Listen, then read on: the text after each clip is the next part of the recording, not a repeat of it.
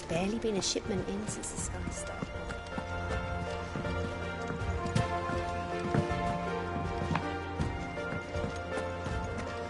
Seems the hideaway has lost blasted.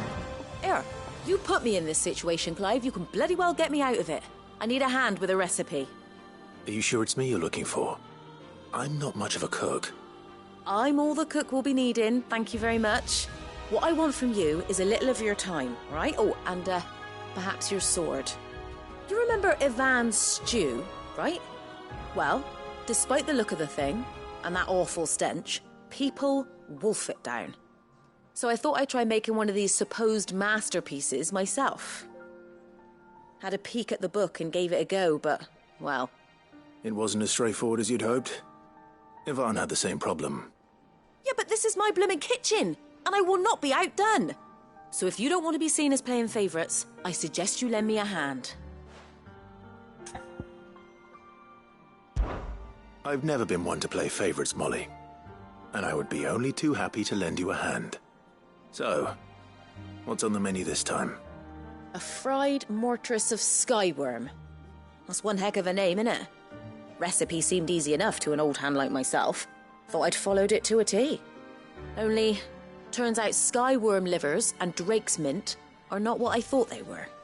At least I hope they're not, given the rancid mess they made. Ivan said the recipes in the culinary pilgrimage date back centuries. Who's to say the ingredients even exist anymore? Wow. That's a question for a scholar, wouldn't you say? Perhaps you know of one? Kindly old fella who haunts the shelves, maybe? Fine. I'll go and speak to Harpocrates. Perhaps he'll know something. And if he does, I'll see if I can find your ingredients for you. You do that. Lest we forget, you've got a reputation to uphold.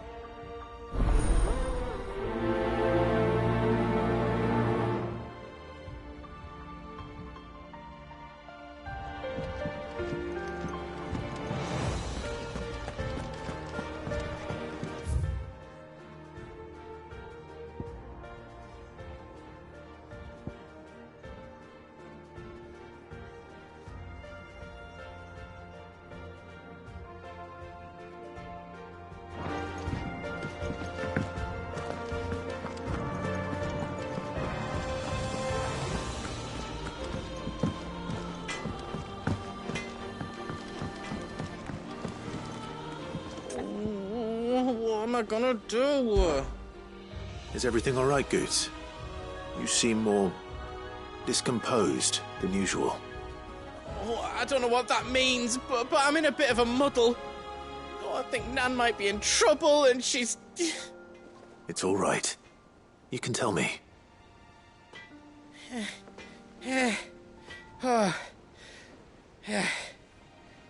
There was a trader came by. One of our usuals, like... Said he'd heard some rotten rumours about her down Dallymill Way. Folk are saying she's been selling to bandits and cutthroats and that.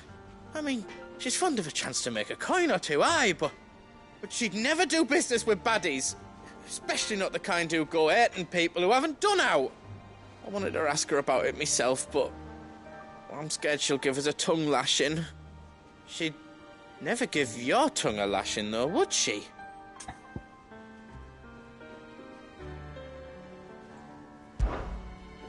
Don't worry. I'll speak to her. Oh, thanks, Clive. You'll let me know what she says, won't you? Of course. I'm sure it's all just a misunderstanding.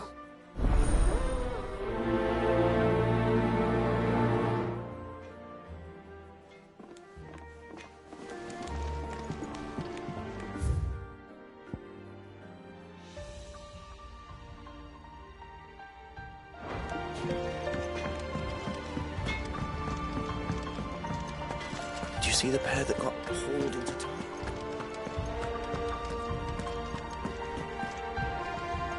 Lady Karen. How's business? Not nearly as foul as the weather. You're doing good trade, then? Both in and out of the hideaway? Can't complain. Wait. What exactly are you getting at? Not once in 5 long years do you pay my affairs half a care. But here you are today, raking me over the coals like a bloody popoto. Just asking. Out of interest. All right. I'm here because I was told that certain rumors have been circulating. About you selling weapons to brigands. Oh, are you? And who was it who knows me so well as to tell tales of my evil exploits? I didn't exactly hear firsthand. All I know is that someone in Dalimil has been spreading word to that effect. And what? You believe it? You think I'm profiting off the blood of innocents, do you? Look, I've done things I'm not proud of. Might be there were a time when I turned a blind eye to the wretchedness of the world so I could line my pocket. But that woman is no more. And you'd know that if you'd ever paid the slightest bit of notice. You're right, Lady Karen. I apologize. It was wrong of me to doubt you. Aye, it was. Now, I reckon you've got better things to do than pointing your do-gooding finger at a poor old woman. Of course. Good day.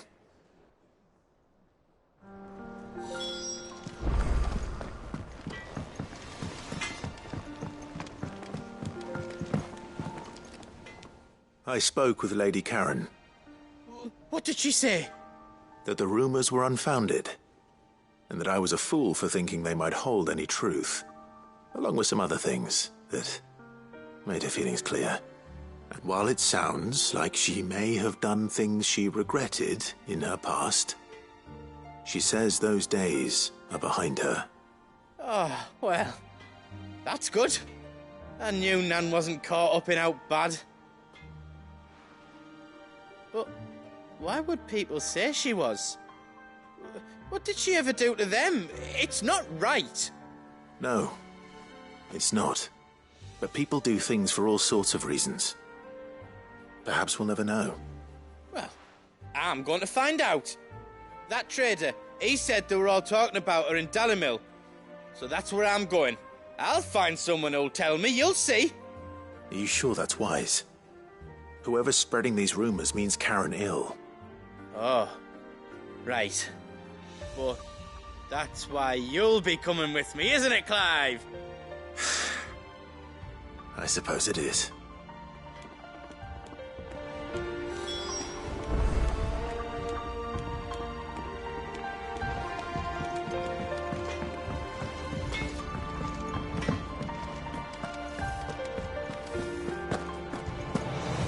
Seems the hideaway is lost.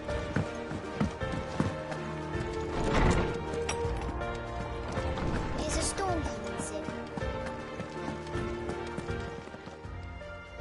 Lawsman Harpocrates, I've come to pick your brain if you don't mind. It's about the book you lent Ivan. Ah, Valisthea, A Culinary Pilgrimage, a classic. One of my favorites, in fact. The young man did a wonderful job with the Chance's stew. I do hope we shall be able to sample more such marvels in due course. That's actually why I'm here. I don't suppose you know where I might find skyworm livers and drake's mint. Ah, so the fabled Sandbrequois delicacy is next on the menu. Delightful. The descriptions of fried mortress never fail to make my mouth water. Now, skyworm is a somewhat antiquated name for the wyvern, their ground livers being the paste from which the mortress is made. Dragon livers. How very Sambrequois. One would have thought the disciples of Bahamut would have a touch more reverence for their icon's brethren, but apparently not. I believe the specific dragon the recipe demands is the blueback wyvern, said to be the very colour of the sea beside which it resides. So we know where to look for our liver.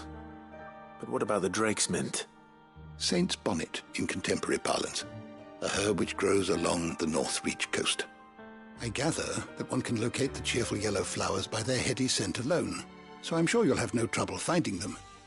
I may add that people once believed game was best served with the flora that sustained it in life, in which regard fried mortress of skyworm is undoubtedly a typical dish of the time. Meaning that if I find one, I find the other. To Northreach, then. Best of luck, Clive. And do save me a bite once the dish is complete.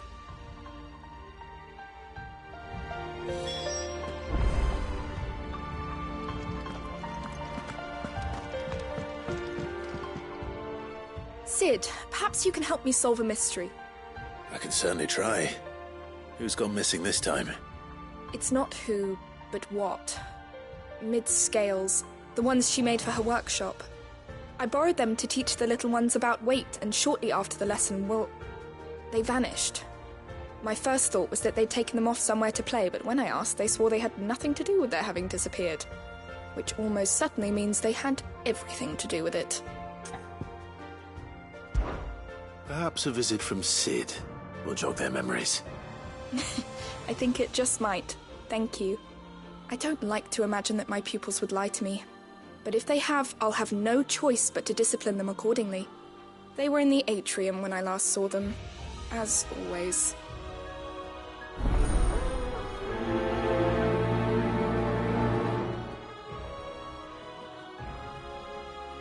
Will there be thunder?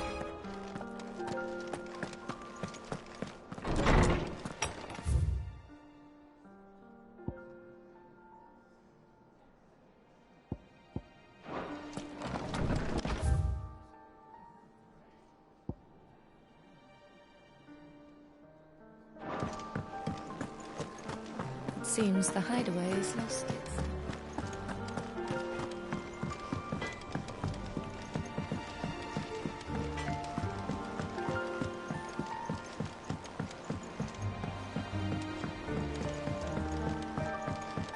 I heard the Emperor was impaled.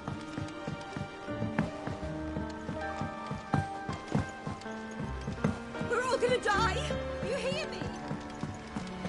What do you reckon we should do? I say we should...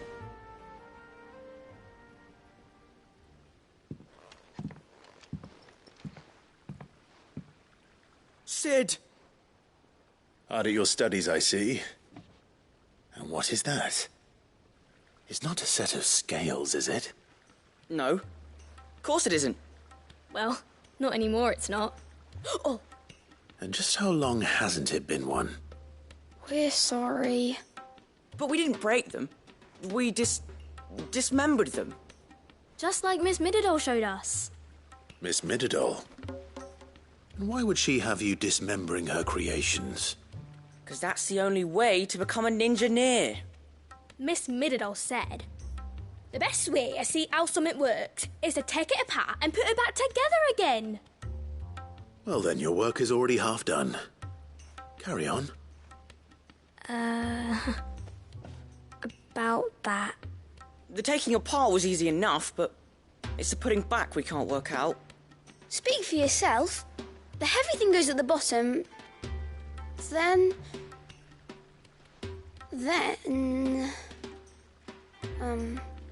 You three need to learn to take responsibility for your actions. So let's have a look at these parts with fresh eyes, shall we?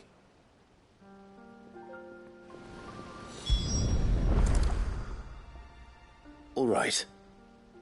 Everything here was once part of Miss Mididol's scales.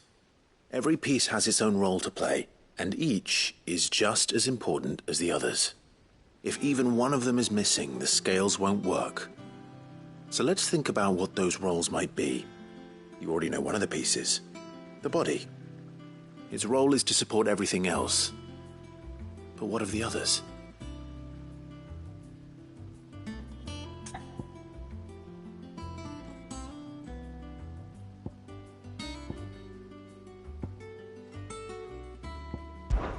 This is called the arm. Why do you suppose that is? It doesn't look much like an arm. You're right. It looks more like a wing. Like a chocobo wing! You've ridden a chocobo before, haven't you, Sid? Will you teach me to ride one day? I'll think about it. Now, What do arms do? Hold things. So wait, maybe this arm holds things too? Good thinking. You're on the right track.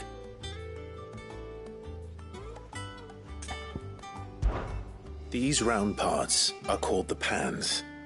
You all know what a pan is, don't you? I do. Molly uses them in the kitchens to fry bangers. But these aren't for frying bangers, you idiot. They're for weighing stuff. But what if I wanted to weigh goods? I don't think he'd fit on that little thing. Probably not. What are the chains for? Holding the pans up? Well spotted. Which means something must hold the chains up in turn.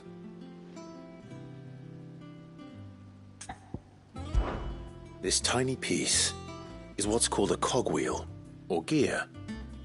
Have you ever seen one before? I have. Miss Middledale's dungeon is full of them. Most are on the floor. She puts them in all her inventions. They spin round and round and round and round and... That's right. They're very useful when you want to make things move. Do you remember if there was anything on the scales that moved? I remember the arm moved when I tried weighing an apple. And then somebody ate it. Not my fault. You shouldn't have tried weighing it before lunch. We know what part's supposed to move and how it's supposed to move. So, let's put the pieces together first, see what doesn't move, and then stick the cogwheel to that. Not a bad idea. You see? It's not so difficult. So, now that we've taken stock of the parts and learned what they do, what do you think? I think we've got it. Then here's what we'll do. You tell me what goes where, and I'll put the scales together. Well, obviously you need to start with the body. All the other pieces fit onto it, don't they? And the arms go on the body, just like real arms. Or wings, if you're a chocobo. And then the arms hold the pans by the chains. Very good. Let's see if that works. There. All finished.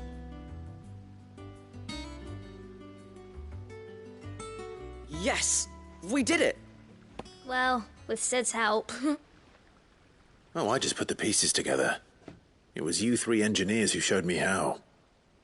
That's right. We're Miss Middledale's hares. Her hairs?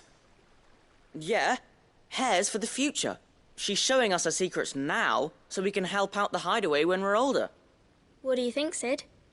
Are we almost ready? With a little more help from Miss Middledale and Miss Shirley, I'd say it won't be long at all.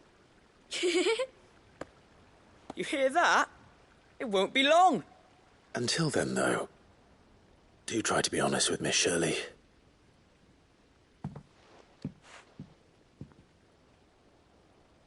Hey, look! We never used the cogwheel. You don't think Sid forgot about it, do you?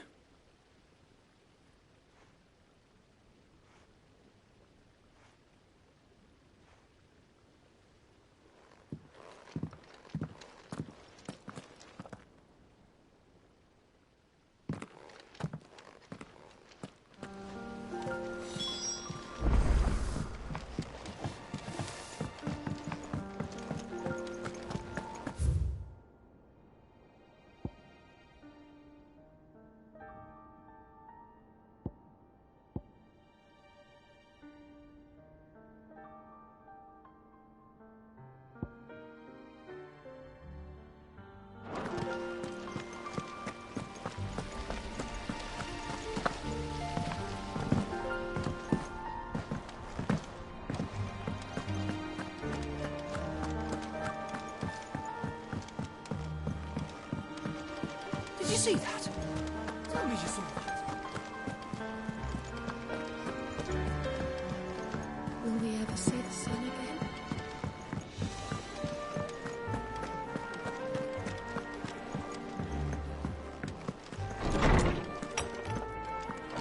Is a storm coming, Sid? Will there be... Well, did you solve the mystery? It was as you thought. The children had the scales, or the parts of them at least. They dismantled them to see how they worked. Oh, no, Mid will have my head. Thankfully she won't. This might even have been her idea. Although I was the one who ended up teaching the lesson. I'm so sorry, Sid. I know how busy you are. I shall see that the children are properly punished. Please, there's no need. Mid seems to have taken the three of them under her wing. She's even calling them her heirs. She'd have them follow in her footsteps. And her father's. I see. Sid, do you know why Mid has been spending so much time at the hideaway of late? She told me it was because her studies have been interrupted by events in Canva. Is that not true? No, it isn't. The university offered her a commission. In exchange for full tuition, room and board, they asked her to oversee the design of several new war engines. To anyone else it would be an opportunity, but to Mid, who lost both her parents to war, it was a bitter pill. One she was none too keen to swallow. But that should come as no surprise. She's only ever cared about bringing people hope. The very last thing war can be said to do. Which explains her heirs. She's working to give them a better life. And so should I. What's the odd engineering lesson? Ah, you've given them far more than that. And I'm sure they're very grateful.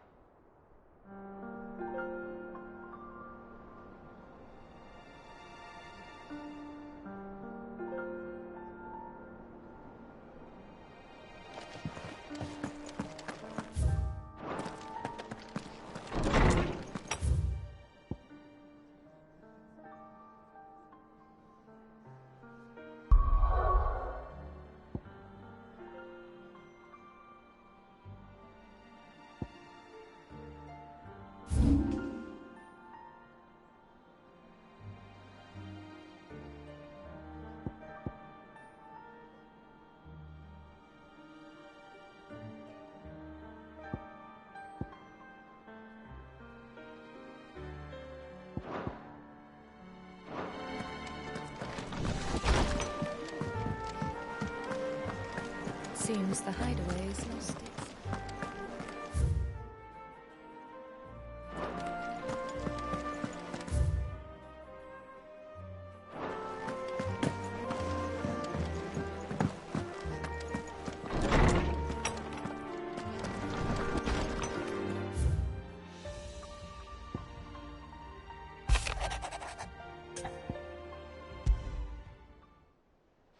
Rutherford. Wasn't that the name of my uncle's manservant? Where would he be at Martha's Rest?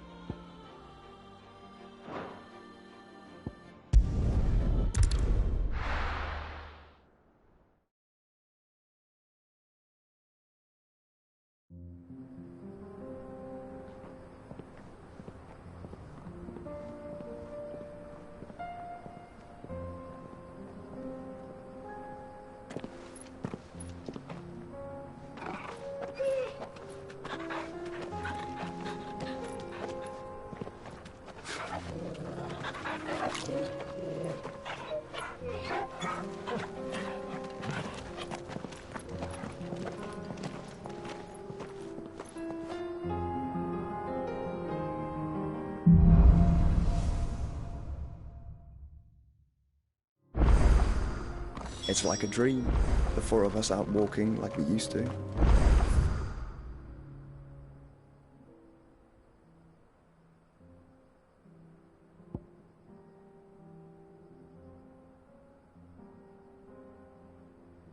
Enjoying this, are you? Gav and the others could be in danger as we speak. You're right. I'm sorry.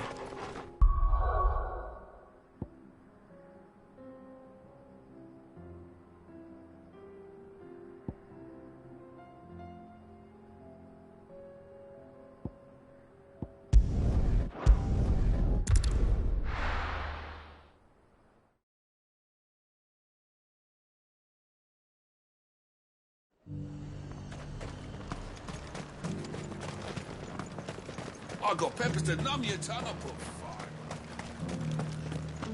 There were ghosts at the gates not days ago. You needn't fret.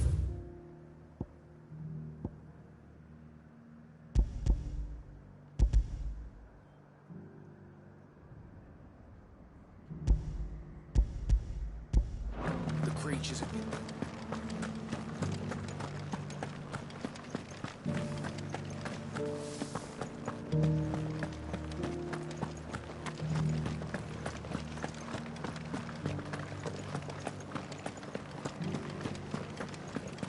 To the meadows, then. That's what they kept.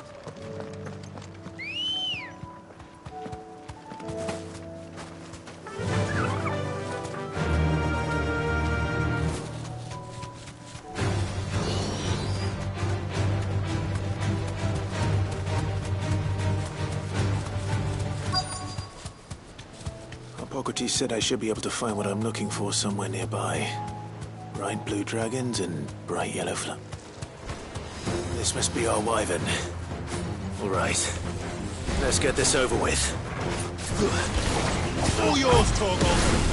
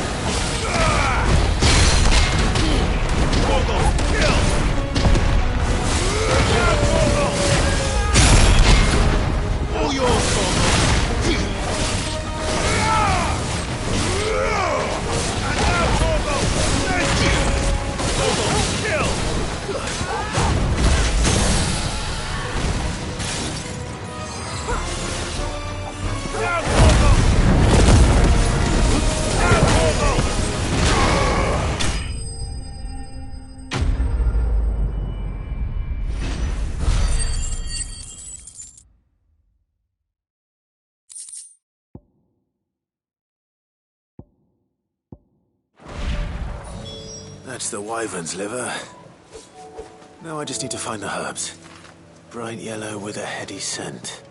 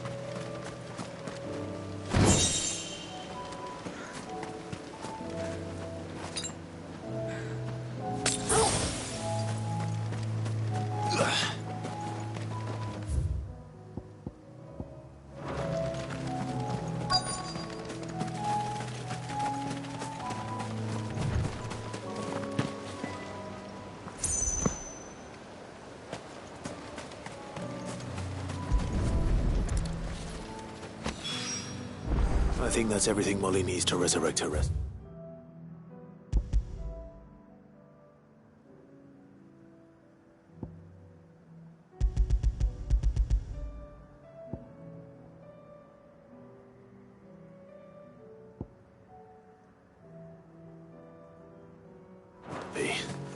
Better head back.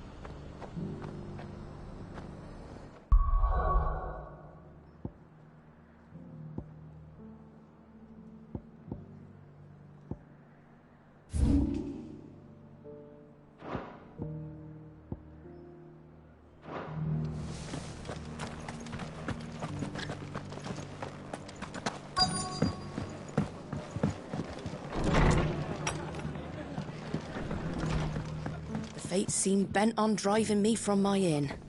But if they want me out, they're gonna have to try harder.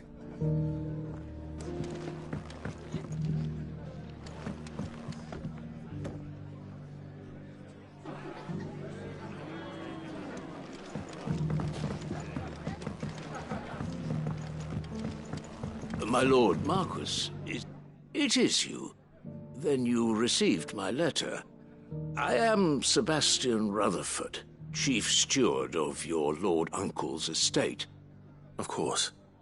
We met once before. Yes, my lord. Thank you for coming. And what was so sensitive that you couldn't put it in writing? 1,000 apologies, my lord. I did not mean to offend. I merely...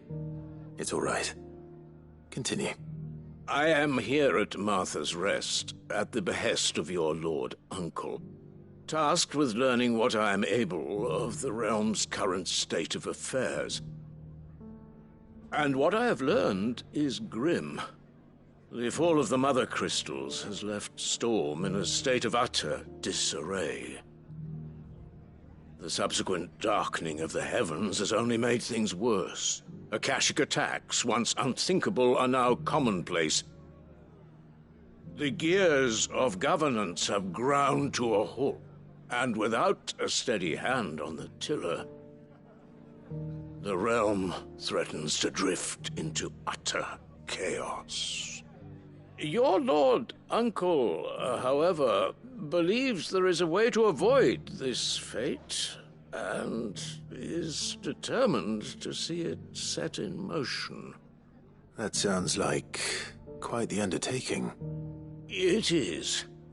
Hence my having enlisted the aid of several colleagues serving the 7 high houses. Alas... Alas? I have lost contact with 2 of those colleagues already. They are both able-bodied and trained in the sword, yet in these dark times even that may not prove sufficient to keep a man safe on the road. So you want me to find them? I'll need to know where they went. One I sent to investigate the Republic, the other the old Imperial capital of Oriflamme. That doesn't exactly narrow it down. I suppose I'll start in Dalimil and work my way east. Thank you, my lord. I shall pray for your success and safety.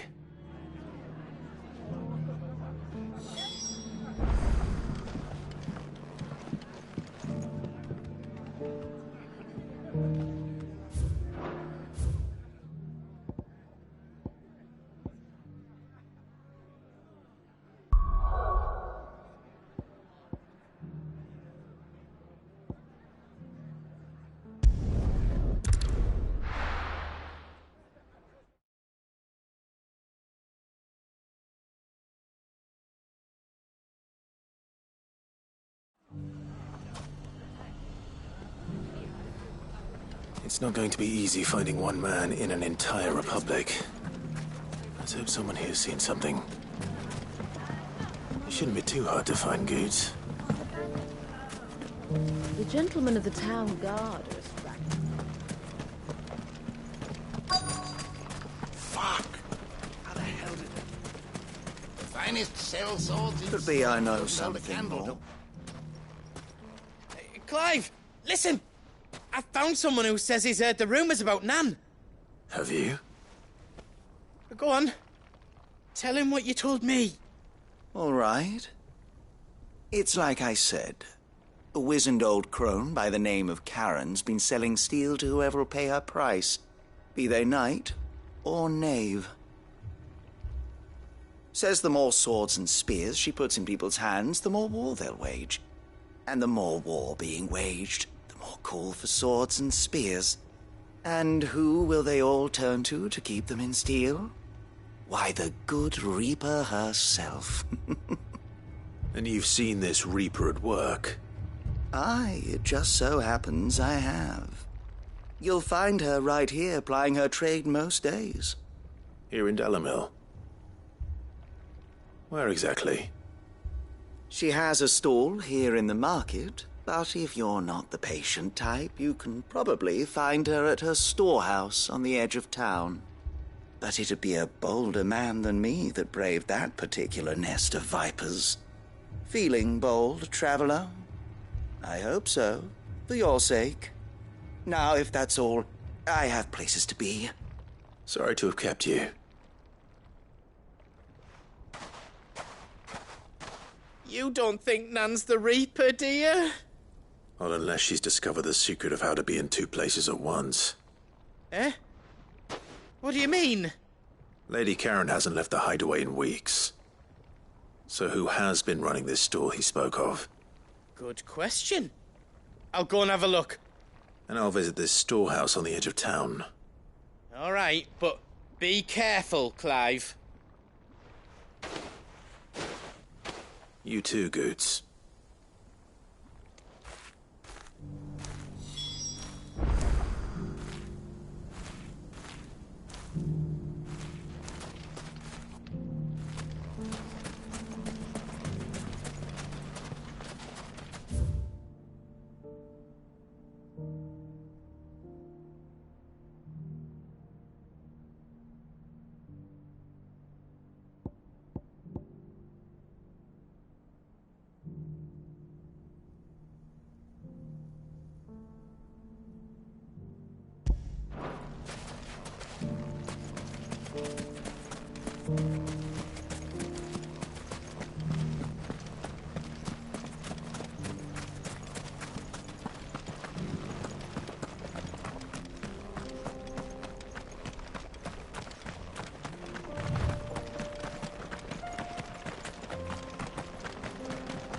Someone's got himself in trouble.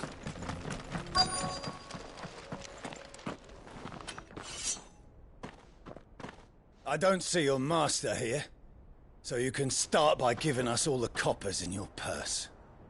I already told you, I have nothing. Then maybe we'll take that pretty outfit and the steel you're wearing. Please! These men are trying to rob me! I'll deal with this. Thank you. You that one's master, then? If you kindly pay the coin he owes us, we can pretend you didn't draw your blade on Republican soldiers. Or you can go back to your garrison and I won't report you to your captain. Oh, you're more than welcome to. He hasn't had many visitors since we slit his throat.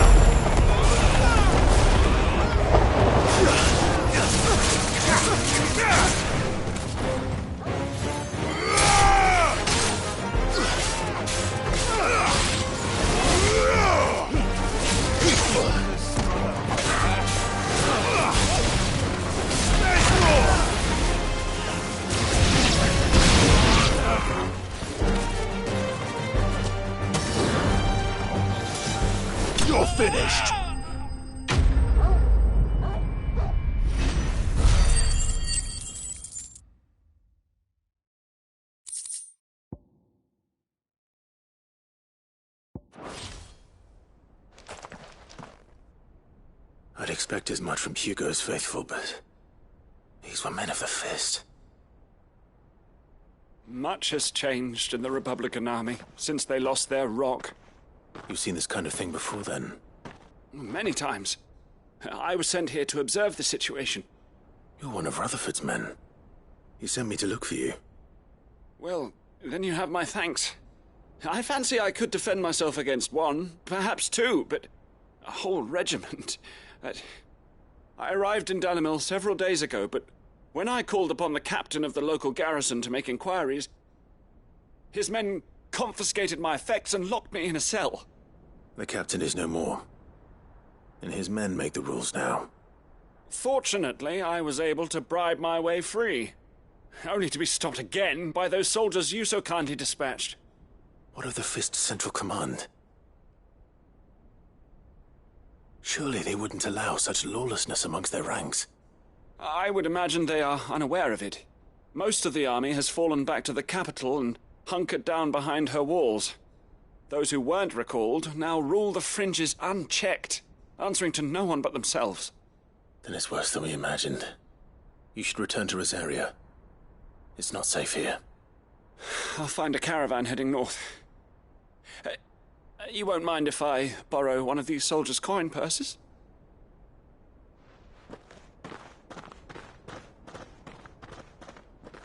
Not at all. Now, to find this second associate of Rutherford's. If he was bound for Oriflamme, I'll start at Northreach and see if I can pick up his trail.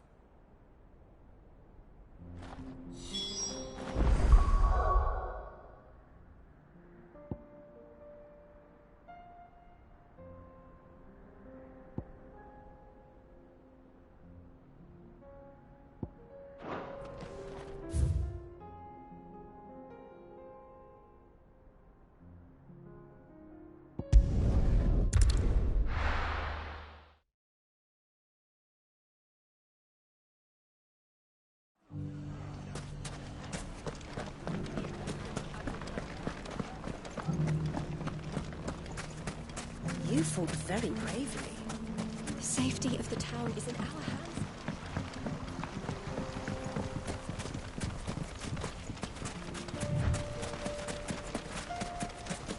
Time to brave the Viper's Nest.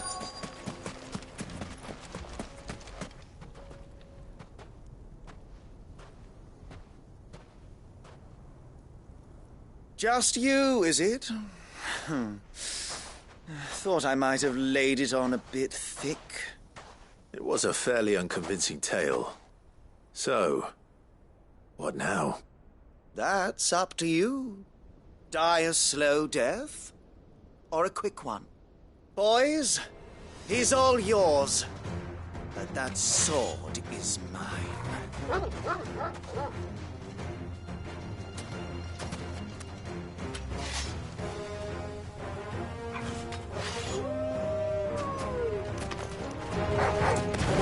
Leave now and we can pretend this didn't happen.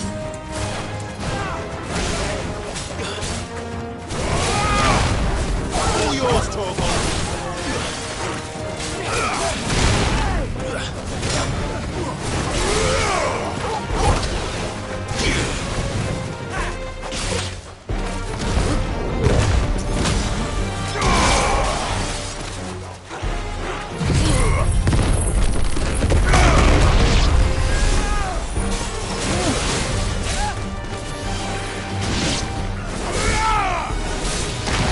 All yours, Torvald!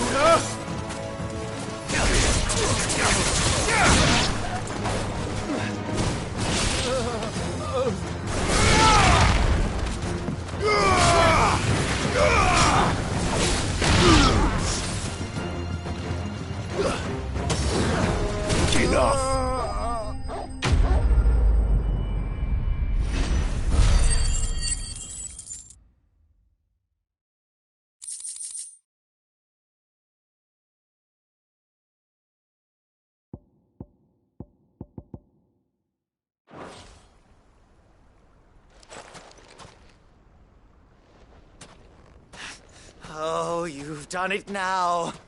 Go on. Tell me what I've done. When the Borgwyn finds out you've killed his men, he'll have your head. He only wanted that bull of a manservant, the dim one always clinging to Karen's skirts. You weren't even supposed to be here. Who the hell are you anyway? What were you going to do to him? The Borgwyn wanted him to get to Karen.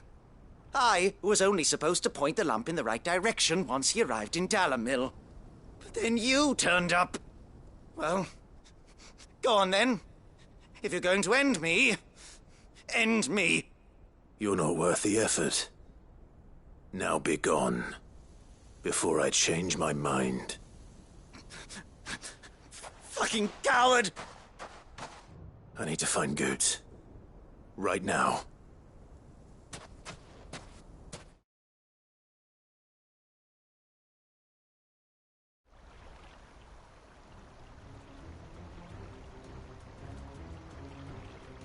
Get your filthy paws off me, you naughty-pated lout! Stop calling me names! And stop spreading them horrible lies about Nan! Well, that will be easy enough. For they are not lies. Every last word is true. And she must pay for her crimes in blood. Blood? Goot, are you all right?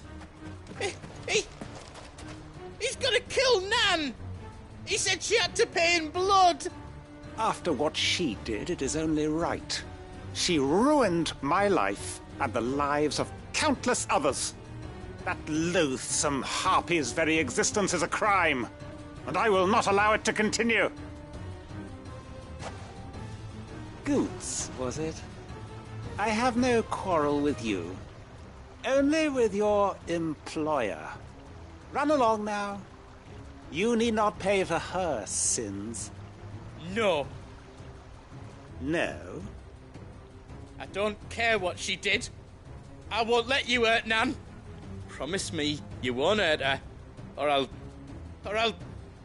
kill you myself! Goots, no. Enough, all of you! Karen. But how did you? You're a sight less clever than you think you are, the pair of you. Did you think I wouldn't notice the two of you slinking off together? Well, the whole thing got me thinking, who in Dalamil might bear me a grudge? And a certain snivelling shit I ran afoul of in my fairy years came to mind. Though it was just Bogan back then, wasn't it? I thought the years might have taught you some sense, but I see you're the same pants-pissing craven you've always been. What was it we called you?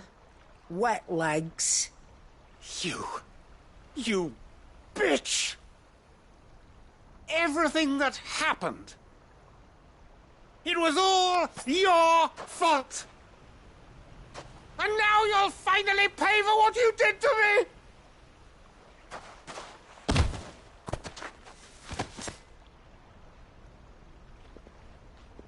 Goots, you...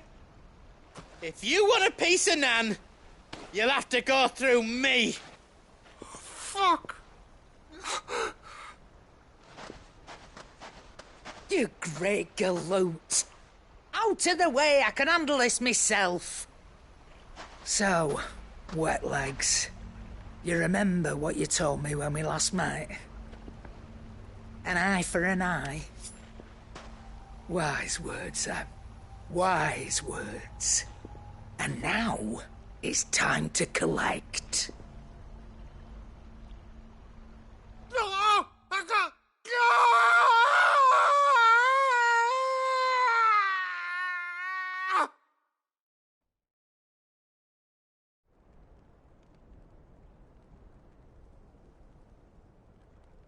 Sorry to keep you waiting.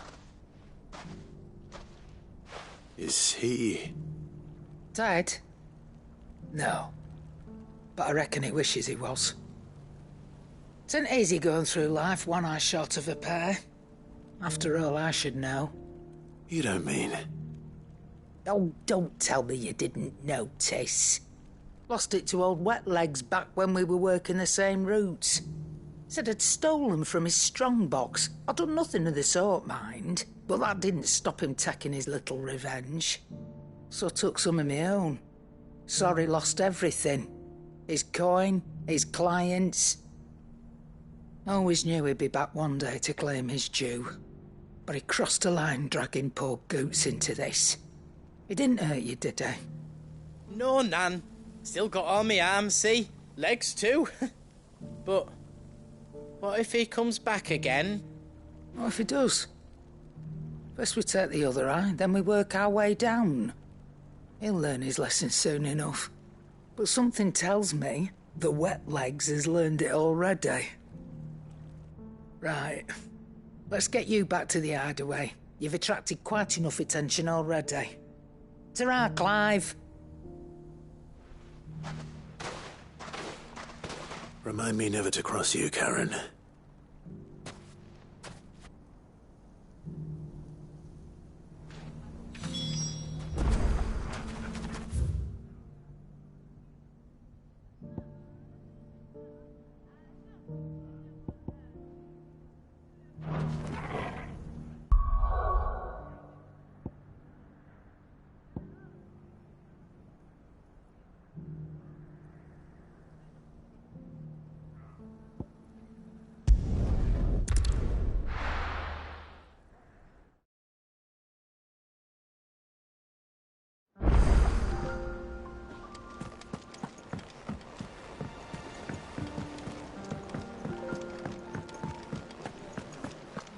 Seems the hideaway's lost its...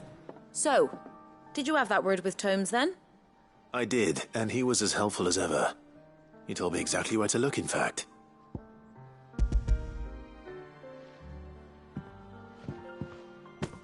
And what precisely will I be cooking up? Or is it better not to know? Blueback wyvern liver. And, a herb known as Saint's Bonnet. Ah, wyvern livers, was it? Well, at least it weren't actual worms, I suppose. Now then, you stay right where you are. I've got some cooking to do. Let's hope these grand old chefs of yore knew what they were on about.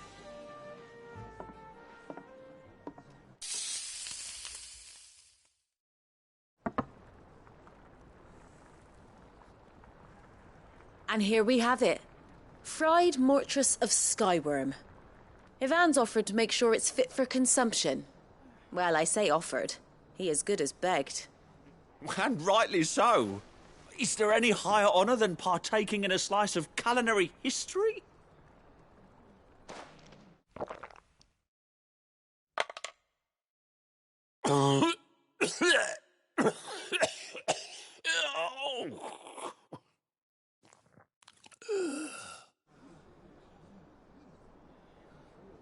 So, not fit for consumption then? What witchery is this? The crackle of the crust gives way to an almost violent richness. Yet, it is the piquant kiss of the saint's bonnet that tames this savage dish. It is a tour de force, a force of nature even, a maelstrom of flavour and sensation, a graceful beast emerging from centuries of slumber. I think he likes it. Well, I can't quite tell with all that nonsense he's talking. But I reckon you might be right. It was decent then, I take it. Decent? It's remarkable. And I defy any man to say a word to the contrary. Sid, might I suggest that you command a party of your finest men and women to procure a dozen blueback wyverns forthwith? I'll give it some thought.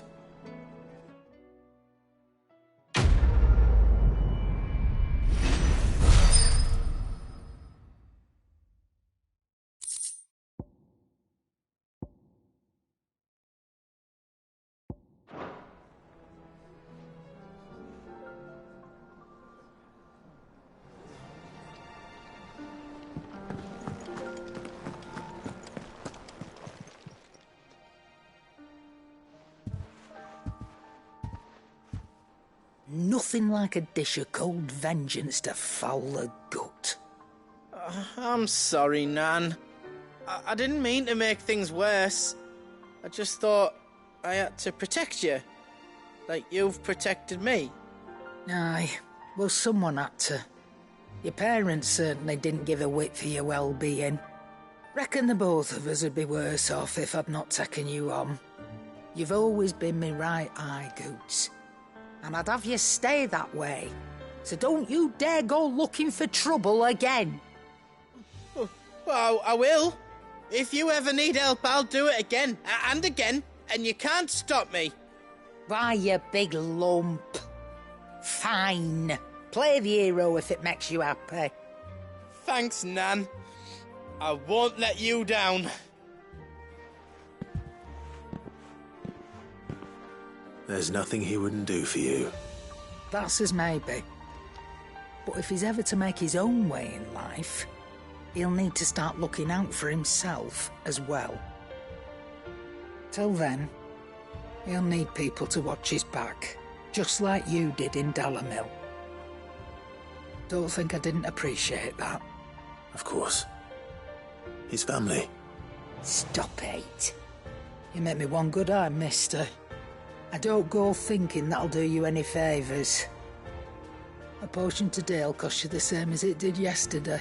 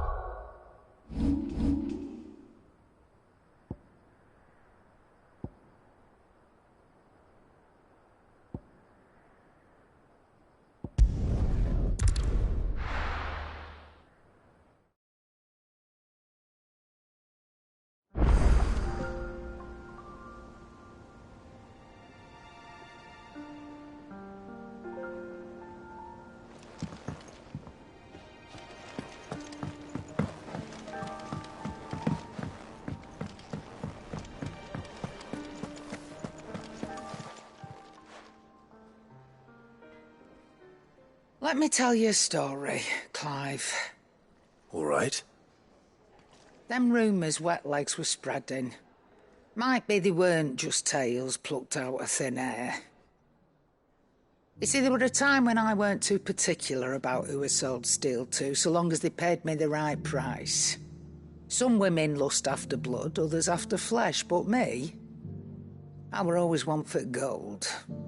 And to satisfy that lust, I sold to opposing armies, stabbed my every client in the back, made myself the most hated woman in the twins.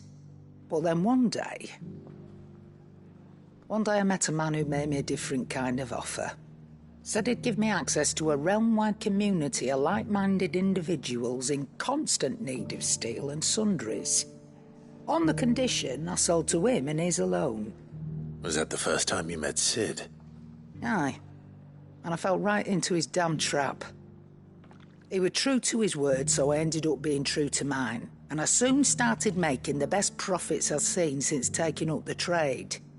And all without aiding or abetting any outlaws.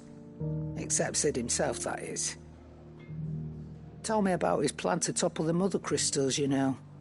Said that with them gone, the realm would want for all manner of things. An opportunity for the likes of me to mint Gil. Why, I reckon an enterprising individual could find himself the richest dam in the twins. And that's when he had me. I emptied my stores that day and moved into the Hideaway proper. And the rest, as they say, is ancient bloody history. A dozen years on, and I'm still not the richest dam. Not for lack of trying, mind. But I can say that I have never been happier. You've all shown me there are some things more precious than Gil. That there are. So don't you go messing it all up, or you'll have me to answer to.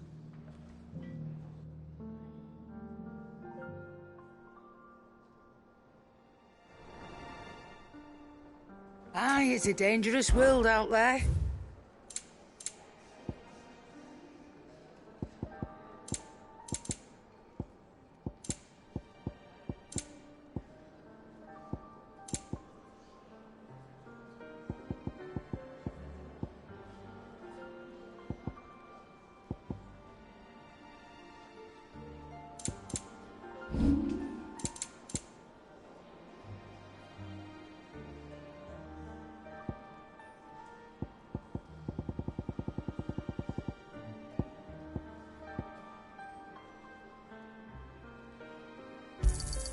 And be thankful you got that much.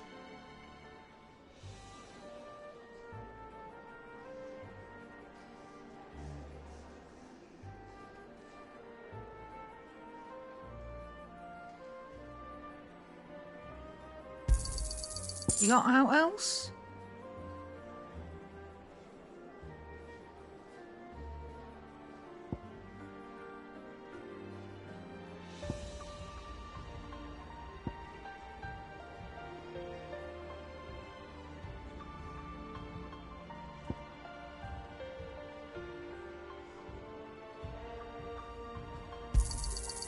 I reckon I can find a buyer.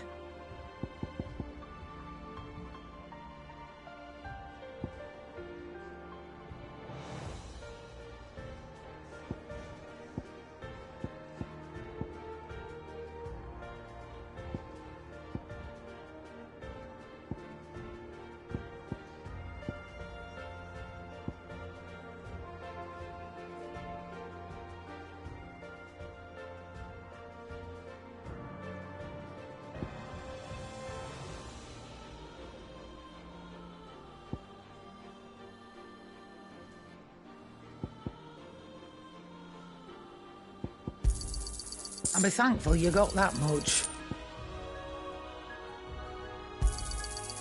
I reckon I can find a buyer.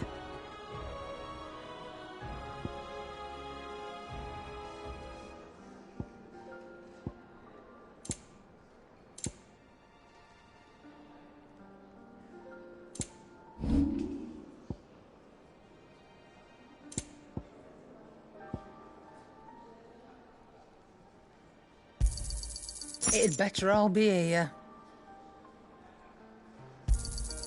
You're not can't find a better price than that.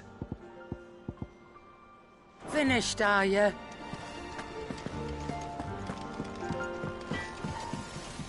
Trouble with your gear, or... What do you want?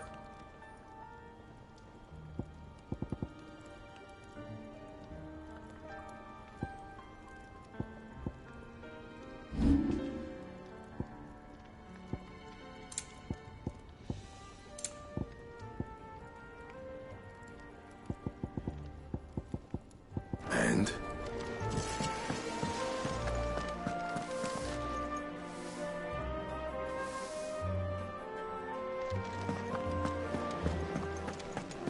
Seems the hideaway's lost its appetite.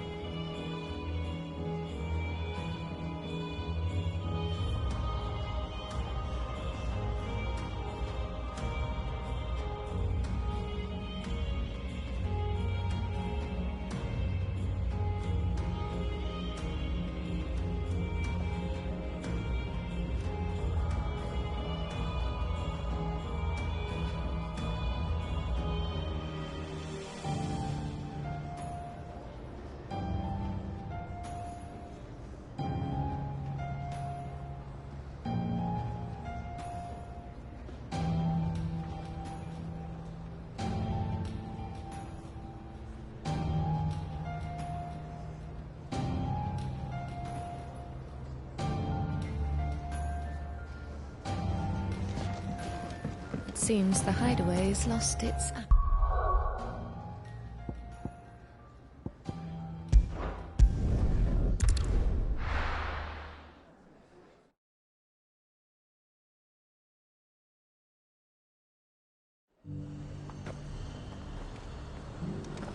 There's a lot of road between you.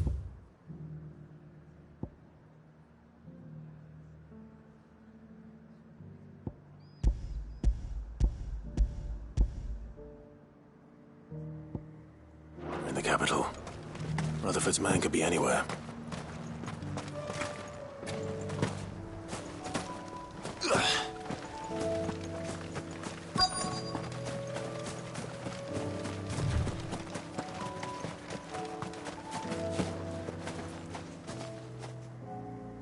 happened here? If you're with the others, they've already relieved me of my belongings. I'm not. I'm looking for someone who was sent here by a man named Rutherford. And then you found him. I'm Alistair Rockford, attendant to the Lady Ariane of House Wellesley. Of the 7 high houses of Rosaria. It's been a long time since last I saw my great-aunt. Is she well? My Lord Marquis? Yes.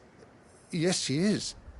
The Lady Dowager has granted me leave to assist your Uncle Stuart. I was on my way back from the old capital when I saw some villagers being robbed on the road here. Bandits? They looked more like field hands, but it didn't matter in the end. I did what I could to help the victims, but all it earned me was a pommel to the temple. Which way did they go? South, toward the gate. All right. I'll take care of them. Founder knows I've met enough of their kind. You head back to Northreach, visit the Vale, tell them I sent you. Thank you. I shall.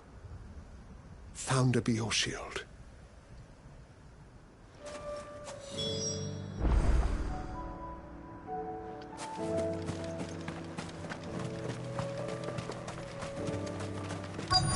They just couldn't resist, could they?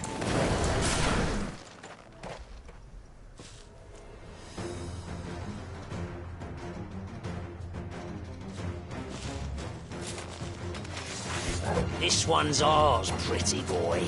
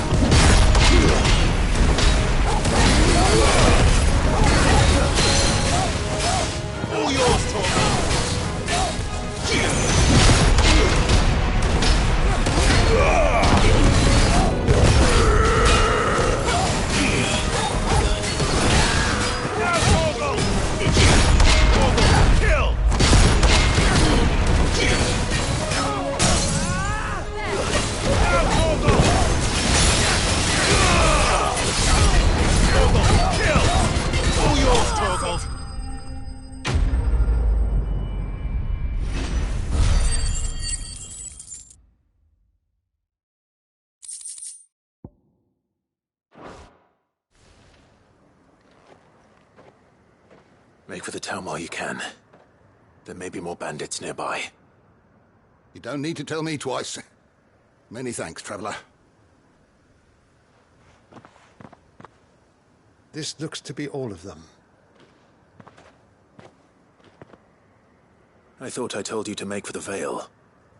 And stand by as ill might befall the heir to the ducal throne.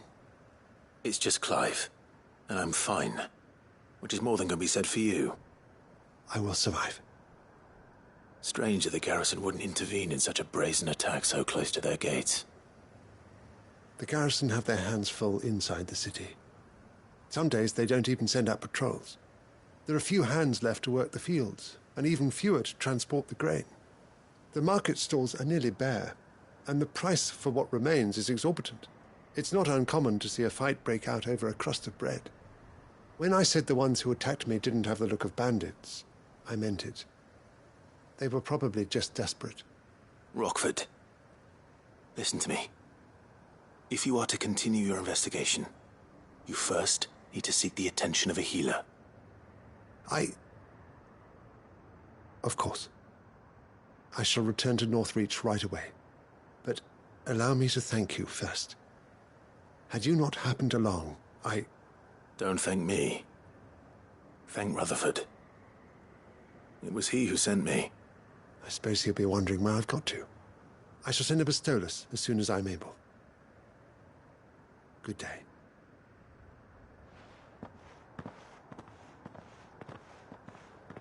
My uncle certainly has his work cut out for him. If it isn't already too late. I should go and tell Rutherford that his colleague...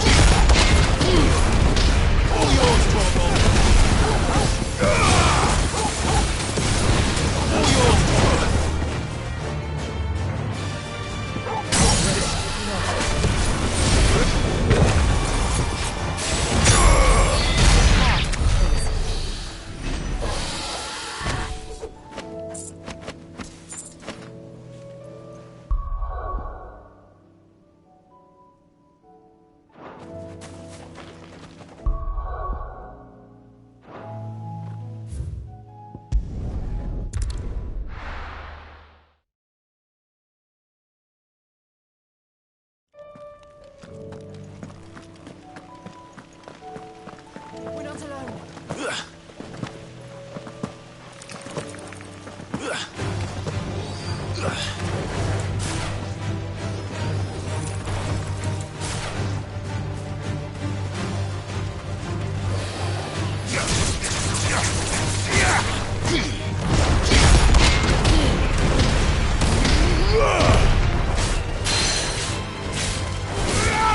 Now, Torgal!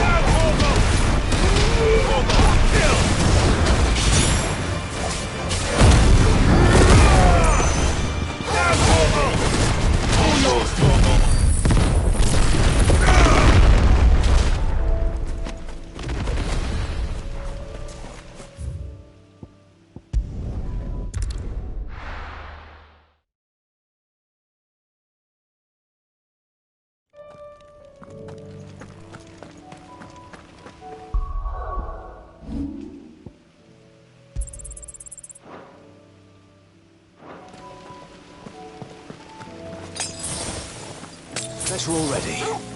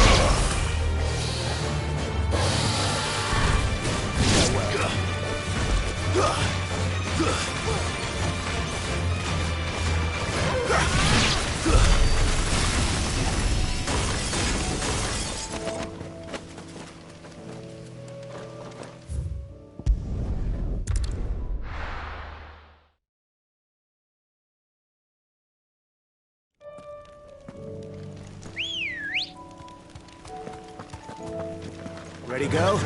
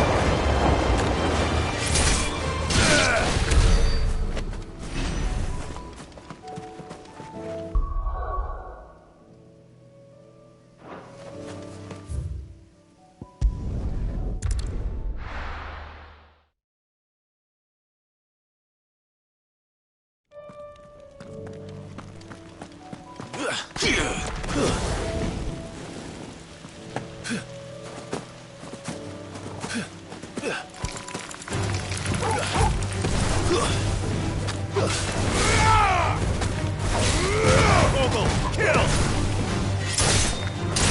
Now, Torgal!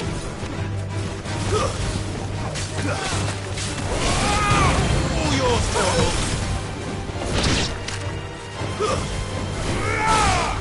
Now, Torgal!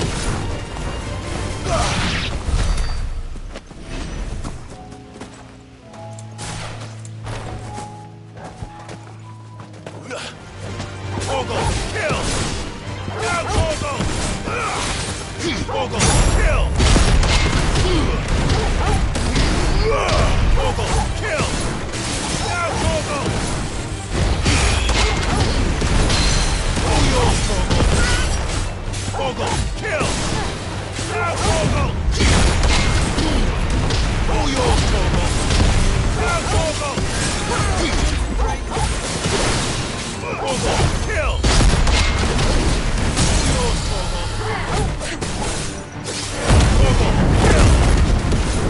All yours, Torgal!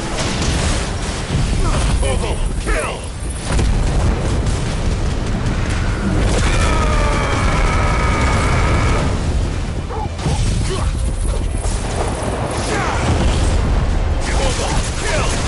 All yours, Torgal!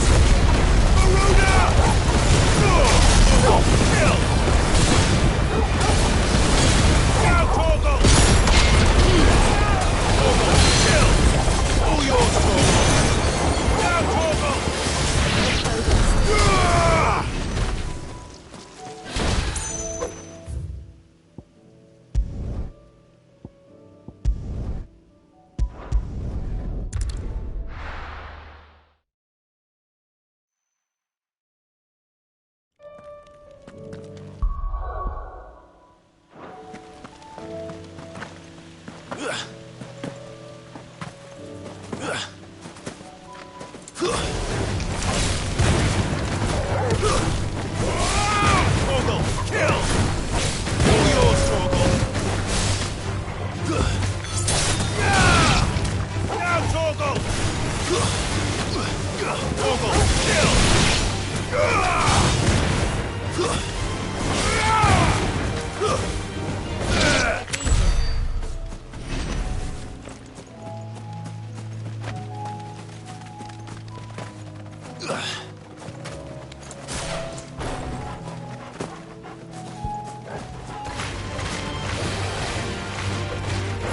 All yours, Torgal! Torgal, kill! Now, Torgal! Double time!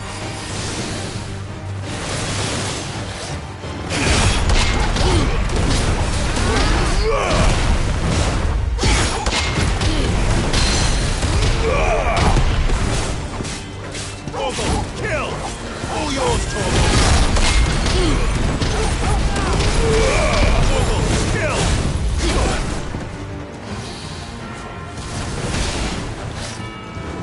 All yours, Torgal!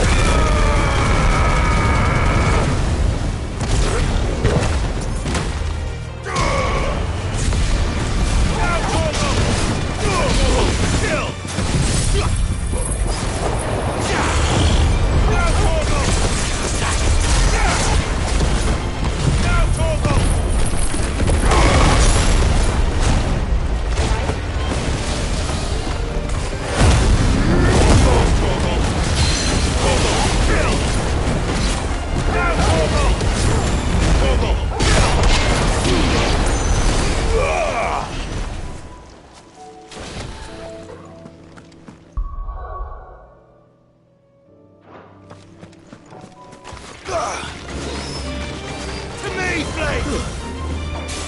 Yeah! There's more! Torgal, kill! Now, Torgal! Torgal, kill!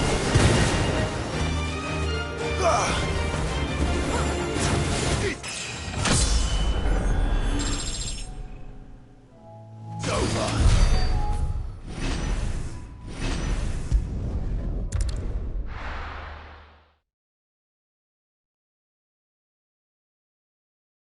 I'll be taking you all to a storehouse in the Bales. Leave anything you don't need.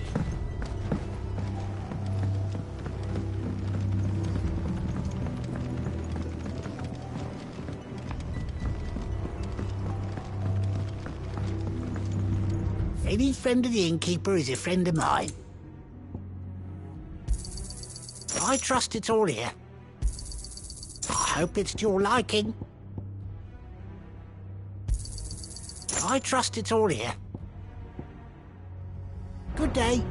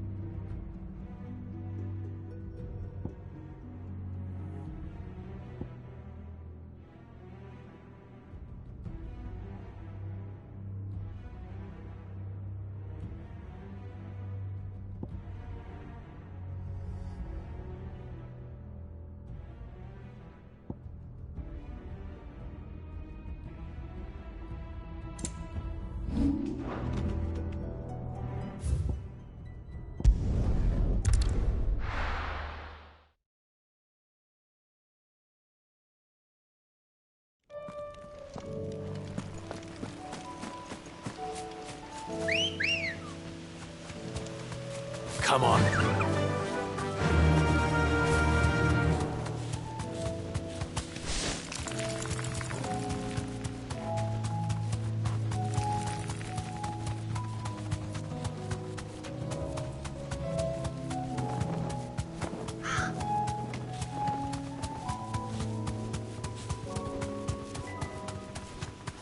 Quiet.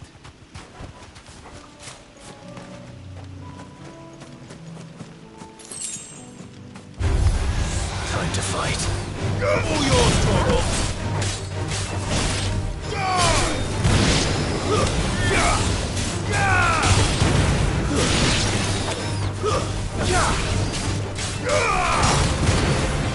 You're finished!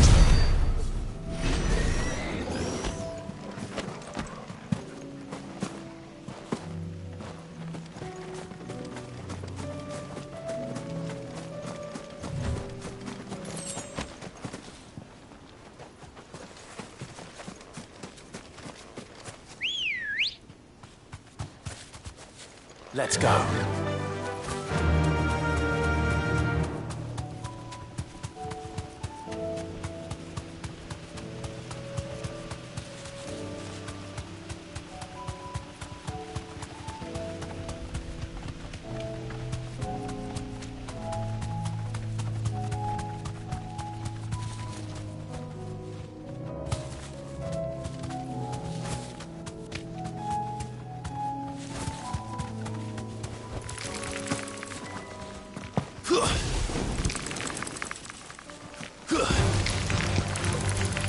Torgal, kill!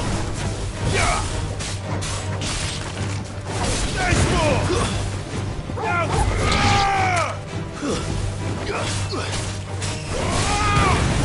Nice move! Torgal, kill! Nice move! Torgal, kill! All yours, Torgal! Torgal, kill! Now, Torgal! And another! All yours, Torgal! All yours, Torgal! Yeah!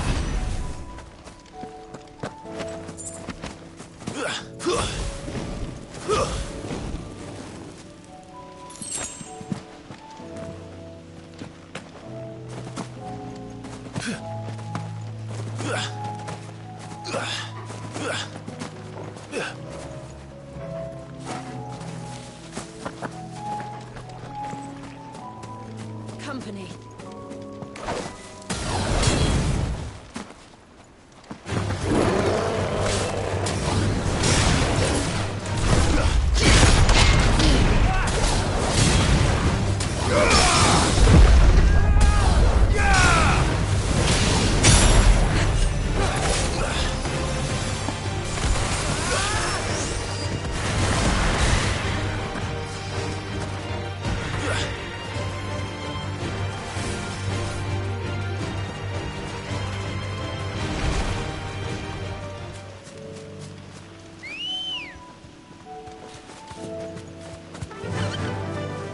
Faster!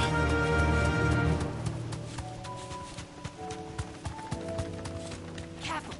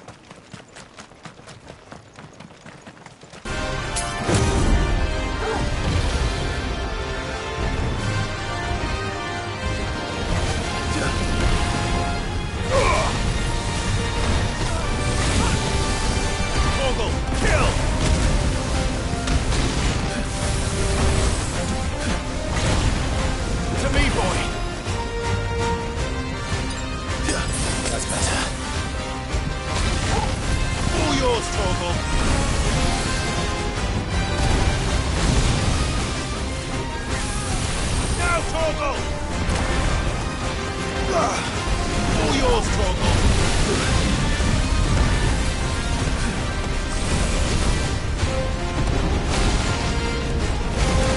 Nice try.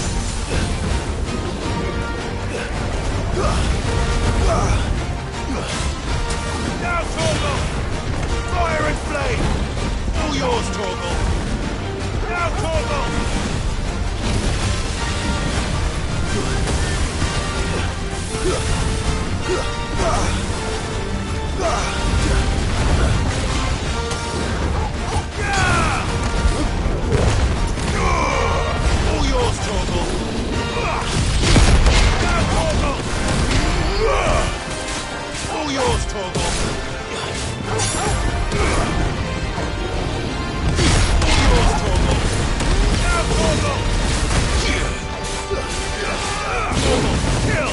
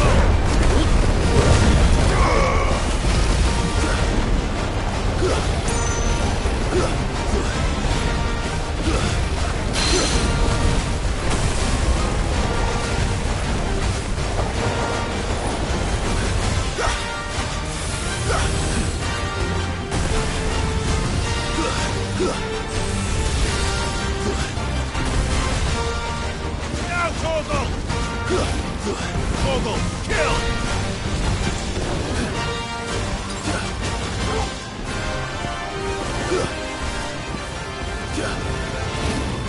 All yours, Torgal! Torgal, kill! All yours, Torgal!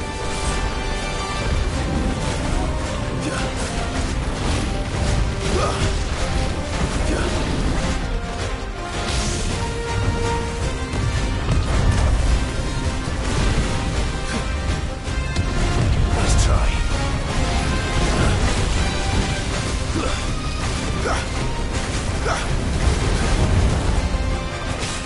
Now, Torgal!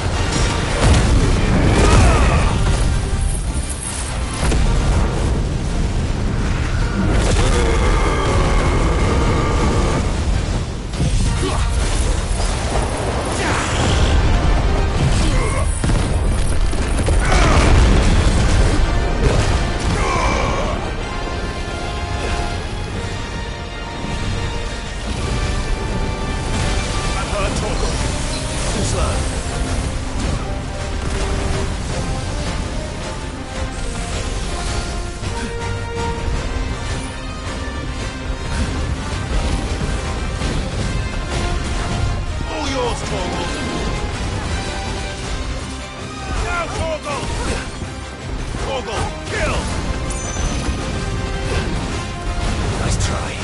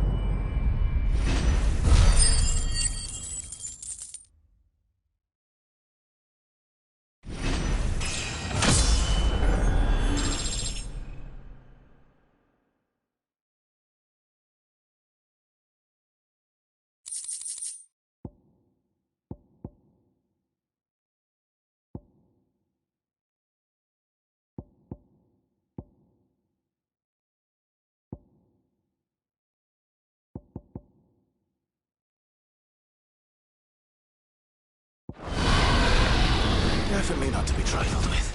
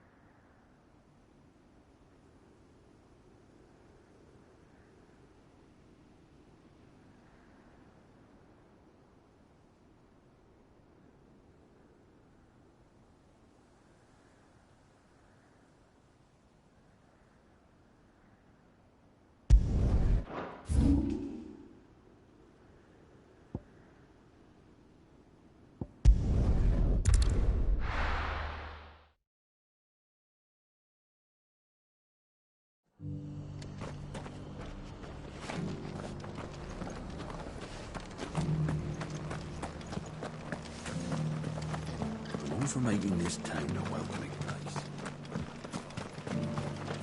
What are you after?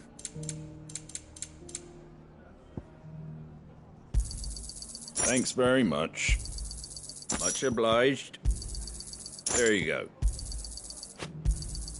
Much obliged. There you go.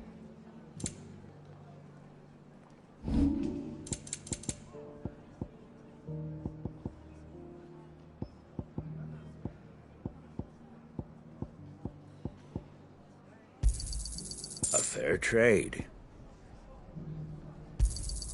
Is that everything? A fair trade. I wanted one of those. Is that everything? I wanted one of those.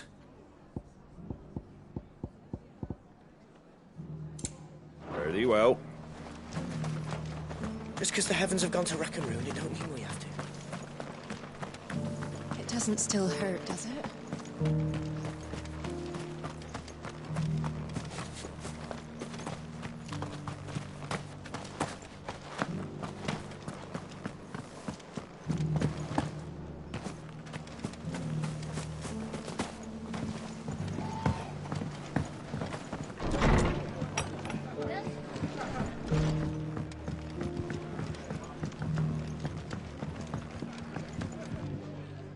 I see you're still here.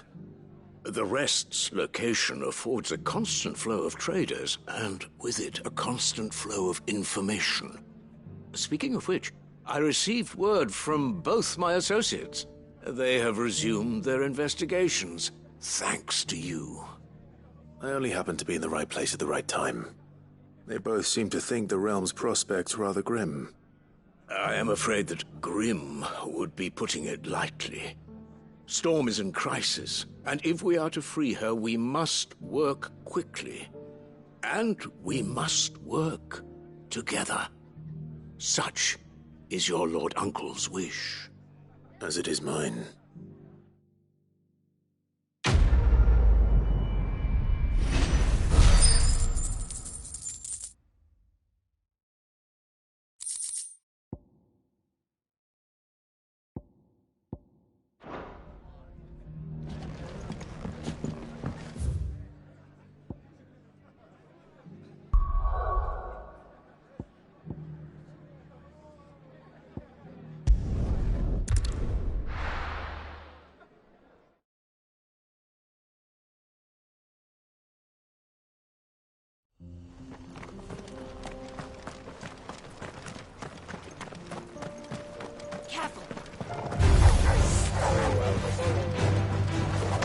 To me, flames!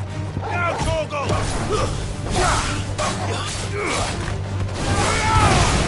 All yours, Torgal!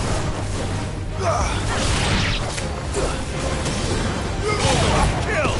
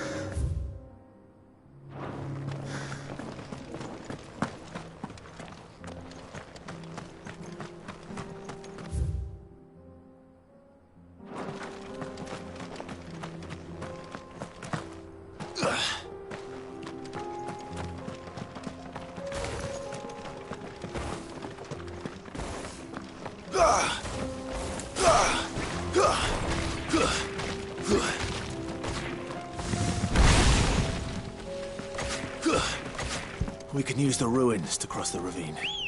assuming they will allow it. The echoes have a will of their own.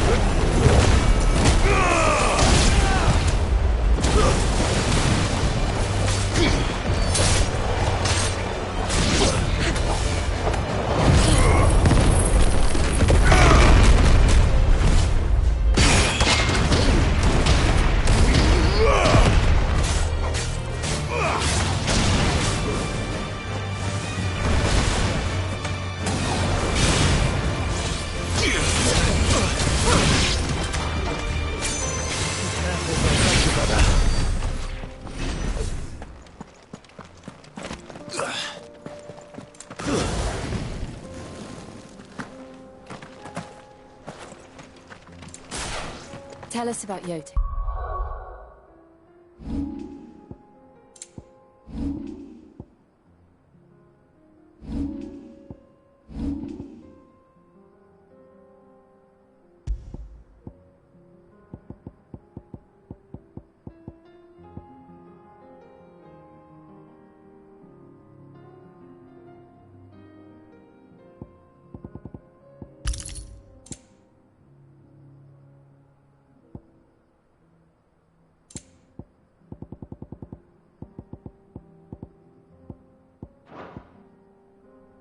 Joshua.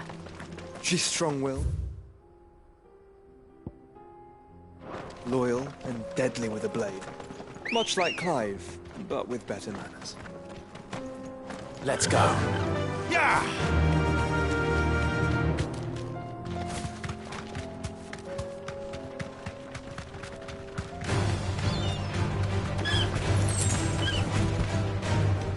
Be safe. All yours, Torgal! To me now, Torgal! Now, Torgal! Torgal, kill!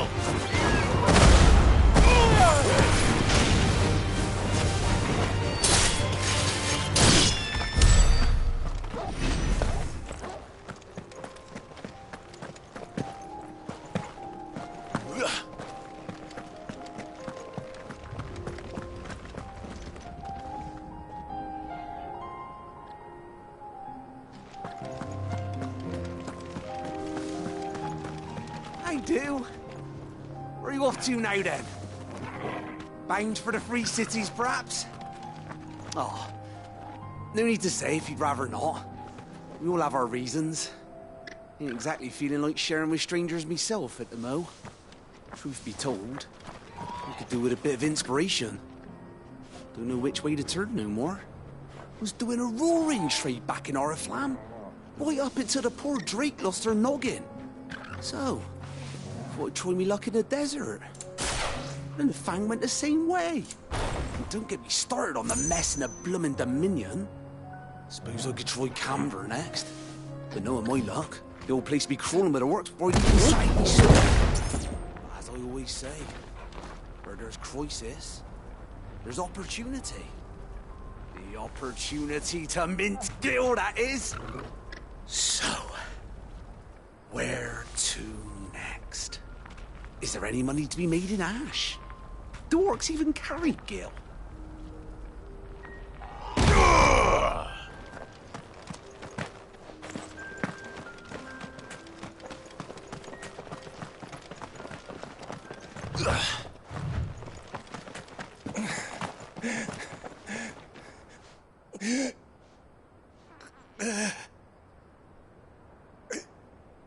were injured. What happened here? Where are your comrades? The ether flood up ahead. It swallowed our camp while we slept. My own men did this. Turned every last one of them. There's a village not far from here. Tabor. The people were kind to us. It's only a matter of time before they won't stand a chance. We can't let those monsters reach the...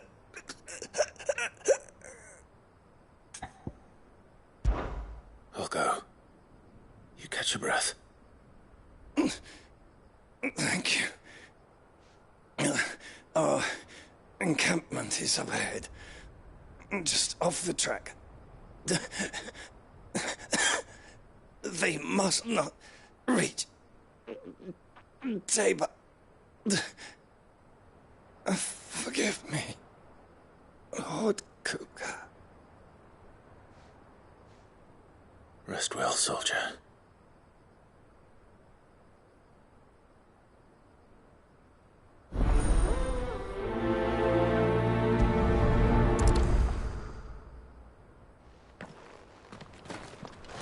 You said the encampment was close. Let's hope the Akashic are still there.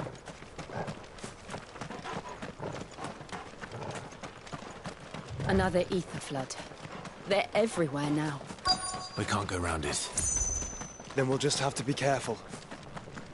Good. I got here in time.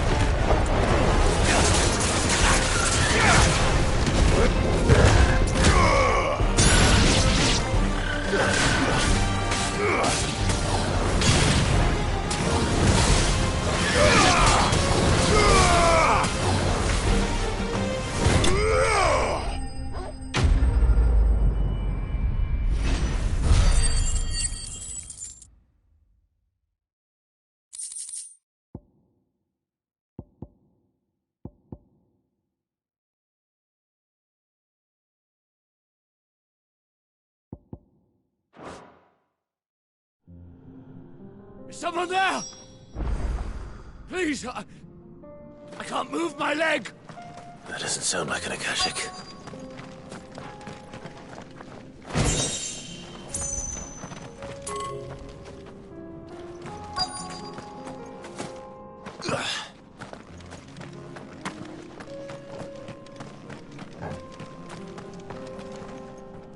You're with the battalion?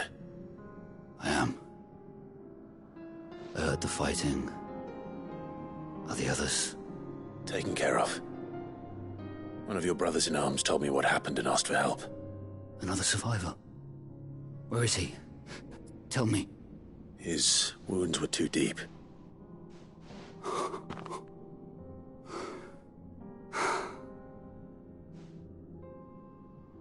He was right to send you. Those things you slew are no longer my brothers. Tabor is safe thanks to you. Here, you've earned it.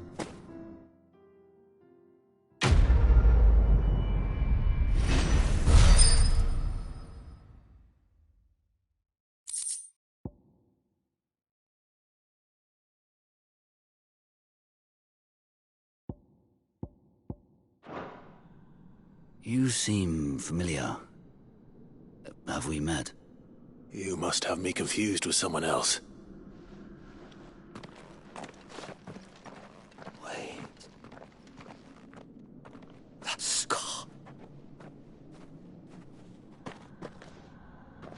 Son of a whore. You're Sid. I was there, in Cosnes, when you killed my brothers. I was there in Rosalith, when you killed my commander! My war with Hugo Kupka is over.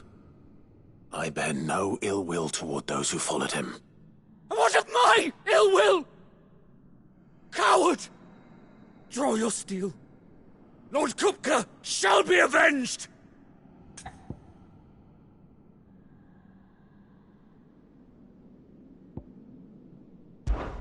Fine. If you insist. For Titan!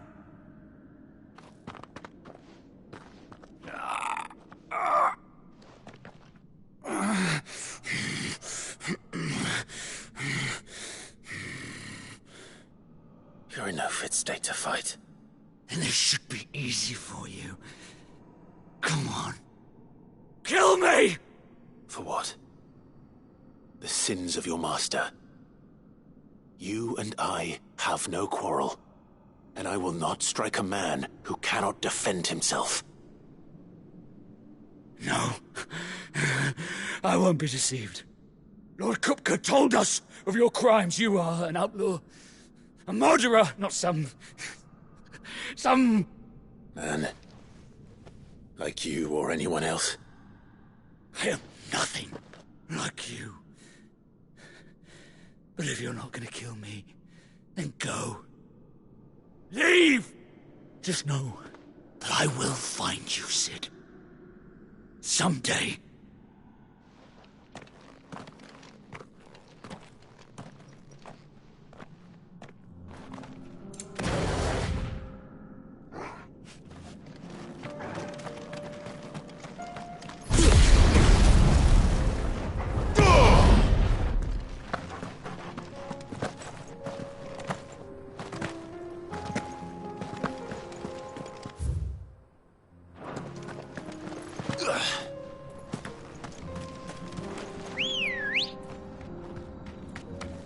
Come on.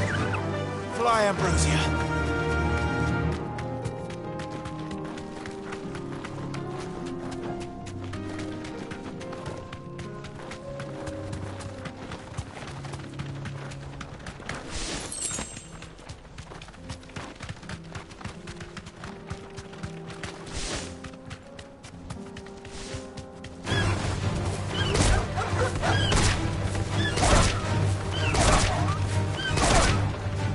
Deserve a rest.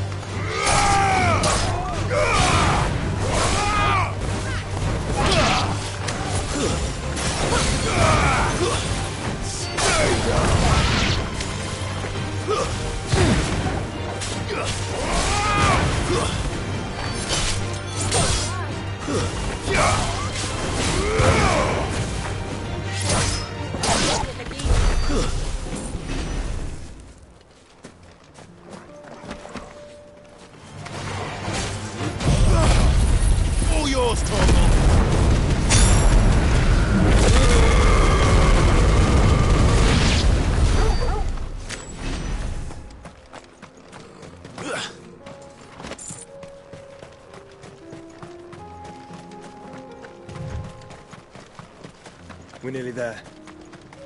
Have you been to Tabor before? There are a few places I haven't.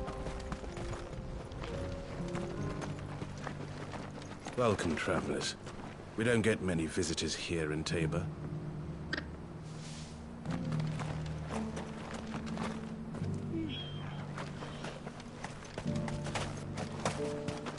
Where now, Joshua?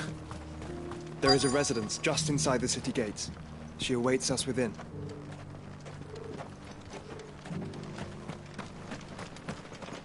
Welcome, welcome.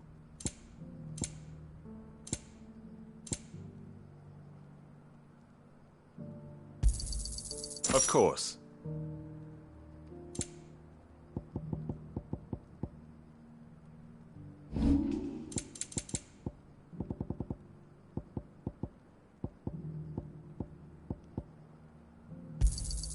Got anything else for me? Ah, not bad. Come again.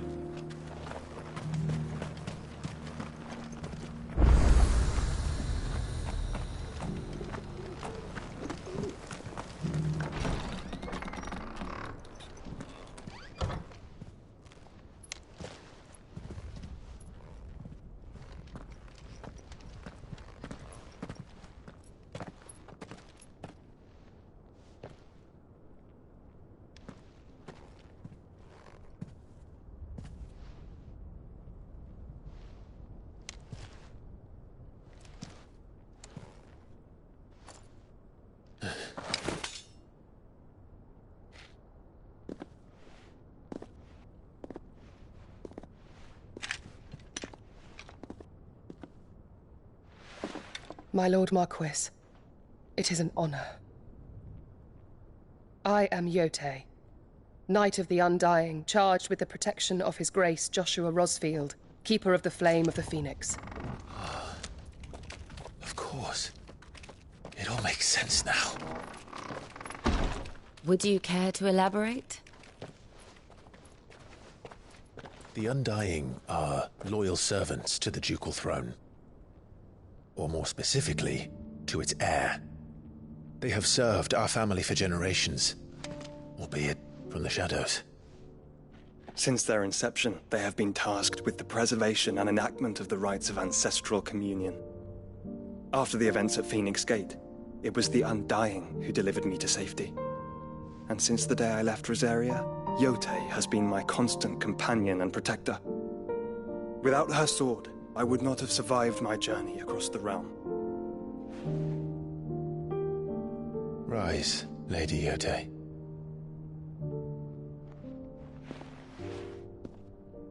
You saved my brother. I owe you a debt I can never repay. I but did my duty.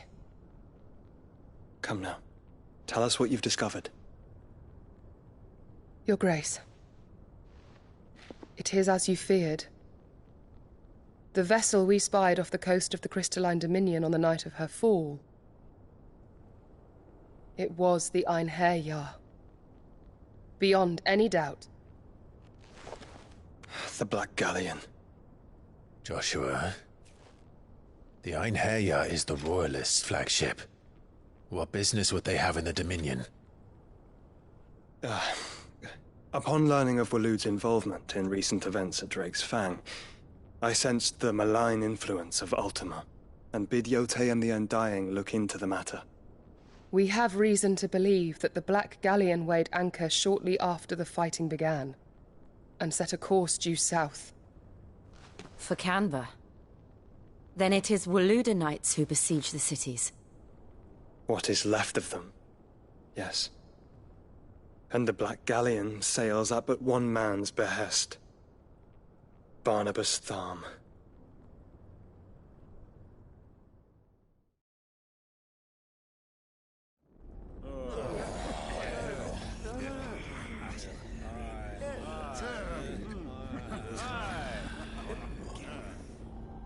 But are we truly safe here in the Agora? The city guard have been paid, if that's what you're implying. All the more reason for them to run. Well, you are free to leave, Lord Minister.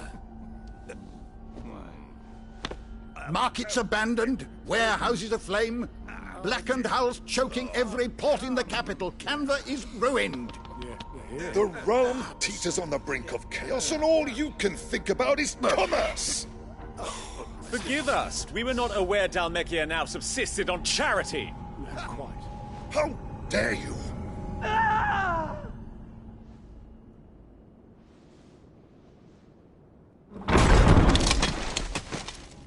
Distinguished members of the Council, you must forgive His Majesty this intrusion. What is the meaning of this? A trifle crowded, but I fear it will have to serve, my liege. Very well. My colleagues, do you not see? The king! He has come to save us from the Akashic.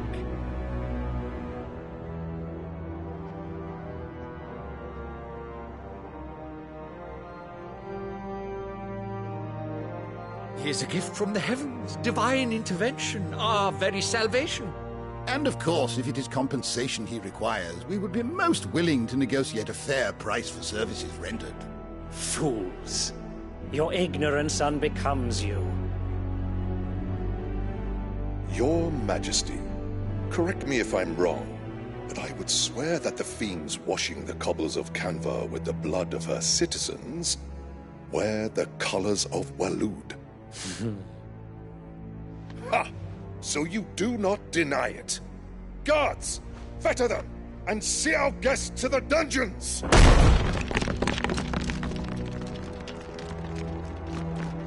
Enough.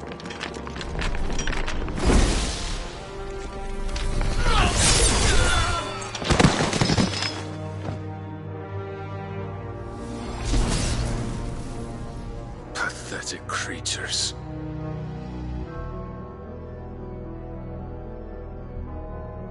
That you should imagine yourselves worthy of salvation.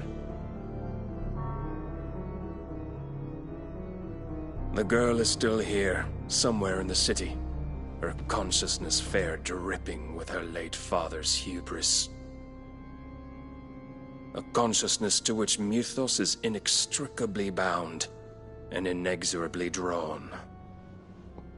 See that he is made welcome. Yes, Your Majesty. Come, Mythos. Surely the prince's light cannot have sated you.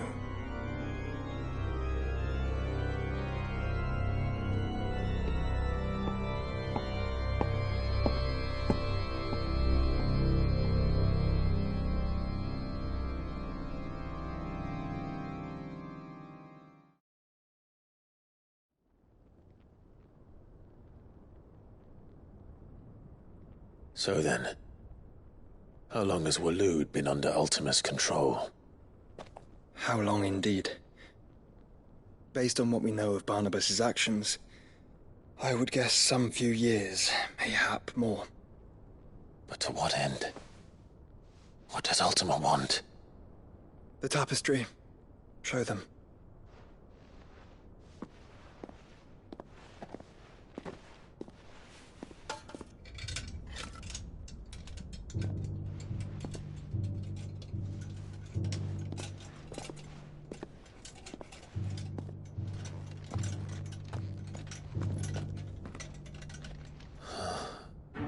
By the flames. Phoenix Gate, Drake's Breath, and now here. But what is it?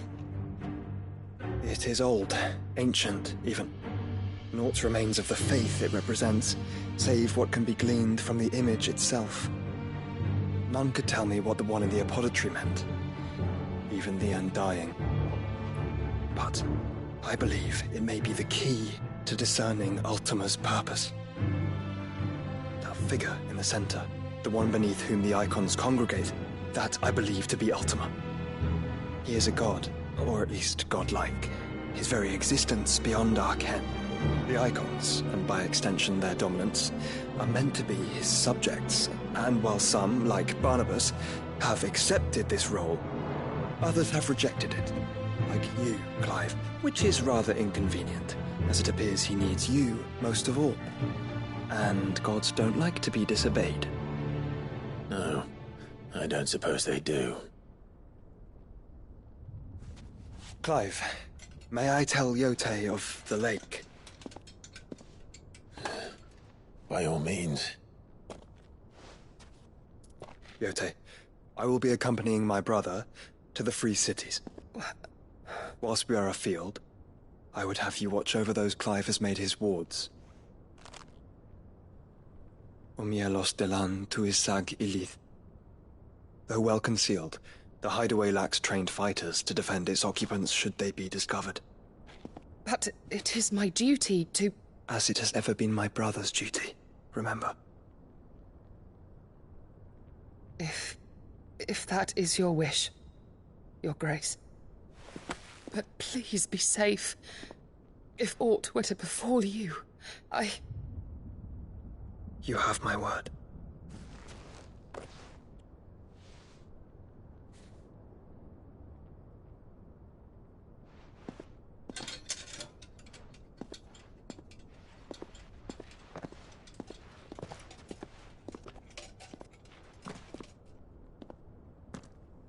Farewell, my lord, my lady. We are in your debt, Yote.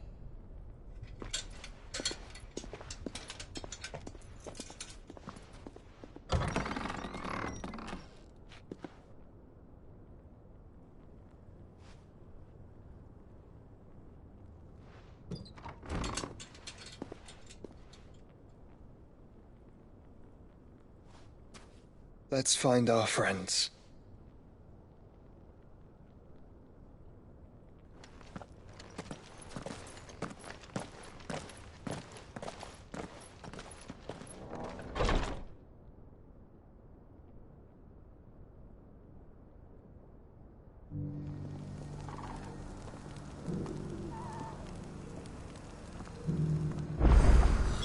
It's plain she cares for you very deeply. And I her, which is why I had to let her go.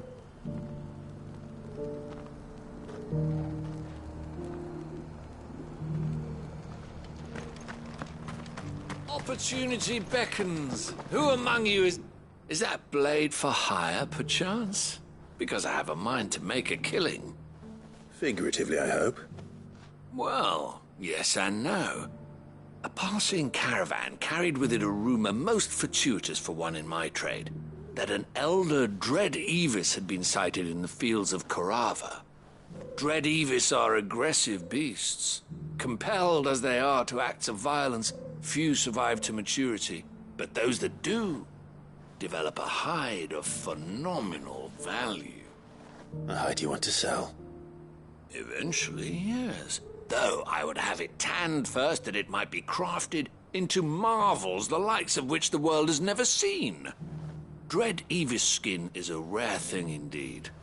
But the worked hide of a well-aged beast, now that would fetch such coin that Gilbert himself might weep with envy. Bring me that beast's skin and I will share with you the bounty of our combined labors. All right. I'll hunt your Evis. Of course you will. When one lives in such troubled times, it is a fool who lets opportunity slip his grasp.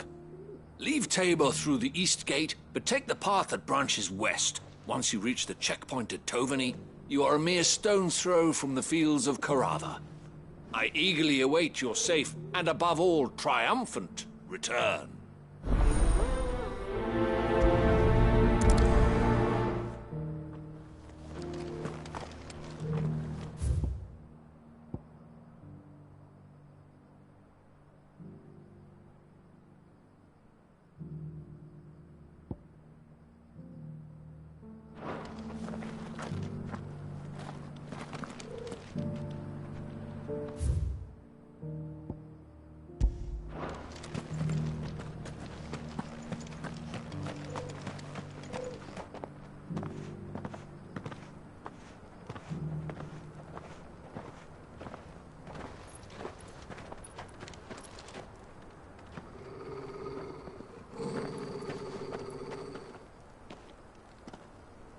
Cyril. How fares the search? Well, Your Grace, my report shall be with you ere long. Ah, yes. Yotei is otherwise engaged, at my behest. And the duty of wardenship? Fulfilled. For as you see, I've been reunited with my first shield. I am Cyril, Knight of the Undying and bearer of the Burning Quill, charged with chronicling the mortal deeds of His Grace, Joshua Rosfield, Keeper of the Flame of the Phoenix, and rightful Archduke of Rosaria. I entrusted Cyril here with overseeing the investigation into Ultima's origins. Findings from his brothers and sisters afield are delivered here to be collated and catalogued. Just how many Undying are there? Not nearly enough, milady. Yet we are glad to give our all in service to the Phoenix. Such is, and has ever been, our creed. I see. You have your associates, I have mine. But you may now think of them as ours. That won't be a problem, will it? The Phoenix is our sun, and we but the shadows that quicken in his radiance. It is from the darkness that we serve, both him and now you.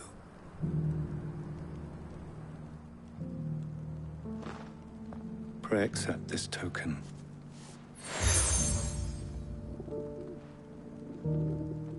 For as long as you bear it, members of our order will reveal themselves unto you.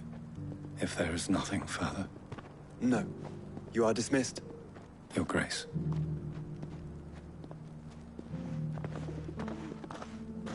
To Canva, then? We'll talk about this later. Cyril seemed very, You sir. We keep strange bedfellows, Joshua.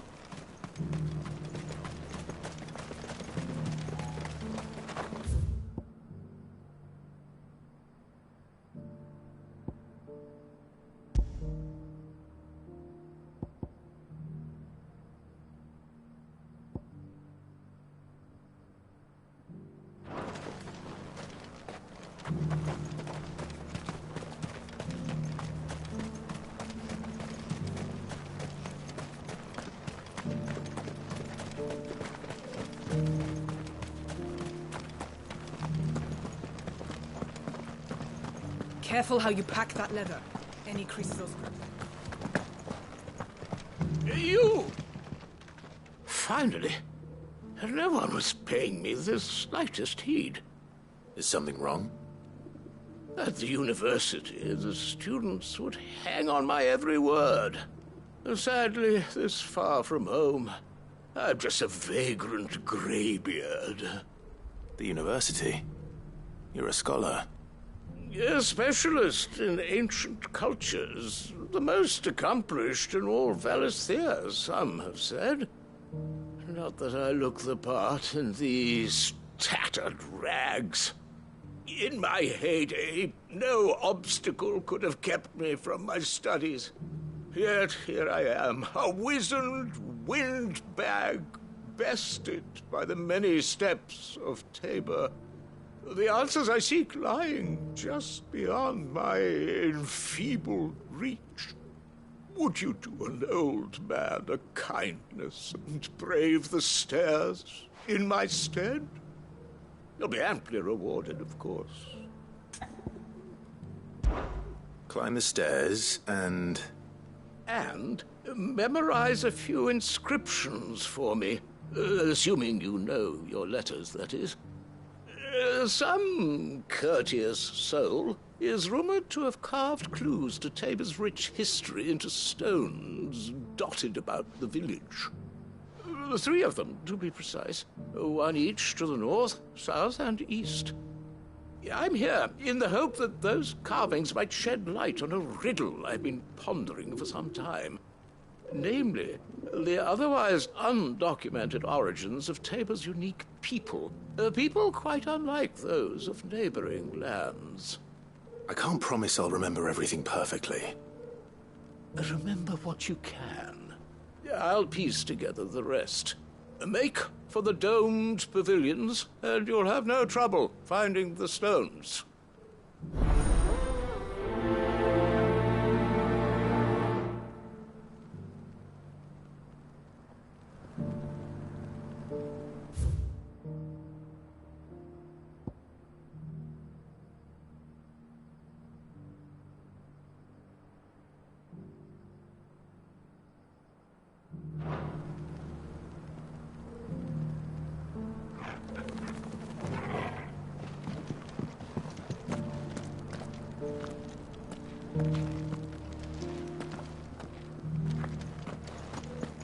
How are those new boots treating you? They're fantastic. Soft as phoenix down, but tough as boiled bone.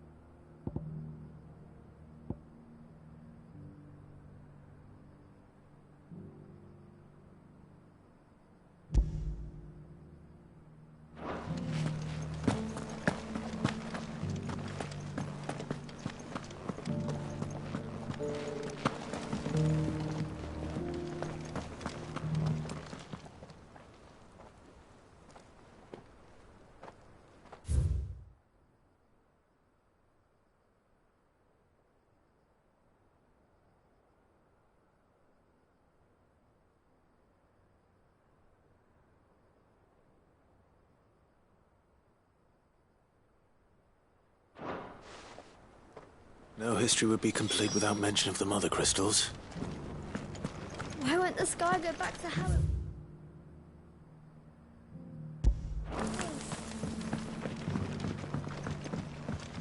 So it's these stones to Canva, and the rest of the boxes to Dalaman.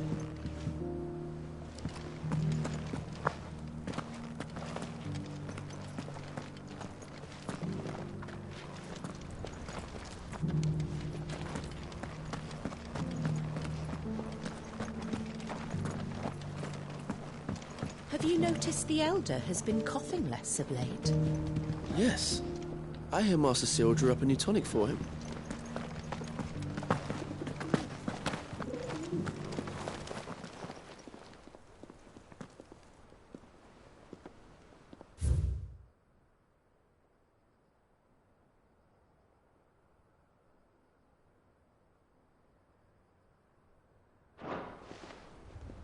What golden plains might the wanderers have called home, I wonder? mister.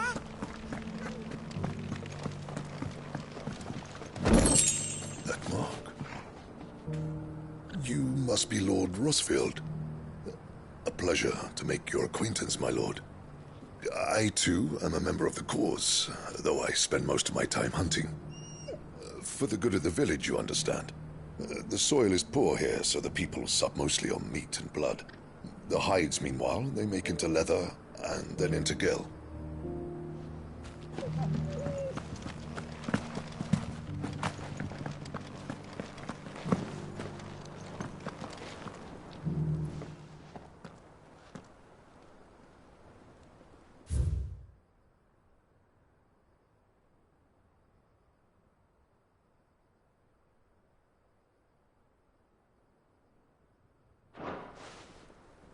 Farmers must have settled here in Tabor. I should speak to the old scholar before I forget everything I've read. The engravings were in good repair considering their age. Oh, would that I could have seen them for myself. Oh, come, don't tease me now. What did you learn of this place and its people?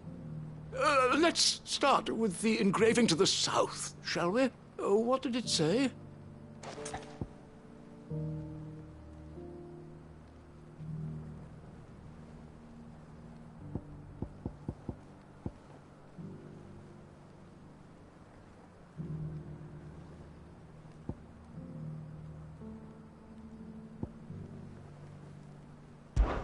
Guardians of the Crystal, the first stones of Tabor, sacred hold thy noble blood, till ends the mother's labor. I'm pretty sure that was it. Fascinating. It would seem the founders of this city were descendants of those fallen charged with protecting the mother crystals. But whatever could have driven the Guardians so far from their sacred charges, I wonder? The engraving to the north is next, I think.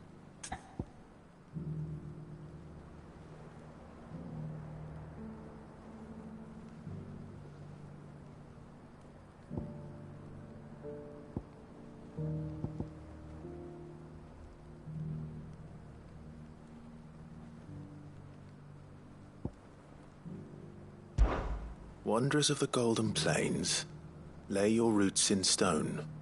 With pride recall thy noble past, and make these rocks a home. Or, I think that was it, at least. No doubt you're right. There are vestiges of nomadic customs in Tabor its guardian roots could never account for. This is proving most enlightening. Now, for the final stone.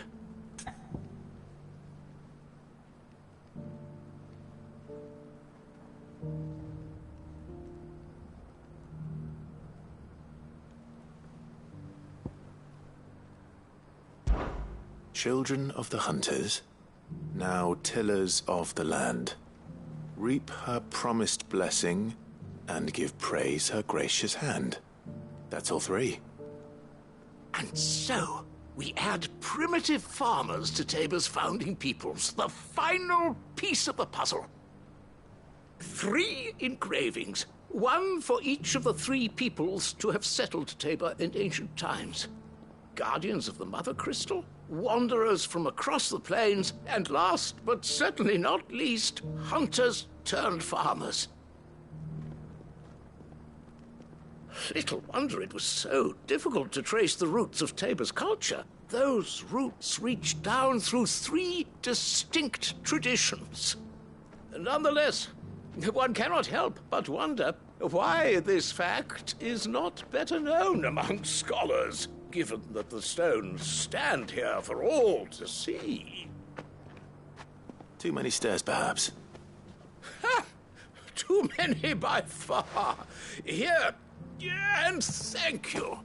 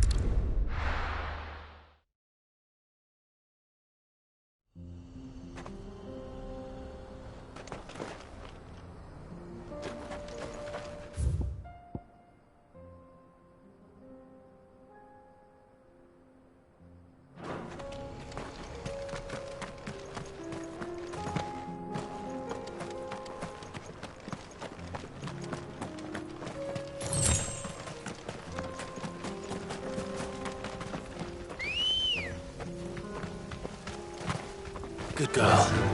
Fly, Ambrosia.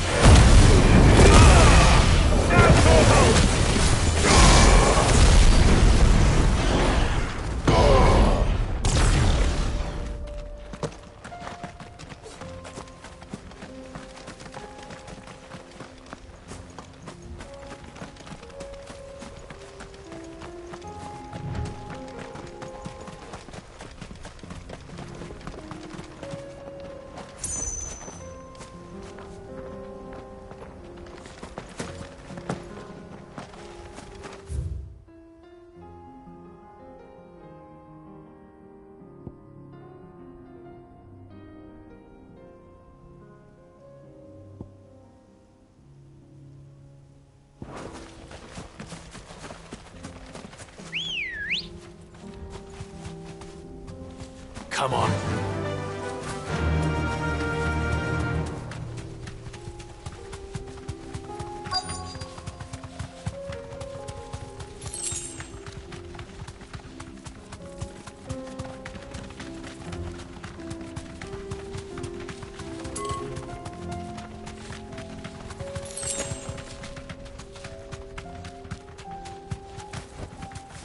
safe.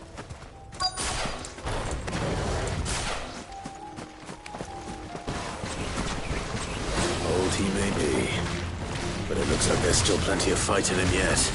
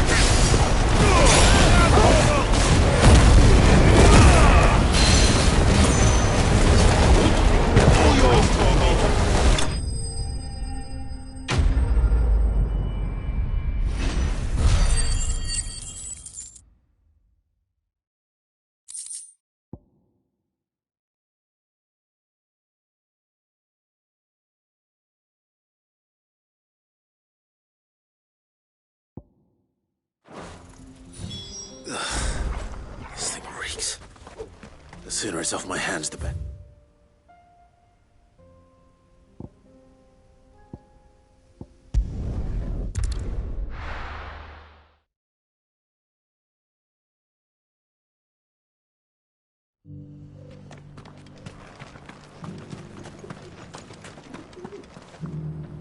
Here's your hide, as requested.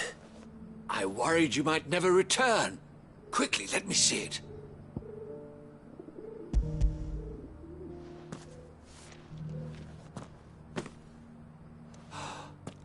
Oh, as supple as a maiden's cheek, yet as adamant as her virtue.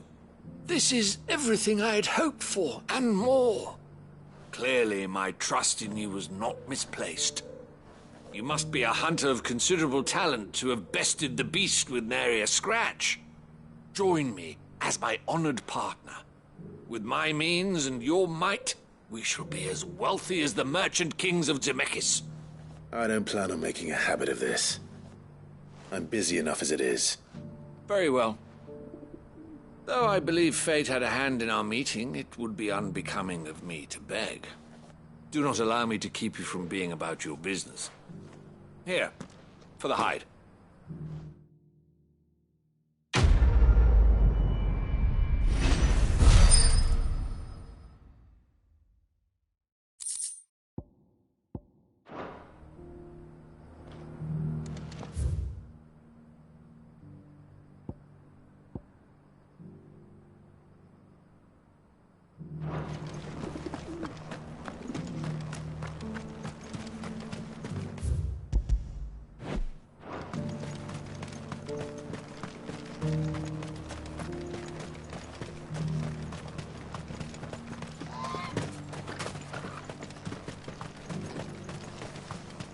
The free city's under siege.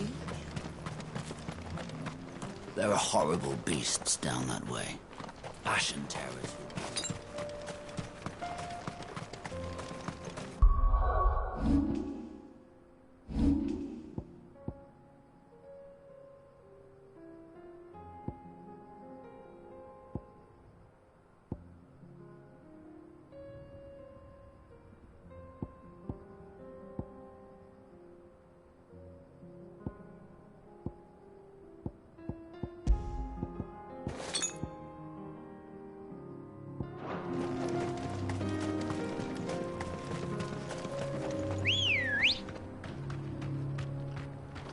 Good girl.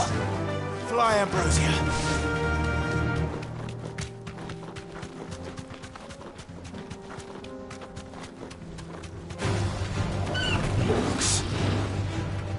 Let us be rid of him.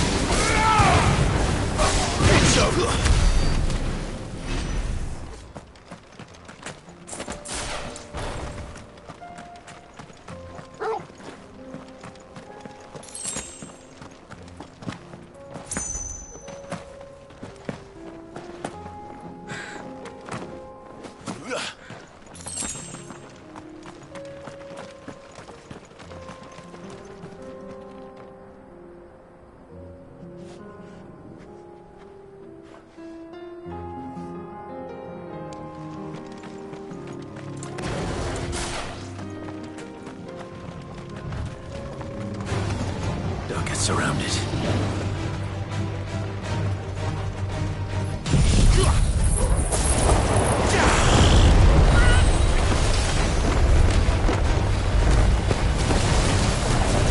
Too slow.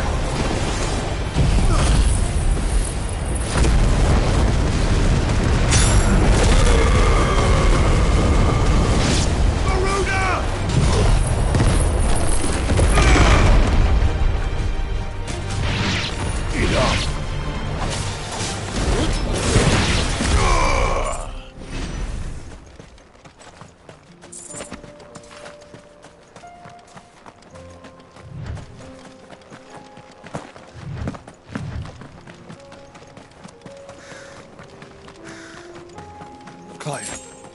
Smoke. Is the city fallen?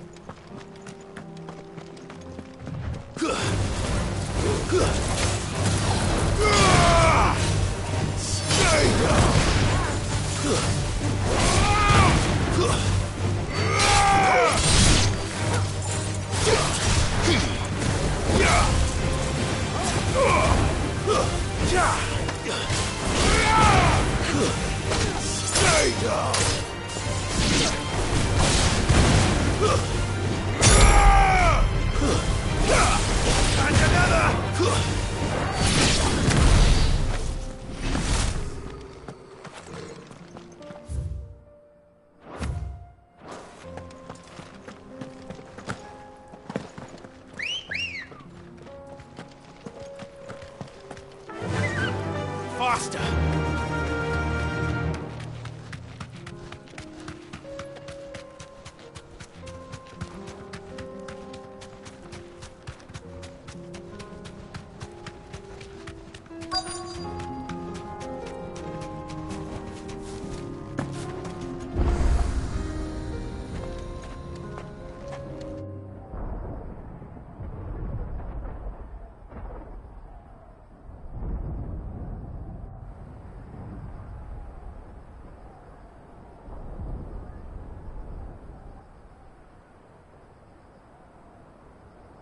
The free men are still holding their own, then. Do we have any idea where Gav and the others might be? There's a warehouse near the docks where we agreed to meet if there was any trouble. We should hurry.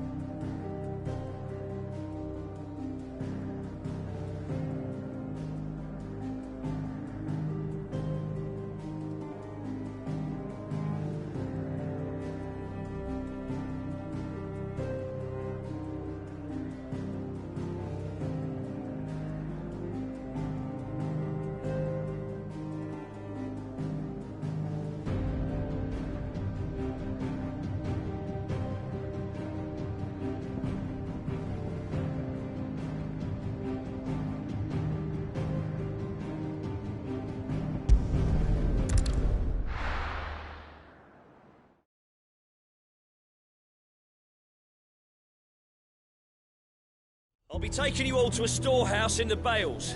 Leave anything you don't need behind.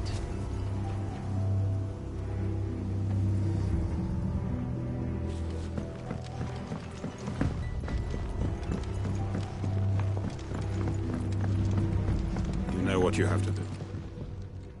Clive, I fear that I must bid you farewell. As you know, our time grows short. The Lord Chief Justice's vultures are circling. We must strike now. Before we part, I want you to know that, though I may not always have been your most vocal ally, I trust you, as I trusted your predecessor. Thank you. I appreciate the sentiment, and I understand more than anyone how you feel. But is revenge really the answer? It is the one I found, and it is all that I have lived for since that day. But what of Lostwing? Everything you've built. I built Lostwing to achieve this aim. Once it is done, the village will have served its purpose. My comrades and I are sure of our cause, and we shall fight to the last, come what may. But there are those among us who cannot fight. Children, the elderly, bearers afflicted by the curse. I would place Lostwing in their hands, if I thought it would do them any good. But a village home only to the frail and the infirm is not likely to stay a safe haven for long. And so, Clive, I find myself turning to you once more. Will you take them to your hideaway, that they might live even should Lostwing die? I will. Thank you. I will not have it said that I did not see to the well-being of those who rallied to my cause. The people I speak of have withdrawn to Gotan's Bales, away from danger in case the Black Shields strike. Understood. I'll make sure they get to the hideaway safely. Then the last of my preparations are complete. Fare you well, Clive. And may Griga guide us. All of us.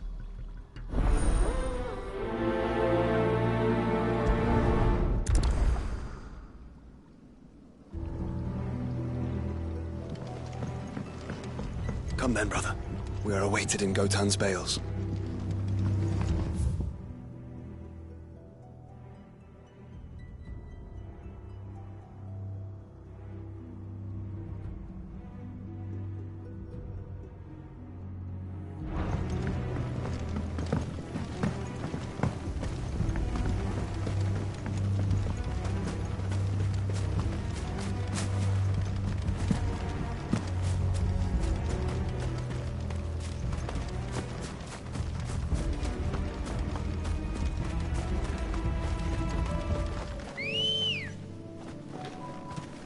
Good girl.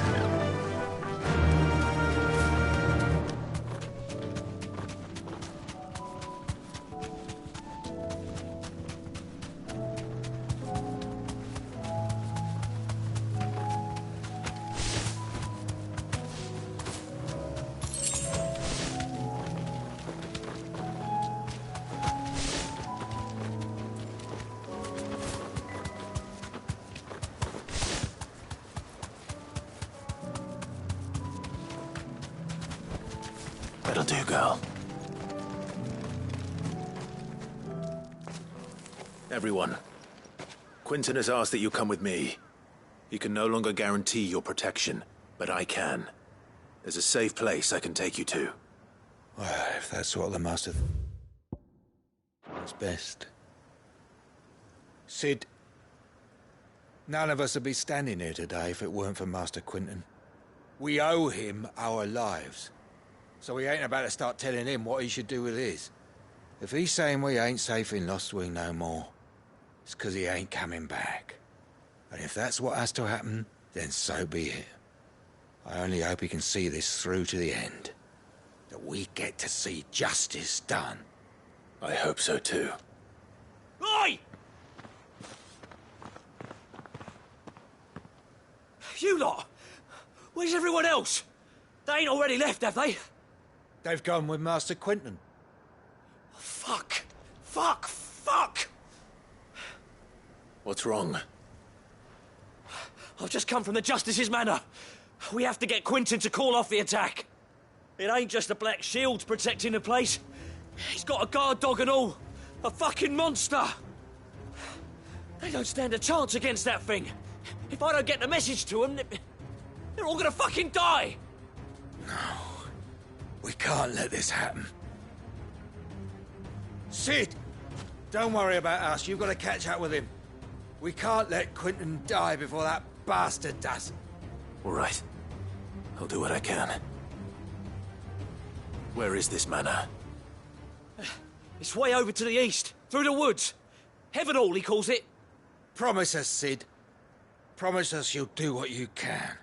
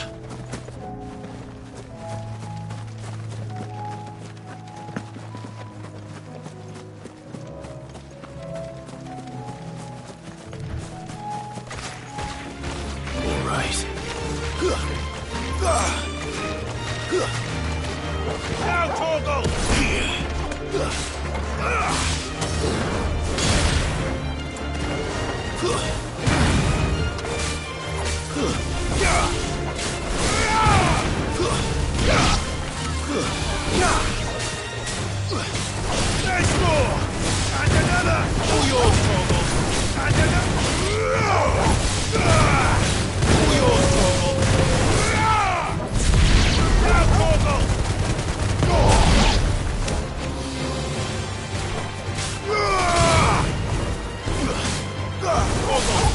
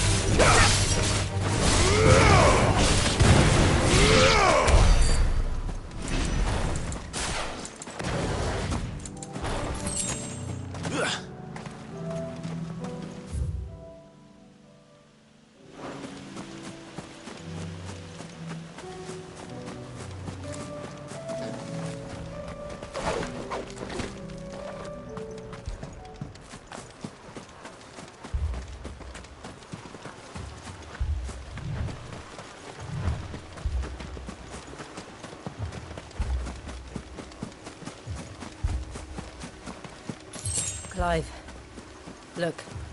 No. Don't tell me we're too late.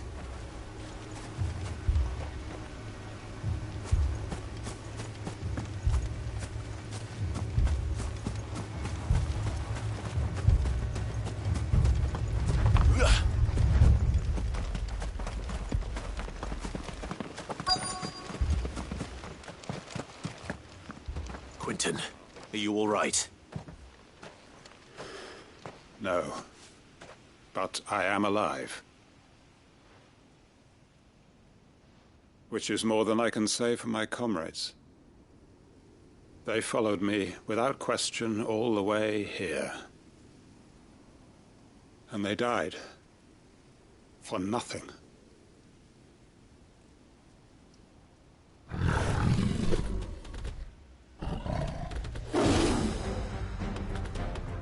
This must be the guard dog. Quentin. I'll hold it off. You go. But... your comrades didn't die for nothing. They died for you. Don't let their sacrifice be in vain. I won't. Come on, then. That is no mere guard dog. No. It's a rabbit beast that needs to be put down.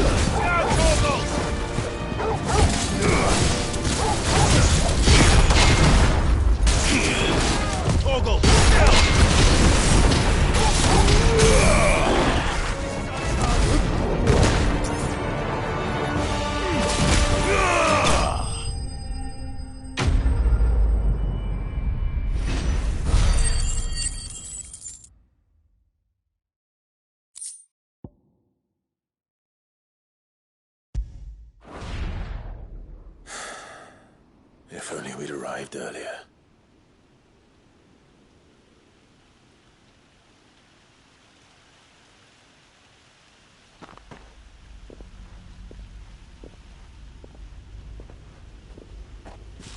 Is it over? It is. He wept and begged for mercy. And I cut him from ear to ear, just as I dreamed of doing all these years. All my plans, building a haven in Lostwing, freeing bearers from their chains and recruiting them to my cause. It was all for this. But what is this? Justice? My faithful comrades. All those lives lost, so that I might take another. Quentin. Master Quentin! Oh, thank Grieger you're safe. You're alive. And so are you. I'm so sorry. I tried to warn you about that thing. And I hate to say it, but there's more bad news. It's Lostwing. It's been flooded. What?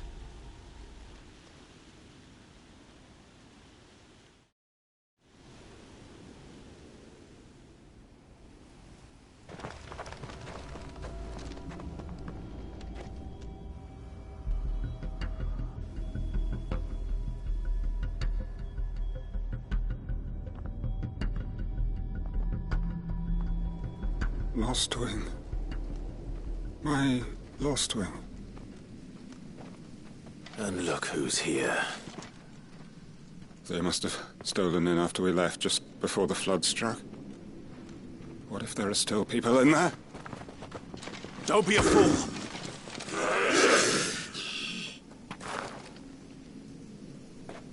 Damn it.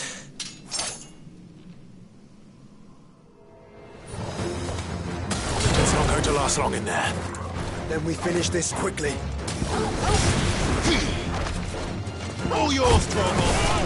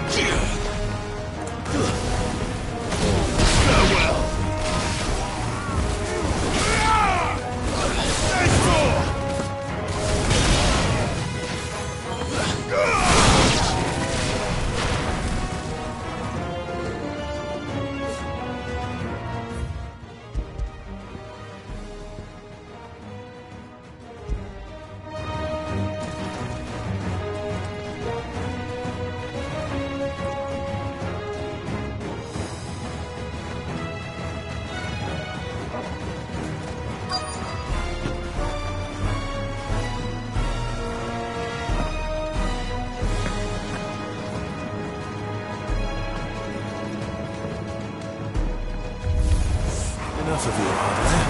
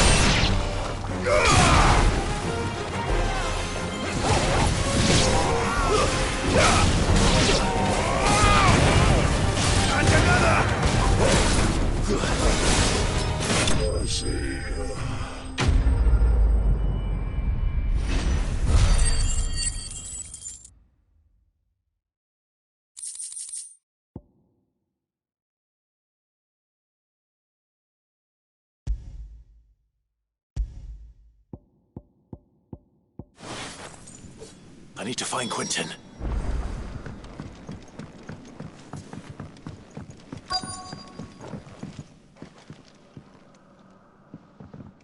Quentin!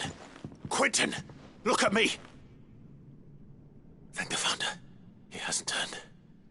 I'm going to get you out of here.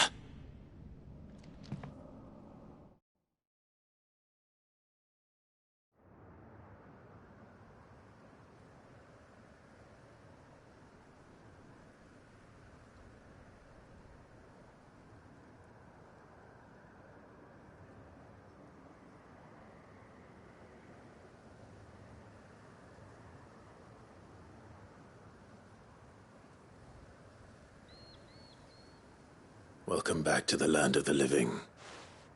Is Lostwing? The flood has filled the valley.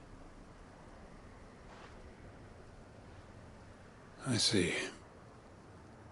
Then all is at an end. A strange way to achieve one's life's ambition. No, Master Quentin. Save your strength. Why?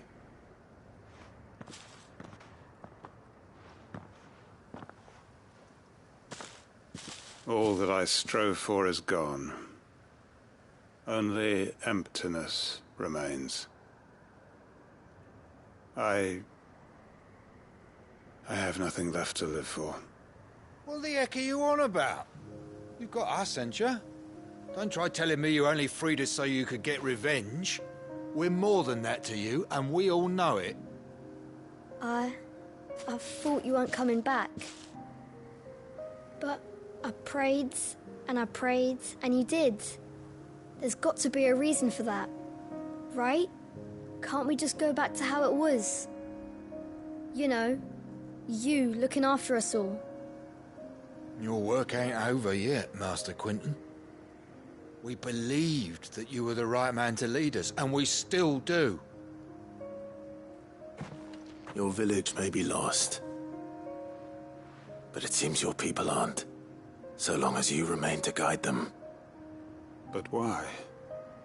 After what why would anyone follow me? 'Cause we're family, aren't we? Family? Yeah, and all our comrades who went with you, they felt the same. Lostwing weren't just a village. It was all of us. It was. And as long as we're still here, it is too. We can start again. Build a new Lostwing, right here in the Bales.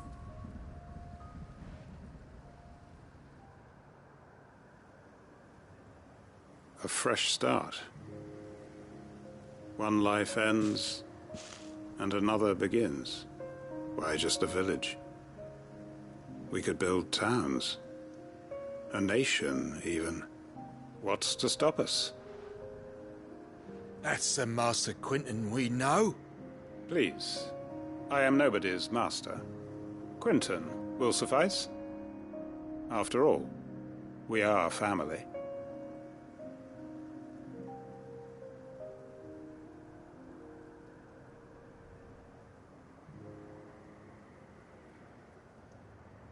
Permit me to withdraw my request. I will no longer be needing your help in looking after my people. I'll pretend you never asked. But you must be rewarded for your efforts on our behalf. You saved my life twice over. And more besides. A bottle or two of your finest red will suffice. Of course. Nothing but the best. And I have a feeling that this year's vintage will be the finest yet. If you don't mind waiting, that is. I look forward to it.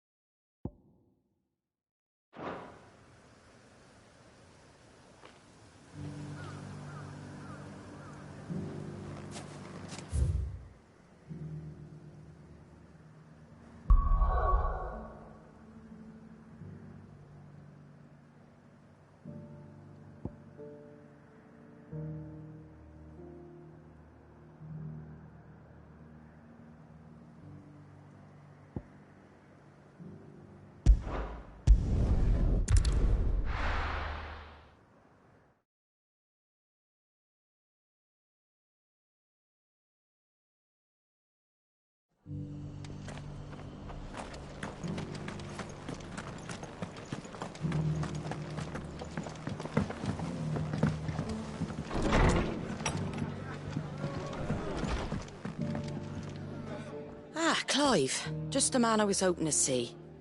Oh? And why is that? You remember how some of Sir Wade's guardians took up residence here after the Akashic attacked? Well, now the rest have come to join him. Seems their barracks in the Lazarus have been lost to an ether flood. Now, I don't mind having a few more brave boys around to keep them animals at bay. I ain't daft after all. But we ain't got nowhere for 'em to bed down. Poor buggers are having to make do with haylofts and chocobo pens. I'd build 'em a new barracks here if I could. But where would I put 'em? There just ain't enough room up here on the rock. Which leaves us in a bit of a pickle. The people we're counting on to keep us safe are living like beggars. I see. And it isn't just that lot. There's bears to think about too. There's been more and more of them turning up lately, coming from all over looking for safe haven. But there's only so many we can shelter with the room we've got. We can't keep cramming more and more people into less and less space. What we need is a new home for our new arrivals. And that's what I was hoping you might help me with. If it ain't too much of a burden, of course. It's no burden. Thank you, Clive. So, where were you thinking of making this new home? Well, I reckon we could do a lot worse than Eastpool. Eastpool. It's been a long time since I thought about that place. It was a tragedy, what happened.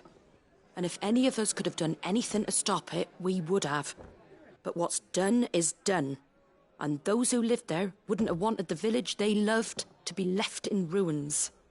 I suppose you're right. The blight might be pressing in, but I reckon it's got a good few years left in it yet. There's just one problem. A band of cutthroats have made it their den, and they don't seem like they'll be moving on in a hurry. Nasty bastards they are too. I've lost some good men to their raids. Would have sent someone to clear 'em out sooner if my boys didn't already have their hands full fending off the Akashic. But now we've got a few more guardians of the flame to call on. I reckon it's time we made our move. What do you say? Fancy leading a raiding party? I do. Eastpool was once home to people I loved. I won't have bandits sully those memories. I'll gladly drive them out of there. And I know the men will gladly follow you. I've already shared a few thoughts with Sir Wade about how we might be able to win the place back. And I dare say he's got some ideas of his own too. Why don't you go and talk to him? Of course.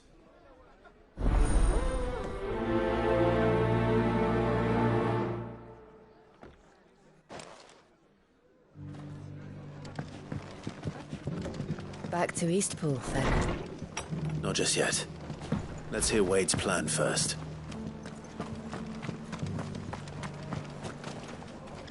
So, Wade, it's good to see you well. And you, Lord Rossfield. And you.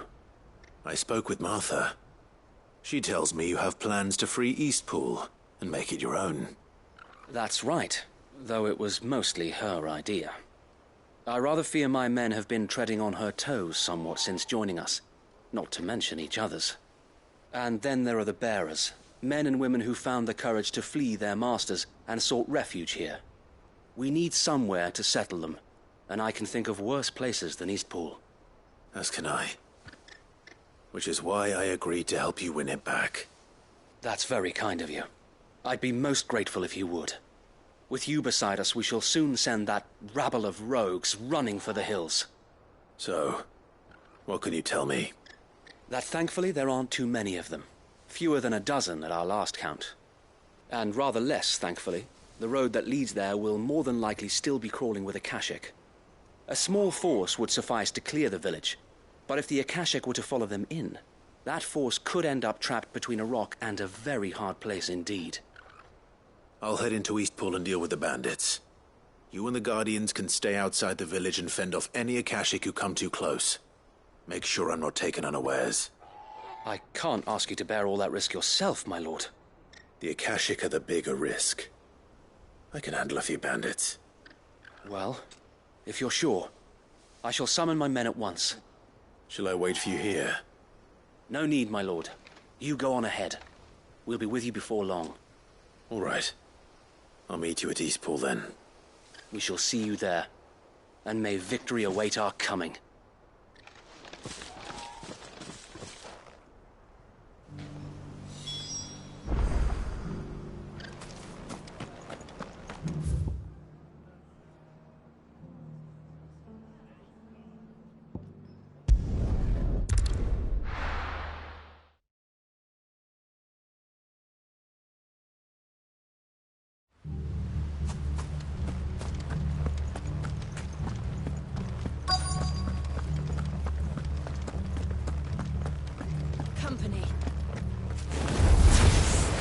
Who the hell are you? Kill them! You will leave this place. Or face the consequences.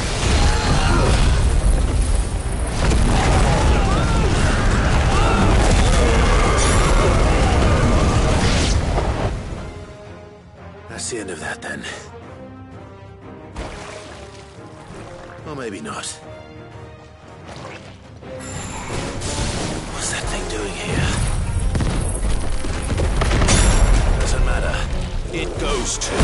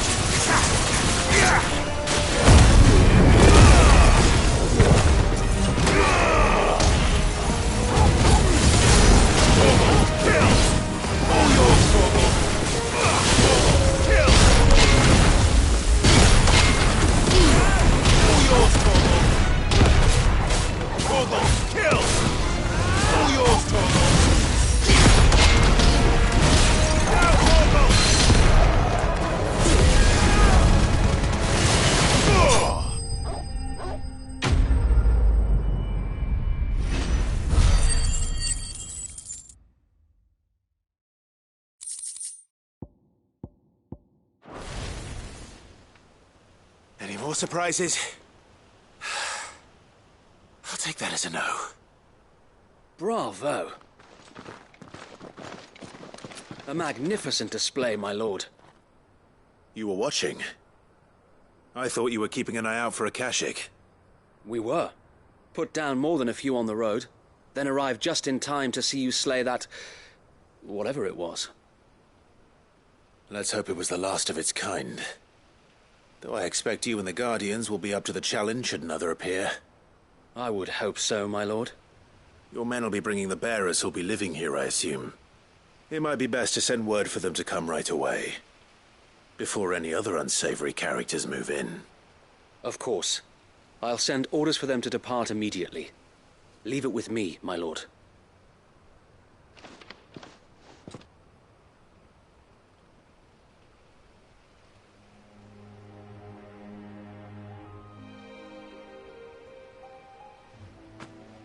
Home. Without masters. No. We're the masters now. Our lives are our own at last. That's all of them. And not a single Akashek in sight. Now to begin the important work of rebuilding the place. It won't be easy. Especially not after 5 years of beasts and blackguards having their wicked way with the place. The masonry might still be sturdy enough, but half the beams are rotted. Those that weren't lost in the fire or burned by the bandits, that is. It'll take a bit of elbow grease. But we'll see Eastpool rise again. Just you wait. So wait. Lady Hannah is buried here. If you don't mind, I'd like Oscar to join the rebuilding efforts. He should be a part of this. Of course. I couldn't agree more. I'll let Martha know that everyone arrived safely. If you need anything more, you have only to send a Stolas. And we will, my lord. Safe travels. Eastpool lives again. Let's go and tell Martha the good news.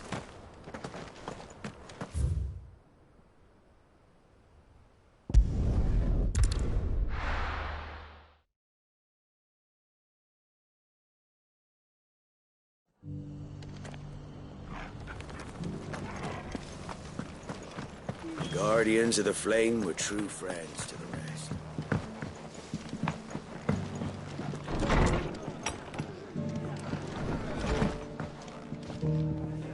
Ah, there you are. All went well then. Sir Wade told me you got rid of the bandits while his lot kept an eye out. Nicely done. And what's all this about some shape-shifting nightmare showing up? On second thoughts, don't tell me. It'll only give me nightmares of me own. What matters is you did it, and now we can build our new village. I suppose it will be. What will you call it? What else? Eastpool. Sir Wade said it best. There's plenty bad happened to that place, but that don't undo the good that happened there. No need to throw the baby out with the bathwater. Did Wade say that? Well, something along those lines. Anyway, the poor souls might have made it to Eastpool, but their work ain't done yet. So the way I see it, neither is mine. If it's food or lumber or strong backs they need, the rest is ready to provide it. Thank you, Martha. No, thank you. You didn't have to help us. I wanted to.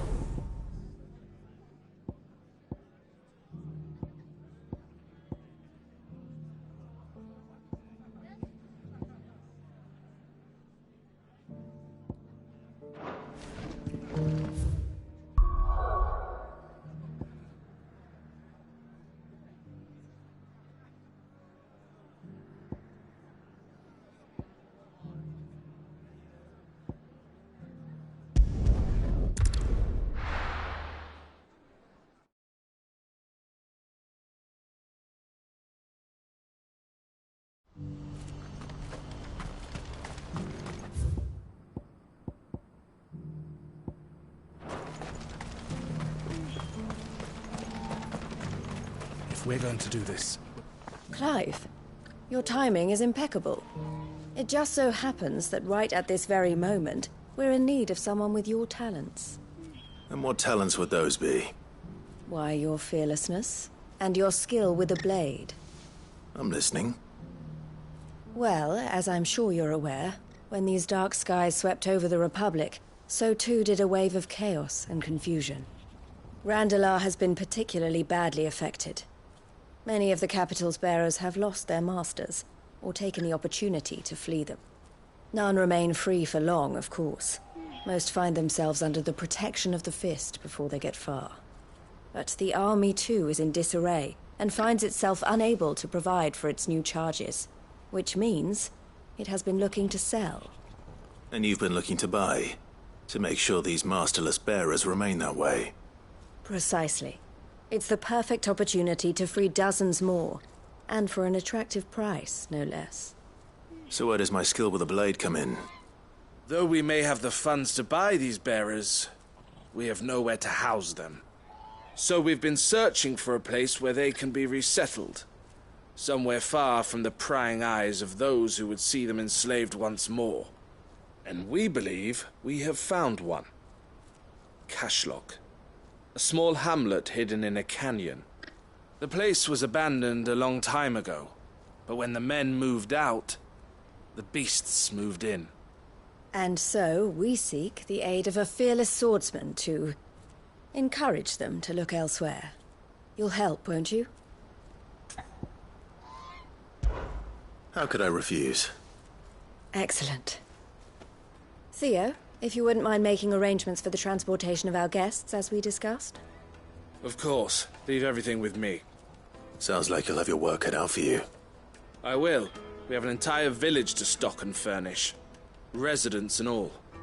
Even if I begin right now, I'll be working day and night. So I'd better get started. Try to clear the place out before the wagons roll in, won't you? I'll do my best.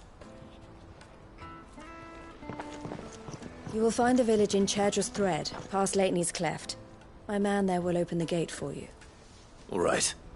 Wish me luck. I'm sure you won't need it.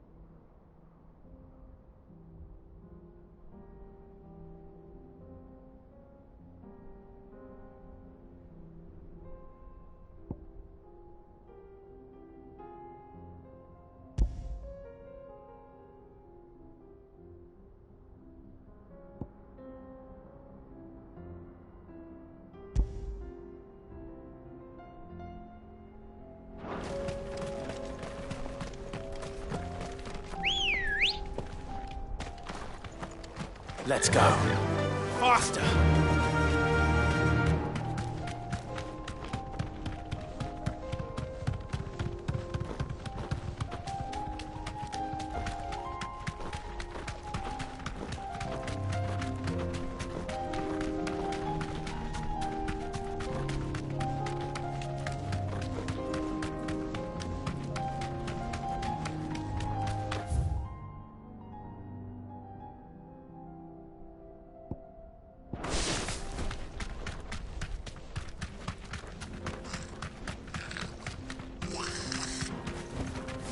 You deserve a rest.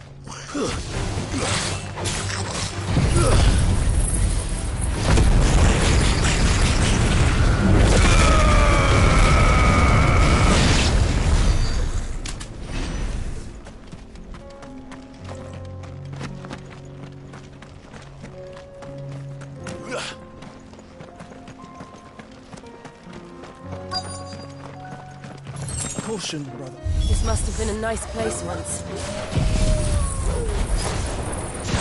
Will be again.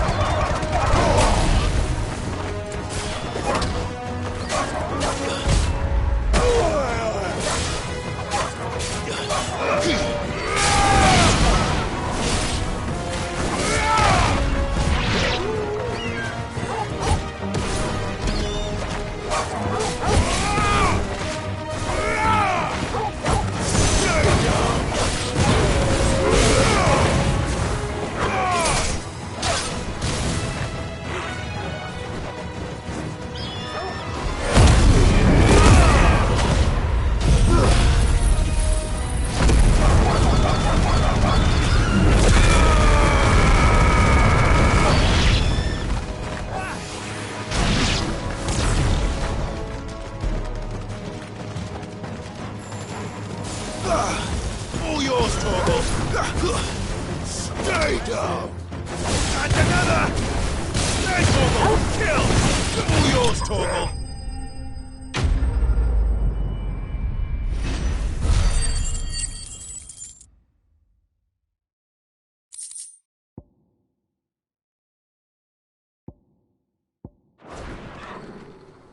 I think that's the last of them. I think you're right. Let's head back to Boklat.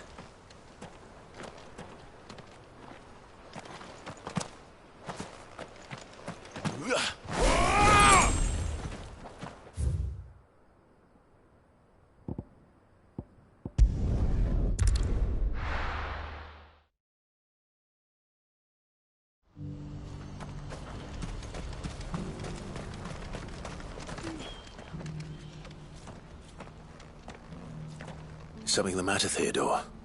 Quiet. Those are our terms. I trust that you will give them your full consideration. I shall. Thank you.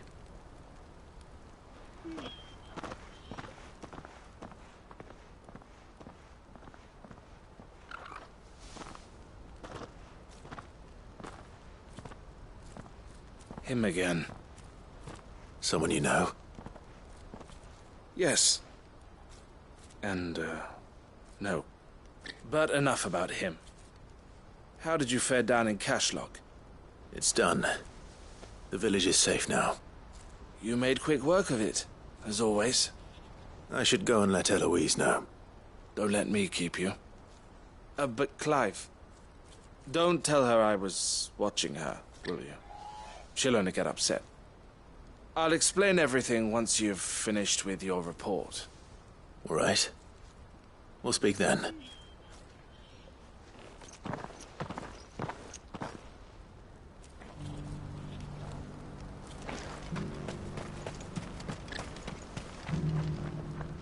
Eloise, I just got back from Cashlock. The village should be safe now. Thank you, Clive. Here, something for your trouble. Well then, now that you have laid the groundwork for our little project, I suppose we'd better finish the job. The first thing we'll need to do is make sure our offer for the bearers is accepted. You're still in negotiations? We are. A trusted colleague has been dealing with the Fist on our behalf, but things have been trickier than we anticipated. I suppose it's to be expected. This is the army we're dealing with. Fighting's what they do. But we shall emerge victorious in the end. Well, If you need any help, you know where to find me. I'm not sure I do, but thank you, all the same.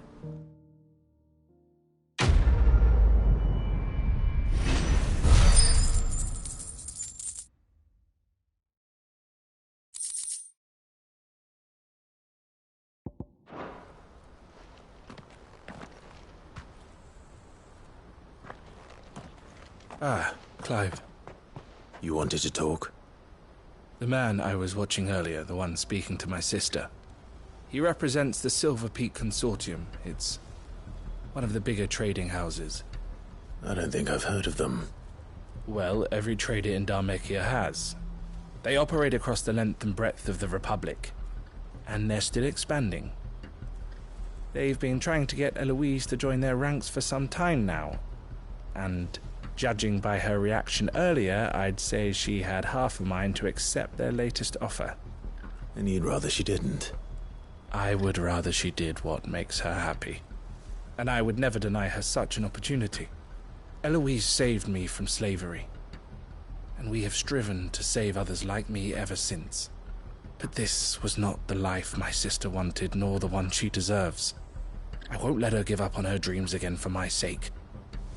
She freed me from my bonds, and she must be freed from hers in turn. You're a good man, Theo. I have always been grateful for what my sister did for me, and I want to repay the favor by letting her live her own life. But each time an opportunity to do just that arises, she turns it down. For my sake. She loves you. And I love her. Which is why I want this time to be different. To show her that I don't need to be watched over anymore. Though I'm sure I'll still need some help from time to time. I trust that I can count on you. Always.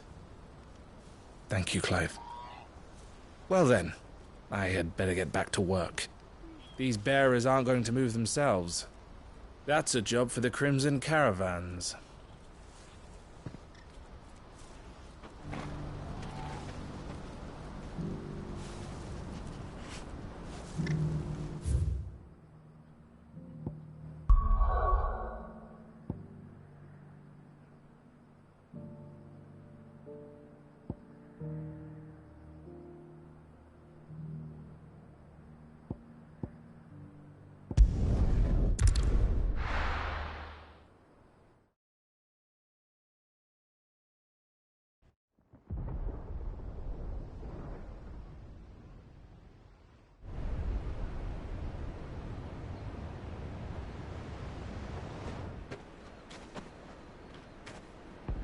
Sounds like thunder.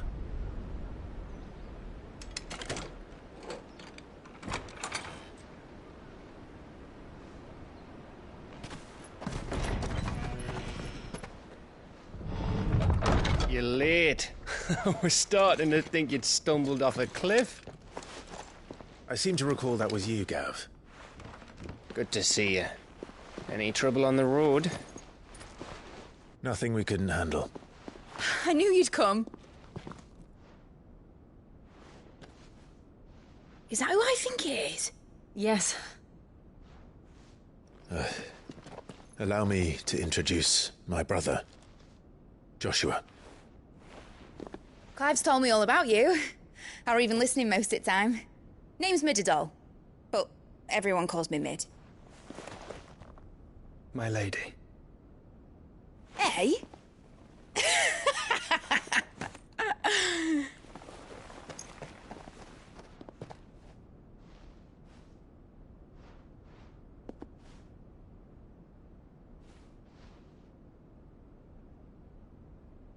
My boy.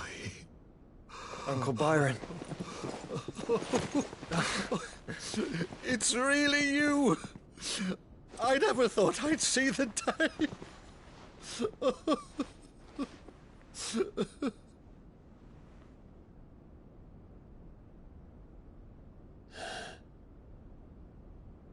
So these Akashic are being controlled? That's what it looked like. Empty eyes, eerie blue glow. No doubt they were turned, but silent as monks, every last one of them. Your man here speaks true, Clive. We saw more than a few in the city. They moved in ranks with a purpose, and not of their own. Ultima's doing. Perhaps. What of the city? The people? Dead, mostly. Mostly, but not all. A handful managed to lock themselves in their villas before the Horde arrived. Some in the merchants' district to the west, and a few others on the far bank. If the Akashic stumble across either hiding place, a few bolted doors won't hold them for long. We need to find them. And quickly. What do you propose? We split into two parties. I will make for the merchants' district, while you look to those across the river. Mind keeping an eye on my brother? Not at all. We find the villa and try the servants' entrance. Understood. And what of us? Mid, is she fit to sail? The ship, the Mithril engine could probably do with a few more tweaks. Then you better work fast. Even if we do reach the survivors in time, they'll never make it to the hideaway on foot. You leave that to me. See that Mid doesn't get herself into trouble, would you? Think I can manage that? I'll keep him safe. Looks like you stuck with me, Byron. That's Lord Rossfield, you little gutter snipe!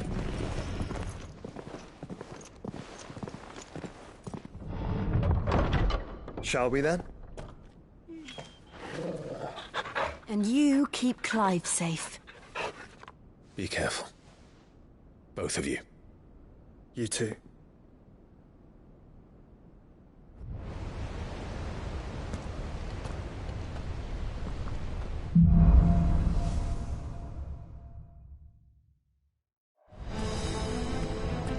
All right, Torgal. Let's find those survivors.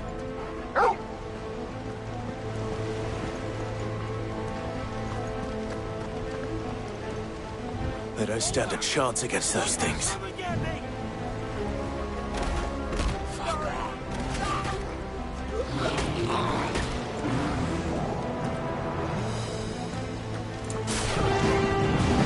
They've been routed. All yours, Torgal! All yours, Torgal! They're wearing Waloon armor.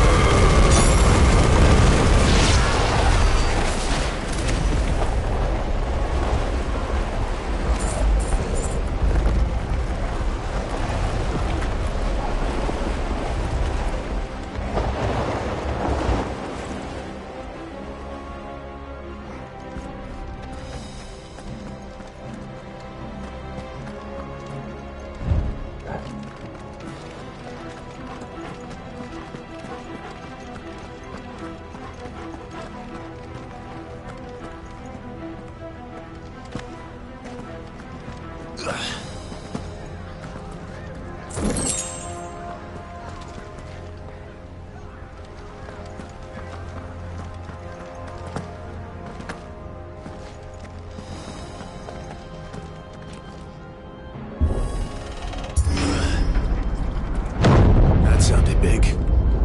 Joshua and Jill must be busy. Time to fight.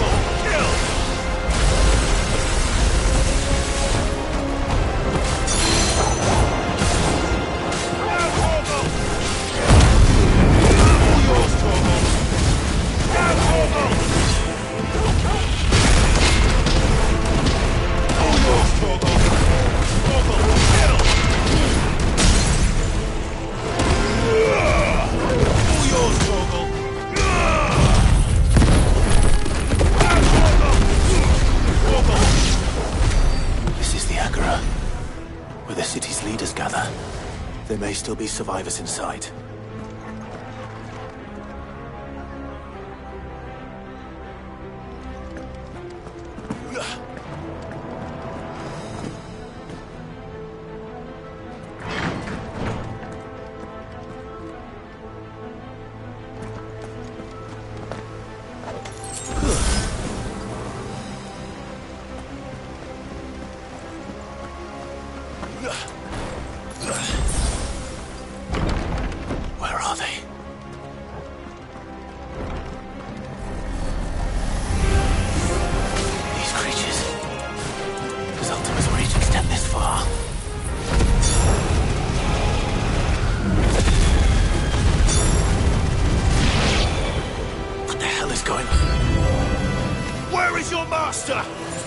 What does he want?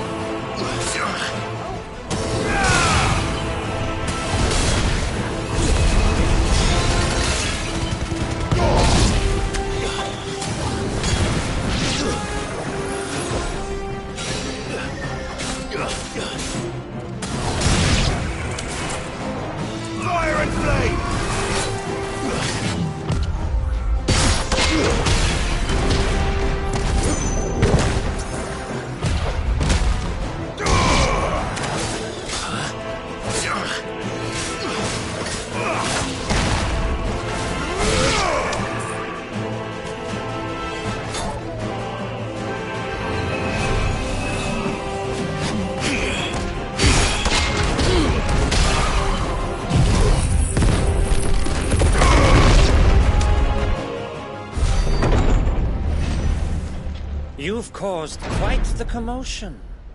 But then I would expect no less from you, Mythos. You again. I don't believe we've been introduced. You were in my family's crypt, and now you're here, with an army of Akashic thralls. Manners, Lord Rossfield? They are men, like you and me. Albeit ones unburdened by the wills that drive our kind to madness. They are pure. They are divine. What? And they are all that remains in this once raucous city. You'll pay for what you've done. As you wish. I confess I have been very much looking forward to this. Pardon me this indulgence, Your Majesty. The vessel shall not be spoiled.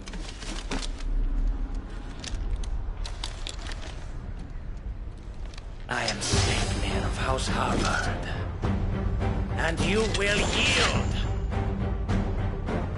Or not. As long as you don't hold back.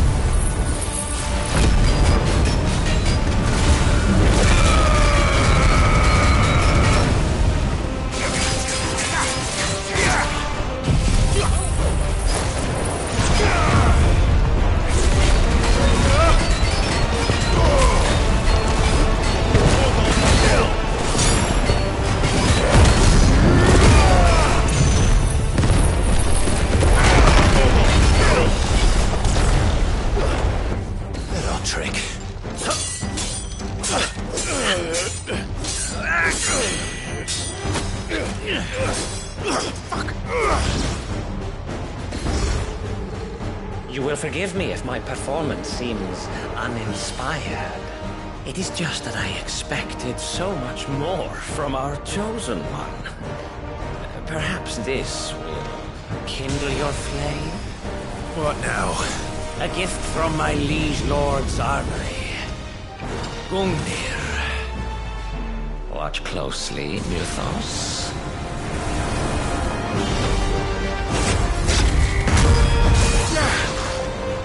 Yes! Yes! All yours!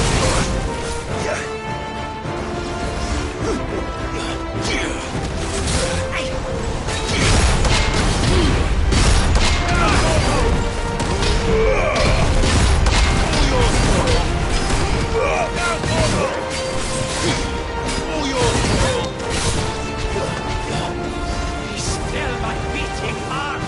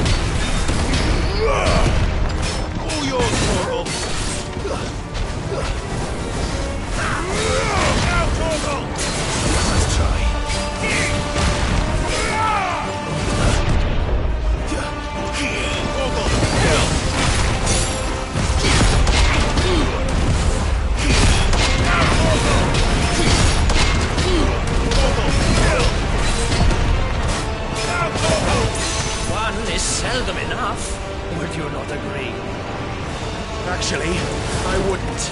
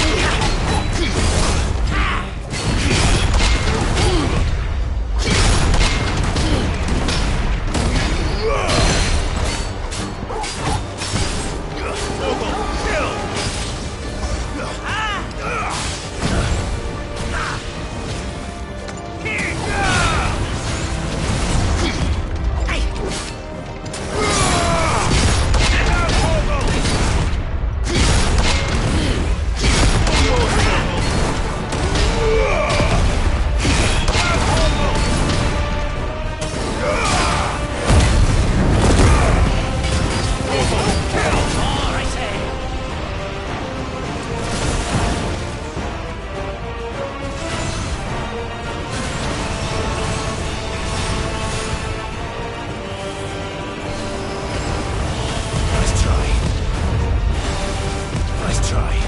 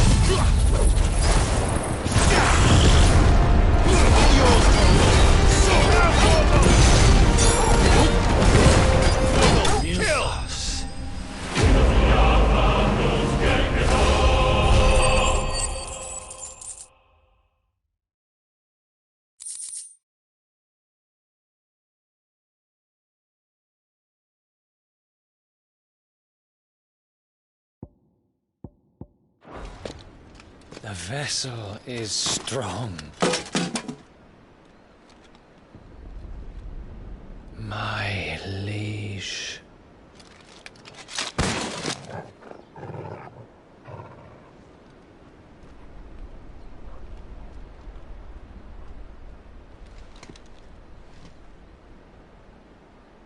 Clive! You're all right. As are you, I see. We are, yes. I'm sorry, but we couldn't save them. It was over before we arrived. Well, you did what you could. I fear we were all too late. What's wrong? Nothing. I hope.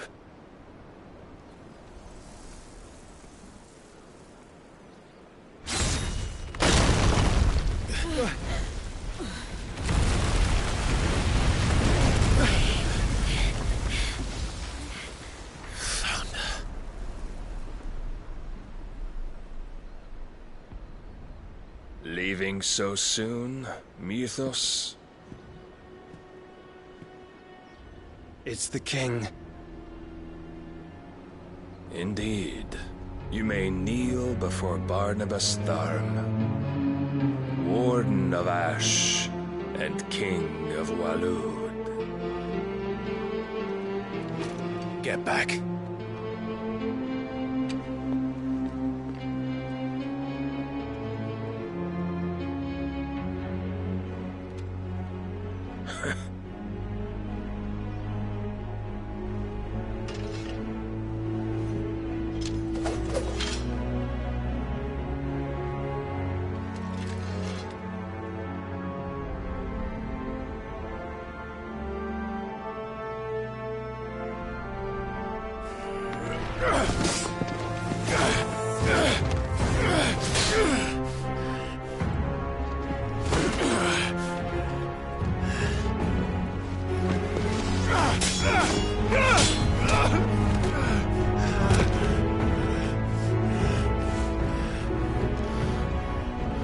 Wild and impetuous.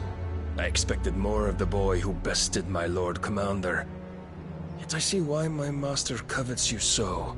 The power within you, Mythos. The potential.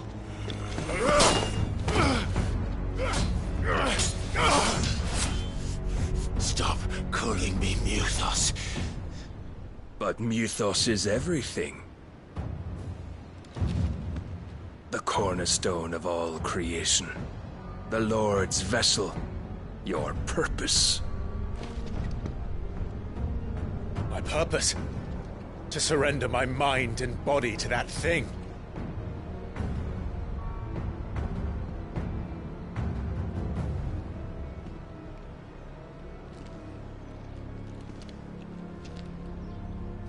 No, Your Majesty.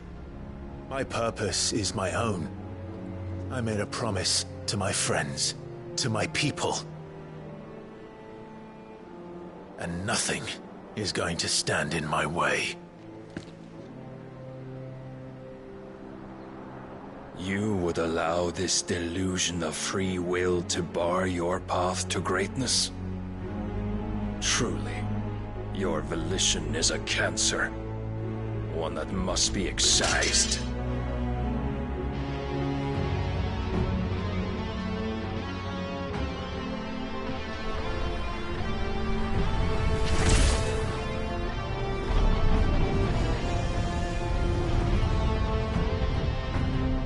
Try it.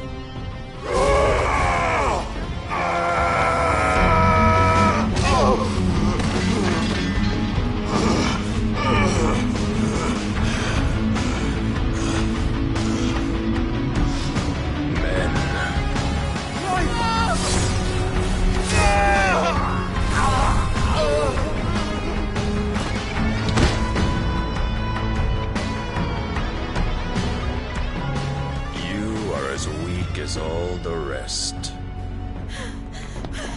Joshua!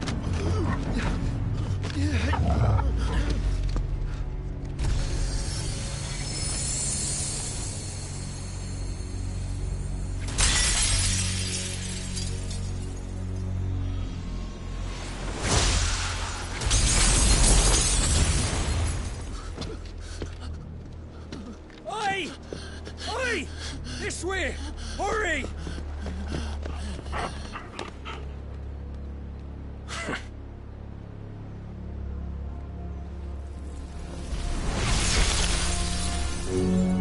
Power beyond reckoning, and they use it as a crutch. Such a waste.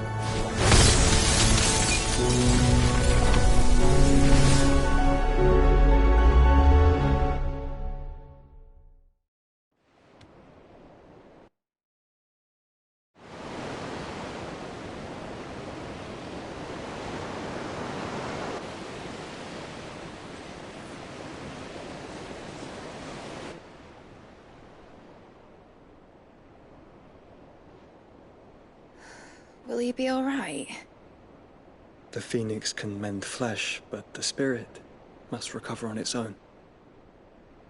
I'm afraid the rest is up to him. This place is remarkable. Outfitting it must have been no small feat. But why go to such trouble? That beauty's belly's filled with wonders the world ain't ready for. If the guilds caught wind of what we were up to, they'd all want a piece. All right? And how is he? Do not blame yourself. He was barely breathing when you brought him here. We would have lost him if it were not for you. No. Barnabas may have severed nigh every sinew in my brother's body. But he made certain the wounds were not fatal. Nigh every sinew? Allow me, your lordship. Don't know what I was thinking, putting you to the trouble like that. 'Tis no trouble carrying comestibles to my ailing nephew. I know, but you've already done so much for us. Pouring your gil into the hideaway and now the ship. I don't want to take the piss. You risked your life. And for what? Some girl you hardly know. Why'd you do it? You got mad or something?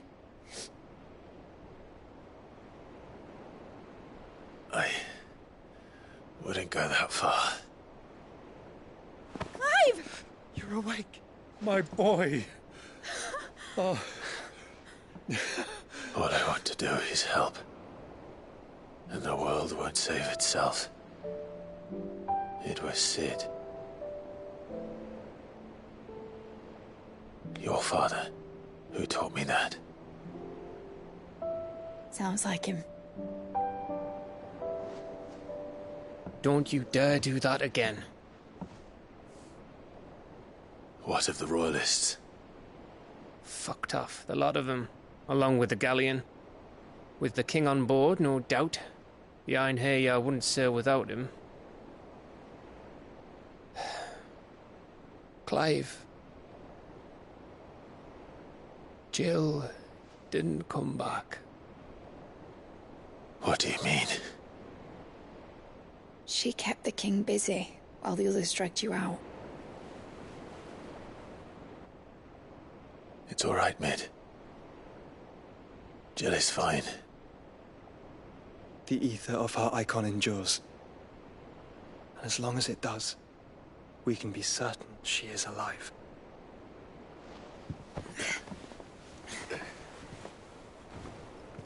We must pursue the Black Galleon. Jill will be with the king, I'm sure of it. Well, good luck catching him, because my ship's going nowhere. It's the Mithril engine. She's got a kick like a wild chocobo and a mind to tear the hull in half. But you have an idea. Well, of course I do. My dad'll have seen this coming a league off. If I had his old writings... If you had his old writings, you'd be sitting under a fuckload of rubble. The ones Otto didn't save anyway. I suppose he might still have a few pages in his stores. We'll have to hope it's enough. Do what you can to ready the ship. I'll speak with Otto. In your condition, you really are mad. Perhaps.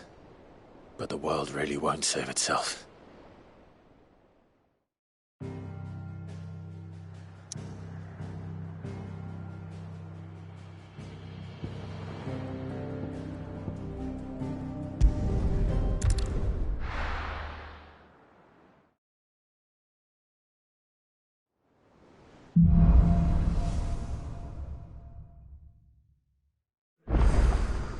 Right.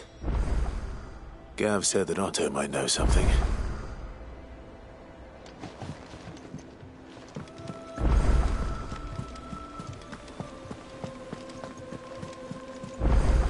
Cole said it was an army of Akashic. How are we supposed to do our duty when the hills are crawling with Akashic and the valleys are full of them?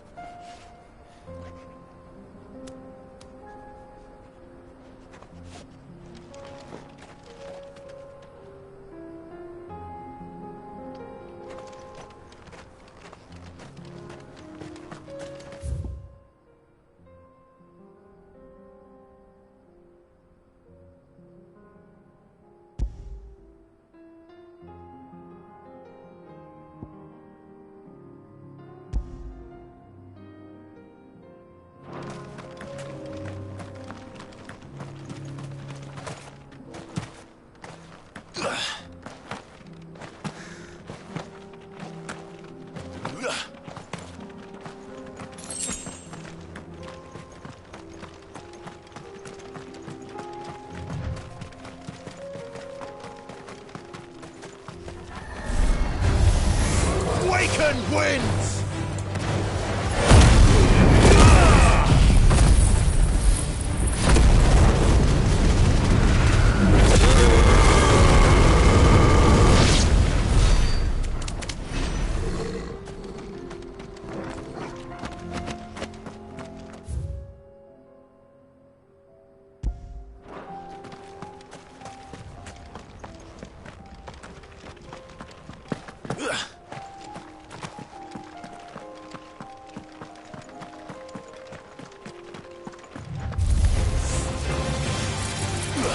All yours, Torgal! Now, Torgal! All yours, Torgal! Torgal! Now, Torgal!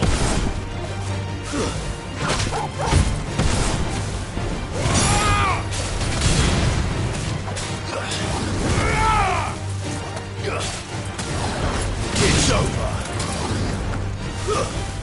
Torgal, kill!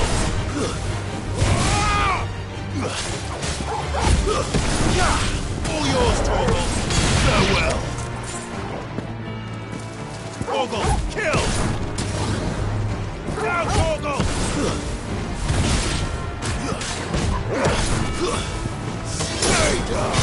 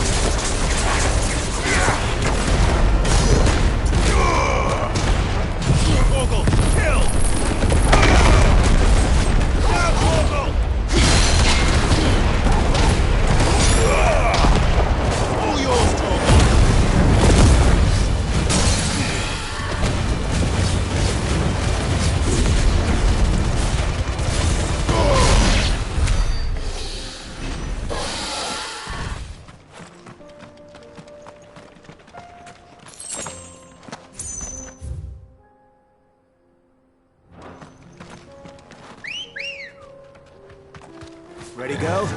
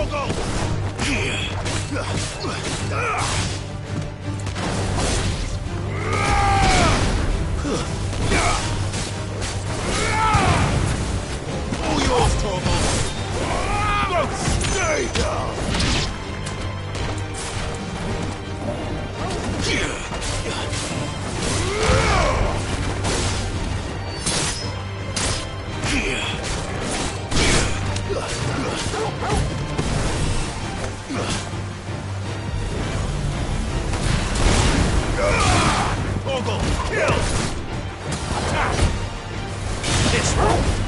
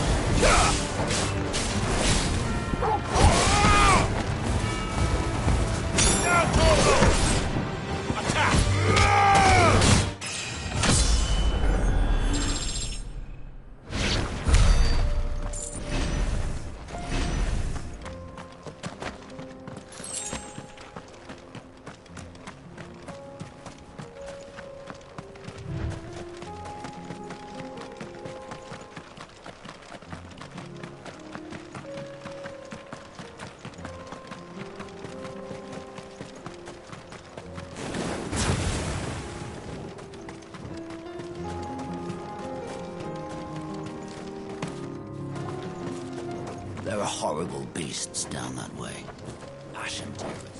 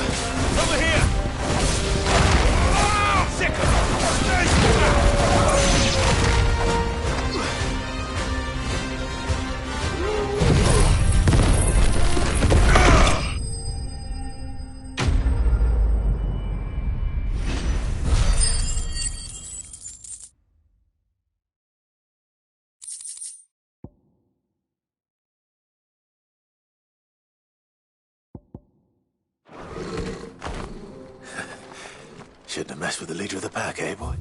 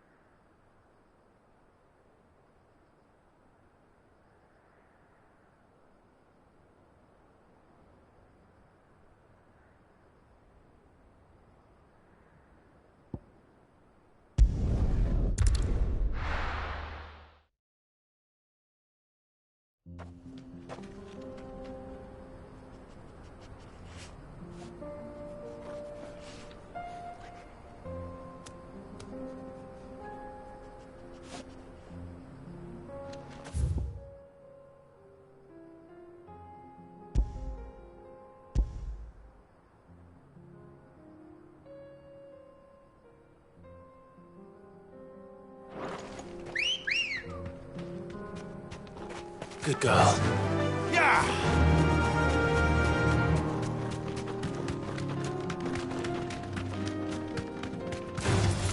Time to fight.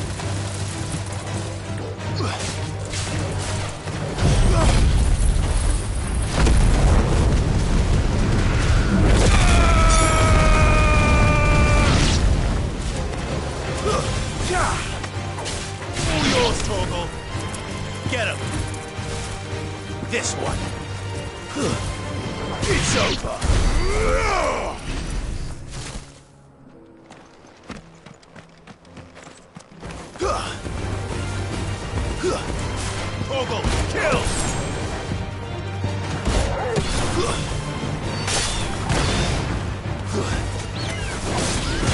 Torgal, kill!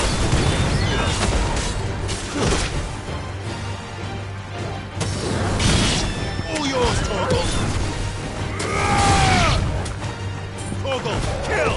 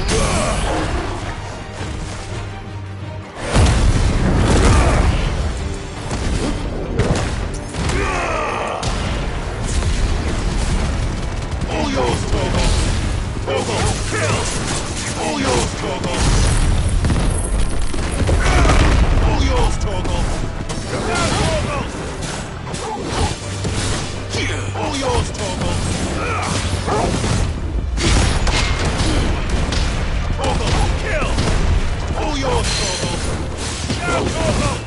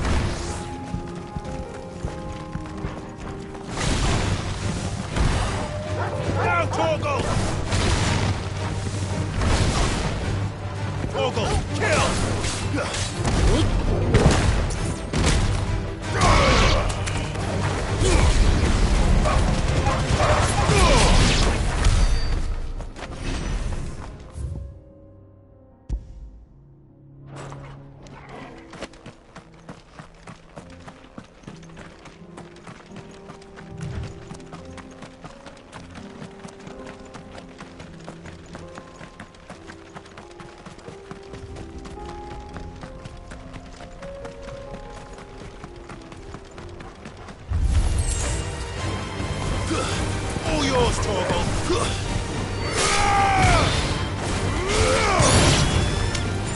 Torgal, kill! All yours, Torgal.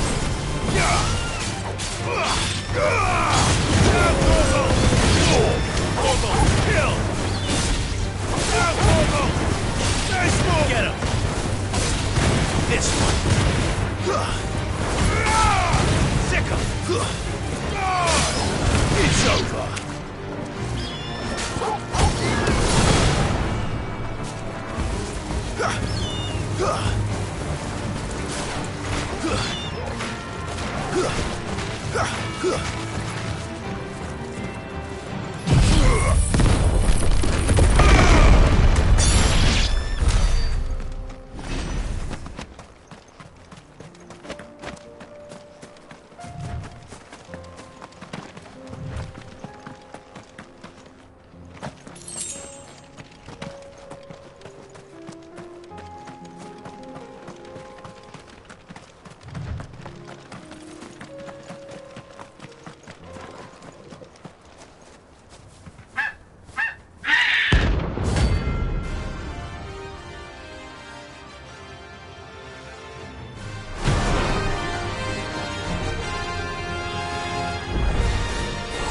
Like no chocobo I've ever seen.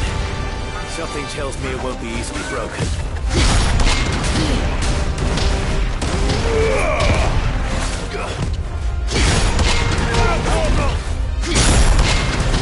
All yours, Torgal! Now, Torgal! Torgal, kill! Torgal, kill! Now, Torgal!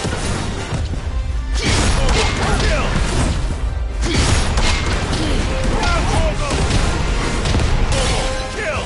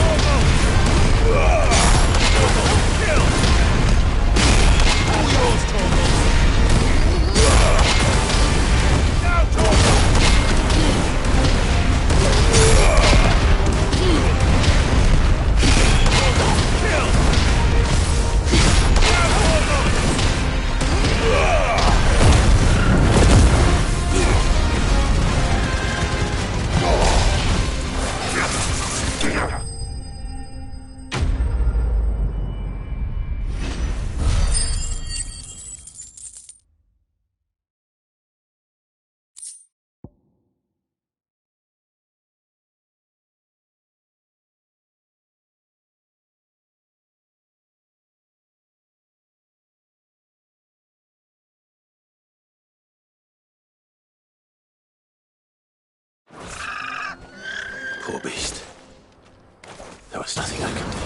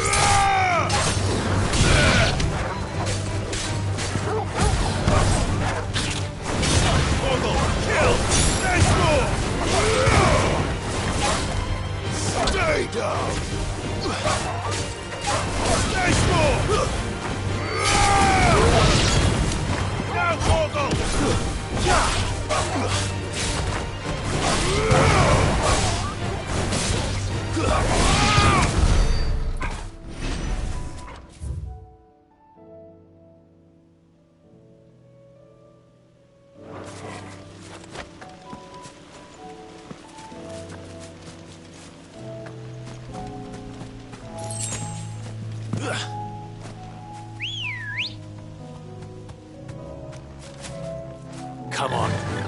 Run like the wind.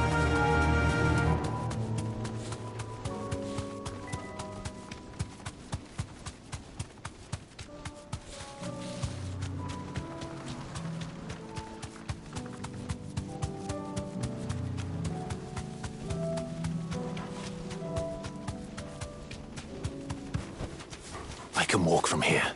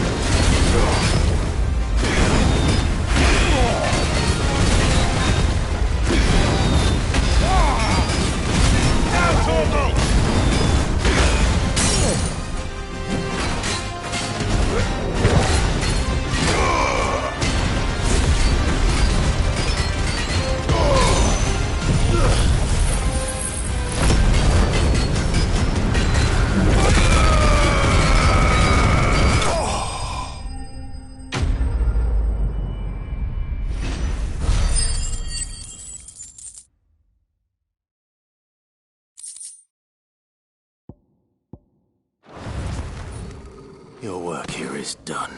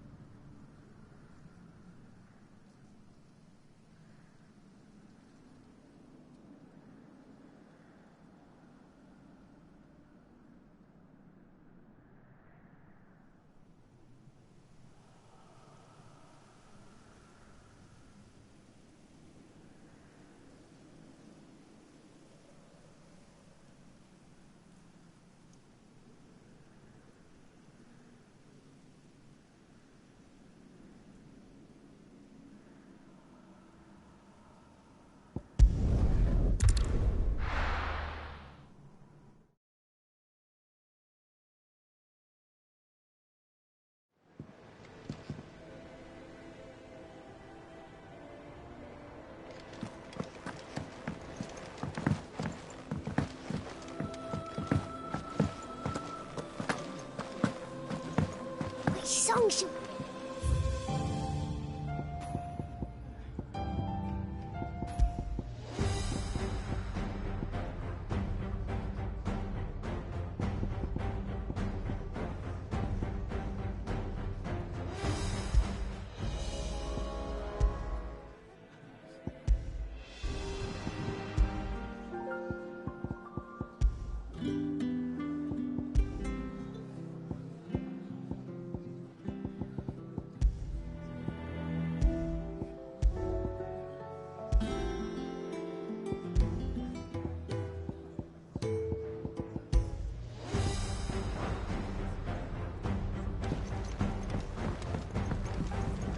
Welcome back, Sid. Well, someone's in a good mood. Drink up, you lot. The next round's on Sid.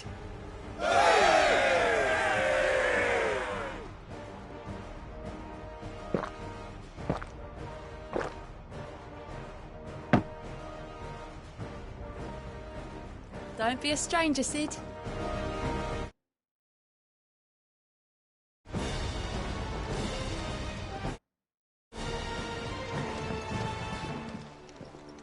Still alive, are you? Coin purse weighing you down?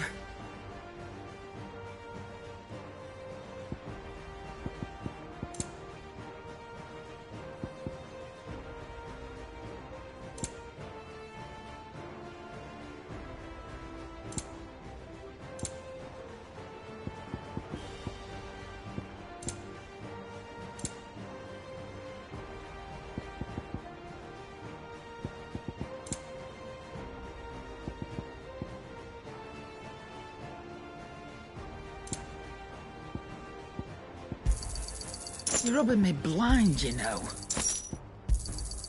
You'll not find a better price than that. You're rubbing me blind, you know. Sorry. Sold out.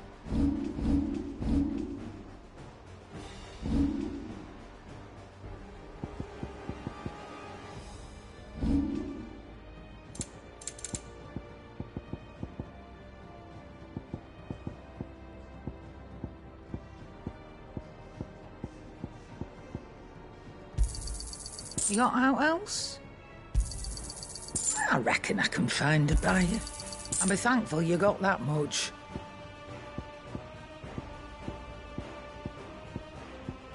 Come again. Or don't. I'm not much bothered either way. What's Sancfordian, dear?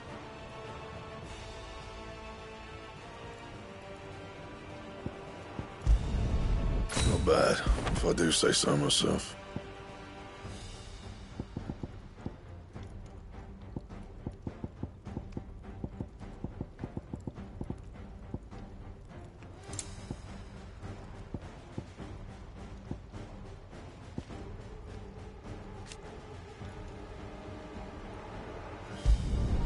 No scratches, right?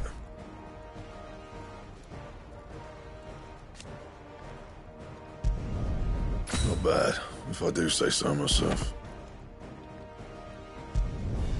Should last you a good while.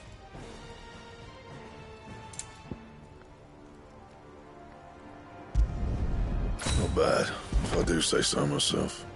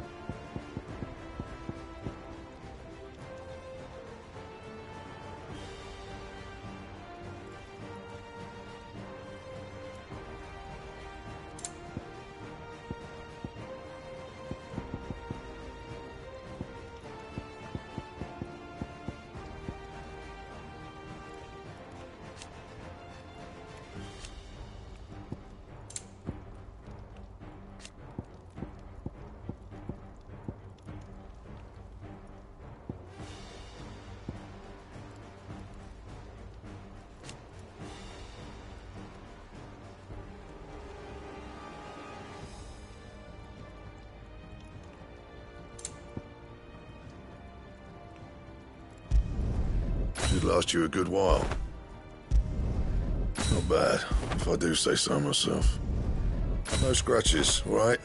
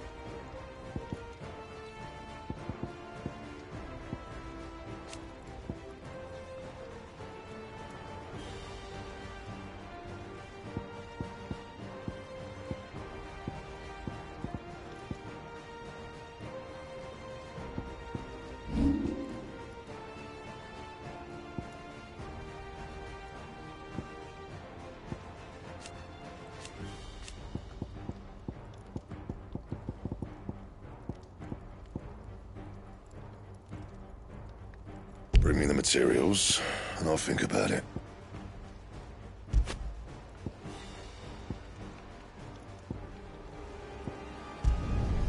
Yeah, that should do you.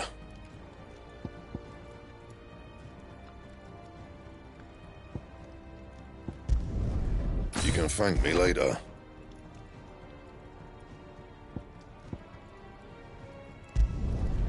My best work, but it'll do.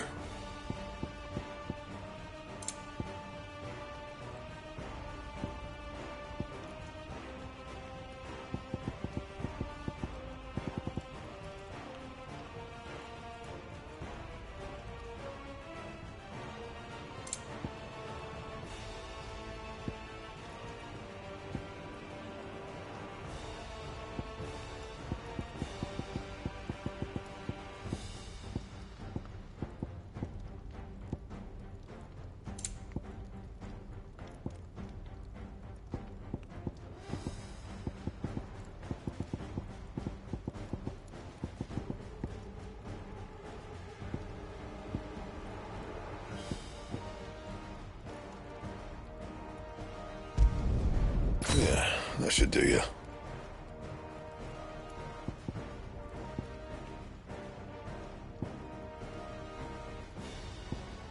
Don't waste my time.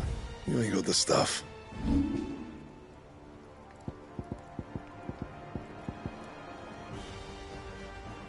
Bring me the materials, and I'll think about it.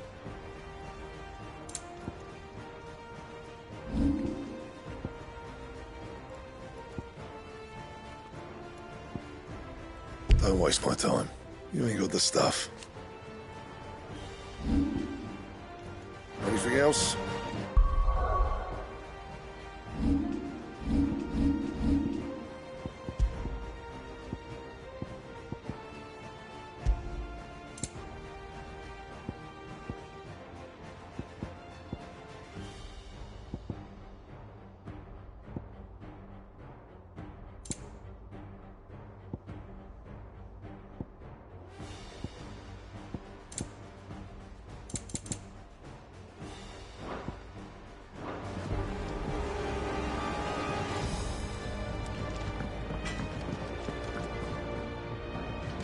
If it's knowledge you seek, we've tomes aplenty to guide you in your search.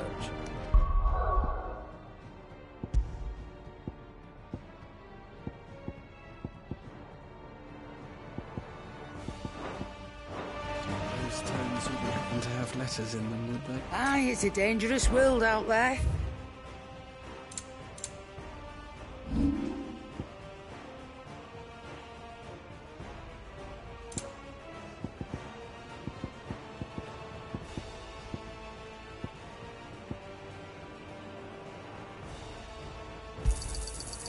I reckon I can find a buyer.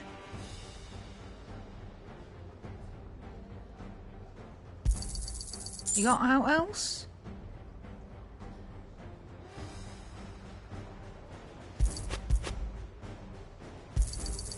I'll be thankful you got that much.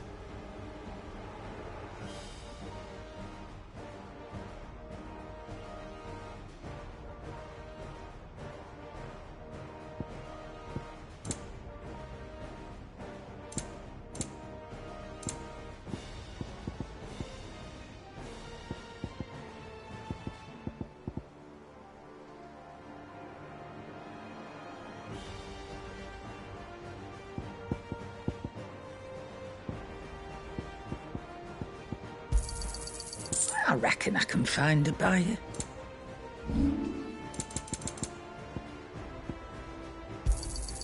It'd better all be here.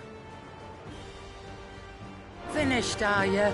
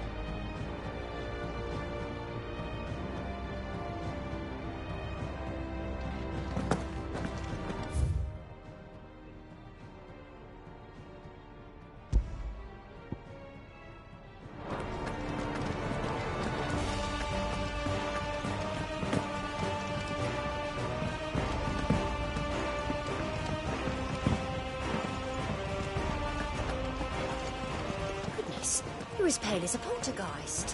Why don't you sit down and have a nice bowl of Molly's ground? Paul said it was an army of a cash. How are we supposed to do our duty when the hills are crawling with cash? The valleys are full of ether. Welcome to the Patron's Whisper. Your benefactors are a generous lot. You earned this.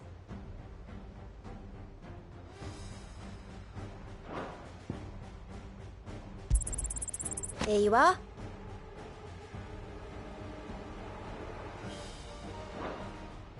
All done?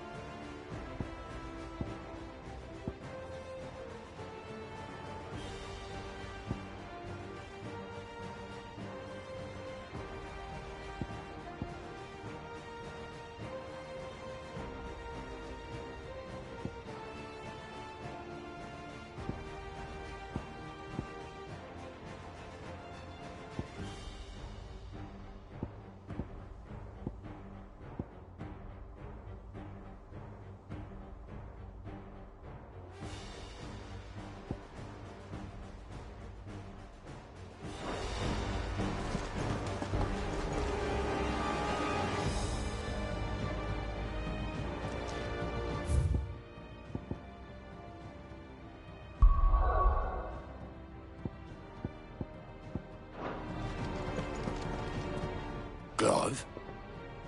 But if you're here, where the hell is everyone else? Don't tell me. They're all right. But it's a long story.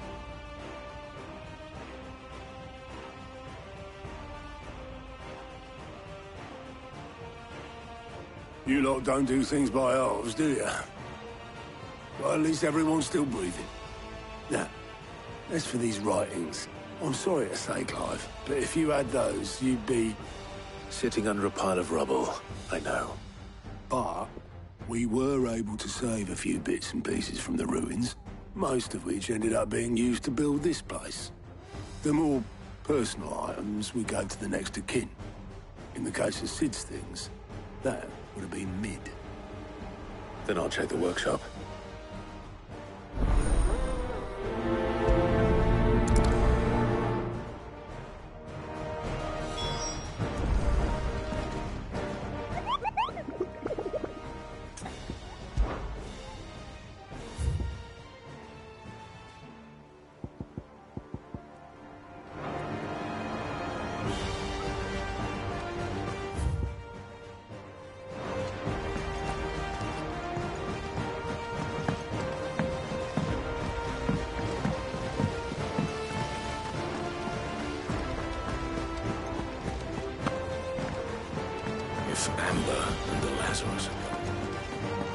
Do you think Mid's ship will ever sink?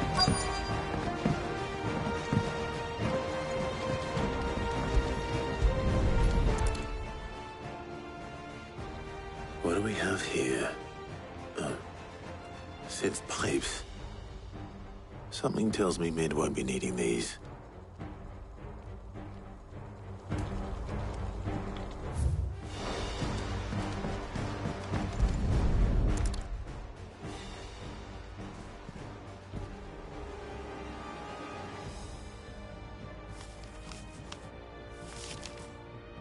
This looks like it's from Sid's old diary. But you'll already have read it. I'd better keep looking.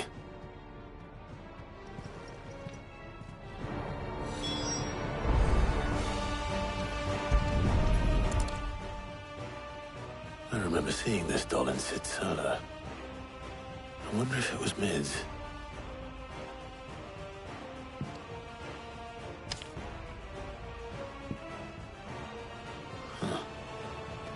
What's this tucked inside it?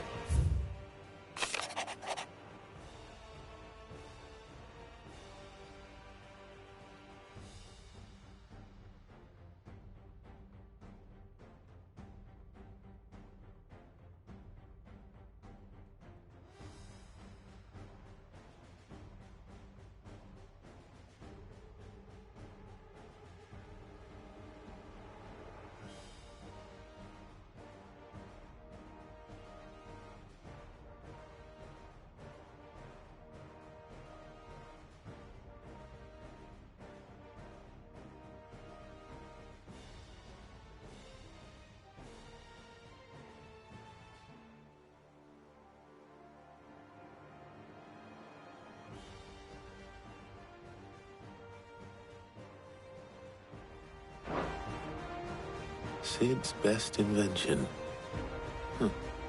That sounds promising. So Sid hid something in Mid's first opus. What would that be? Perhaps Otto might know. Please tell me Mid is all right.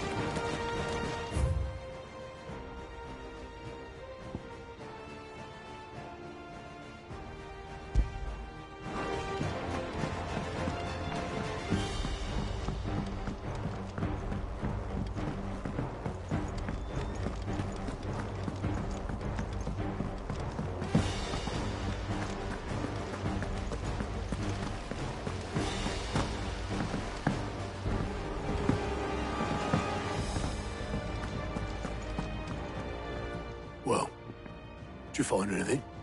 Possibly. You wouldn't happen to know what Mid's first opus was? Opus? That girl's as tone deaf as a banshee. Unless you mean the orchestrion. She couldn't have been more than, what, 11, 12 when she cobbled that thing together? It surprised us all. Not least her dad. You should have seen how proud he was of the little scamp. What's that battered old box have to do with anything? I think Sid may have hidden something inside it. Wouldn't surprise me. Those two and their bloody treasure hunts. Half the things in the hideaway were hidden one time or another.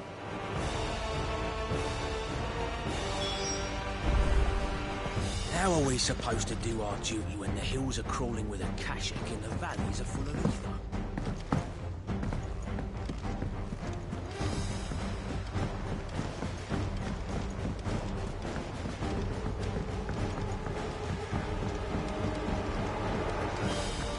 Who's that?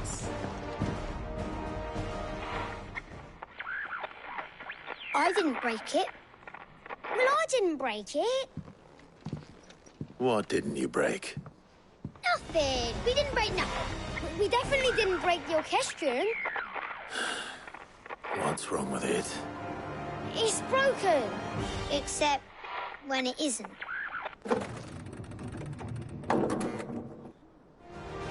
See? And you had nothing to do with this? No, nothing. We just wanted to listen to all the songs at once. So we pressed all the buttons. Like this.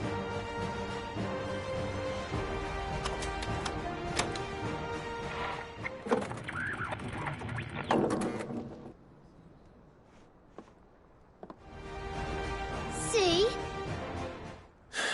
All too well. All right, out of the way.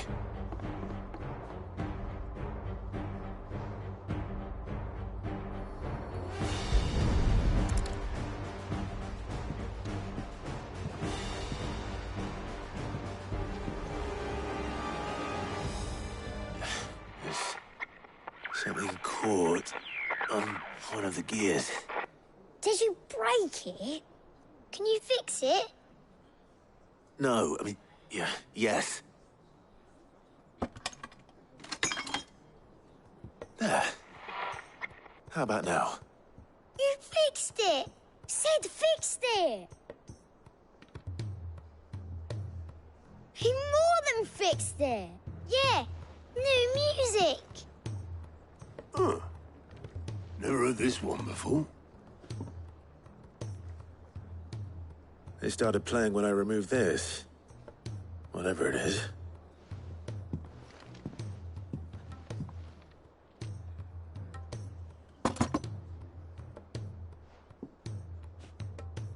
Well, don't look at me. I can tell you it's important, though. Sid showed it to me once and said as much. Said it was the stuff dreams were made of. Let's just hope it's the stuff ships are made of as well. Indeed. Let's see if we can make some dreams come true.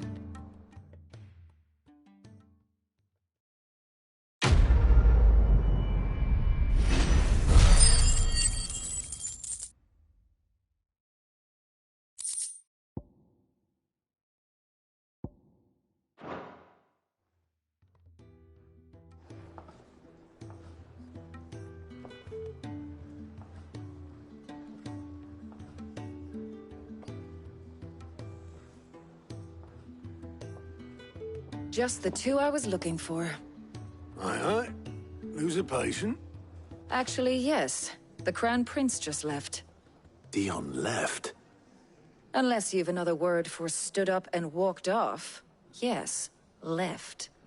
He did have the decency to leave a message with Obelisk before commandeering one of his dinghies. Should we go after him? No. We're not the Prince's keepers. He's free to do as he sees fit. I'd rather he did so in bed. His wounds are nowhere near healed. Much like yours, I suspect. Otto told me what happened in Canver. What is it with this realm's princes and their aversion to rest? Ask me when I get back. Though I may be sometime. Then at least try to stay safe. And if that fails, try to stay alive, eh?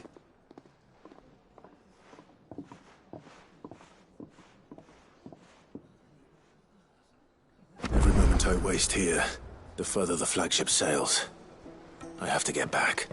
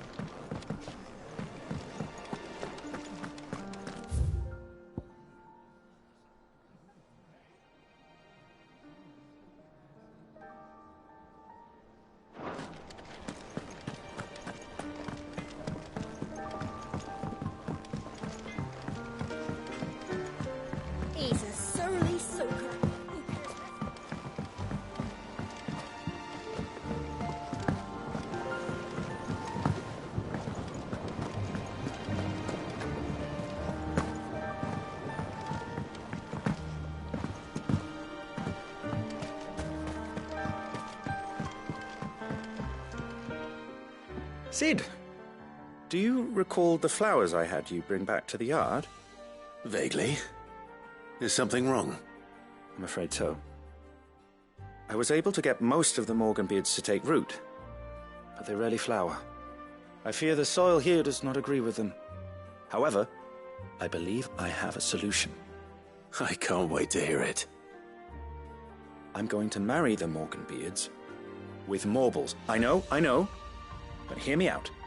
Morbles are possessed of a highly choleric temperament. The fire which drives them appears to be maintained by an abundance of nutrient-rich ether drawn from their environs.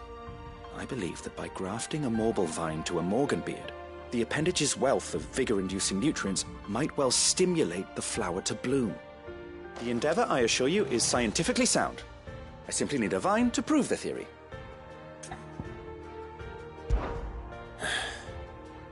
And all you need is a single vine from an ordinary Morble. That is correct. A single vine. As for the Morble, I fear ordinary may not suffice. But, as luck would have it, a most extraordinary specimen is rumored to haunt the swamps of Rosaria. Why, a notice concerning this very creature was only recently posted on the hunt board. How timely. Well, I shan't keep you any longer. I know you have much to do, as do I. Now, where did I put my watering can?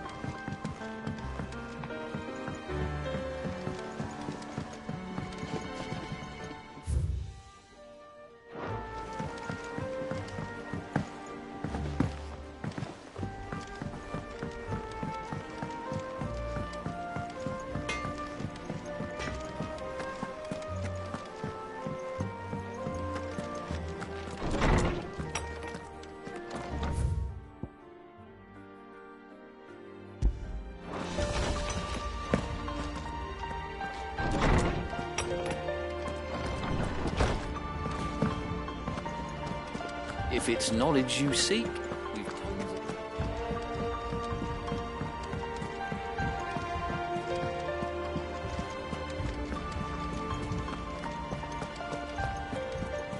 Cole said it was an army of Acacia.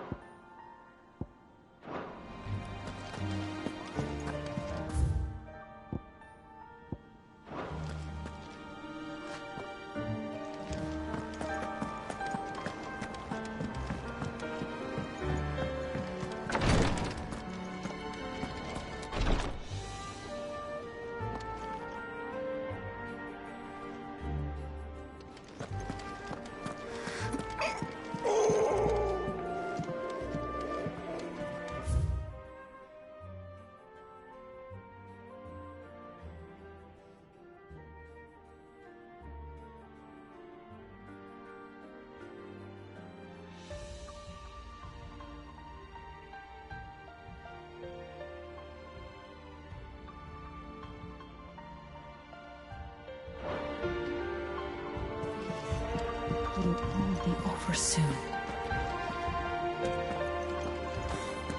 She can't. Glory to Griga. There you are. And not a moment too soon. What's happened?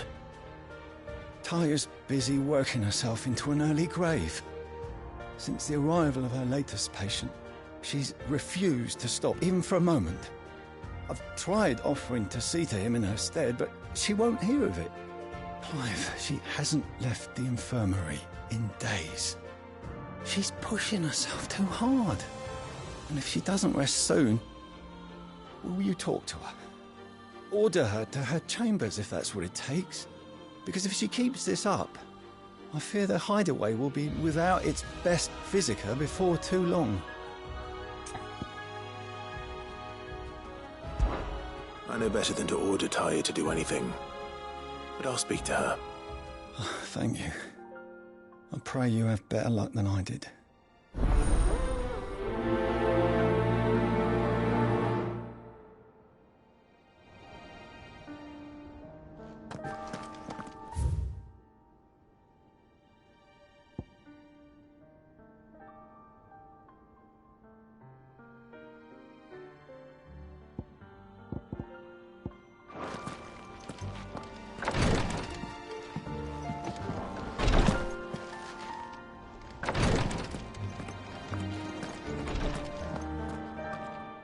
Taya, Rodriguez worried about you. And if what he says is true, then so am I. We all admire your dedication, but you do need to rest. I will, when it's time.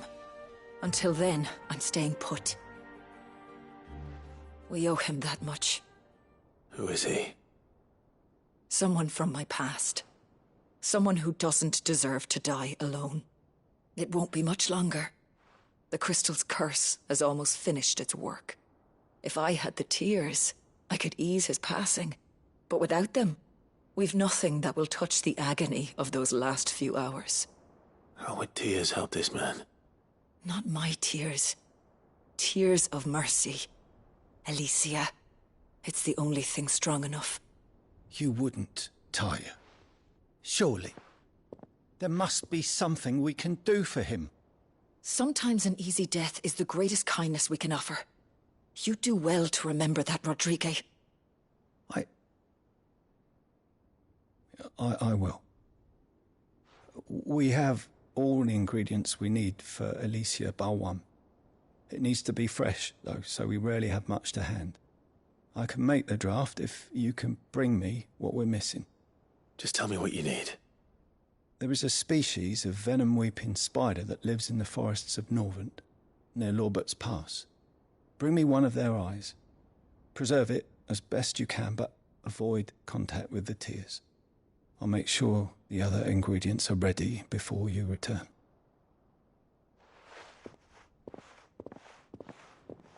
Thank you, Clive. I won't forget this.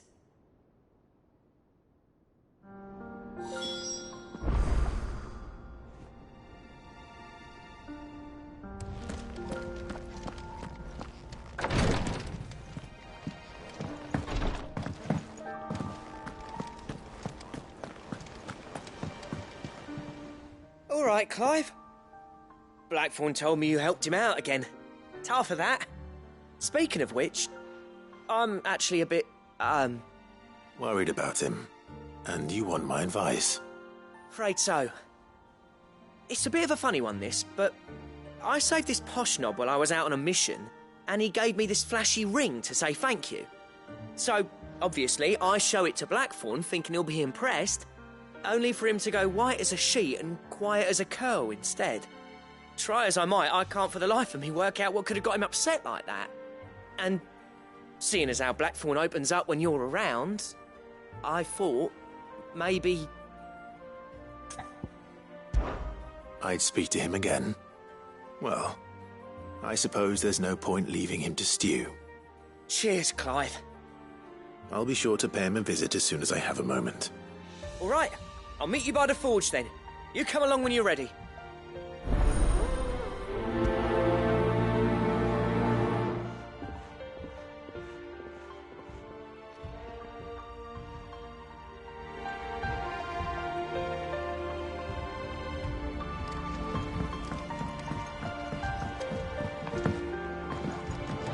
said it was an army of Akashic.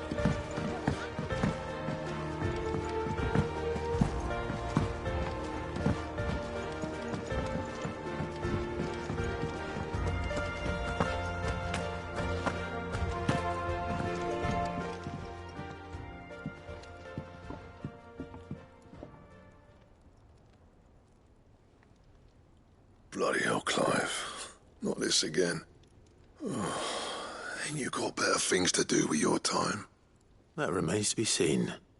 August tells me he showed you a ring, and that the sight of it clearly upset you. Would you mind telling us why? Come on, mate. Bottling it up ain't gonna help no one. If it weren't the ring, and it was something I said, then I'm sorry.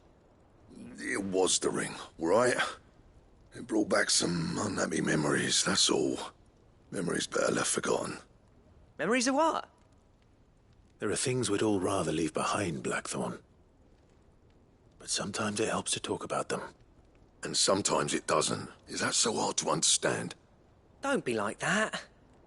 Fine. If it'll get you off my back. That ring you flashed was the work of Zoltan. We apprenticed together, back in the day. You've never mentioned him before. Why would I? Ain't seen him in decades, and the last time I did, we almost came to blows. The ring brought it all back. I could tell it was one of his the moment I saw it. Bastard's improved, though.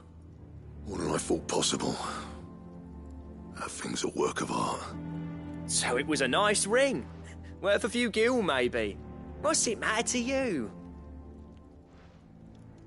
It matters because engraving metal's a nightmare, and I've got no bloody idea how he managed it. The fact is, I couldn't make anything even half that detailed. So what? You're an armorer, not a jeweler. I'm the Hideaway's master craftsman. I'm not stealing a living at some backwater village forge. My armor keeps you lot safe, and my swords keep you dangerous. As far as I'm concerned, every swing of my hammer's another blow struck in the name of our cause. So I put my heart and soul into my work. Because the curse breakers deserve better than second best. And I refuse to be shown up by the likes of Zoltan. Very well. Why don't we go and pay him a visit? Learn his secret. I doubt he'd be too happy to see me. Then just this once. Make peace with being second best. Swallow your pride, and focus all your energies on the task at hand. Keeping the curse breakers armed and armored. Provided you can do that, you'll hear no complaints from me. But if you can't, and it's going to distract you, we need to do something about it. What'd you say, Blackthorn? You know he's right. And it's not like you'll be going alone. All right. Magic. So, where do you reckon old what's-his-name is then? Zoltan, was it? In Dravozd, my old village. He won't have left. He's the chief. Dravozd, eh? That rings a bell. Not far from Tabor, right? Just north of the fields of Carava. Got that, Clive? Meet us at Dravozd as soon as you can, yeah? And I'll make sure Blackthorn don't get cold feet. Good luck with that. I'll see you there.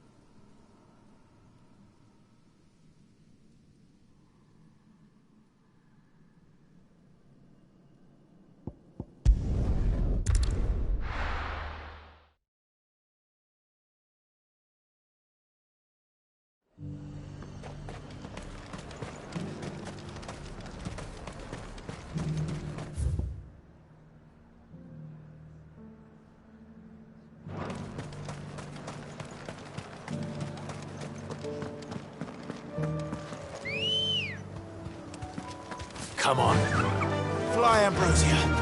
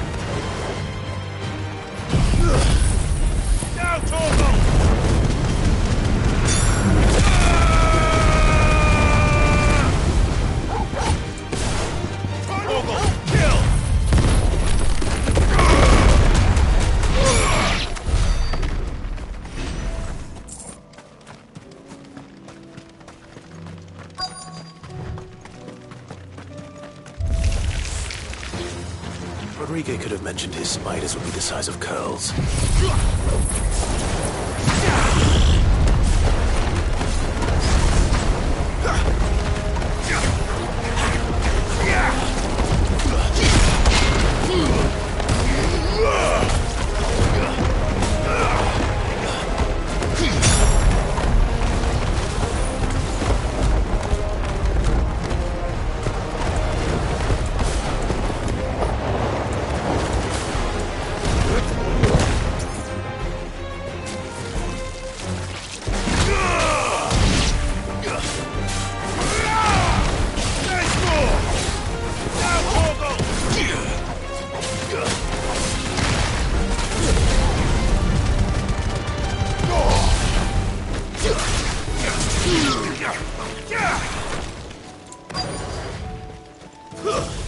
All yours, Torgal.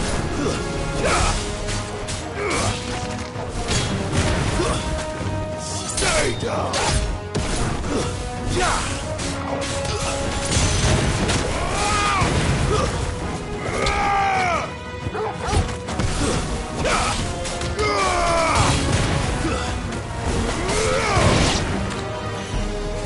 Soil and stone.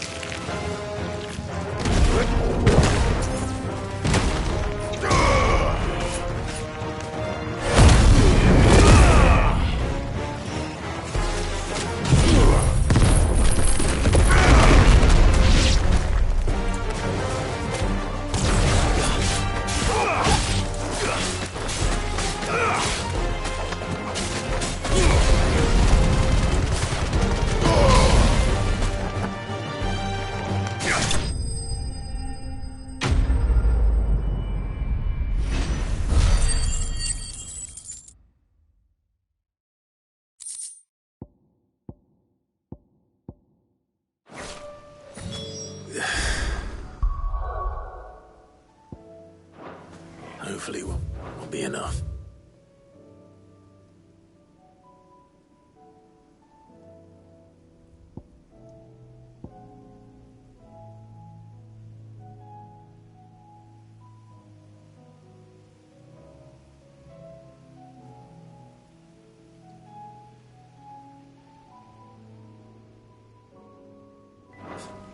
What re...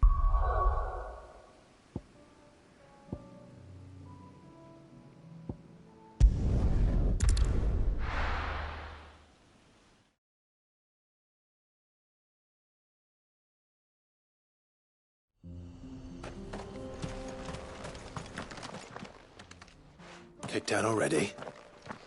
No. This charmer ain't letting anyone through. Why are the gates closed? Chief's orders. No one's allowed in without his say-so. Not that I'd have let you in anyway. You look like trouble. I suggest you go home. That's what I'm trying to do, you little prick. Ain't changed a bit, have you, Snotty? No. It isn't. Blackthorn. Long time no see, eh? What the hell are you doing here? Well, it was meant to be a surprise, but since you are so nicely, I'm here to see Zoltan, you fucking numbskull. Now let us through. All right. Just don't go starting anything with the chief. Yeah, I promise I won't throw the first punch. That good enough for you?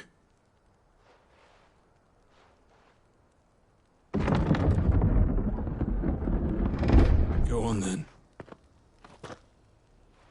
Much obliged.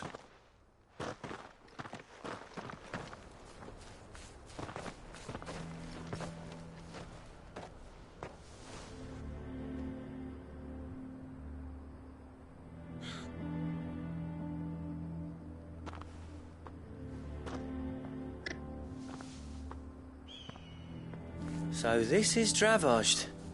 Not much going on, is there? It's a smithing town.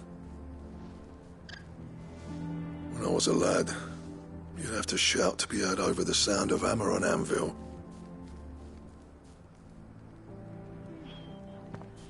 Clive, you're good with people. You speak to Zoltan. Hey, you ain't backing out now, are you? There's a river of bad blood between me and the chief. But if someone can build me a bridge, then I'll cross it. All right. I'll see what I can do. I appreciate it. It'll be near the forge on the hill. It was our master's. He'd have inherited it when I left. The forge on the hill? Good luck. You'll be needing it.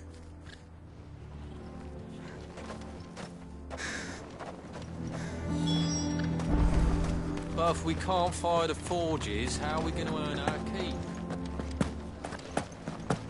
Mama, why hasn't Papa...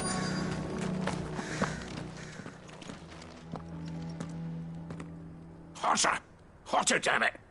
Those miserable flames wouldn't melt butter, let alone iron. Pardon the intrusion. I'm looking for the chief. That'd be me. It's a pleasure to meet you.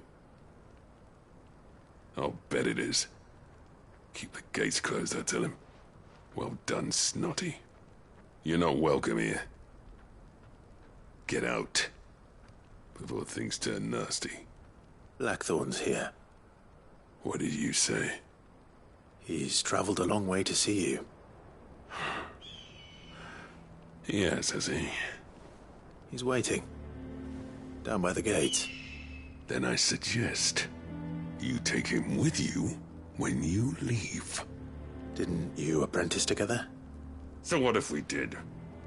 Fuck! We're getting nowhere. These bearers' flames are next to bloody useless.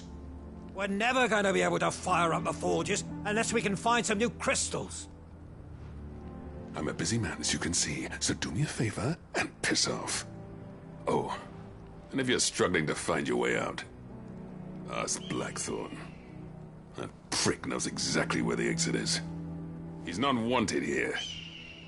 And neither are you. All right. I'm going.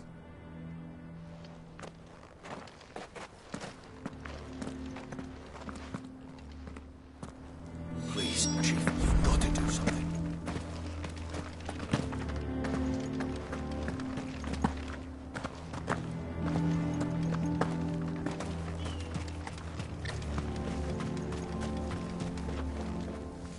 Let me guess. Zoltan told you to piss off. As a personal favor to him, yes.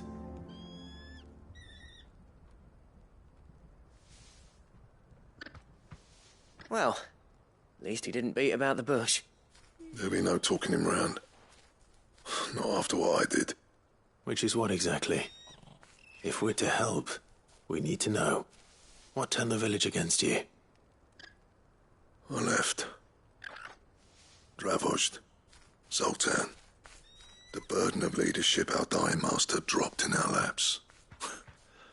All of it. There are two kinds of smiths in this world, you see. My kind, who are in it for the love of the craft, who labour on a single piece from dawn to dusk to get it just right. And the other kind, who are in it for different reasons. People like Zoltan, whose work is quick and cheap. The kind of smiths who shit out a few hundred blades, reap the profit, and divvy it out among themselves. There wasn't a single day we weren't at each other's throats. And bit by bit, people started taking sides. You would have torn Dravozd in half had it gone on. So, I left. You didn't have to do that. Zoltan's a better chief than I would have been. His way of doing things kept food on people's tables. Dravozd prospered without me and my lofty ideals getting in the road. Until the crystals run out at any rate. Without magic to fire the furnaces, this place is as good as dead. It depends on how you look at it, though. There's got to be other ways of making fire. We manage it in the Deadlands. Thanks to Sid's ingenuity, yeah. He saw all of this coming. Knew crystals were the problem, not the solution. And spent years coming up with ways of doing without. You know what I mean, though, right? Where there's a will, there's a way. What I'm trying to say is that it's not your fault. You couldn't have predicted this.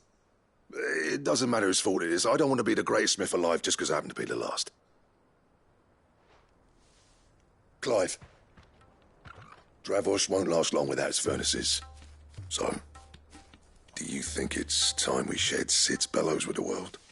The way I see it, it's your decision to make. Hold on, Blackthorn. Sid made those things for us. They give us an edge over the rest. And you'd be throwing it away. All right. Do it. This place was your home. I won't abandon it to its fate. Sid's creations were never meant to be hoarded.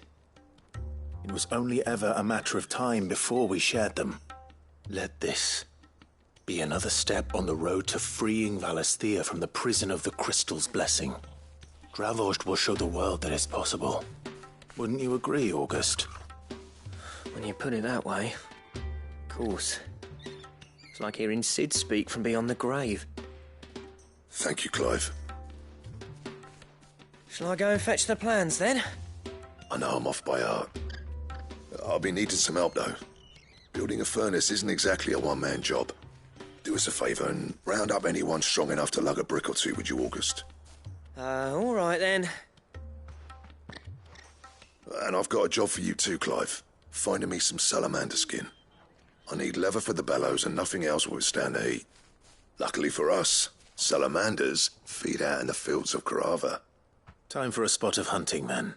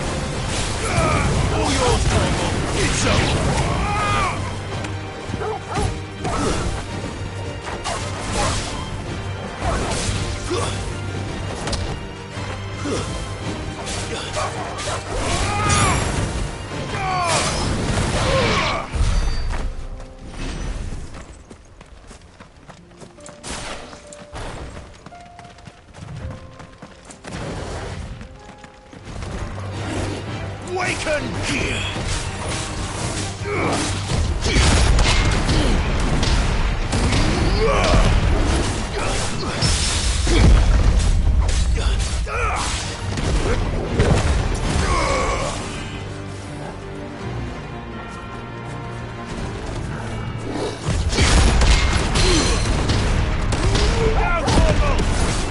All yours, Torgal! Now, Torgal! Torgal, kill!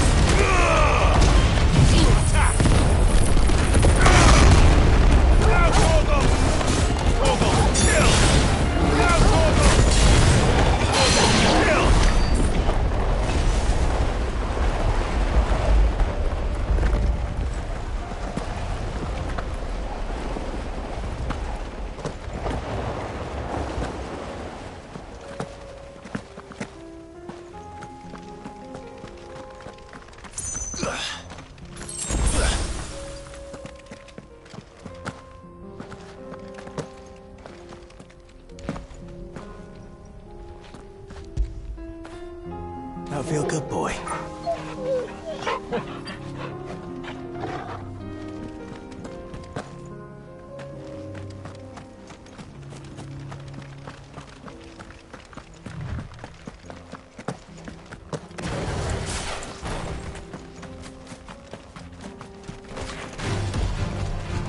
All yours, Torgal! Now, Torgal!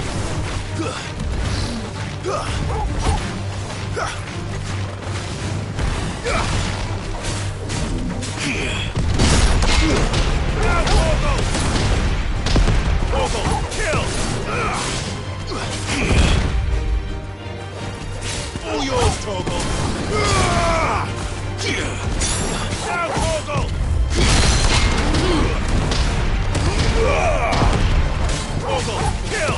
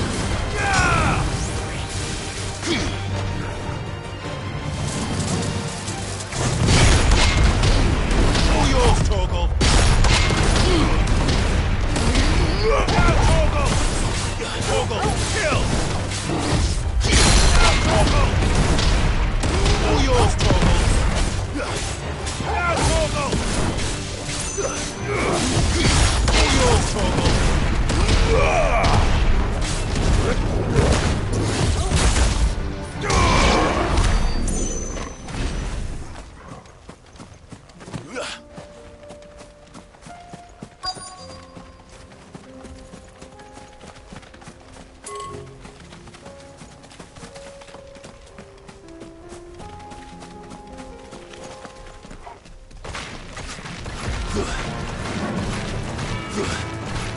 Torgal! Torgal, kill! All yours, Torgal!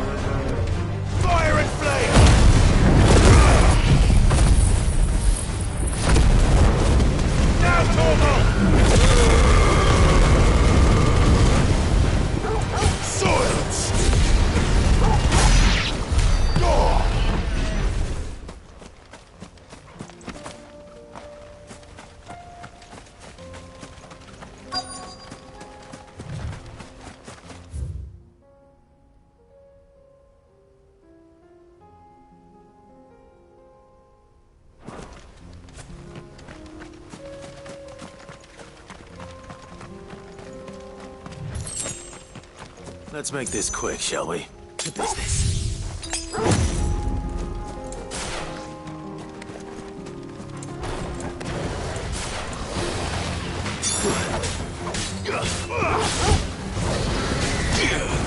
All yours, Torgal! Now, Torgal! Torgal, kill! Now, Torgal!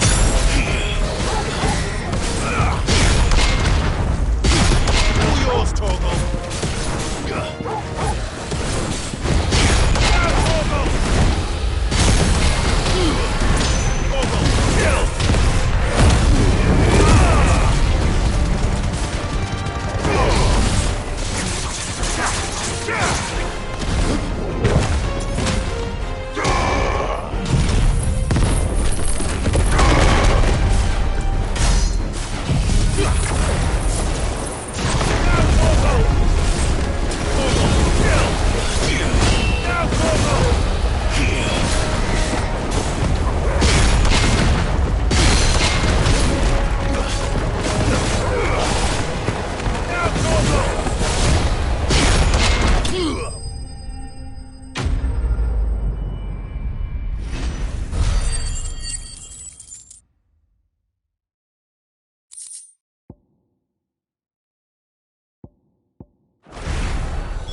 I dare say that will be enough for a decent set of bellows.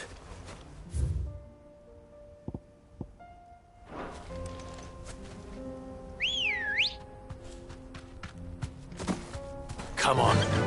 Yeah!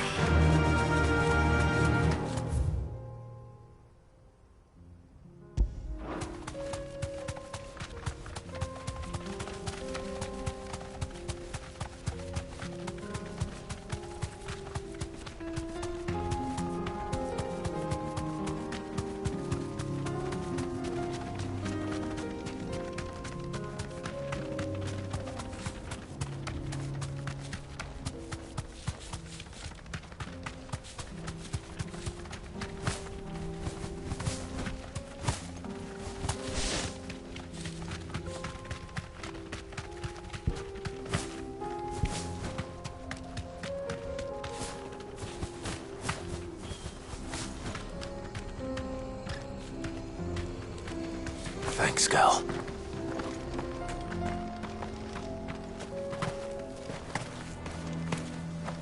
What's this all about then? Any trouble finding the skin? Nothing I couldn't handle.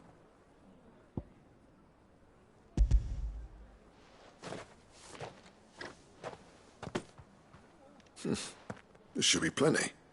Right then, time to put these louds to work. If everyone pulls their weight, we'll be finished in no time.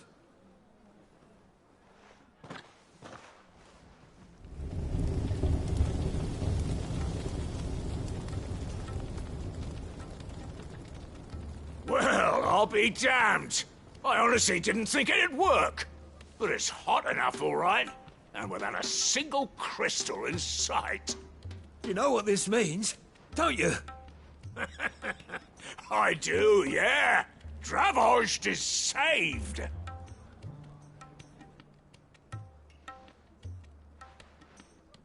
Sorry about earlier.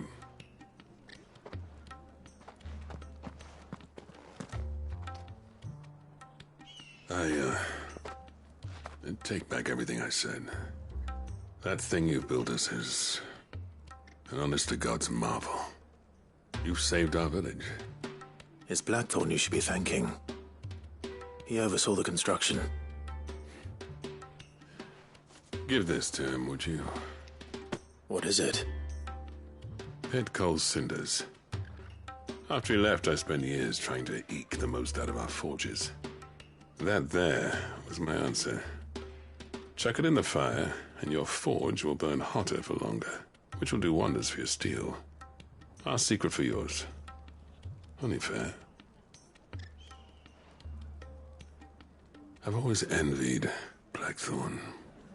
Since the day I became chief, I spent every spare moment trying to match up to the bastard. No amount of sleepless nights at the anvil will ever bridge that gap, though. He's a genius. Plain and simple. The man Dravost needed. But he took all his talent and left. Gifted and free. Is it any wonder I hate his guts? The cinders would mean more coming from you. I need to forgive him first. And that's not gonna happen.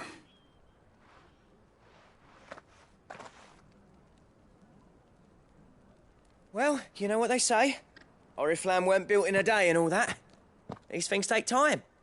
Especially when they involve two geezers who hold grudges tighter than their hammers. But what matters is, Blackthorn's got that twinkle back in his eye. And I'd call that a job well done. So would I. I reckon he's going to be at it a while yet, though, so why don't you head off without us? I'll see that the old git gets home safe and sound. See that you both do. I'll save the cinders till then. All right.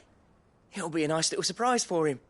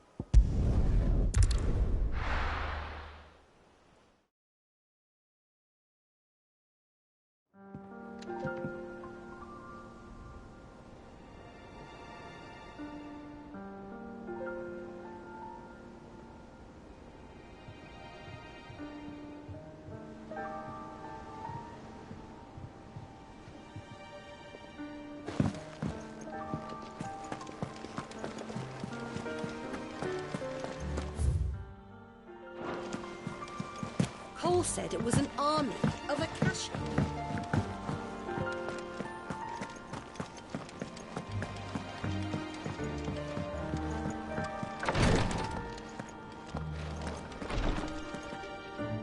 Thank goodness you're back.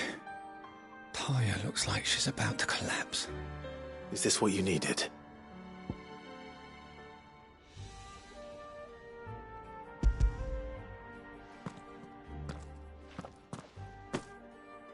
Yes, it is. Thank you, Clive. I'm loath to give a patient Alicia, but Taya's right. Sometimes it's all we can do. A single dose dulls even the most agonizing pain, and all other sensation with it. It may be a gentle way to die, but it is death nonetheless. I wish there was another way.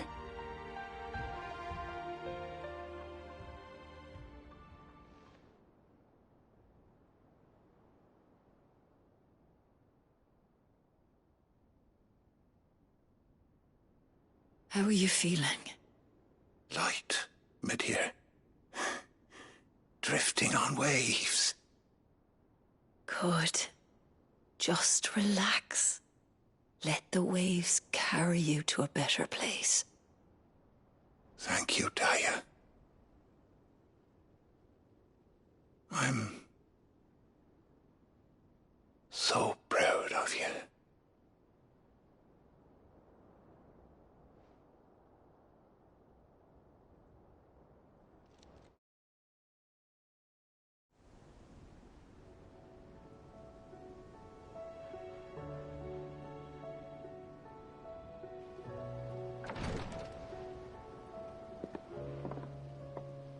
He's gone. Thank you, Rodrigue. And you, Clive? I'll see that he's properly laid to rest.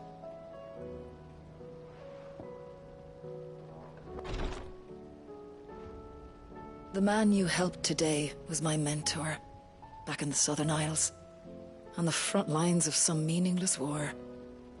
I was still a child when they shipped me to their triage tents, to treat the wounded with my gift. But in such blighted lands, I was next to useless. Until he taught me the true physicker's art, that is... An art we would be lost without. Tears of mercy were his gift to the bearers of the world.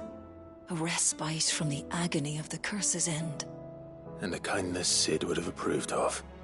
You know as well as I what life is like for a bearer soldier. Marched from one battle to the next, never knowing which might be your last. A commander may care nothing for the bearer spent in his service, but my mentor's gift gave the dying one fleeting moment of tranquility before the end. I've no tears left, Clive. I've seen too many of my friends taken. Something needs to change. And we need to be the ones to change it. And we will. I promise. I hope so.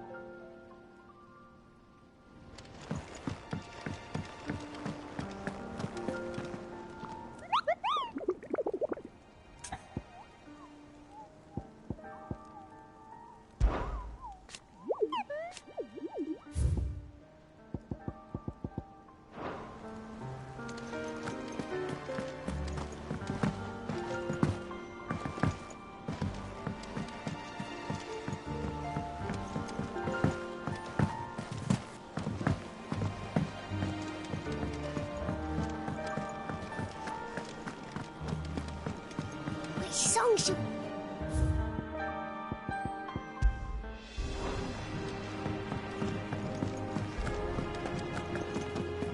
If it's knowledge you seek. Gentlemen, I see you both made it home in one piece. Yeah, well, we didn't want to outstay our welcome. The whole village turned out for a go on the bellows after you left. Everyone except Zoltan, that is. Didn't see hide nor hair of him. Oh, but that reminds me. I have something for you.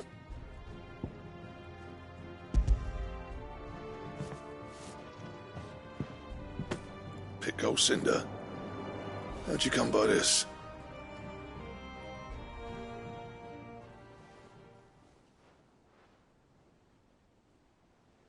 And you're sure he wanted me to have it? I'm sure. He didn't say so, but I think he wants to forgive you. Huh. Imagine that. Yeah. You know I could never leave this place, don't you? Every time you put on mail, you and the curse breakers are trusting me with your lives. There's no greater honor for a smith than that. I'm not about to go crawling back to Zoltan for forgiveness, but I will make good use of his cinder. And if that helps save even a single life, then he'll have my gratitude. What was it you said he called me? Huh? A genius? And he spent sleepless nights trying to copy me, did he? Sounds like I better get to work. I've got a reputation to uphold. It's good to see you back on form, Blackthorn. I don't know how you pair put up with me sometimes, but I'm grateful all the same. Now, where was I? Oh yeah, about to put Zoltan back in his place.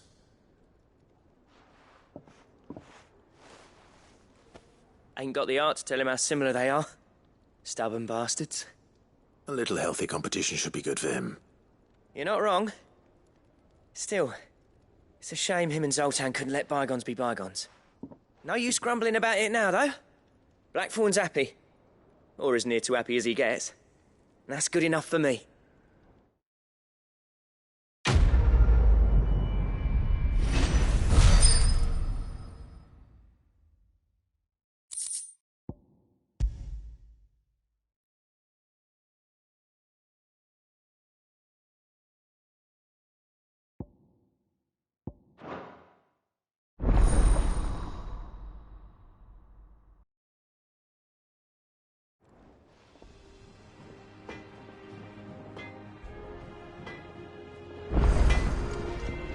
What do I owe the honor? Not saying Fornian, do you?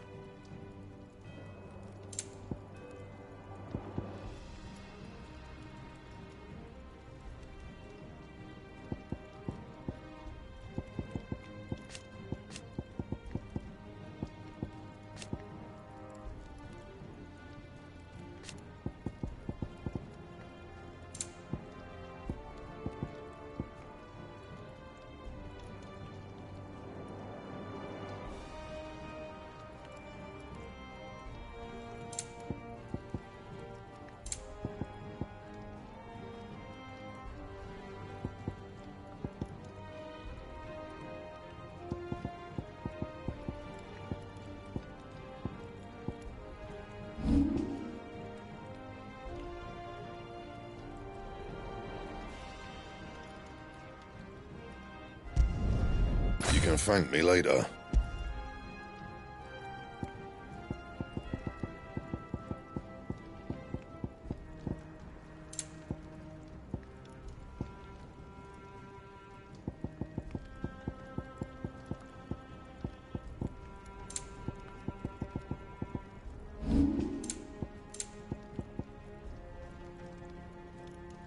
And how am I meant to do that then?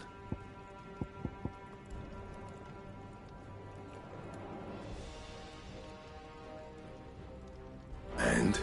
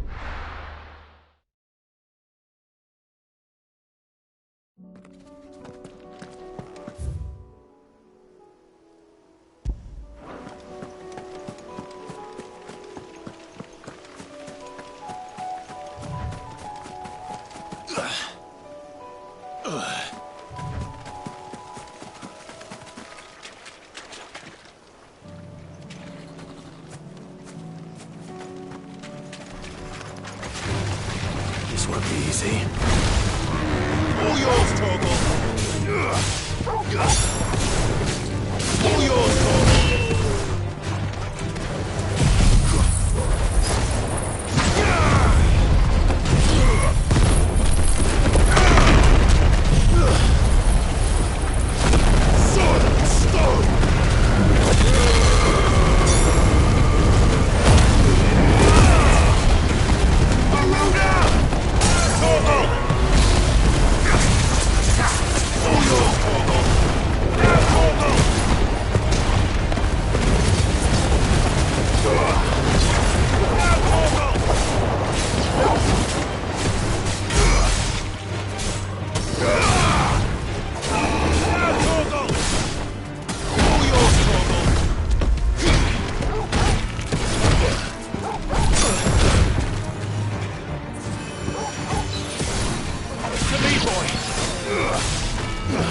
Well done, Torgal. To me, boy. I'm hurt, Torgal. To me, boy. Help me, boy. To me, boy. I'm hurt, Torgal. I'm hurt, Torgal. Help me, boy. Help me, boy. To me, boy. I'm hurt, Torgal. To me, boy. I'm hurt, Torgal. Torgal, kill! To me, boy.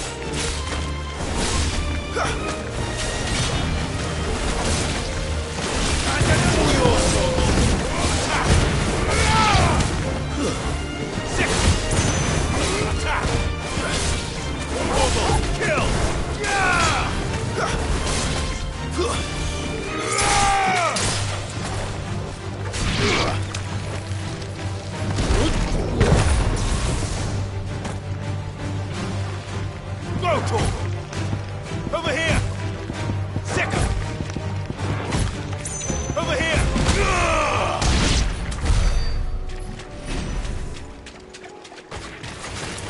All yours, Torgal!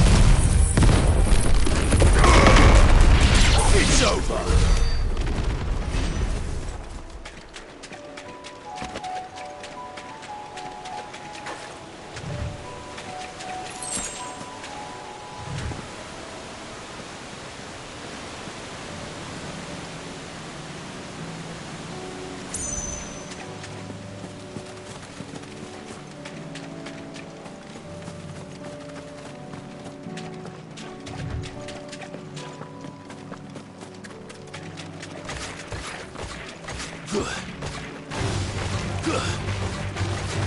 Now, Torgal!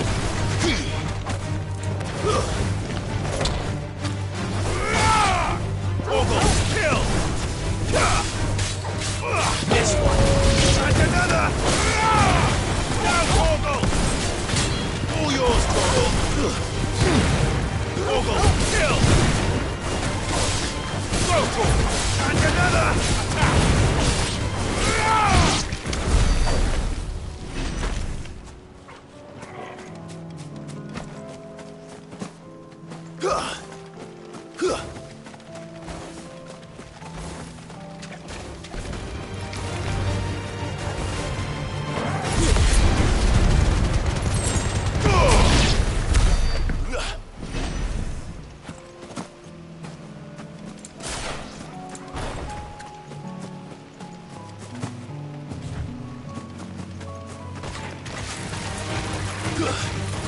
All yours, Torgal!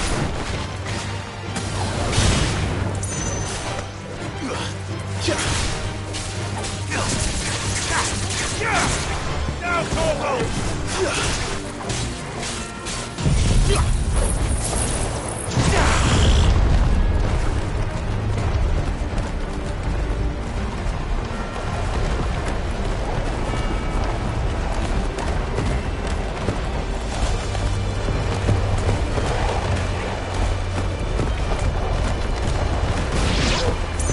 Torgal!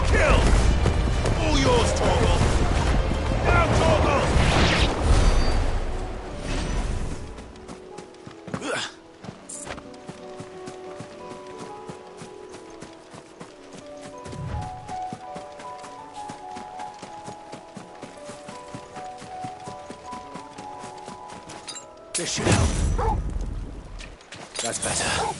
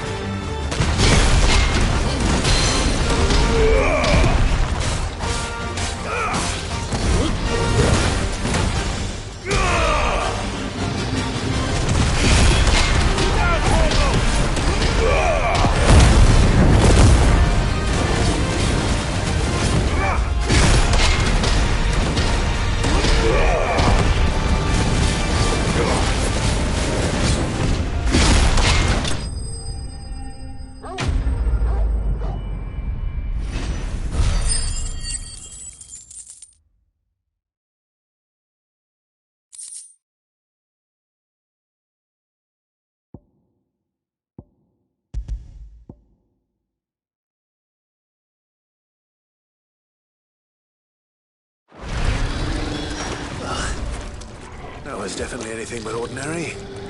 Now, let's get this vine back to the yard.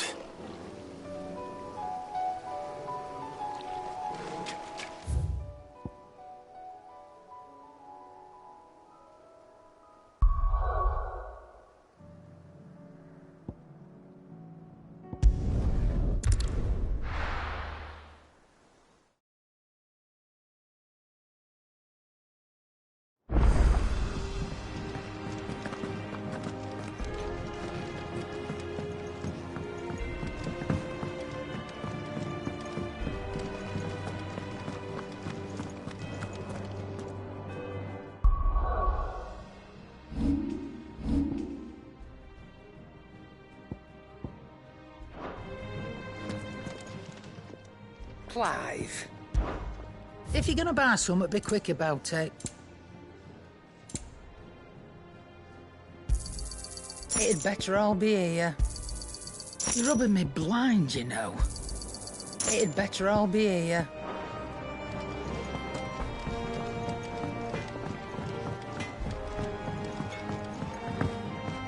He's a surly sucker.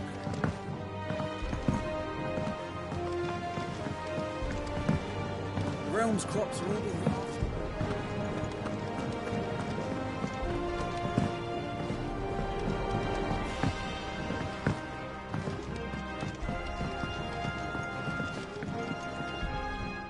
Sid, I can't help but notice that your satchel is twitching in a most violent manner.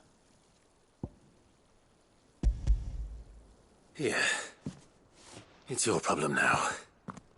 What an amazing specimen. The flesh positively throbs with vitality. If I can successfully graft this to the Morganbeards... When I successfully graft this to the Morganbeards, I suspect the results will be immediate. I shall begin at once.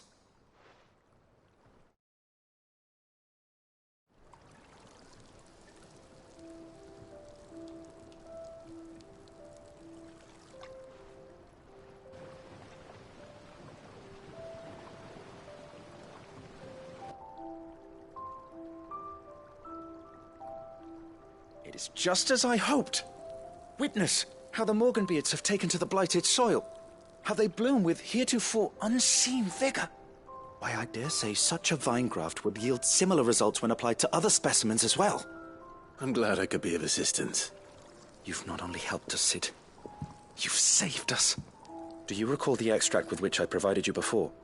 I took a moment to distill some more, but this time with the petals from the invigorated Morganbeards.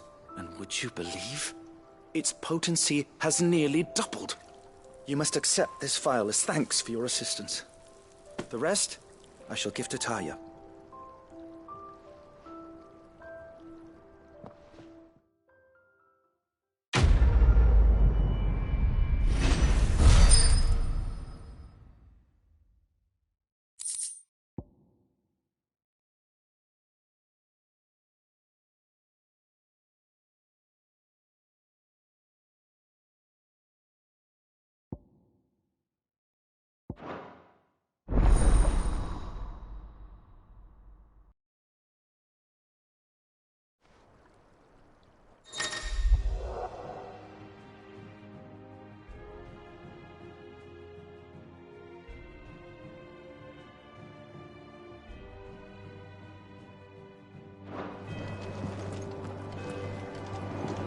A few more of these, and the Deadlands will seem less dead.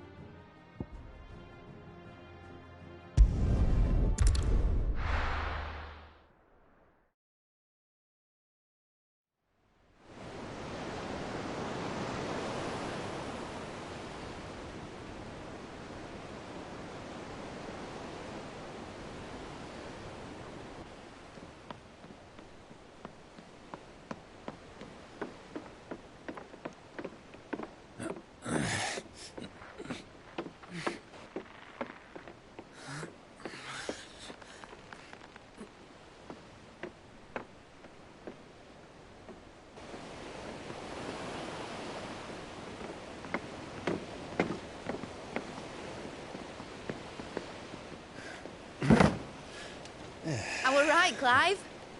My dad had it all worked out. He'd be proud of you, Mid. His writings may have helped, but this achievement is all yours. Can we catch them? The Ainayar's one of the largest, fastest vessels ever built. And it won't help she has the wind at her back. Any other ship would be hard-pressed to keep pace with her, let alone reel her in. But this isn't any other ship. This is the Enterprise! And the world's never seen anything like my dad's engine. It certainly hasn't.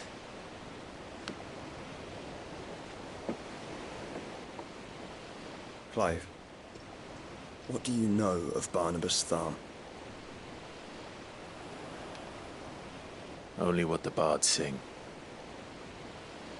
And he sailed to Ash from southern lands. That it was his mastery of the blade which won him the throne. And that his sword, Odin's sword, can sever the very threads of creation. But don't lose any sleep over a last tilt. We'll do what we must to survive. What we must. The light! I thought this cove was meant to be hidden.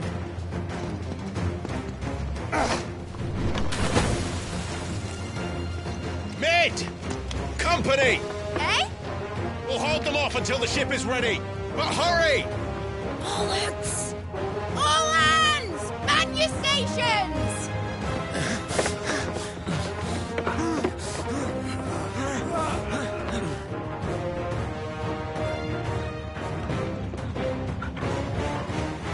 Everyone with me?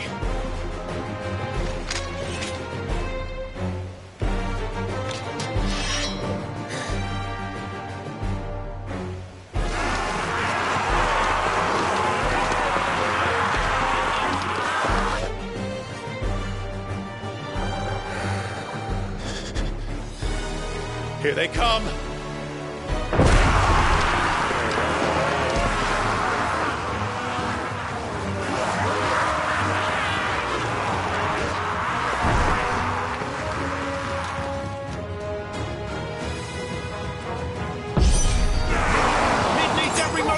Give her. Behind me, Lord Rosfield. I'll take care of these fuckers. Behind you? I'll have you know Earthbreaker here once struck fear into the heart of every man in the Twins.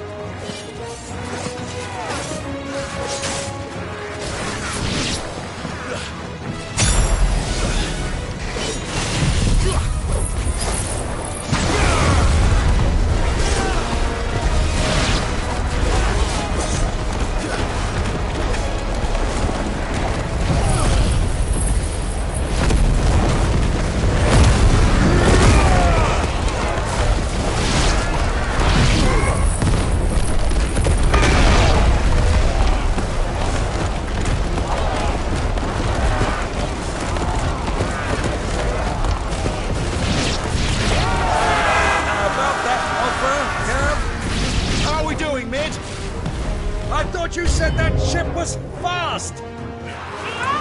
What you get going will not take time! Unless you fancy giving us a push, you'll hear the old sack and die! Oh? I haven't got this alive in 20 summers! Come on there! Which of you lot fancies meeting Ogre Killer Jets? I thought it was called Heartbreaker.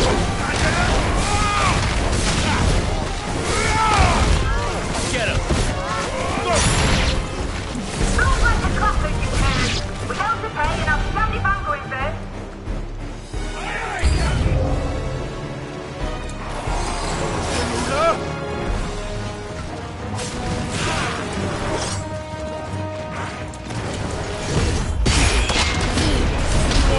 Kill!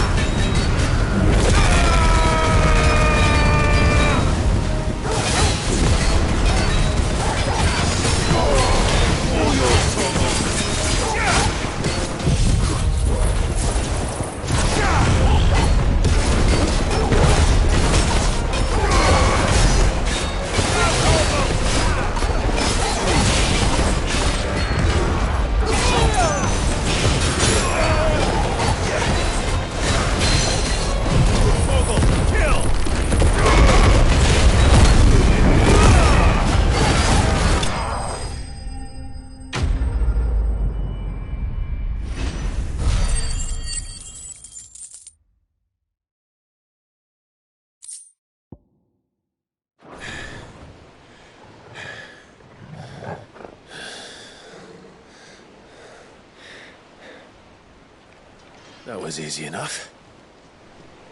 All right, you lousy lot. Get your asses on board. She's ready to sail. You heard the captain.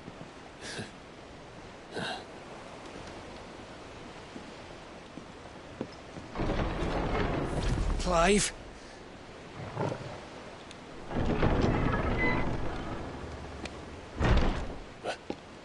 But I thought he was... Confounded. Then it is as I feared. Sleipnir is no man, but a creation of Odin.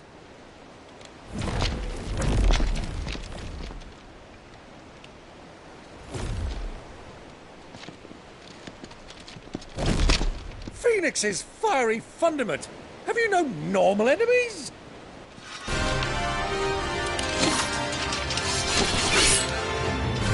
Up for another round? Of course we are.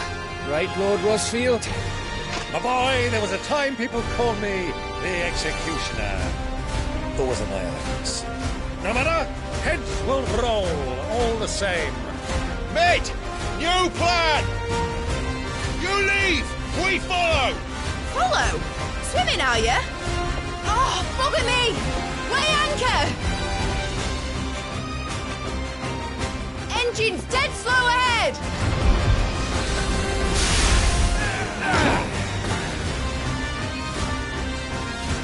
Have care, my friends. 'Tis not blood that runs through a Nevi's veins. These foes will not fall easily. But they will fall. Like oaks before a woodman's axe. Good thing I brought one!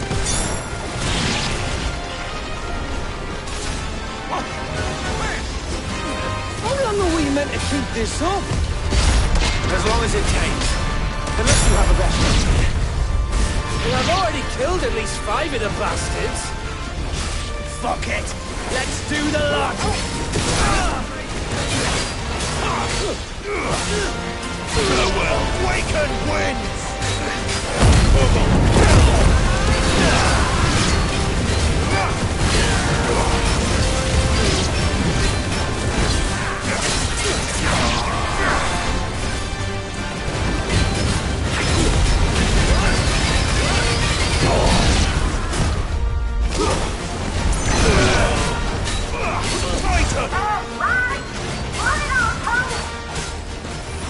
Should we make for the ship? Not yet. Wait for my signal.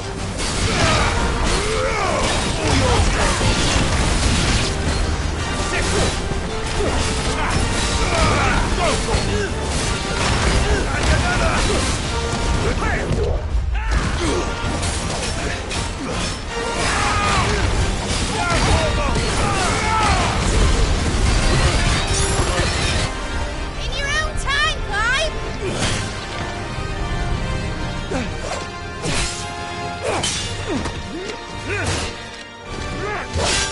Right, run for it!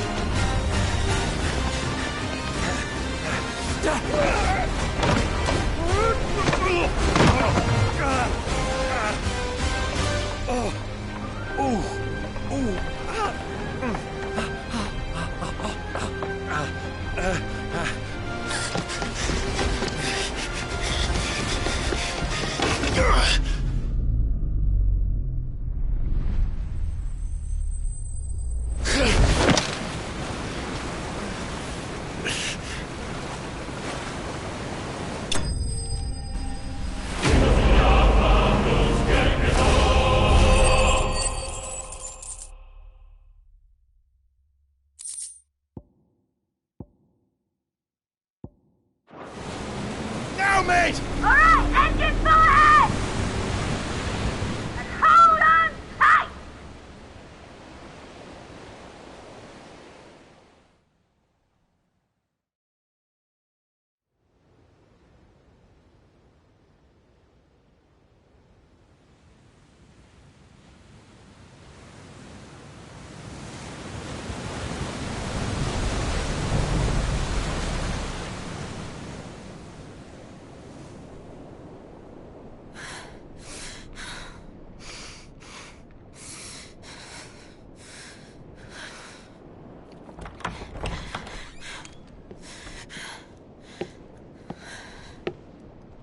What do you want?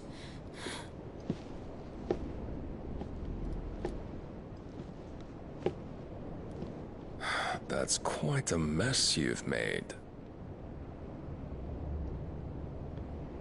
And wholly unnecessary. You are my offering to Mythos. I would not see you damaged.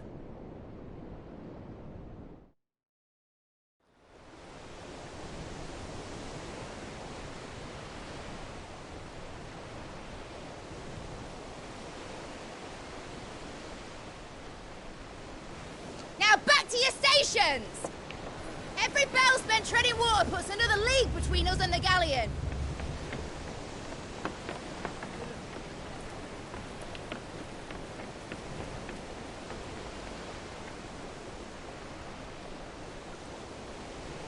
I don't suppose Mid has a spare engine? Since you rose from the grave, my fortunes have plummeted. Are you absolutely certain of this quest of yours, Clive? The foes you face are as terrible as they are numerous. Aye, and they'd have us live and die on their terms, which should answer your question. Ah! You have that same stubborn look as your father did when he set his mind to something. On the battlefield, I am but a single axe. A deadly one, mind, but a single one nonetheless. Yet what you require is 1,000, and I believe my old friend in Brandalar can provide them.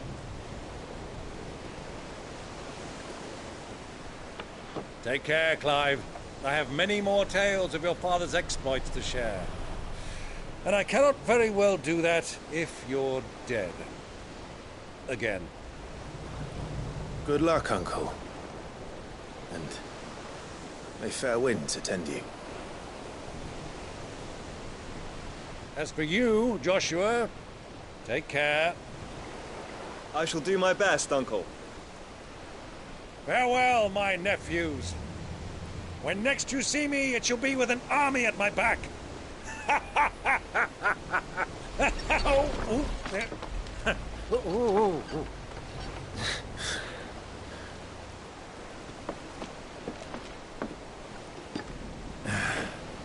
Cheerio!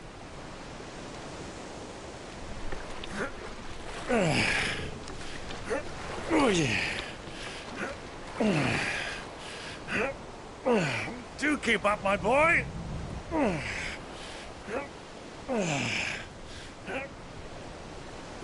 Well, we can't have him showing us up now, can we? We would never hear the end of it.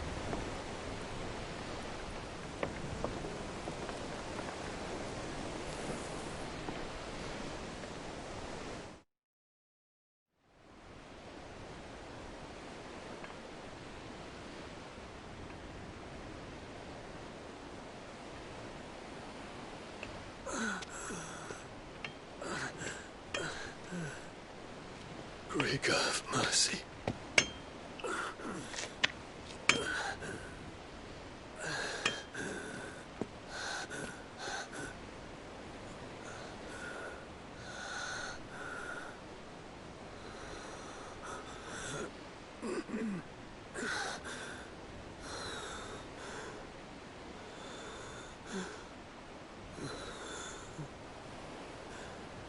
All this.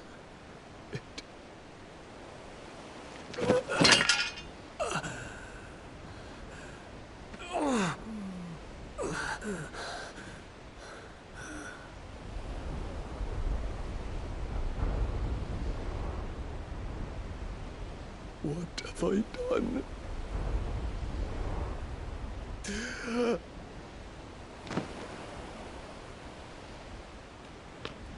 My lord.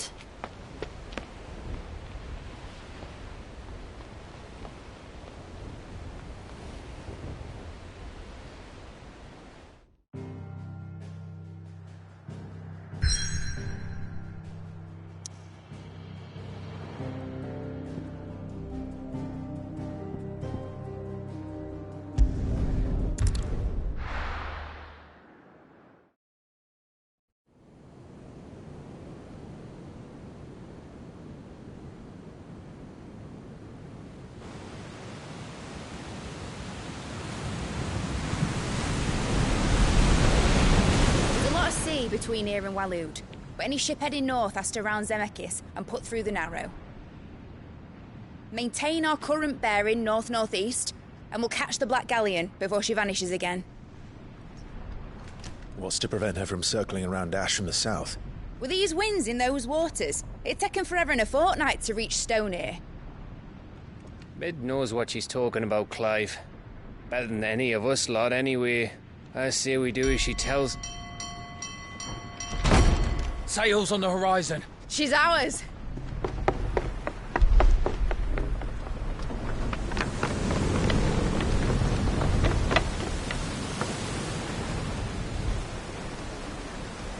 Look alive, boys! Pull ahead! And keep those furnaces fed! Aye, aye! Do you feel that? Jill. All hands! Battle stations!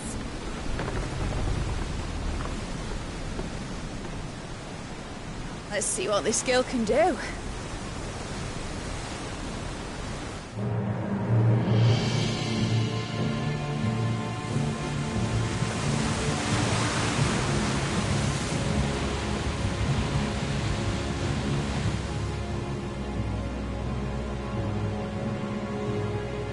Where one leads, so does the other follow. The bond of consciousness which joins them condemning both to the same fate. Yet my every attempt to strike it from their hearts serves only to tighten its hold.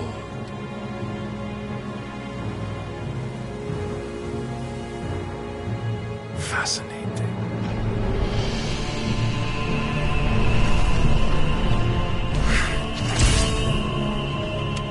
But then, there is naught my blade cannot sever.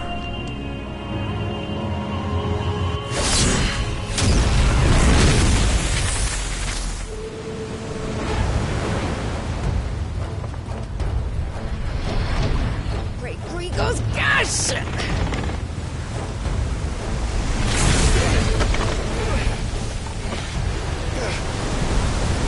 One of us. Hard port! Heads down, you brutes! And brace for impact!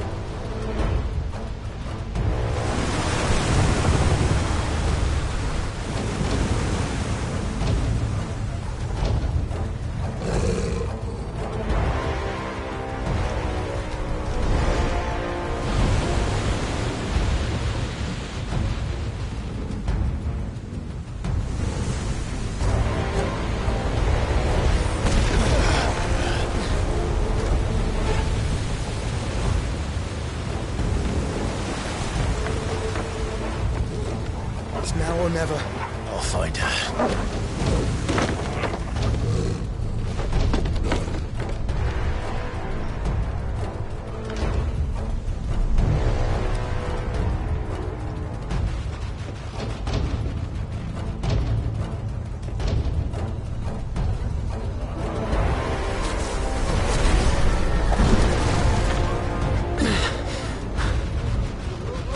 Bloody hell! How to starboard!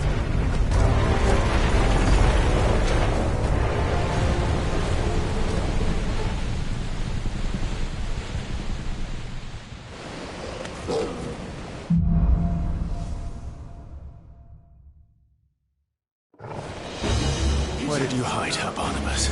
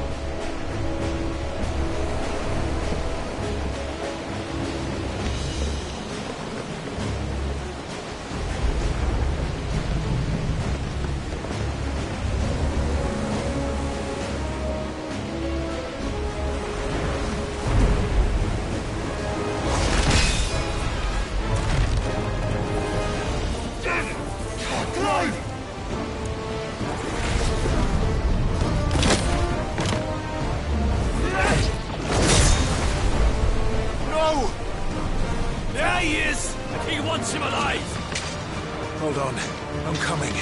For both of you.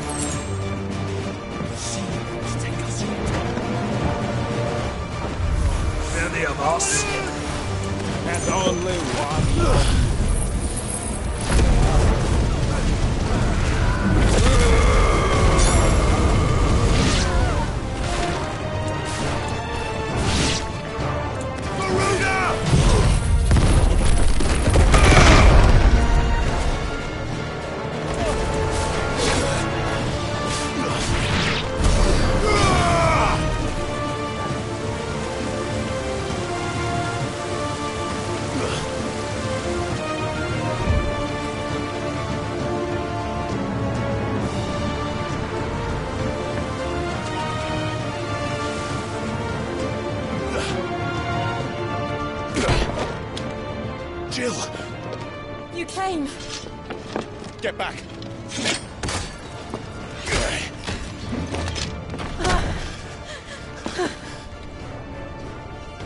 Clive, how did you... I'll explain later. Hands.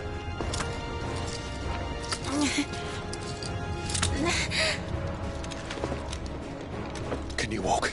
Out of here I can.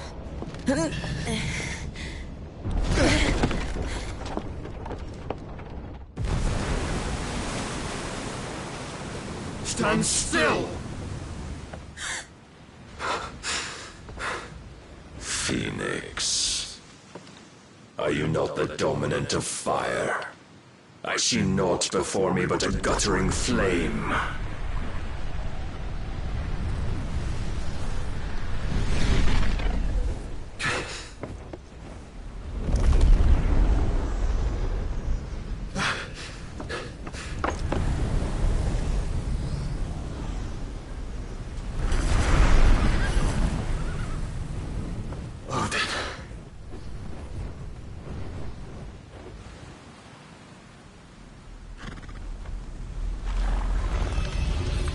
In earnest, then.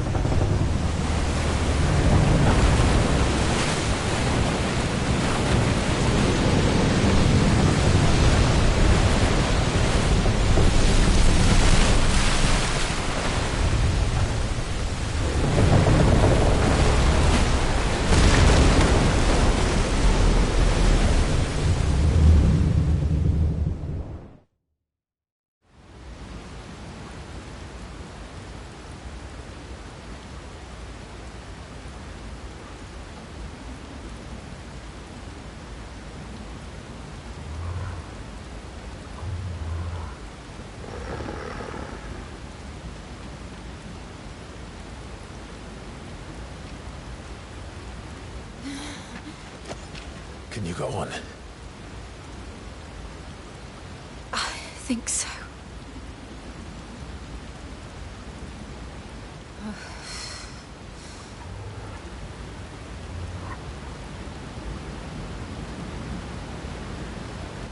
But to where?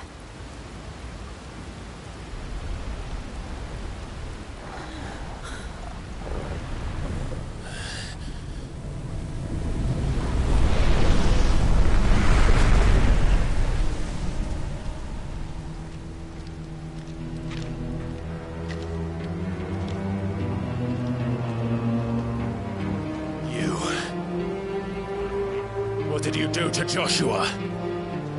The Phoenix? Oh, I expect he will survive. This consciousness in which you coil your feeble souls is grown thick with desperation. And thus has my master turned to my blade.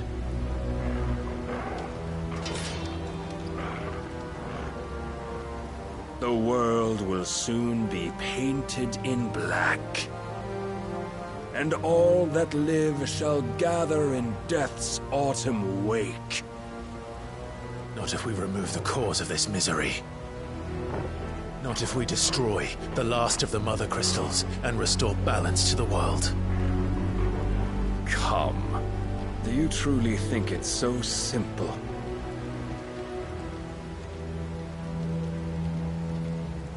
The blight is inevitable. Not even the Almighty might stop its endless march. Your efforts will avail us naught. Naught, that is, but suffering. You must embrace the truth, Mythos. Accept your place with the Lord. Keep it. As long as there's a chance, there's a choice. Ever led astray by your blind resolve.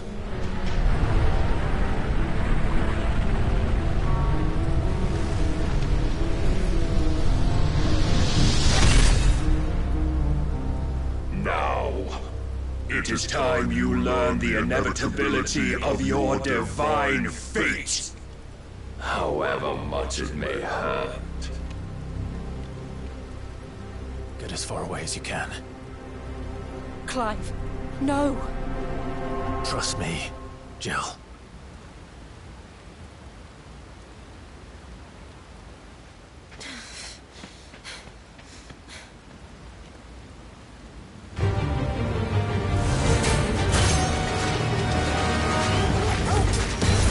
We don't have to do this. Oh, but we do. Only to remind you of your duty. All yours!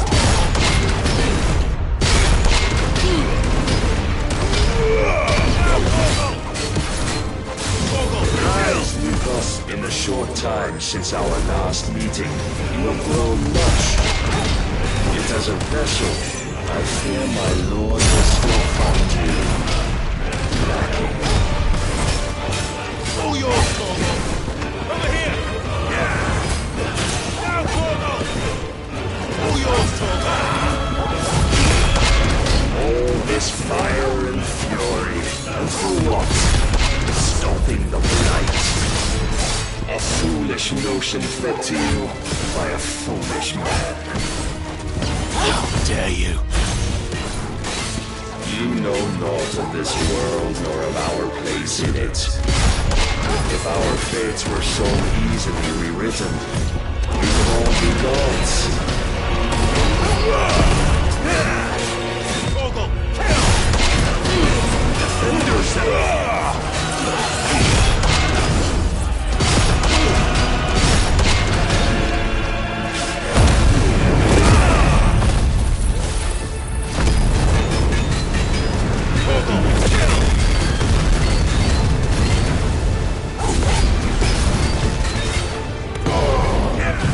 All yours, Torgal!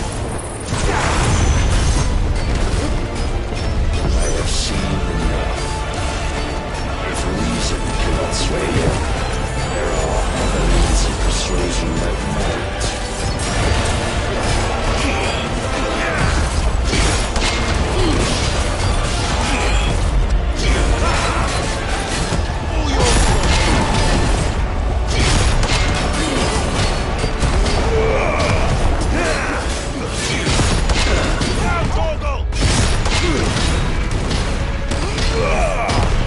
Raise your guard.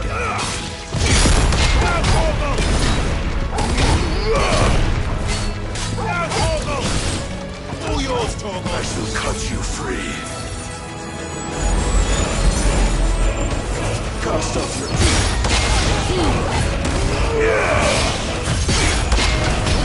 Torgal, kill!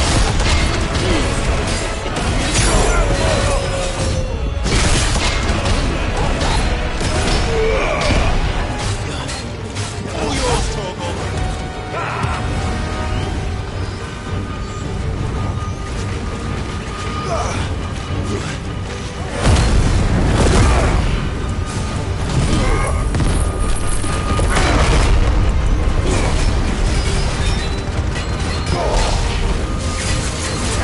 You will assume the mantle you've been given. And thus is the light of hope severed.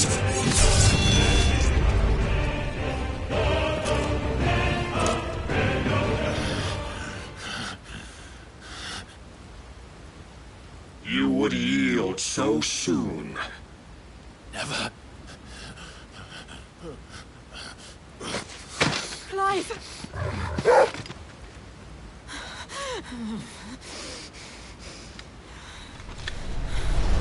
Do you not see? Your iron will weighs you down, dragging you ever further from your purpose. And what is my purpose? Mythos. Who are we? What are the dominants? The breath of the Creator still warm on our lips. We carry his light that we might guide the masses in his name.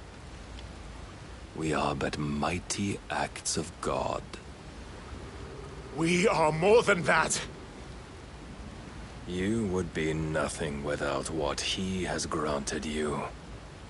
The power we wield is his, and yet every time we draw upon it, it wears away at our very being. It breaks us. It unmakes us, that its immaculate aspect might reveal itself. The icon. It is too much for even his chosen few. Apart from you, Mythos. You wield the might of many, yet your body does not answer for its avarice. What are you saying? What I am saying is that we dominants are a means to an end. We were created for you, that you might drink deep of our strength and thereby fulfill your divine purpose. Which is? To feed. As you would know, could you only look beyond the walls of your prison of self-regard.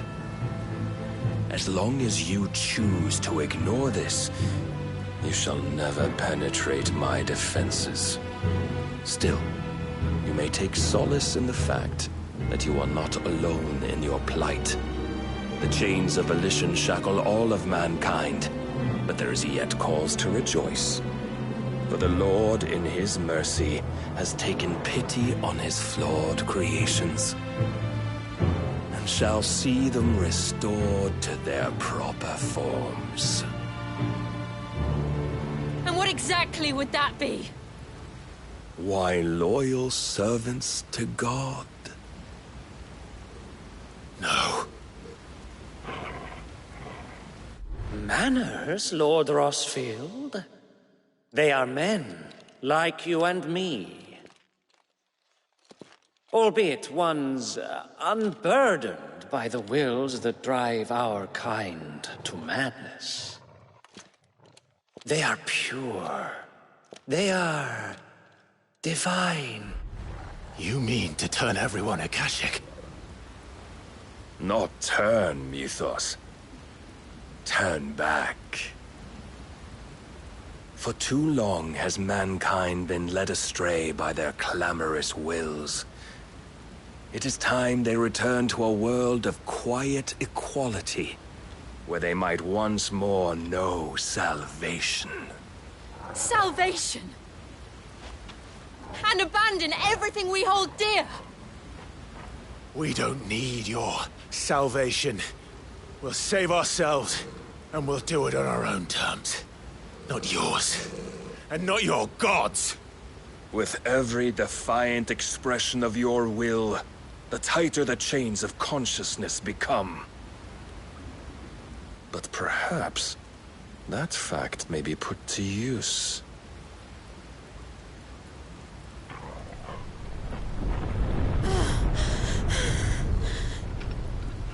Clive! The faster it binds you to the remaining dominance, the stronger your hunger will become. Until it leads you back to the only answer there ever was. Mayhap not by the path my master intended, but back all the same.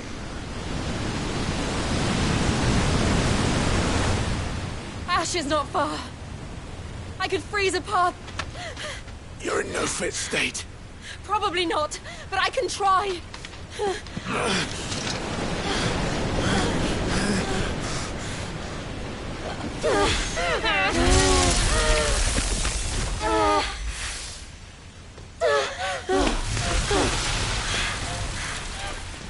Don't look back!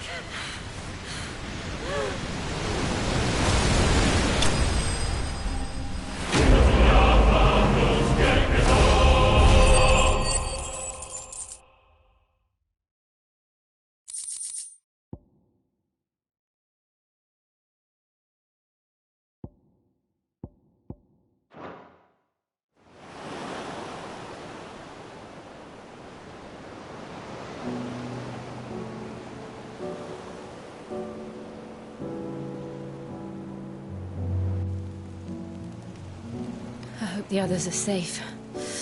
The Enterprise was clear of the gap when we fell. They made it, Jill. And they will have seen the ice, where it led. We need only wait till dawn.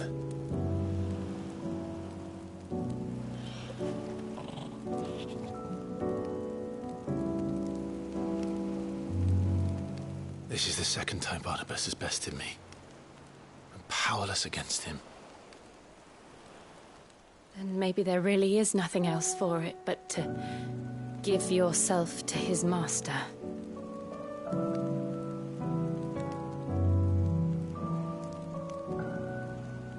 Only you won't do that. The Clive I know would never do that. So you believe?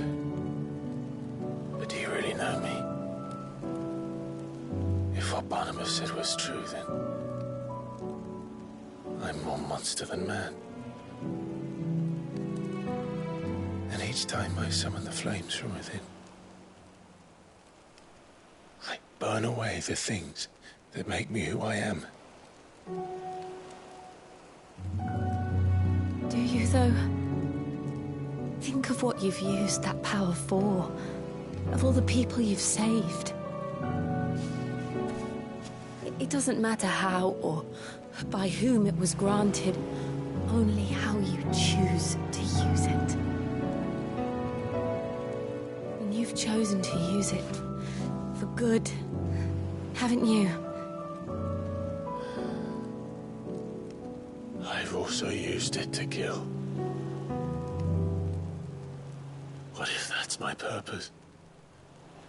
What if it's all I'm good for?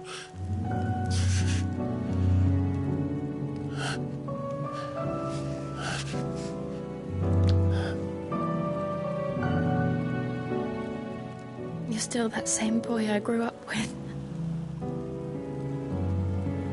Always so eager to save everyone around you, and yet always so lone.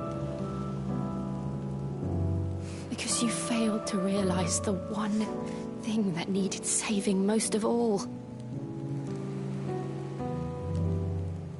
You, Clive. You.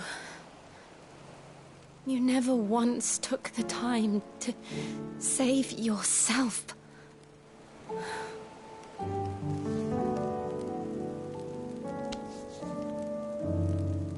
Myself. I think I might be beyond saving. No one is beyond saving, provided they want to be saved. You fight to survive. And you survive so that you may protect those you love. It's what you do. What you've always done.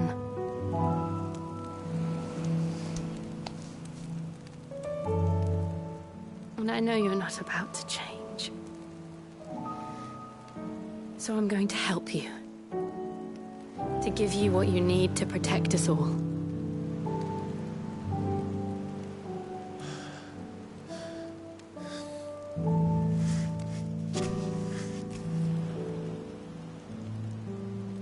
Jill. Are you sure?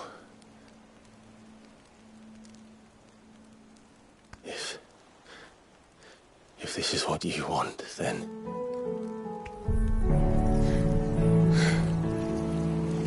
Don't worry, Clive. It is.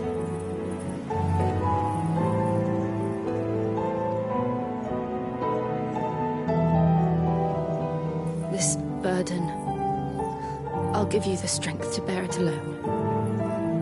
But I'm not alone. These burdens I carry, my sins, my pain, my sorrow, I see now that they are all a part of me.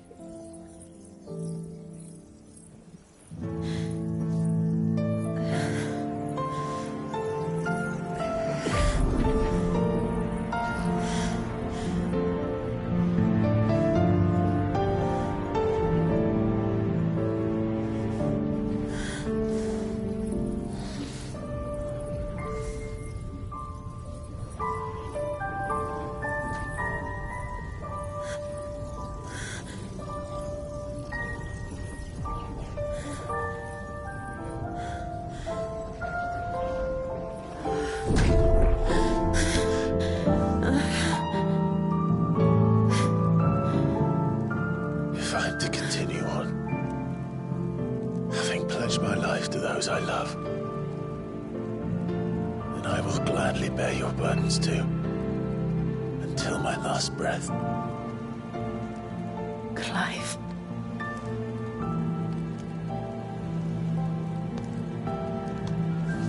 I promise you, Jill.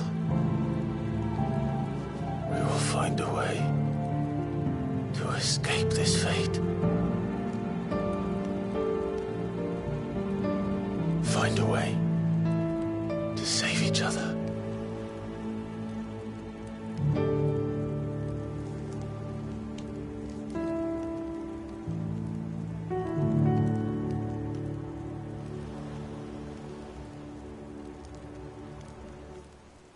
That we might one day look upon the moon again, together.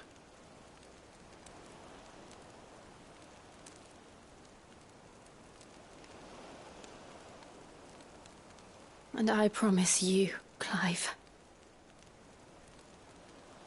that I will be there, no matter what you must become.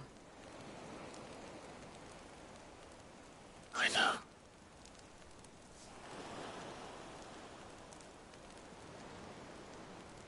I never thought a smile could bring me so much joy.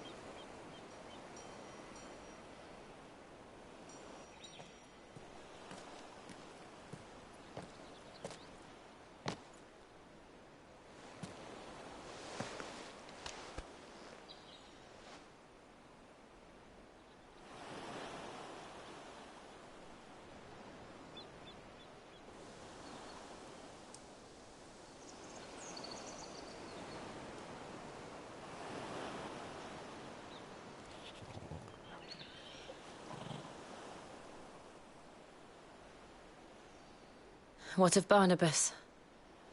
Do we pursue him? No. Our paths will cross again soon enough.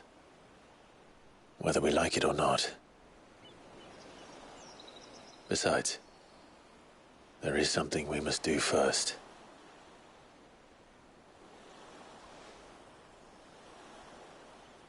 Of course. Drake's spine. The last Mother Crystal. The Einherjar is at the bottom of the sea. Waloed won't dare move on Storm without her. But they know we're coming now. We'll need a plan. And a damn good one at that. Then let's go home and find one.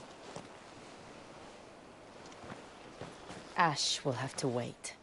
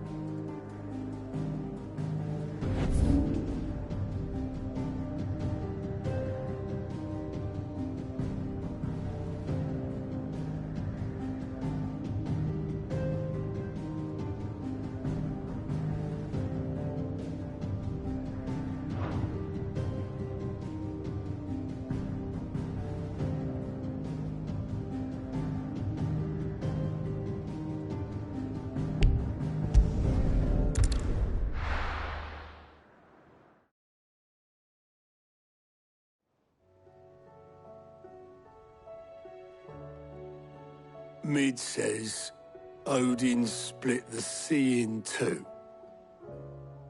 She's always been partial to a tall tale. But there's tall, and then there's tall. I struggle to believe it myself. I see your uncle isn't with you. He stayed with the Enterprise. After our brush with the Einherja, she was in urgent need of repair. And my uncle knows a shipwright in Randalar. We're to join him there when we're ready to sail for Ash. You sure that's wise? Last I heard, the place was still overrun with Akashic. Show me a city where that isn't true. Ultima's plague is spreading. We're running out of time, aren't we? We've done our best to shore up that hideaway. But I doubt a few planks will stop what's coming. Still, we'll keep at it. Every little helps, I suppose. Let's hope so.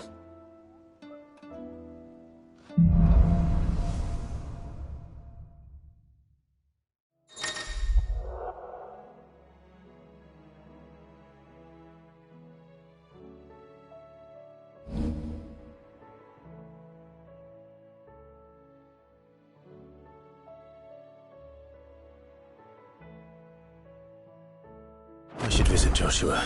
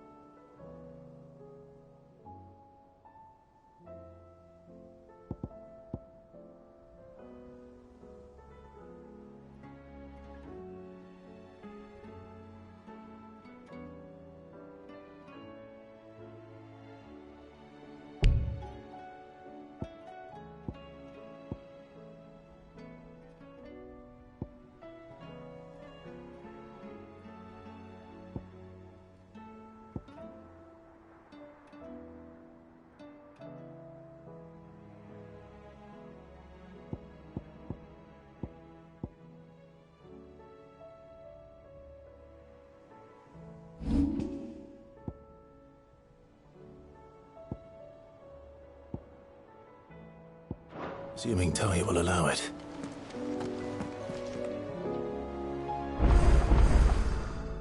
Oh, I wasn't expecting you back so soon. You earned this. All done? Fancy a look at the list, do you? Anything catch your eye?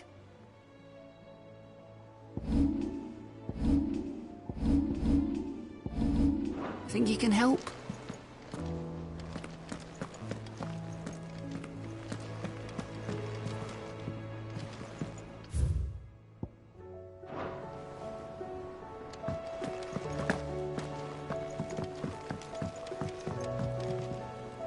Heard the bad news then, did you? What bad news? About Dravost. Blackthorn's old haunt. With the forge and all that. Well, anyway, the mines just down the road from there are spewing out ether like no one's business. And the village? Safe from the flood for now, but they've got other problems. Akashic. Every creature in the area is either turned or on the way to turning, apparently. Zoltan and the others are living on borrowed time. They need help, and quick. Doris sent a few curse breakers to keep an eye on things, but there's only so much a couple of scouts can do.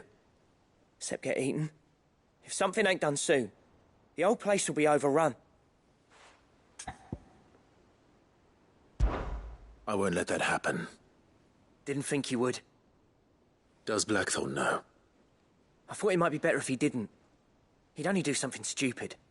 You reckon we should tell him? No. It's better this way. Yeah, well, I can't stand about knowing what's happening out there, so I'm off. I'll see you in Dravost.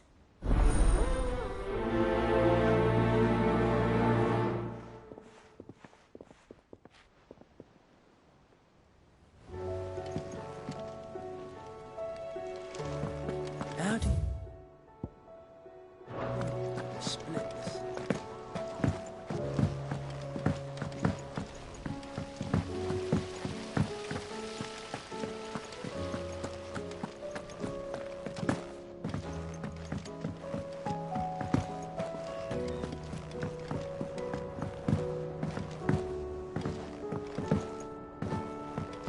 How was she? The Enterprise. Ah, Sid. Just the man I was hoping to see. Did you have a mo? Don't tell me. You need more bomb ash. Oh no, we still got plenty of that left. I'm working on bringing another one of the Chief's designs to life. This time, it's a new smelter. It's got a reverberatory hood over the top for additional thermo amplification and a system of reciprocal recirculatory regenerators that let's just say it gets very blimmin' hot. A heck of a lot hotter than anything Blackthorn's got in his forge, that's for certain. Only Mithril engines get hotter, and you can't chuck ore in one of them and get metal out the other end. Trouble is, we won't be able to make out of any old rubbish neither. We need the good stuff. And I hear you once helped Helena get her hands on exactly that. Any chance you could help me too? If it's for the good of the hideaway, I'd be happy to. Oh, it is. I promise you. So, what exactly is this good stuff you need me to find? We've got a couple of examples here. Spherical echoes, we call them. More fallen materials. So this smelter is similar to the Mithril engine in more ways than one. That's right. They're a bit like the thermal helms. Fallen ceramics deal with heat like nothing else, see? And what's more, they're directional, transferring heat from the inside to the outside. But these things, they're all outside. If we line the hood with them, they'll reflect the heat right back into the furnace. We've collected as many as we can, and I know where we can get the rest. Trouble is, they're all watched over by their bigger, uglier cousins. So you want me to visit some ruins, destroy some echoes, and bring back the spheres they're guarding? That's it in a nutshell, yeah.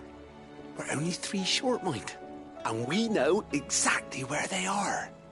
There's one up Amber Way, in that ruin that they call Lost Plume, and another in the Silent South, over in Dalmekia. Last one is in the ruins of Advent, which is in the Empire. All right then. Wish me luck. Will do. I'll be keeping all my fingers and toes crossed.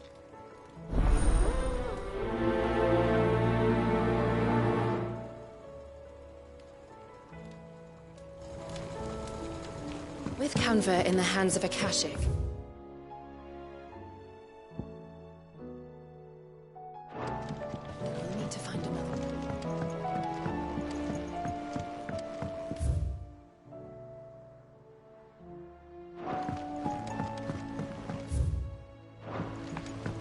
Miss, can we read Miss Editor's story for our lesson today? Canva lost? Can't be true.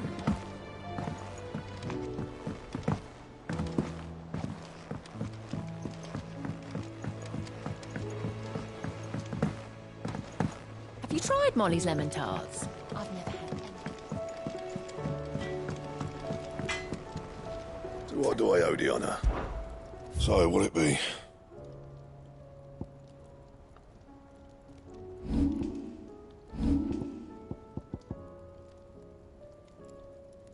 And how am I meant to do that then?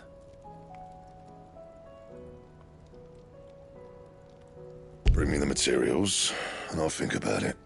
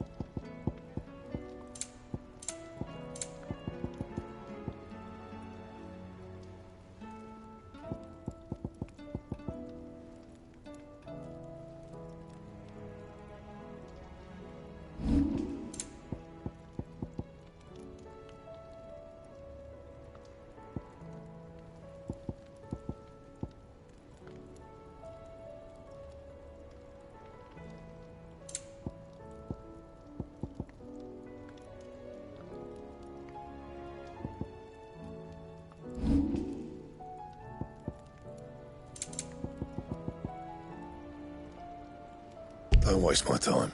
You ain't got the stuff.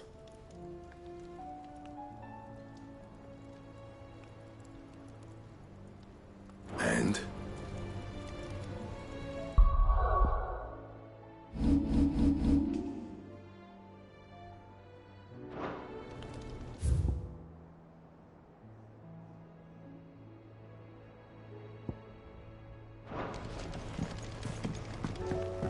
The stew's awfully thick.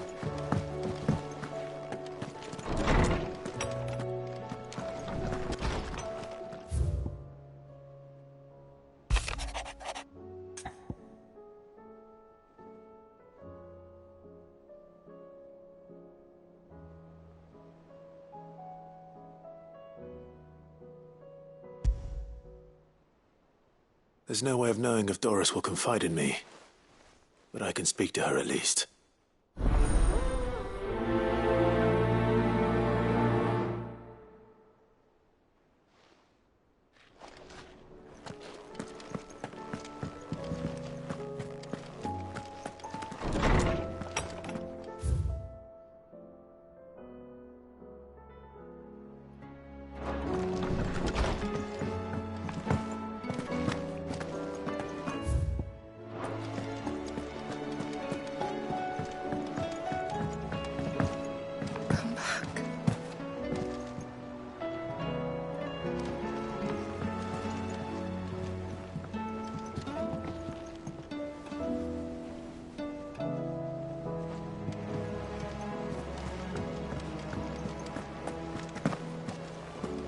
I suppose you've got quite the tale to tell.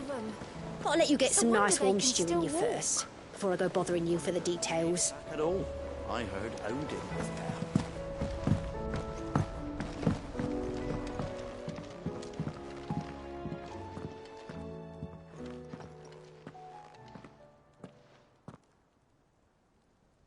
Where are you?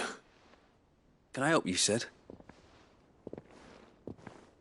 I'm looking for Doris. Is she here? I'm afraid not. She's at Martha's Rest on a job. My job, actually. When she heard what the mission was, she insisted on going herself. Alone. Did she? What was the mission? Following up on some new information. Once they'd settled in, the bearers you helped liberate in the Dragon's Eyrie were keen to talk about their imprisonment. And about their captor. The slaver Cole's team were tracking when they were attacked by the Beastmen. I'll go and find her. She's at Martha's Rest, you say? If she's not moved on already, yes. I hope everything's all right. Why would Doris insist on going alone? Maybe Cole was right to be worried.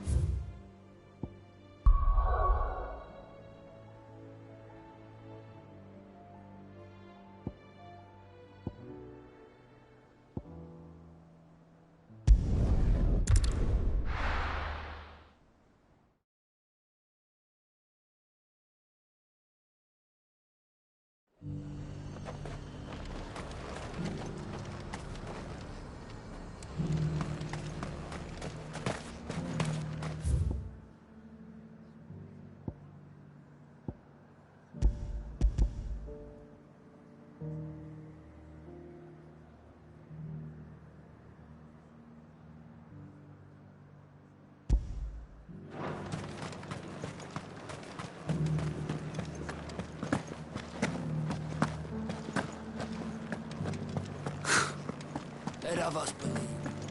But there were ghosts at the gates not days ago.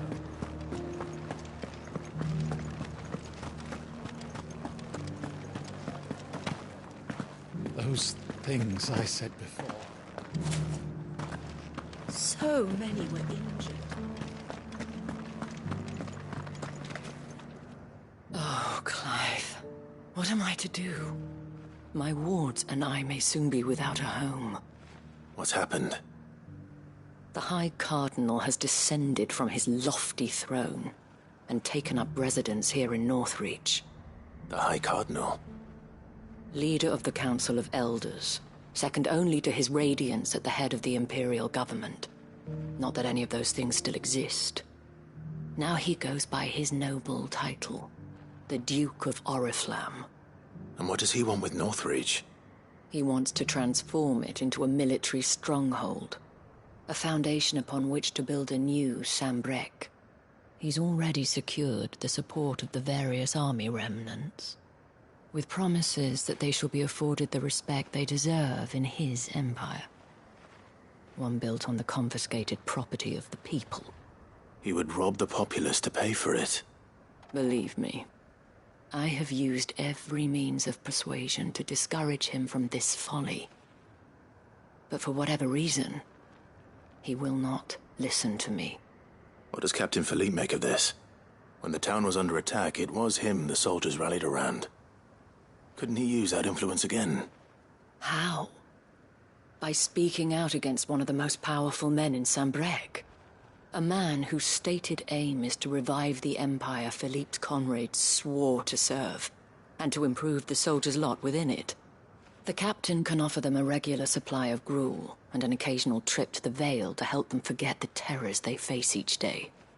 The Duke offers them a vision of strength and safety. No.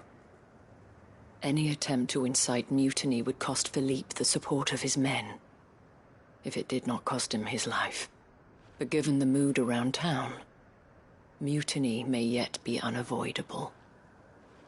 The people have little appetite for further deprivation, least of all when it serves only to elevate others. And who could blame them? Clive, would you appeal to the Duke on my behalf? For your services to Northreach, you have the respect of the soldiers, and they will take you to His Eminence if you ask them. And unlike Philippe, no bonds of loyalty prevent you from speaking your mind to the man. Well, will you try? You could hardly fare any worse than I did. I'll see what I can do. Thank you, Clive. Tell me then, where will I find this Duke of Oriflamme? In the garrison? Overseeing the troops, yes. All right. Wish me luck.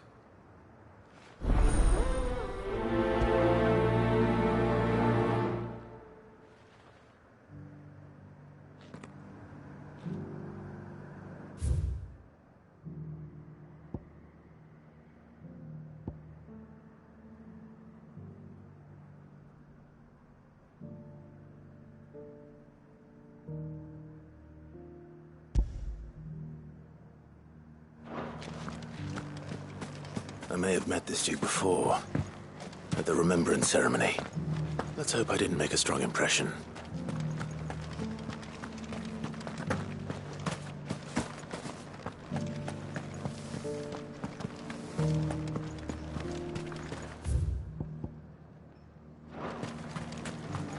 As long as you remain, the Vale... Halt! Oh, sorry about that. You're the dame's man, aren't you? You got some business with the captain? No, actually. With the Duke. I was hoping I might be able to speak with him. We're under orders not to let any civilians pass. But you should be all right. His Eminence has heard all about you and your heroics. Wait here. I'll go and ask.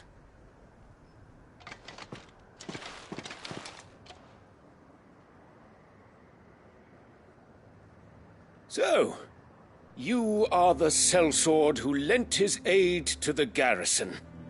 The Empire owes you a debt, and I shall see it repaid. But tell me, is it wealth that you seek, or favor? Neither, Your Eminence.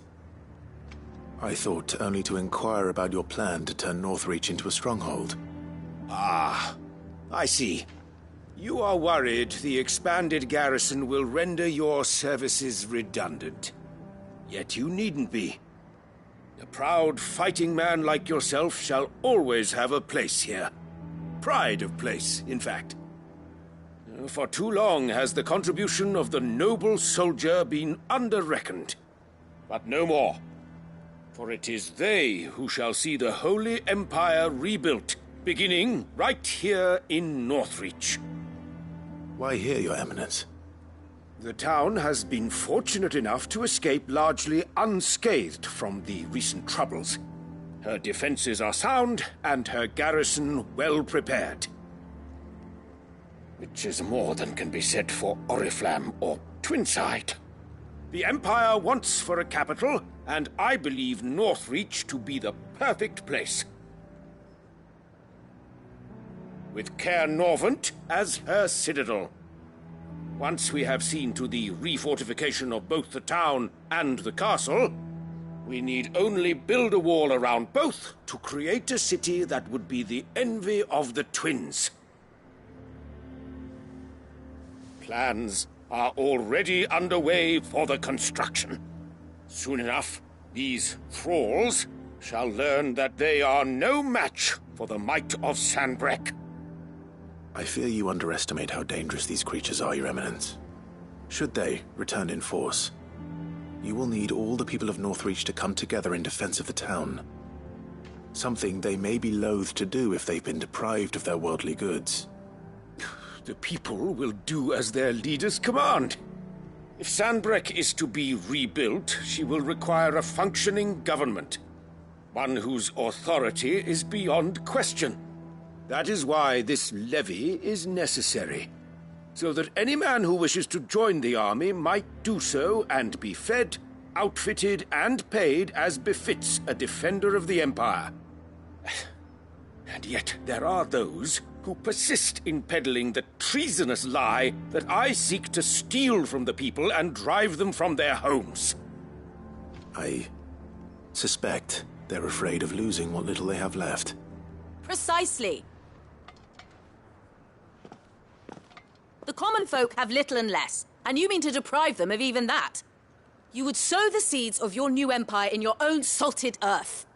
Sabine, we have discussed this. Yes, and I told you then how putting the empire before her citizens would lead only to revolt. Without an empire, there are no citizens. And in yours, there will be only beggars. Is that what Griga wills for her people? Do not take her name in vain, Sabine.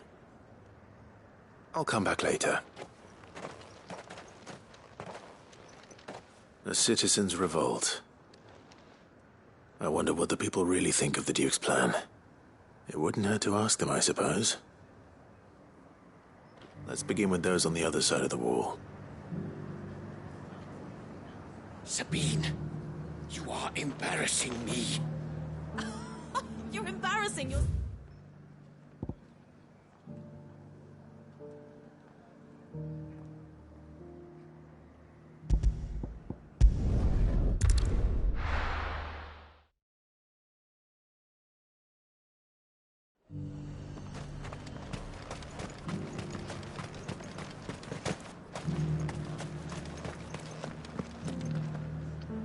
All right there. What is it you're after, sir? Just your opinion, actually. I wondered what you thought of the Duke of Oriflamme. Oh, him. Not much. None of us traders do. It's thanks to nobles like him that we had to set up shop this side of the wall in the first place. Couldn't have the rabble getting any closer to the holy capital, could they? And now he's trying to drive us out completely, threatening to take everything we got from us if we don't clear off. If the dame said she wanted him run out of town, I'd be straight through that checkpoint, tar bucket in hand.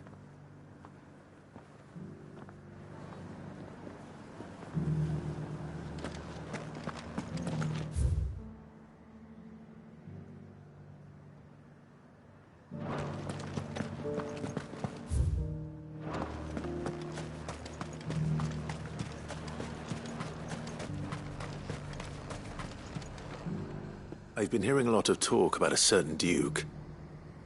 Nothing good, I'll wager. Going around acting like he owns the place. And with hardly a word to the dame. This is her town, not his. I take it you'd rather she was in charge. As far as I'm concerned, she still is. Just need his eminence to sod off back to Oriflamme.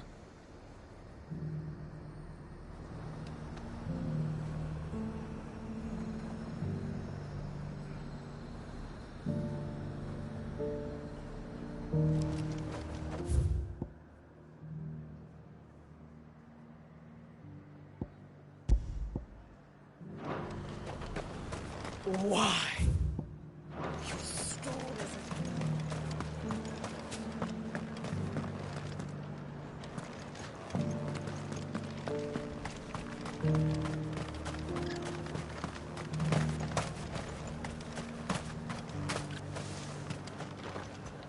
A question, if you don't mind. What do you think of the Duke of Oriflamme? Don't get me started. You build a life for yourself somewhere, earning for some noble to turn up and tell you you've got to hand it all over to him. If he thinks his name and his chains give him the right to empty our purses, he's in for a rude awakening. We'll do whatever it takes to keep what's ours. Whatever it takes. Well, the people seem united enough.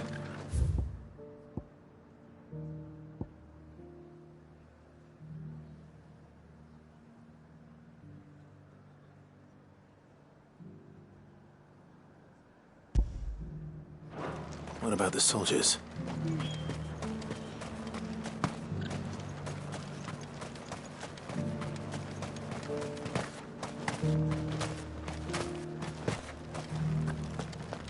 But there were ghosts at the gates not days ago. You needn't fret.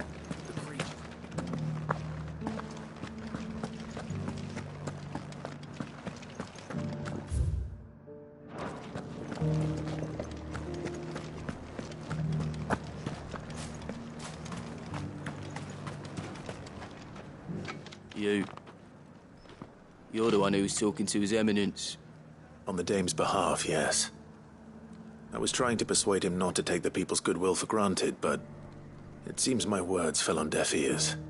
What do you think of his plans? I'm a soldier, mate. He tells me what to do, not the other way round. Listen, I've got nothing but respect for the Dame, but I've got a family to look after.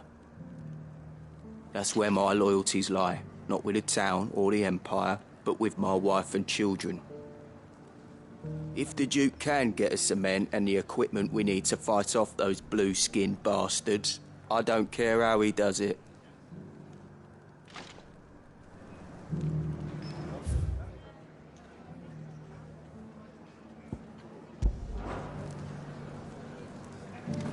I left everything. As long as you remain, the veil... Sabine, you are embarrassing me.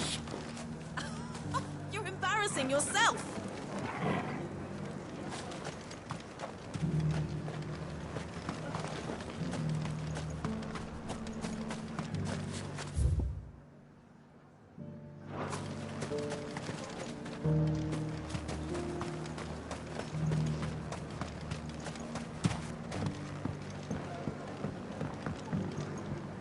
I hear the Duke of Oriflamme plans to turn this town into some sort of fortress. Do you think that's a good idea? It's not for me to say. All I know is that unless the Emperor orders me otherwise, His Eminence's word is law. Look, no one likes all these taxes and tariffs, but empires don't come for free. Once Sanbreque is back on her feet, we'll all reap the benefits.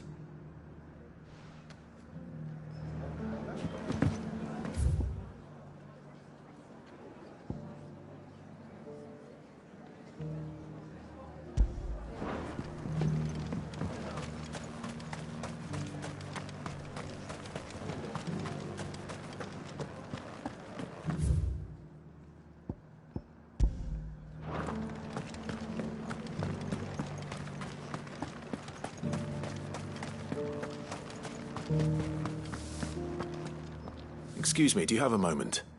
I wondered if you'd mind sharing your thoughts on the Duke of Oriflamme. Well, he's made a lot of enemies coming in the way he did. I mean, look around us.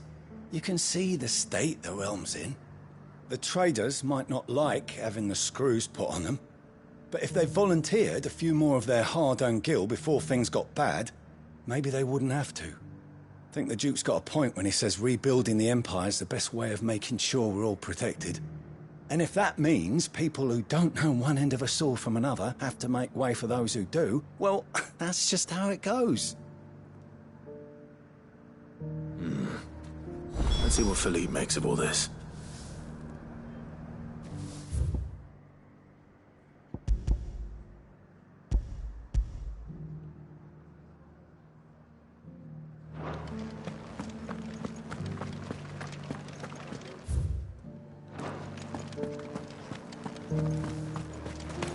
I mean, it'd be nice if we could all do whatever the hell we wanted and not in...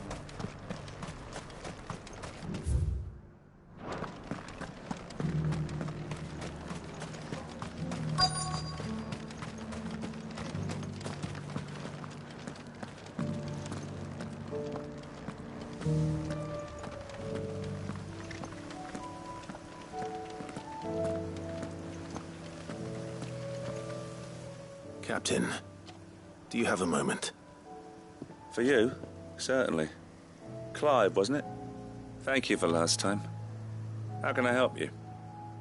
I wanted to ask you about the Duke of Oriflamme. Do you intend to go along with his plan? But to tell you the truth, I'm in two minds. It's my sworn duty as a captain of the Imperial Army to obey his orders. But I can't say I agree with him. Philippe, I remember you saying that you became a soldier to protect the people you loved. The Dame included. That's right, I did. Well, she doesn't agree with the Duke's orders either. She thinks they could tear Northreach apart.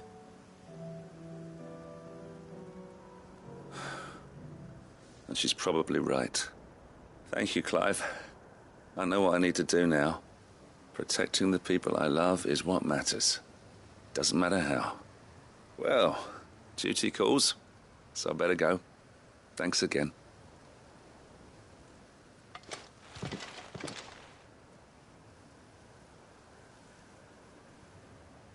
It seems Philippe wants to do the...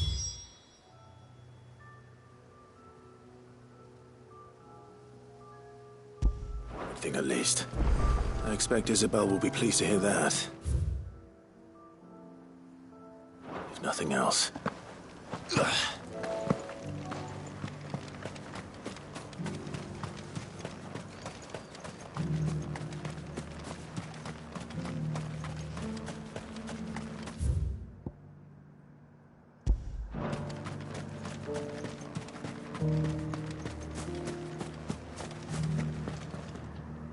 Ah, Clive. How did you fare? Were you able to speak with the Duke? I was, but...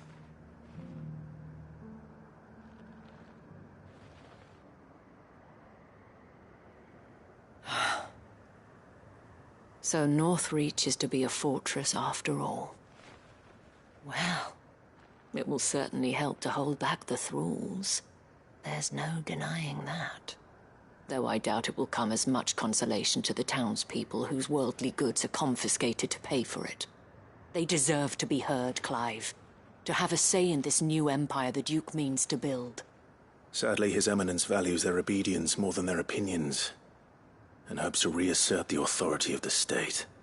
I fear he sees the people as mere pawns on his chessboard to be sacrificed for the greater good. Needless to say, they themselves are of a different opinion, and would rather their destinies were in your hands. The soldiers, meanwhile, are content to follow their orders. And not just because of the Duke's rank, but because of his vision. I thought as much. Had I sworn to protect Sanbreque, I dare say I too would want nothing more than to see it rise from the ashes. Thank you for trying. But the battle is lost. I don't know about that. What happened to your uniform? I handed it in, along with my resignation. Told the lads I wished them well, but that I owe it to those I love to call it a day. But why? Because I realize what really matters to me. Not following some nobleman's orders for the sake of it, but protecting what I care about. Protecting Northreach. I honestly don't know when those monsters will return, but I'm certain they're not finished with us yet. And when they do come back, we need to be ready for them. We need to stand together, all of us. And with you to lead us, milady, I reckon we can do it. It was you who finally convinced me, Clive. There's no point following orders if they go against everything you believe. Indeed. All of us, standing together. That has always been Northreach's best hope, and one which still lies within our grasp. We have only to turn our attentions to the true enemy. Thank you, Philippe. for showing me what I must do. Anything for you, milady. Speaking of standing together, would you mind if I borrowed a few of the lads from the Vale to help keep watch around the town? I fear His Eminence has loftier tasks in mind for the guard. Not at all. Be my guest. Wouldn't be the first time.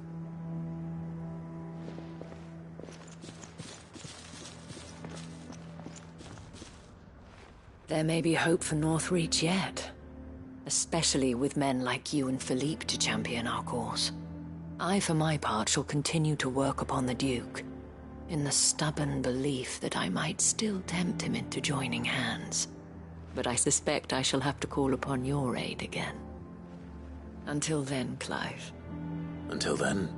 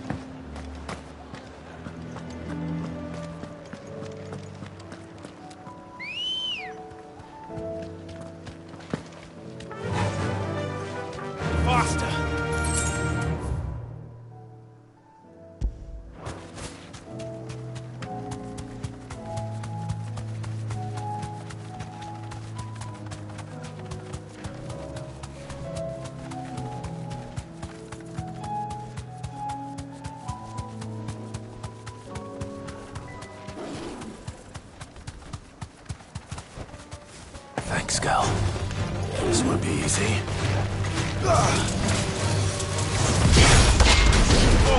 Kill! Down, Torgal!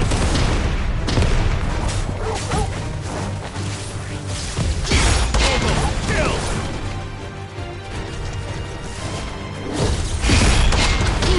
Down, Torgal! All yours, Torgal! Down, Torgal!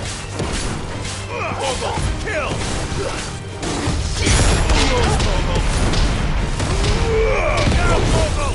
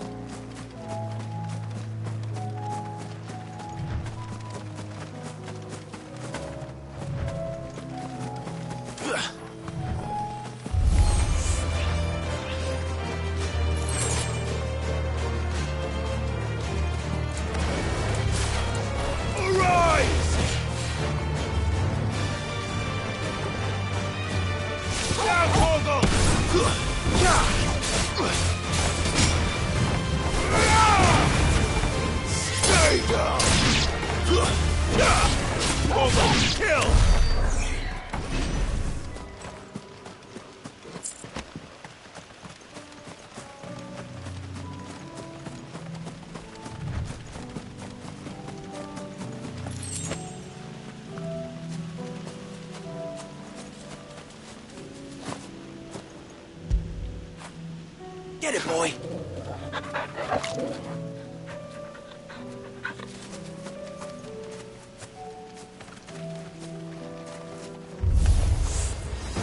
need to deal with these ones first.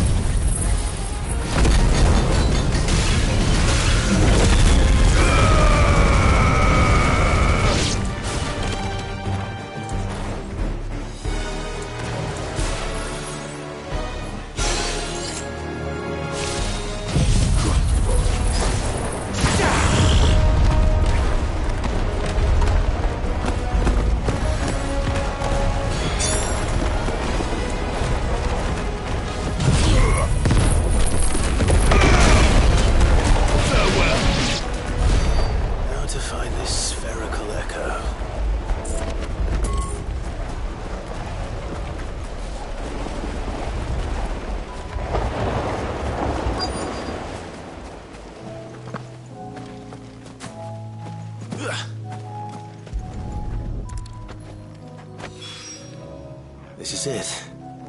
Right then. Just two more to find.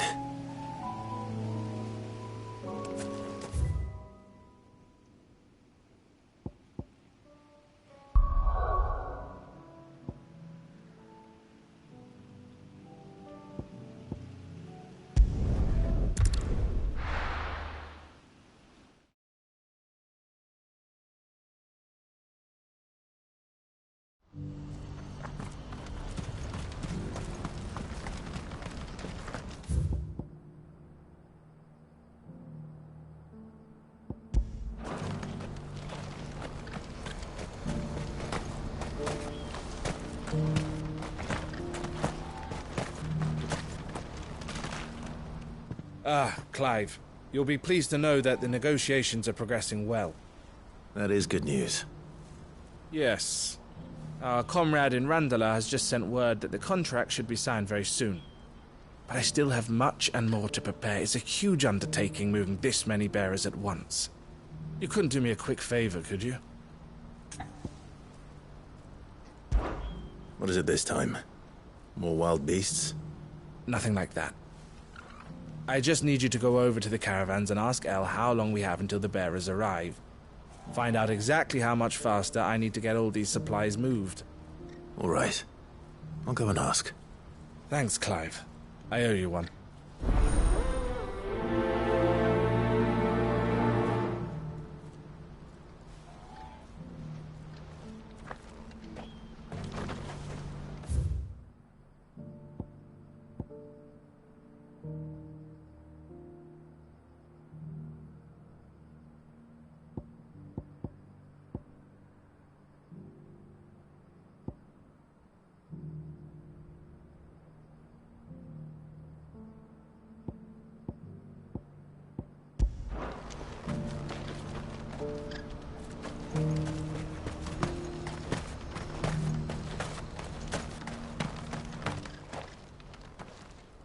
Don't blame yourself, El. This is their fault, not yours. I know, but... No buts about it, all right?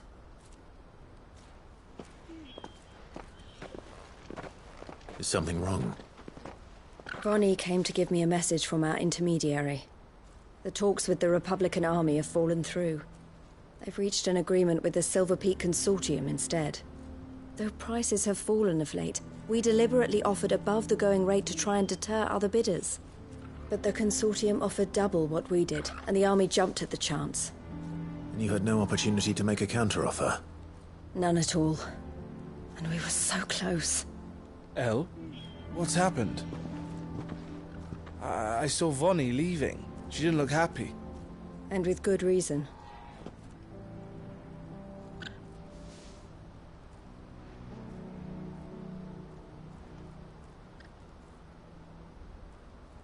But I thought we were the only ones the Fist were speaking to about the bearers. How did the Consortium even find out about this? It's not so surprising. They have ears all over the Republic. This isn't over. The Consortium will have to sell these bearers eventually, and at the price they paid, buyers will be few and far between. I'm going to Randalar myself. Alone? You sure that's wise? Are you offering to be my bodyguard? How kind. Meet me at the checkpoint near the capital gates. I'll send an owl ahead and request a meeting. You go to Cashlock, Theo, and get everything ready. We've waited far too long as it is. Even if I fail to free these bearers, there will be others. Someone needs to prepare the place and keep any prowling beasts at bay. Oh, and that's me, is it? Well, it looks like I'm following orders till she gets back from meeting the Silver Peak Consortium, who've been doing their best to undermine our scheme. She'll never join them after this, surely. No, she said it herself. She still has plans for Cashlock, even if this one falls through. She means to stay with us, then. I can't say I'm not happy to hear it, but... is this what she really wants? You have to trust her. You're right. It's what she wants now. And if Elle's off fighting for the cause, I should do my part too. So I bid you farewell and safe travels, my friend. I'll gather my men and leave for Cashlock. We'll make sure the place is well stocked and defended. You go to Randalar and see if you can stop my sister biting the Consortium's heads off. If she won't consider her prospects, someone has to. I'll do my best.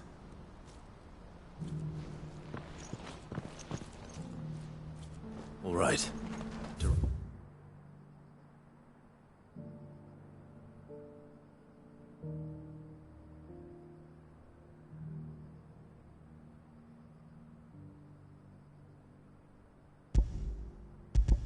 Randalar, then. I'd better not keep Eloise waiting.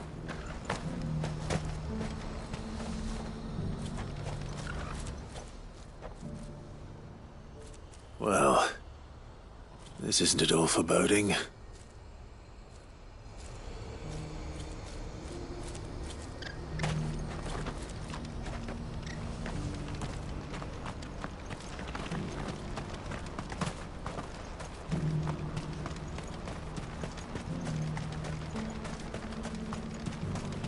I wouldn't give looks like this is the end of the road for us. When are they gonna let us through?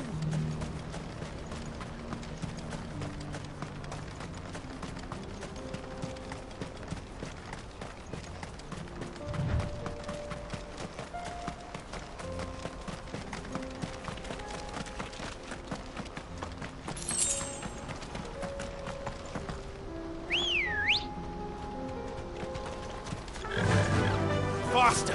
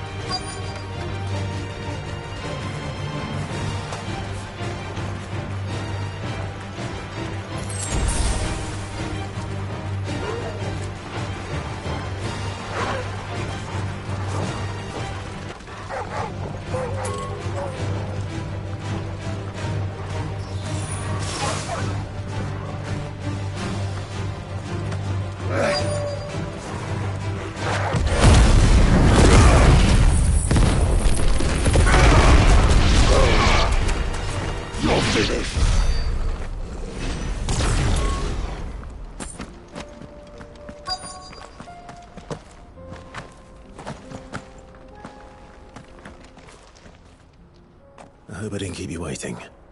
Did you arrange to speak with the Consortium? Here they are now. You wish to consult with me? I did. It's about the bearers you recently purchased from the Fist. We had all but finished making arrangements to buy them ourselves, and then you stepped into the fray. You misunderstand. The Consortium had an interest in purchasing them from the very first. It was only our regard for you that kept us from bidding. But your hesitancy in accepting our offer to you suggested that the regard was not mutual. And so we resumed our business.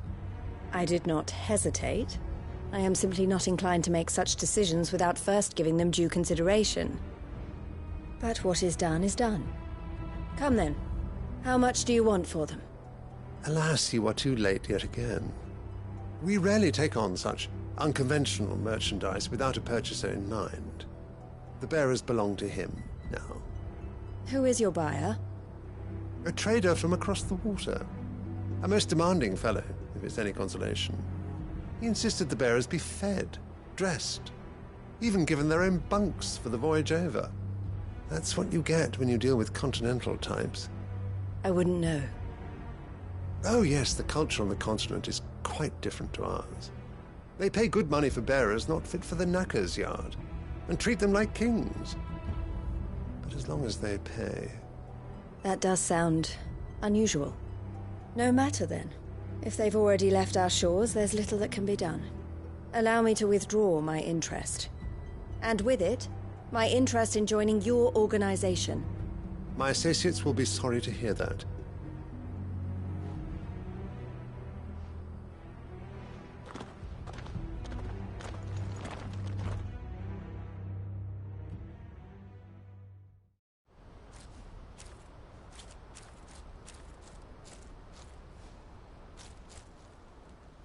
I'm sorry you weren't able to save them.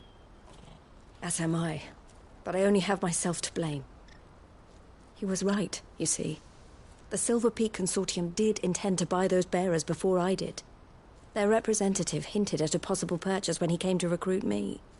I feigned interest in joining them in the hope he might be encouraged to tell me more. And he did just that. As soon as he left, I sent my own offer to Randalar. So you never... No. I entertained the Consortium's proposal solely so I could learn more about those bearers. But I was a fool to think they wouldn't find out. I knew exactly who I was dealing with. You tried. I did.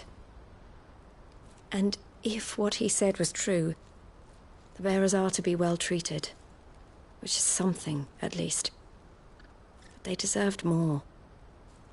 I wanted so badly to see them freed. Eloise! Eloise! Word from Cashlock. The village is under attack. A pack of beasts have come down from the mountains, and there's a dragon at its head. Theo and the others are trying to hold them off as best they can, but the odds are against them. They need help, and fast. Theo! I'll go on ahead. Thank you, Clive. I'll gather some men and join you there. Just... make sure he's safe.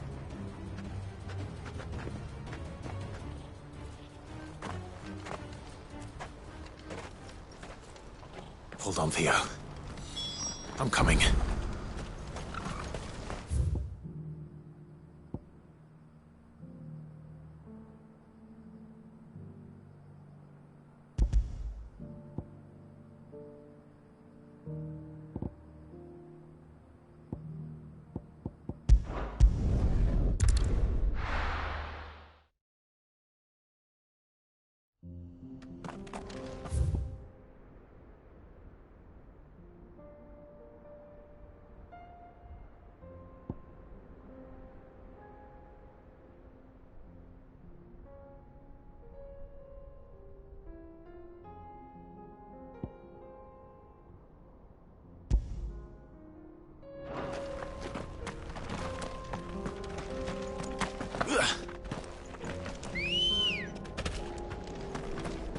Ready, go?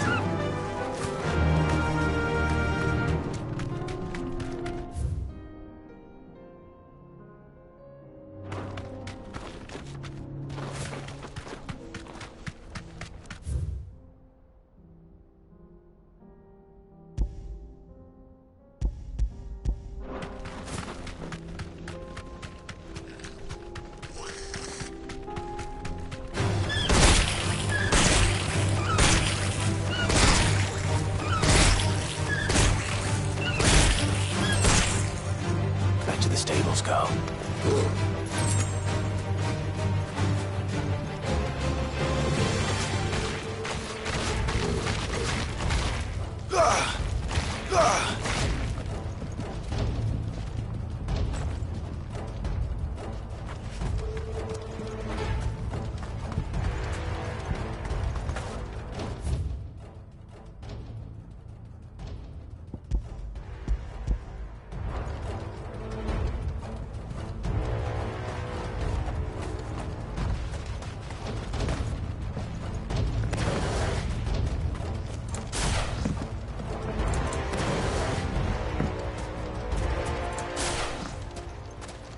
Where's Theodore?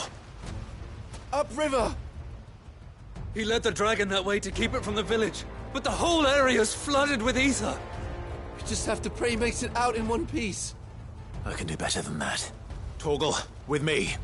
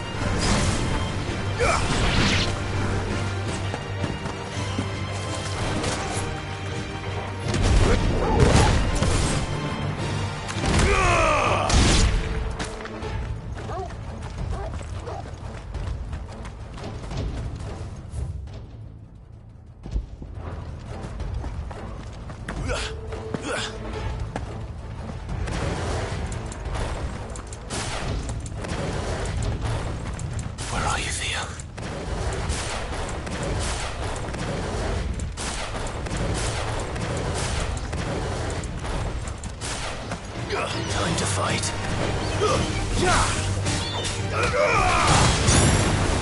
And another! Sickle! Now, Torgal! Now, Torgal!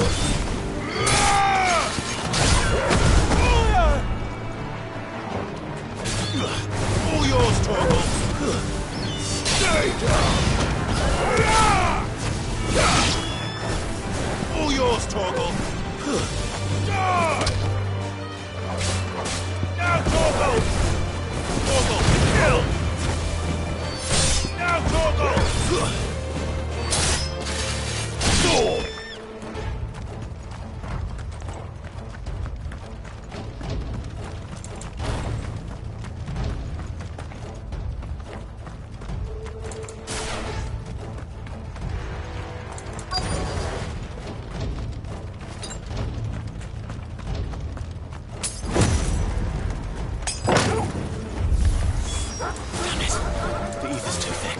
These creatures have already turned.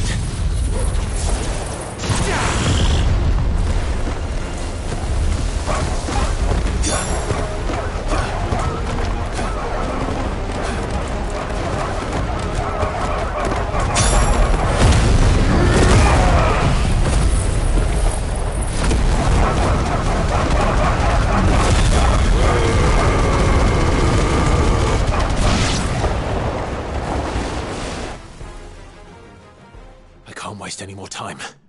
I need to find Theodore before that dragon does.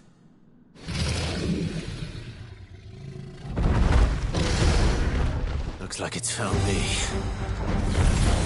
This thing's turned as well. This isn't going to be easy.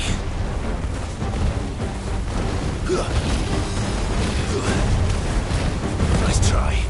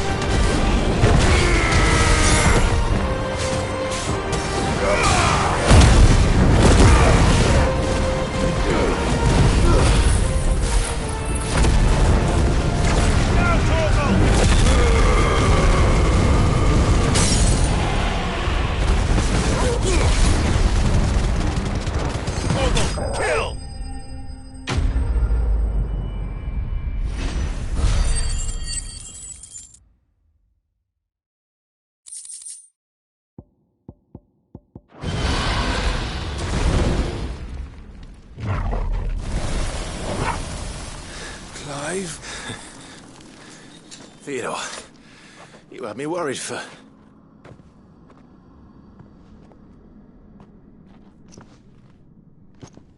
We have to get you out of here.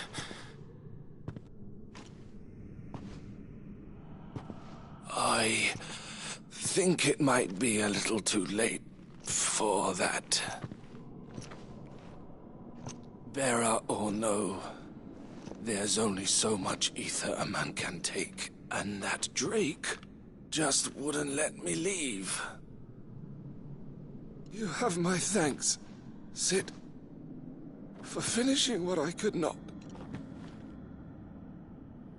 For keeping Elle's dream. Theodore!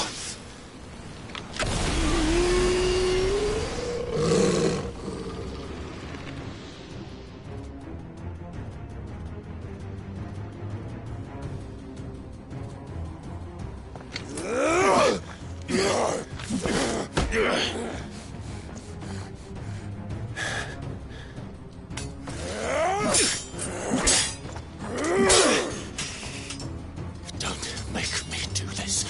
Stop it, Theo! Stop! Stay back, Eloise! He's turned. And so will you!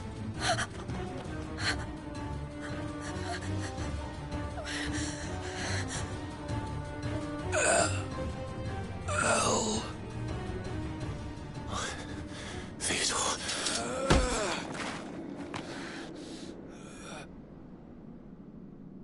Take care of my sister. Theodore, wait. Goodbye, Elle.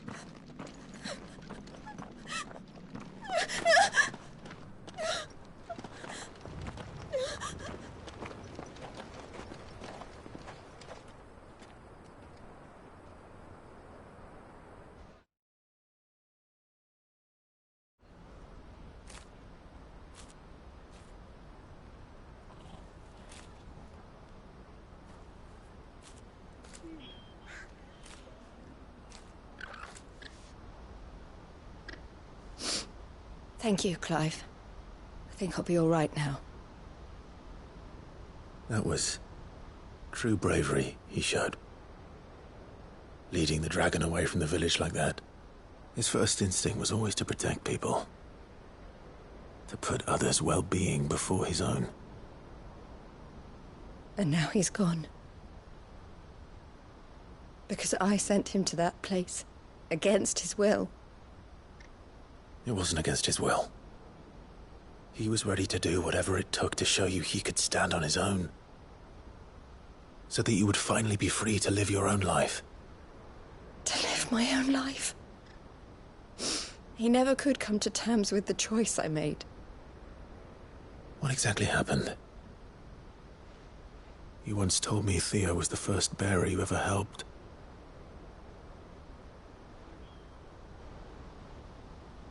We grew up in Canva. We were born to one of the great trading houses. And I was chosen to inherit the family business. I had my father's head for figures, you see. Theo did not. While I studied the art of commerce, he played at soldiers instead. A late bloomer. In more ways than one. For unlike most bearers, it wasn't until his 15th summer that his powers awakened. My parents tried to drive him out of the house and into the care of the constables. But before they could, I took him into mine. Theo told me something else. He clearly admired your devotion to the cause of freeing others like him from slavery. But he said you deserved a better life than this. He wanted to free you from what he called your bonds, just as you freed him from his. I would be lying if I said I had not wondered from time to time how much easier my life might have been if I had allowed Theo to be taken and devoted myself to the family business instead.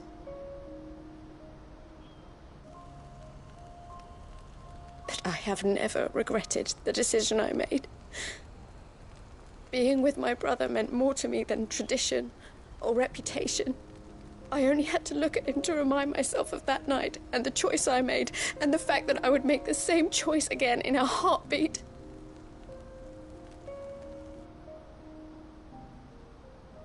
He was never a burden.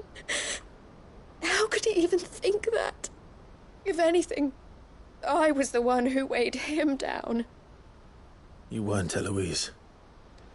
He said it himself, that he had always been grateful to you for saving him, and that he wanted to repay you by letting you live the life you were denied. Neither you nor Theo weighed each other down. You loved one another. You did whatever was necessary to continue living your lives together, and you always would have. You're right. All I ever wanted, all I ever did, it was so we could be together. Oh, Theo, why did you have to...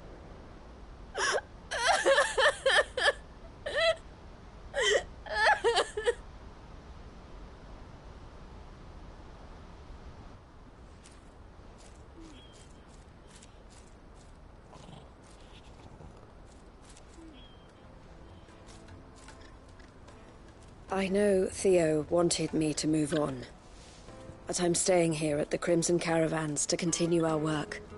We can make a difference here. We can help people, save them. I need nothing more from life than that. So I'll carry on doing what we do, ensuring that goods, people, bearers get where they need to be, bringing smiles to people's faces just like we always have, and to Theo's. Wherever he is. This is the life I have chosen. The life I will always choose. I've made a choice of my own, to continue helping you however I can. Whenever you need it. Thank you, Clive. Let's go on together then. For Theodore.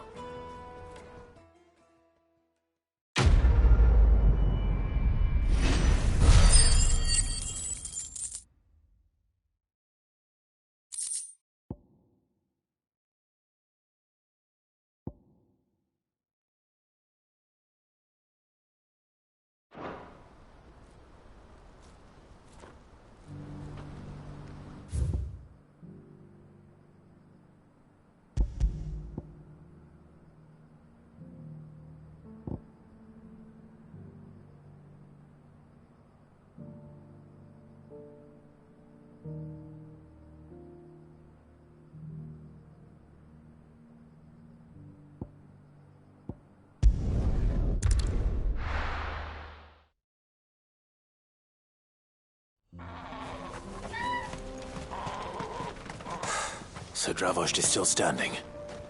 For now, at least. If you can swing a hammer, you can swing. Good day.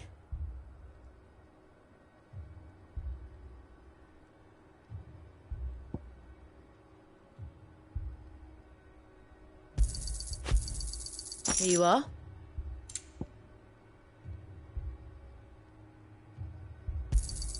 Thank you.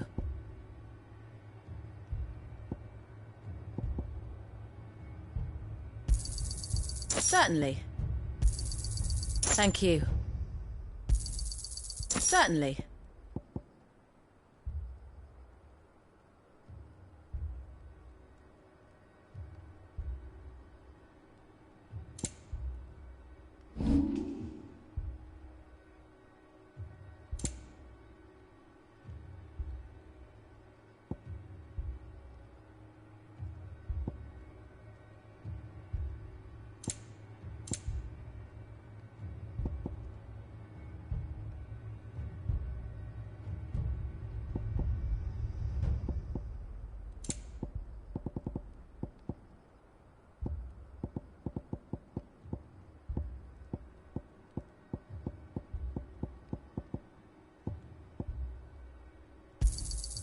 Anything else you don't want? I'll take it off your hands. Anything else you don't want? I'll take it off your hands.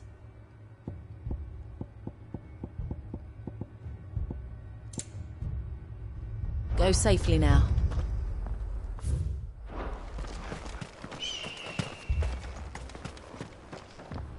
Clive! You're here! And the Akashic? Mostly off to the north still. But I spoke to Doris's scouts and it turns out things are worse than I thought. There's swarms of them out there. Told old Snotty to be ready to seal the north gate. That should buy us some time if we need it. Enough for the villagers to barricade themselves inside their homes at least. Well done. Welcome back, Sid. I'd never have guessed, you know. Not if August hadn't let slip. Who'd have thought that the savior of Dravost would turn out to be the realm's most infamous outlaw? Keen to help us out again? I am. Thought you could sneak off without me, did you? Blackthorn. Oh, what are you doing here? One of the scouts couldn't keep his voice down. Unlike my best mate who didn't think I deserved to know. Zoldan, how long's it been? Long enough for us two to turn into a pair of old codgers, I see. That your idea of an apology? Prick. Don't listen to him. You only did what you thought was best. For the village and that. I did, yeah. But that ain't the whole of it. Vulcan, our master, didn't leave the chieftain to the two of us. He left it to me. The best blacksmith in Dravost, barring himself, of course. Bloody stupid tradition, in my opinion. If someone's got talent, you should let them practice their craft, not ask them to settle petty feuds and barter for grain. Our master wasted half his life that way. I wasn't about to let that happen to me. So you wasted half of mine instead. You're what Dravost needed. Under me and my precious ideals, this place wouldn't have lasted a year. So I left to devote myself to the work and spare you lot the consequences. I may be a selfish prick, but I only did what I felt I had to. What you had to do was your duty! Even if it meant we all starved? Enough. This is no time for bickering. You can finish beating each other up once Dravost is safe. Fine. I've said my piece anyway. Yeah. So have I. Sorry, Clive. I shouldn't have stuck my nose in. We're short enough on time as it is. Still, give us a mo, would you? I need to get my head straight before any of them Akashic try to bite it off.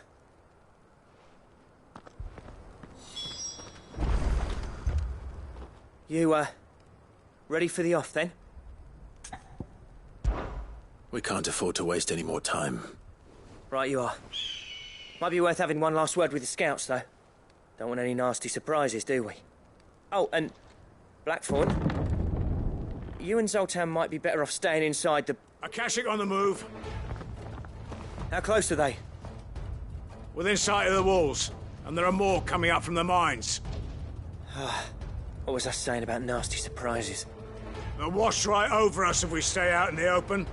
We're pulling back behind the gates. Good idea. Get yourselves inside, but keep your weapons handy. Understood.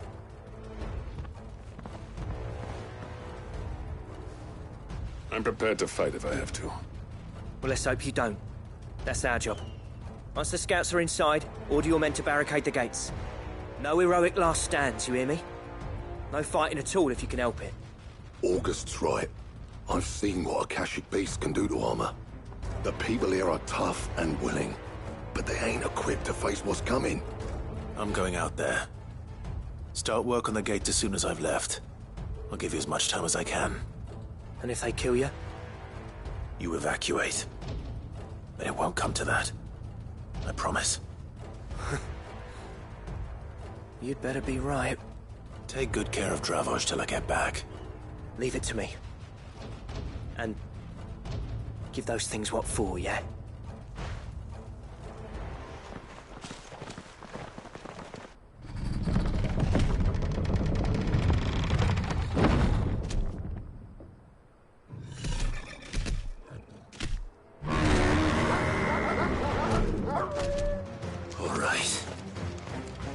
Which one of you's first? Garuda!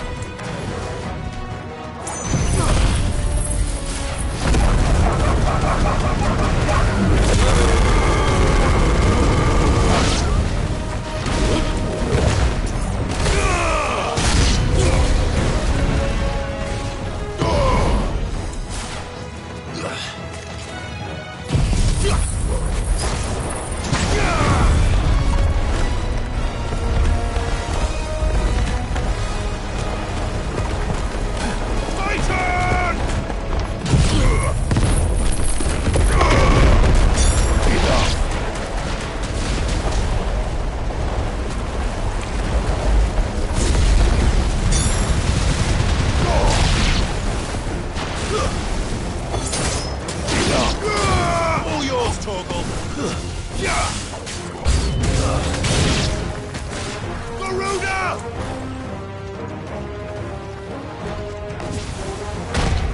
Nice try.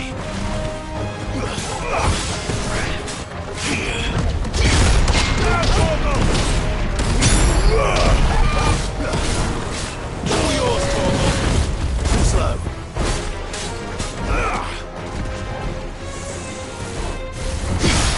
All yours, Torgal!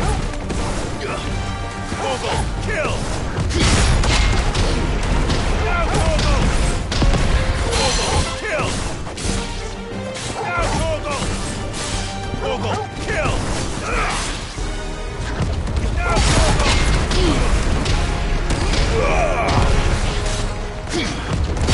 Torgal, kill!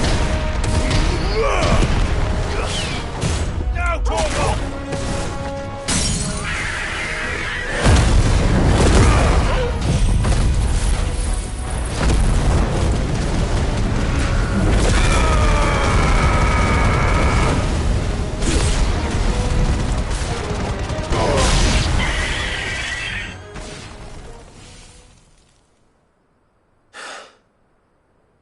Is that it? Apparently not.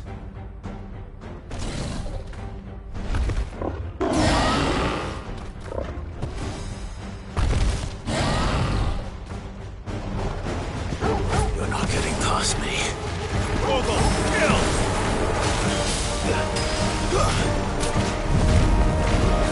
Now, Torgal!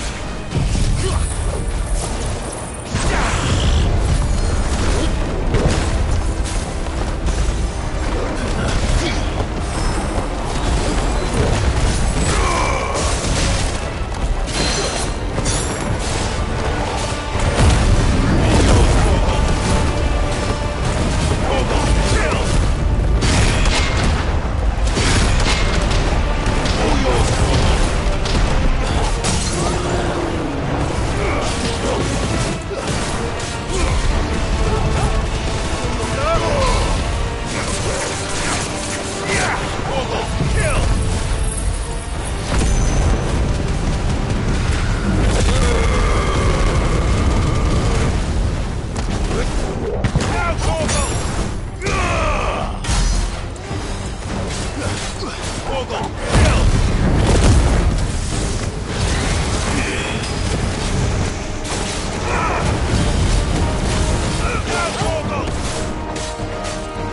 Torgal, kill! Now, Torgal! Torgal, kill! Now, Torgal! All yours, Torgal! Torgal, kill! All yours, Torgal! Now, Torgal! Torgal, kill!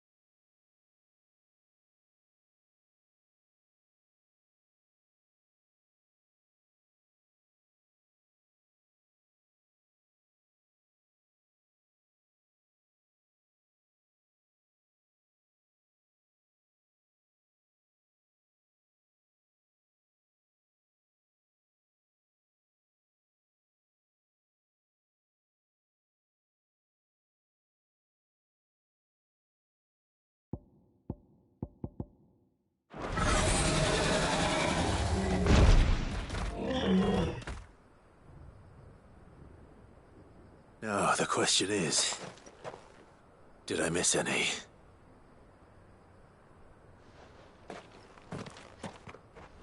Man alive! You're still in one piece! I slew as many as I could. As many as I could, he says. The old bleeding lot, more like it. Well, almost. Only almost. Yeah, one or two did try to sneak over the wall. But we got the bastards, don't you worry. Good. Though you do know, more will come in time. In time, yeah. But we can think about them later. Let's get you back inside.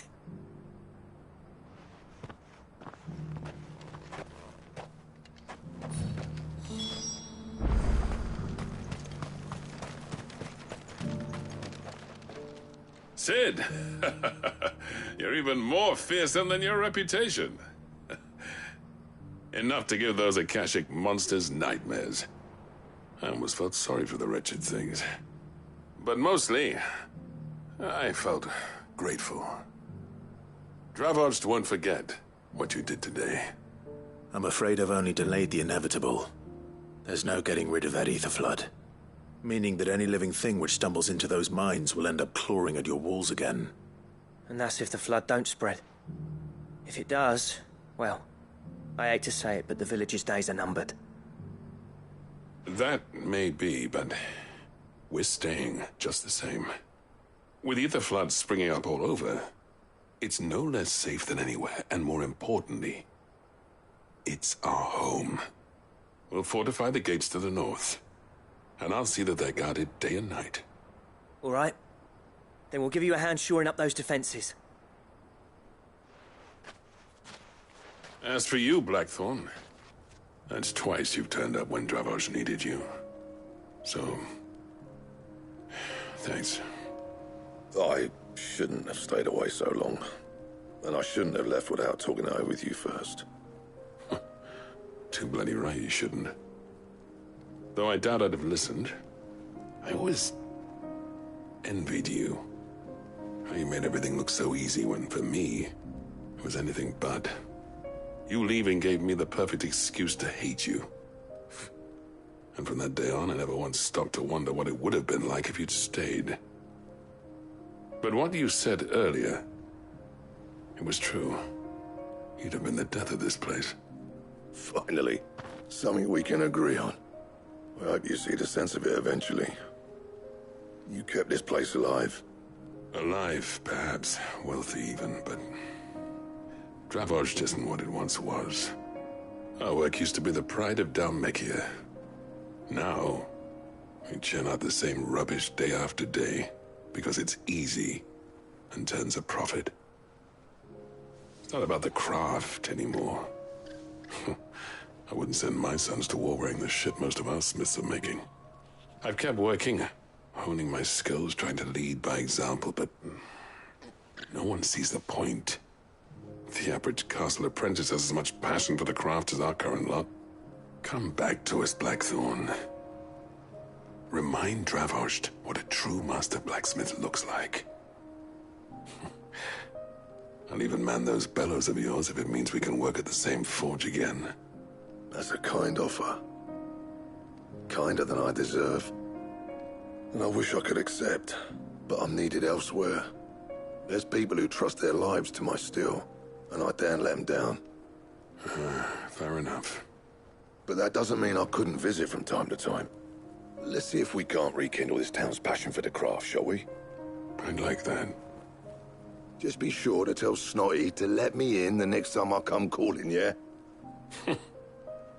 Knowing him, he'd let you in anyway. Blackthorn. The Master Smith turned outlaw, back in my good graces. I never thought I'd see the day.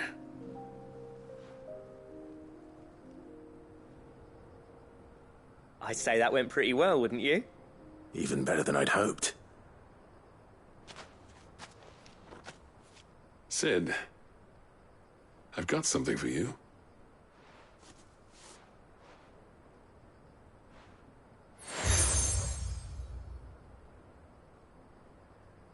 And this is? A token of our lasting gratitude. But I'm of a mind to make you a far grander gift. Designs for a certain sword have been passed down from chief to chief for generations. Now hold on, Zoltan. There's a reason no one's made that blade in centuries. There's not been a craftsman equal to the task. I'll admit your cinders make impressive steel, and I've learned to own an edge Odin will be proud of. But the engravings on that thing are enough to make a jeweler cry. And they're not just for show, either. Have you forgotten what brought you back to Dravozhd in the first place? A certain ring? I knew I'd never surpass you with a hammer and tongs. So I turned my hand to a different kind of metalwork. Between the two of us, I'd say we're the equal of any master craftsman ever to have graced a forge.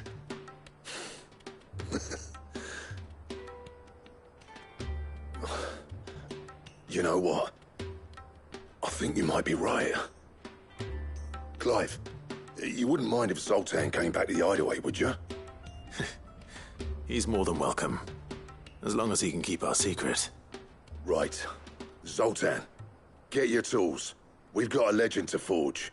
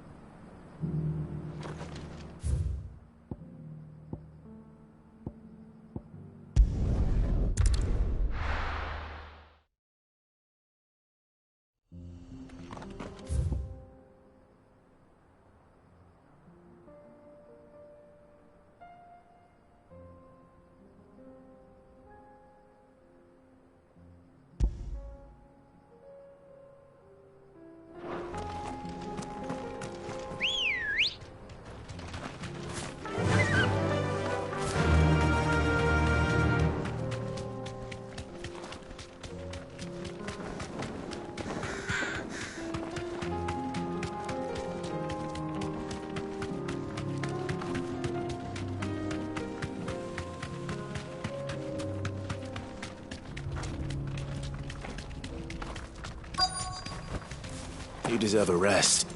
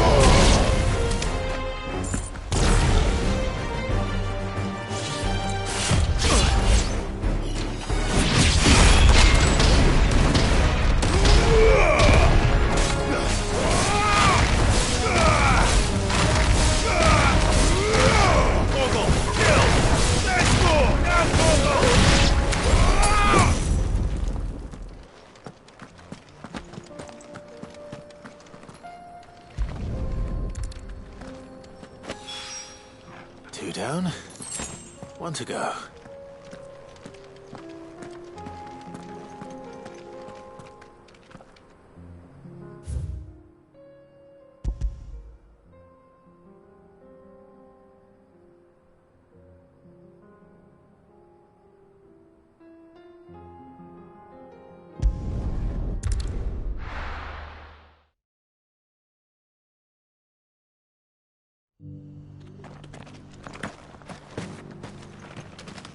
Welcome, welcome. A fine choice.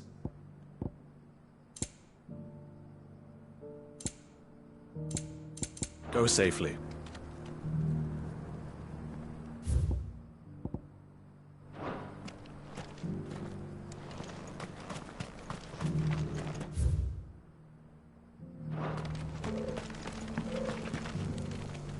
The bearer of the burning quill is within, my lord.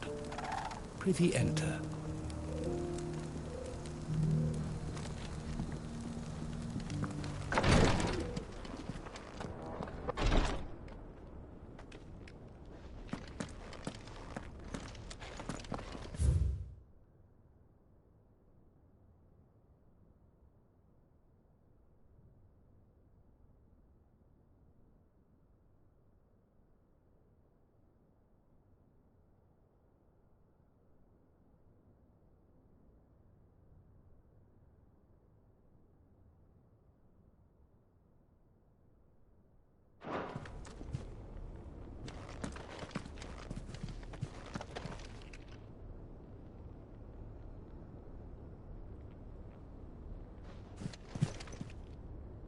Lord Rosfield, is there aught the Undying might assist you with this day?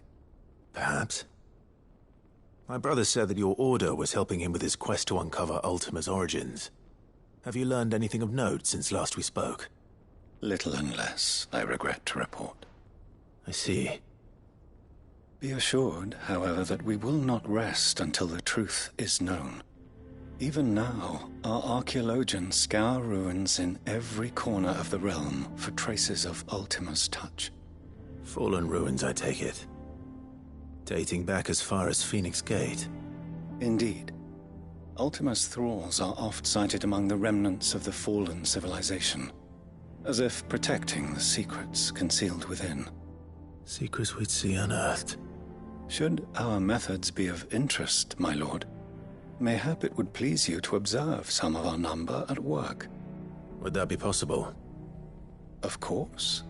A survey is being conducted not far from here. Perchance you are familiar with Kretov, a small hamlet built around a fallen airship.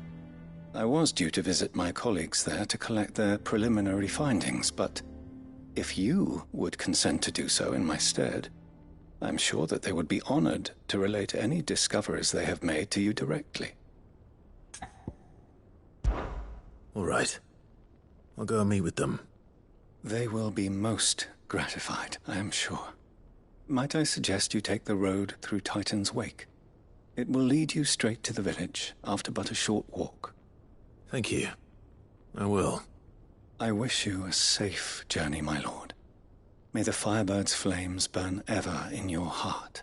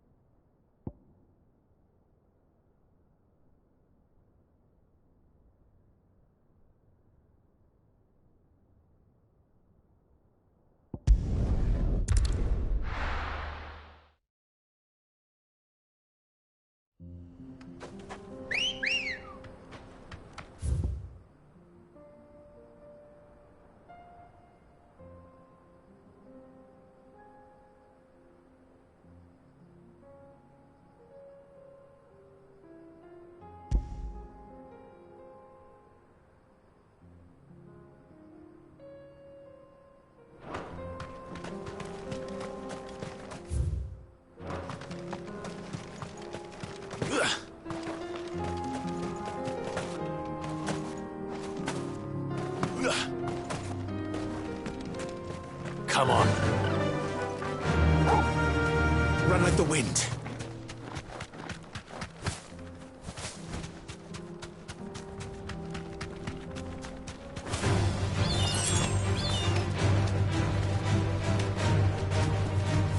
Straight home now.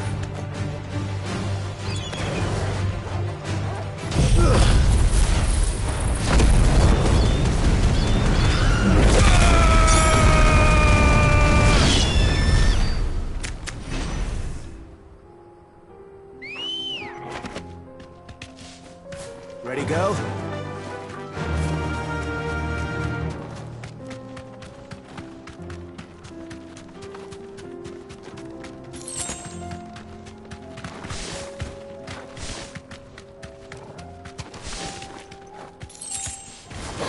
You deserve a rest.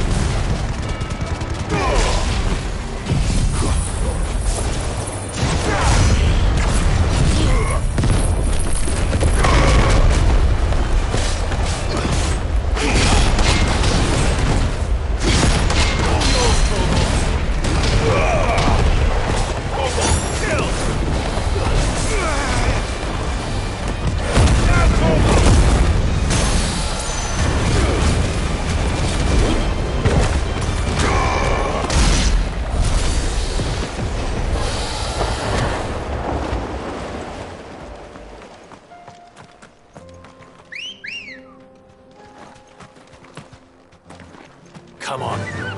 Faster!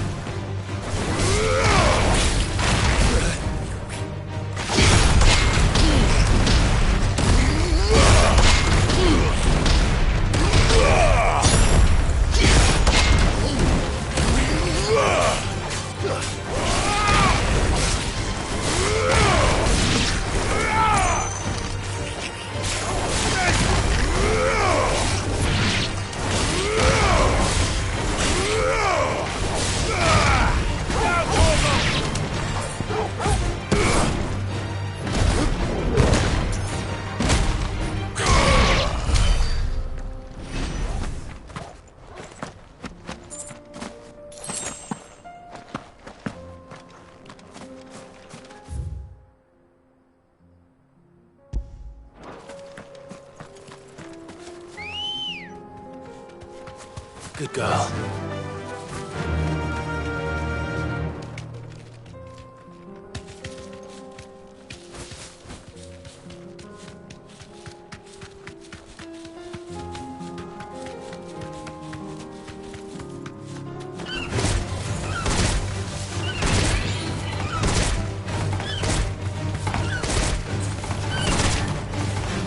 You deserve a rest.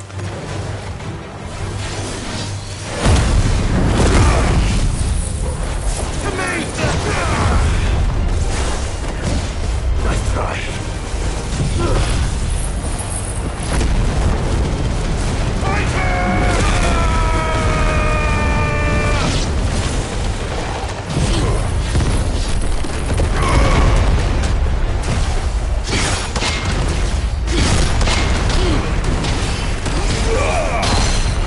All yours, Torgal!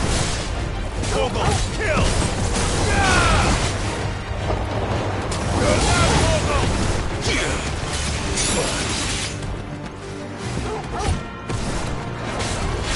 Torgal, kill! Torgal, kill! All yours, Torgal! Now, Torgal! All yours, Torgal! Now, Torgal! Torgal, kill! Now, Torgal! Torgal, kill! All yours, Torgal! Now, Torgal! Torgal, kill! All yours, Torgal!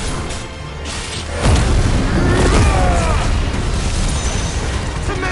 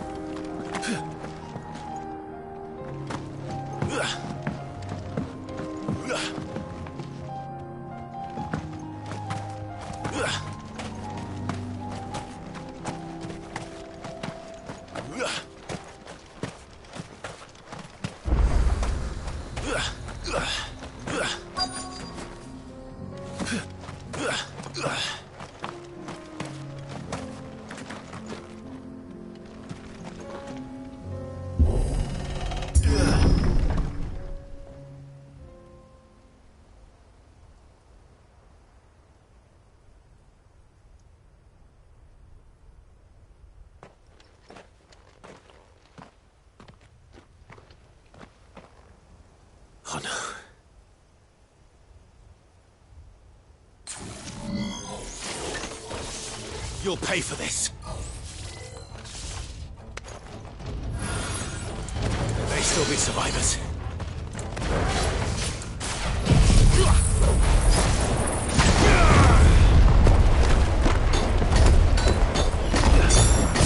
To me!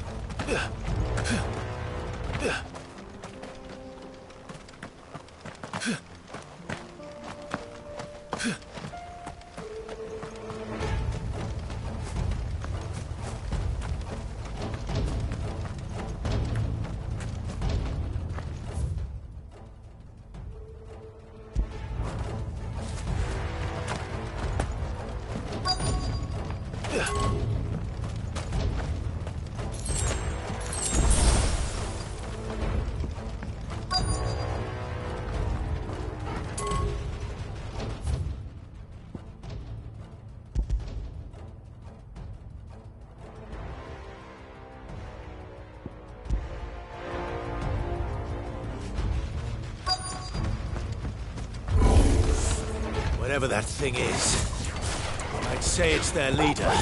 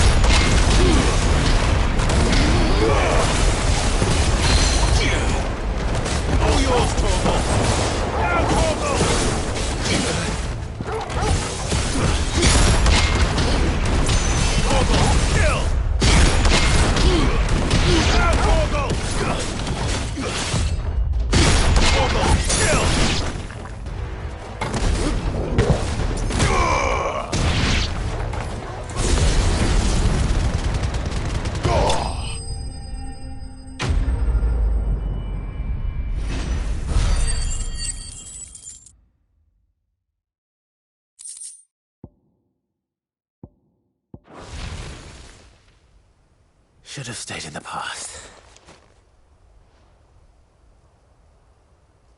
These must be Cyril's colleagues. You have our thanks, stranger. Who are you? Ah, forgive me, my lord. I did not recognize you. You are Lord Rosfield, are you not? We are archaeologians, tasked with surveying this site. When the echoes appeared, our brothers here occupied their attentions. Thanks to them, and to you, we were, for a mercy, able to see our duty to its conclusion. You call that a mercy? Your brothers might still be alive if you put their safety before your duty. Surely this survey wasn't worth dying for. We are charged with uncovering Ultima's origins.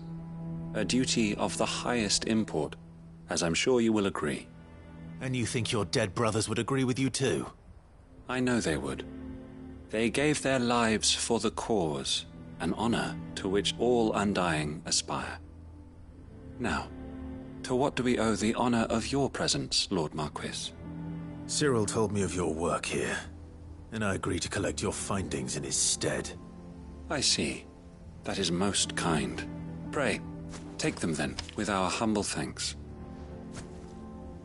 May the Firebird's flame burn ever in your heart, as it does in ours.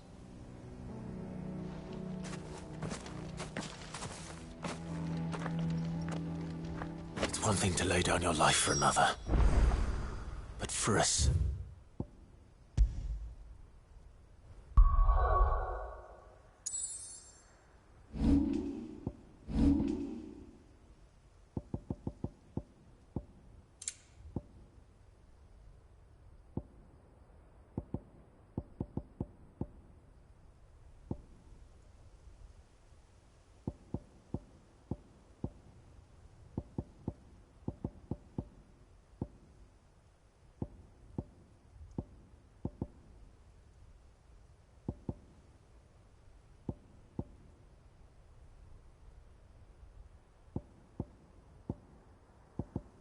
survey.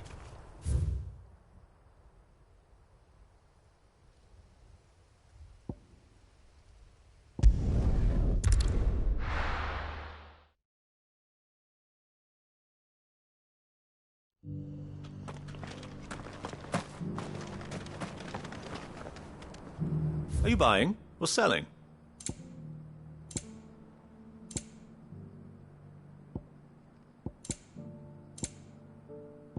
Take care.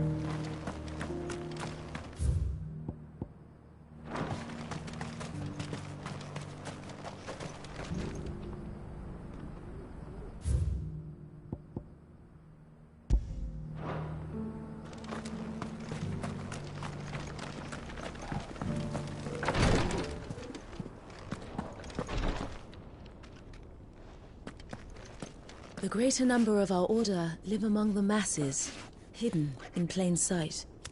Even here in Tabor, our brothers and sisters pose as common folk. If any should reveal themselves to you, I beg you keep their true identity secret. Ah, you are returned, my lord. I collected your colleagues' preliminary findings. Here, take them.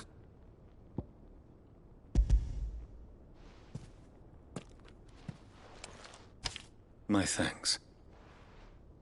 I shall study them, and inform you forthwith if I discover aught that might aid you in your fight against Ultima. Cyril, your survey party suffered several losses in Kretov. Losses which could have been avoided, had the others not chosen to complete their work, instead of saving their friends. Were these your orders? No. This was their choice. Every Undying devotes his life to the service of the Phoenix. It is our sole duty, and should we die in discharging it, so be it. Even when death is avoidable. My lord, I fear that this is not a point over which it would be fruitful to argue. The Undying have served the Phoenix for countless generations, and your opinion of our methods, however earnest, is not like to change them. We live to serve the Phoenix. Our very order exists for that purpose, and that purpose alone. Cyril, I know that you and your brethren answer only to Joshua, but allow me to offer you a word of advice. It does not further the cause of the Phoenix to have his loyal followers surrender their lives without good reason. Provide your survey parties with an escort, that they might live to do their duty for years to come. Think not only of how you can serve the Phoenix, but how Joshua would want you to serve him. Please. For all our sakes. I thank you for your advice, my lord. If you will permit me to respond, our faith in his grace, Joshua Rossfield, is absolute. And we of the Undying will do what we believe is right to fulfill our duty unto him. As first shield to the Phoenix, I am sure you understand what it means to do one's duty. I do.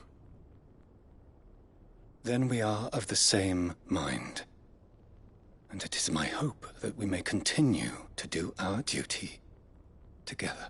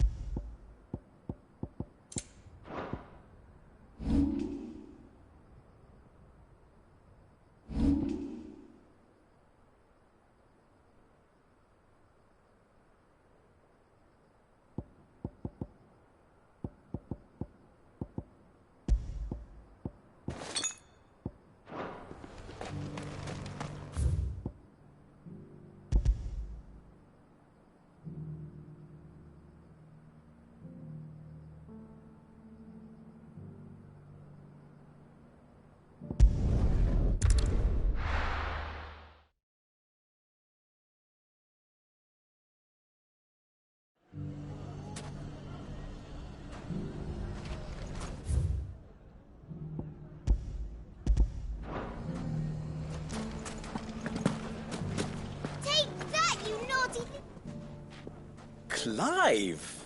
To what do I owe the pleasure? I just wanted to see how the town's been faring since you brought everyone together. Since we brought everyone together, all is absolutely wonderful.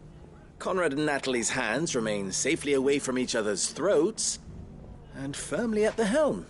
Our stores are full, and the bandits still too disorganized to raid them. Just as the good Lady Jane and Lord Underhill intended. Are you a lord? Lubor's going to be one too. They're going to make him the Lord of Dalimil, because of how he stopped all the grown-ups from fighting. It's the mayor of Dalimil, dear child, and the vote hasn't taken place just yet. But if the people wish me to lead them, I shall. And my first act will be to build a school so that menaces like you two learn not to interrupt your elders. Speaking of menaces, there may be a rather worrying one just over the horizon. May there indeed. I'm afraid the example Conrad and Natalie set in putting aside their differences and presenting a united front might have caught the bandits' attention. And they might have elected to take a similar approach. They have formed what one could call a League of Outlaws, and they grow more organized by the day. But we'll fight them all off just like last time, no matter how many of them there are. Won't we, Lubor? Of course we will. If we continue to work together, we can overcome any challenge we choose to face. The longer we avoid facing this one, the more difficult it will be, until the only way to overcome it might be to run for the hills. Our best hope is to nip these efforts at organization in the bud by finding those ne'er-do-wells who have yet to join the cause and ensuring that they never do. Perhaps a certain Lord Underhill might be willing to lend us his aid once more? How could I refuse? Thank you, my lord. Victor will fill you in on the particulars.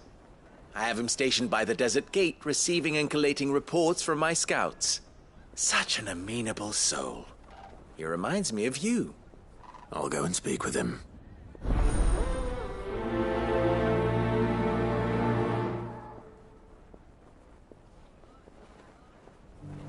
What's the difference between a lord and a mayor?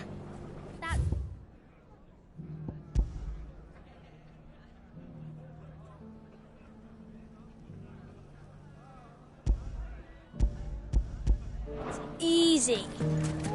The League of Outlaws. Sounds like we have some competition.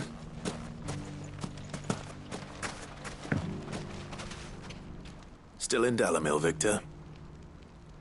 Ah, Sid. I thought you'd have returned to Cosnes by now. I did. Then I came back. I've developed something of a fondness for the place. And having worked so hard to see it saved from one fate, it would seem remiss to abandon it to another.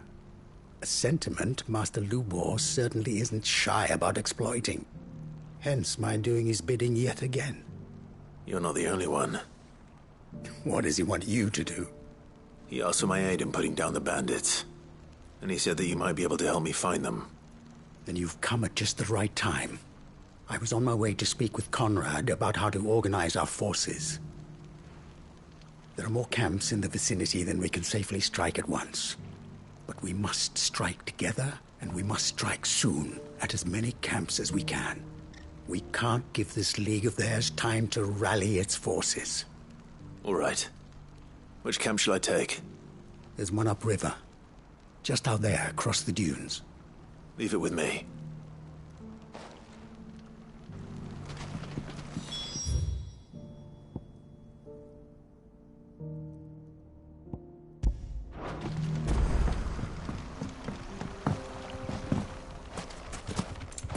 Those ne'er-do-wells want to band together, let them. They'll be no match for us. Come on. Faster!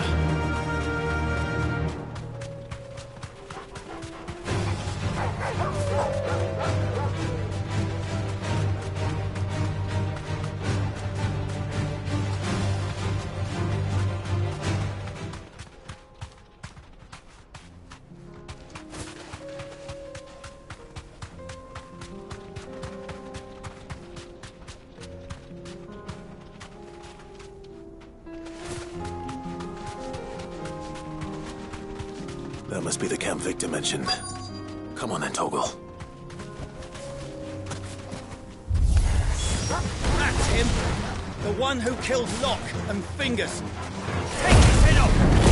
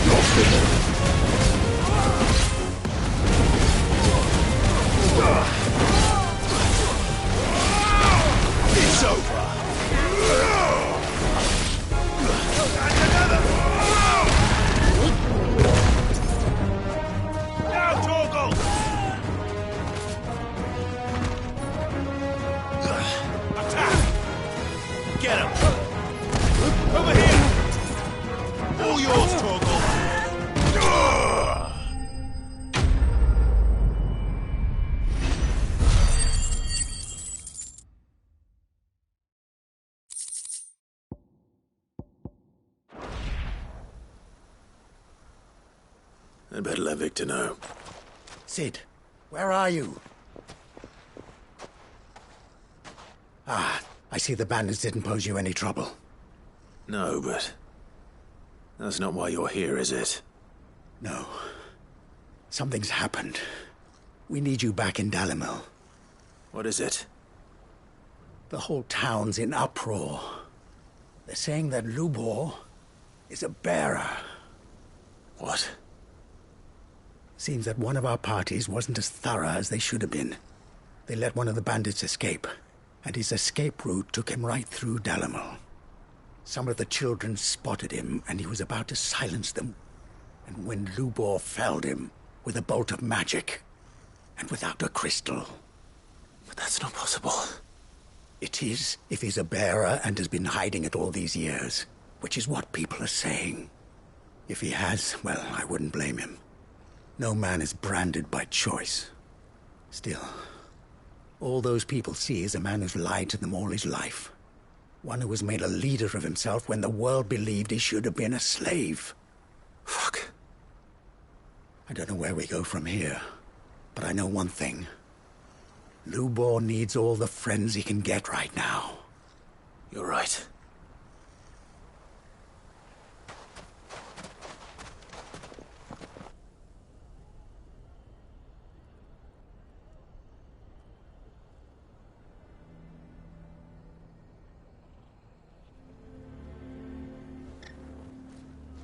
And now everyone knows. I made it a habit to keep a crystal close at hand for just such an occasion. And when that occasion arose, I forgot to reach for it. Well, it was bound to come out sooner or later. We're sorry, Lubor. We tried to keep running. But we just couldn't anymore. There's nothing to be sorry for.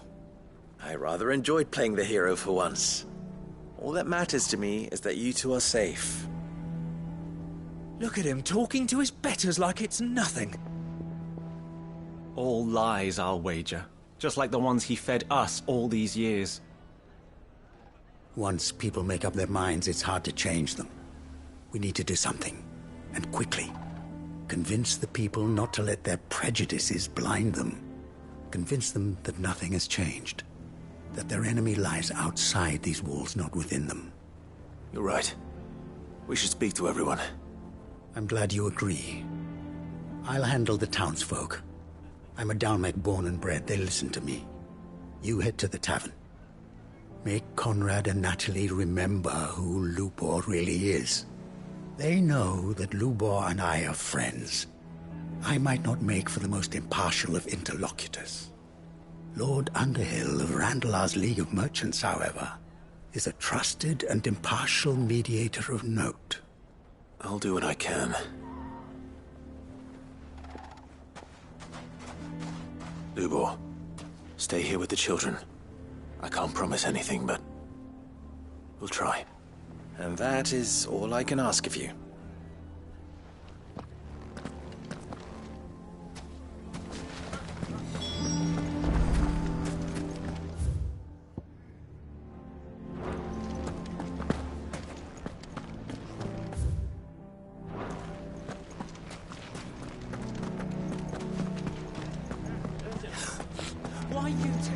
Why do they always have to make such a fuss outside? You all along.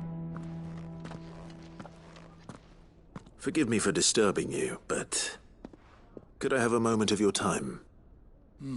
I've seen your face before. As have I.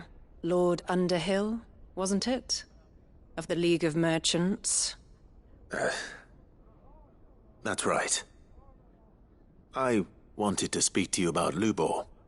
The rumors that he's a bearer. All true, I'm afraid. He'll never be mayor now. Not if I have anything to do with it. But what of his wares? Bearer or no, his steel is highly valued throughout the Republic. In this at least he's done the town a service. Might that not earn him a little leniency? Leniency? He pretended to be one of us when he was laughing behind our backs all the while. I'm sorry, my lord, but he lied to us. He lied to you. He cannot be trusted. So what do you propose? Will you drive him from his home? Close his forge? Perhaps. That is a question for the people of Dalimil, and they will thank you not to get involved.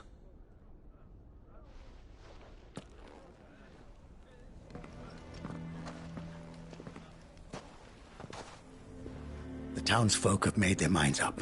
There was nothing I could do. Nor I. Conrad and Natalie refused to consider anything but their own wounded pride. You never know. Once their anger is cooled, they might see things differently.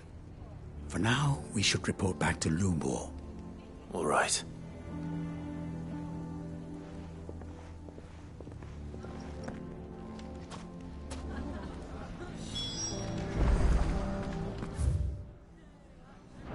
Why the hell would Victor take the bearer's side? I assume the situation is hopeless? There's still hope. But...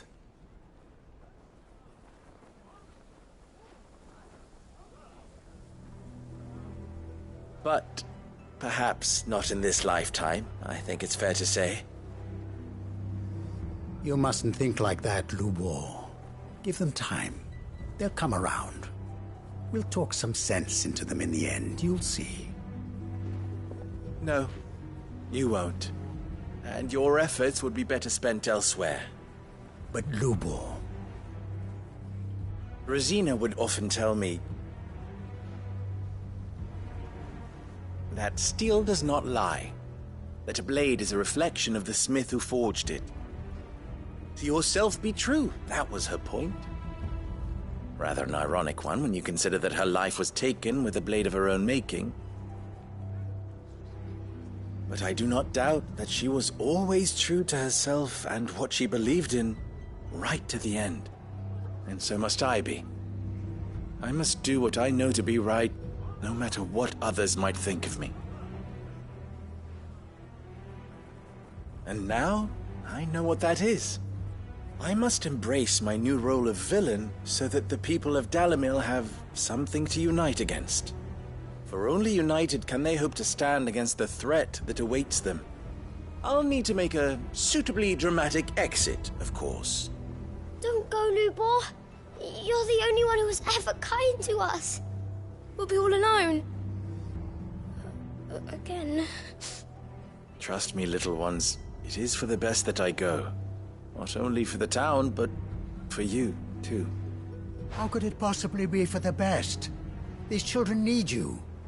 The least you can do is give the townspeople a chance to change their minds. They would not take it, Victor. It's over. Over, you say? And so just like that, you're going to throw this town and these children to the wolves? I thought you were better than this. But it seems you had me fooled as well.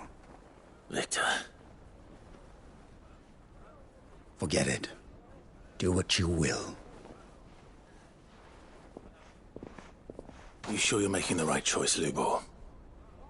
Of those available to me, I believe it's the best one. Yes. Ah, but where are my manners? Here. Your reward for clearing out that bandit camp. Right then. I have packing to do. If there's anything I can do. Anything. I'll bear it in mind. Thank you.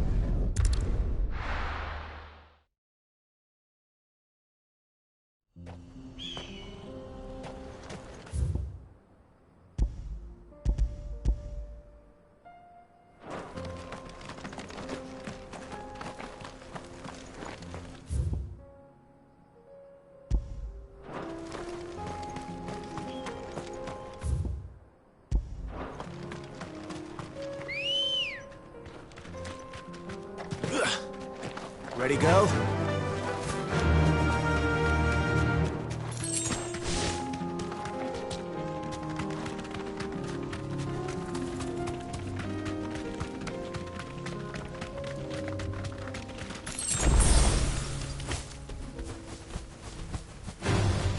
This won't be easy.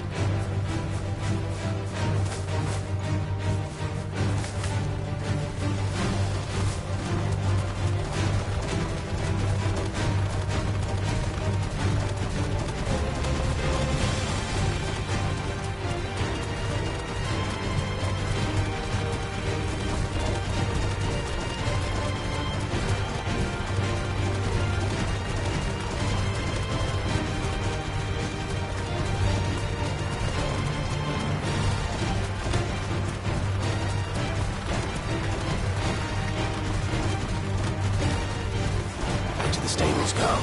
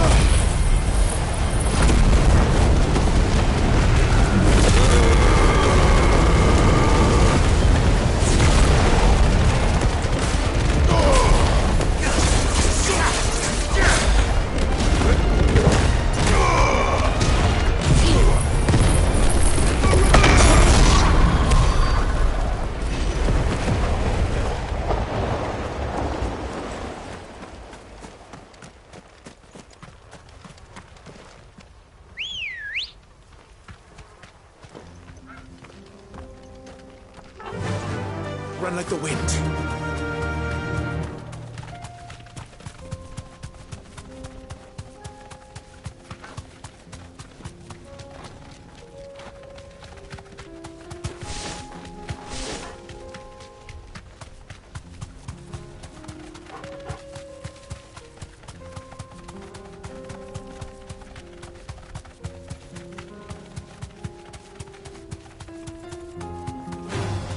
No holding back.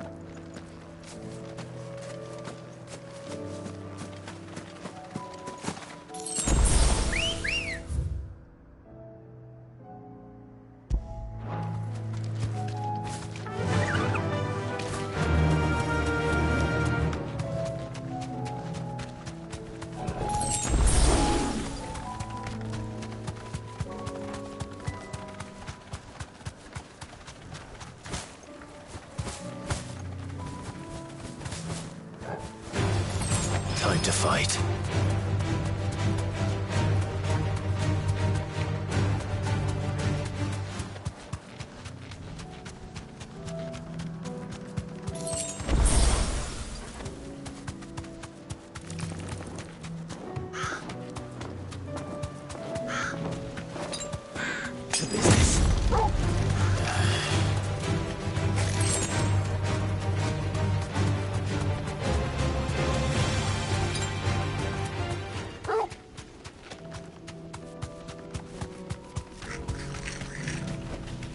That'll do, girl.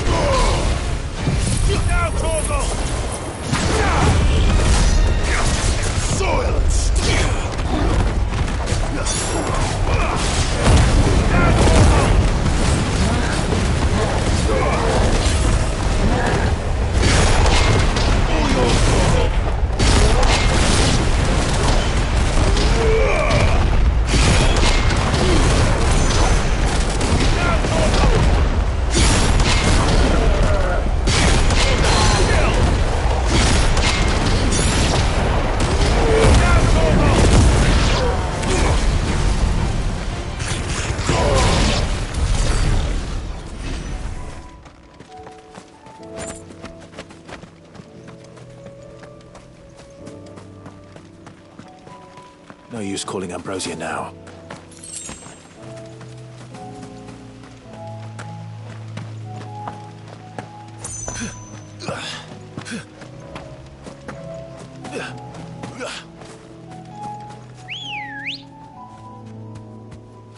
Come on. Faster!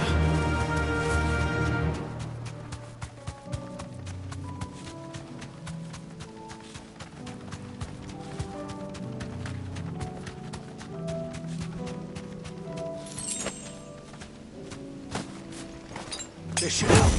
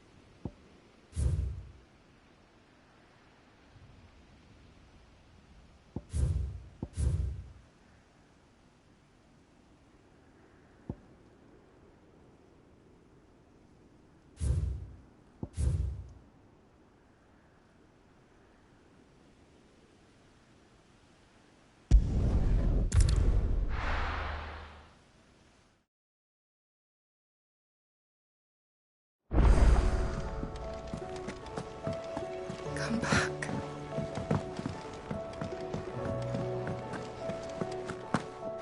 Oh, don't tell me we've run out of papio nuts and all. Ah, the man himself. We were just about to make a start on that sword I promised you. It's funny, but none of this would have been possible without your help. You remember Camille? We'll be using his leatherwork for the grip. The steel, meanwhile, will be tempered in a fire, burning the cinders you charmed out of old Zoltan here. And that whetstone from the Outer Isles, that'll be what gives the blade its edge. And the final flourish will be my talented colleagues' engraving. A team effort led by the greatest blacksmith alive. Now, save that talk till the thing's finished, yeah? Right. I'm ready if you are. To the bellows it is, then.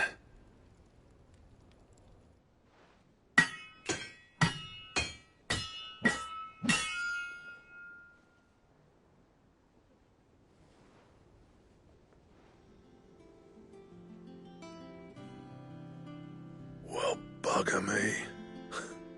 We actually did it.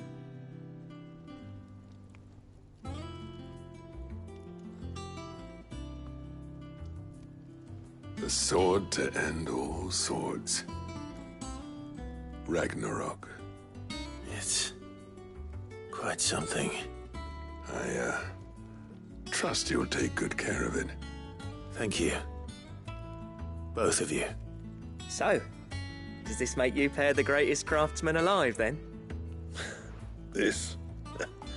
Nah. This was just following the footsteps of the greats of old. It'll take more than that to earn us our place in history. But we're up for the challenge. Here. A list of materials.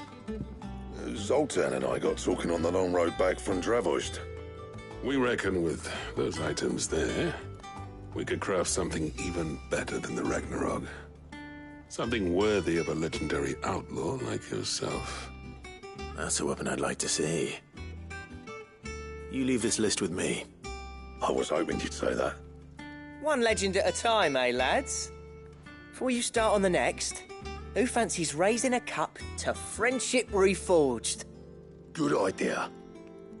No more drinking to forget my past. It's about time I had something to celebrate. Then tap the kegs! Vulcan's boys are on their way!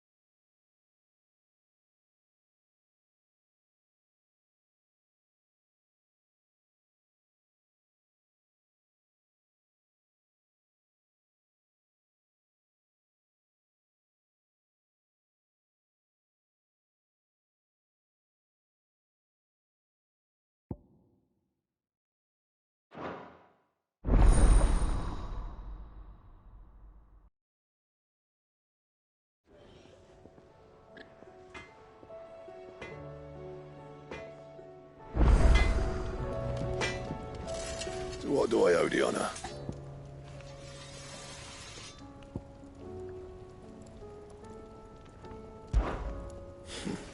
I never thought me and Zoltan would ever speak again, let alone work together.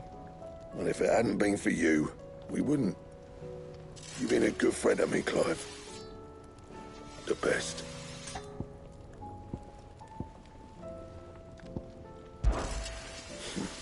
I never thought me and Zoltan would ever speak again, let alone work together. And if it had... So, what'll it be?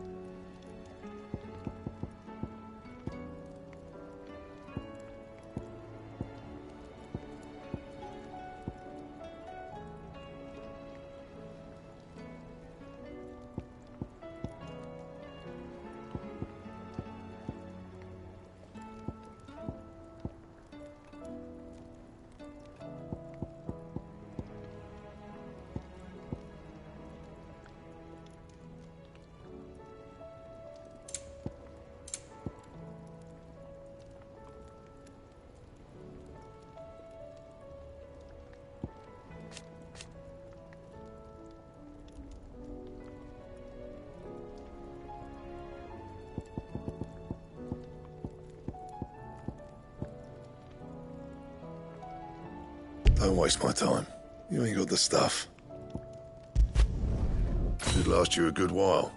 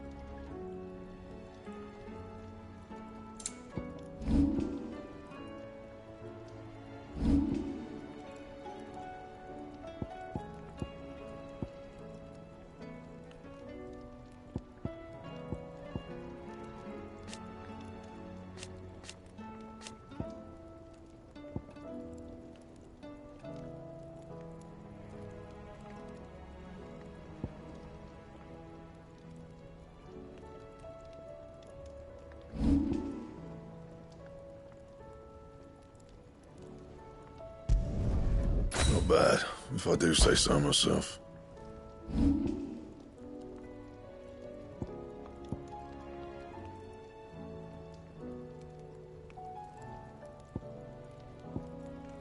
And how am I meant to do that then?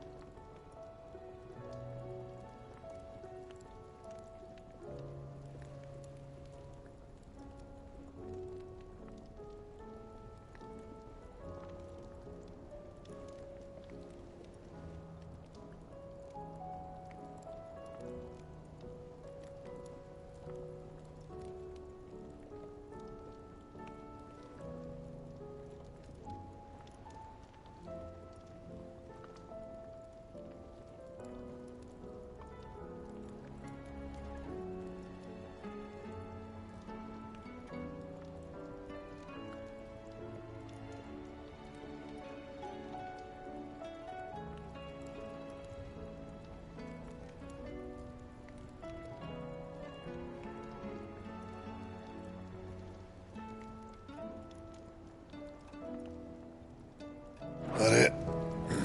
Fine. Trouble with your gear, or... So, will it be?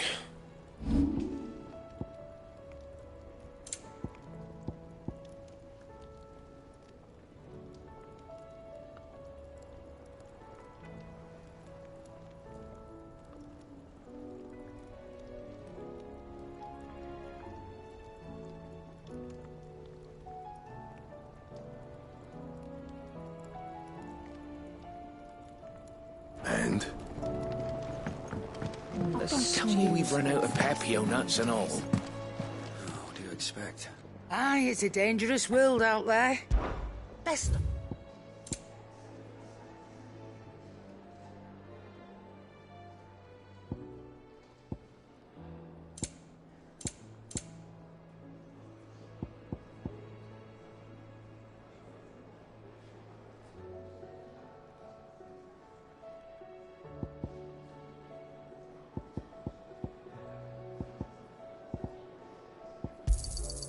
You're rubbing me blind, you know. Yep. So, will it be?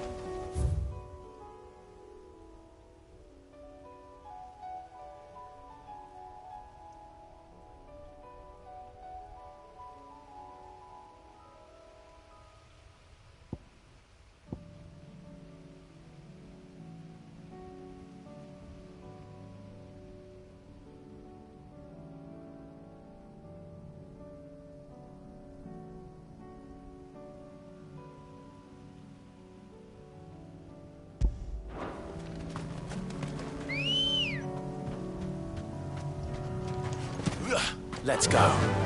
Faster!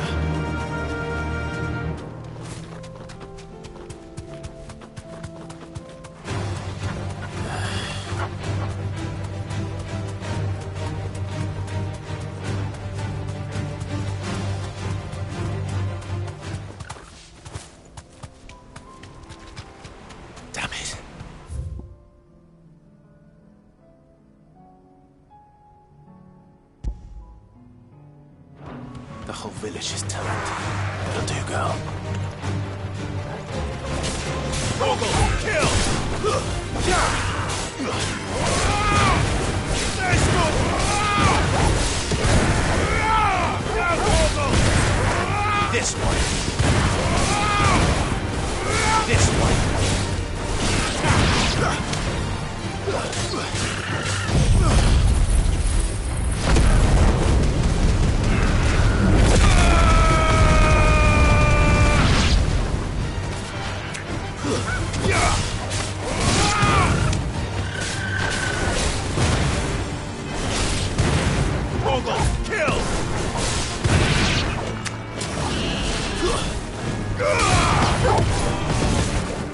All yours, Torgal! Now, Torgal! Torgal, kill!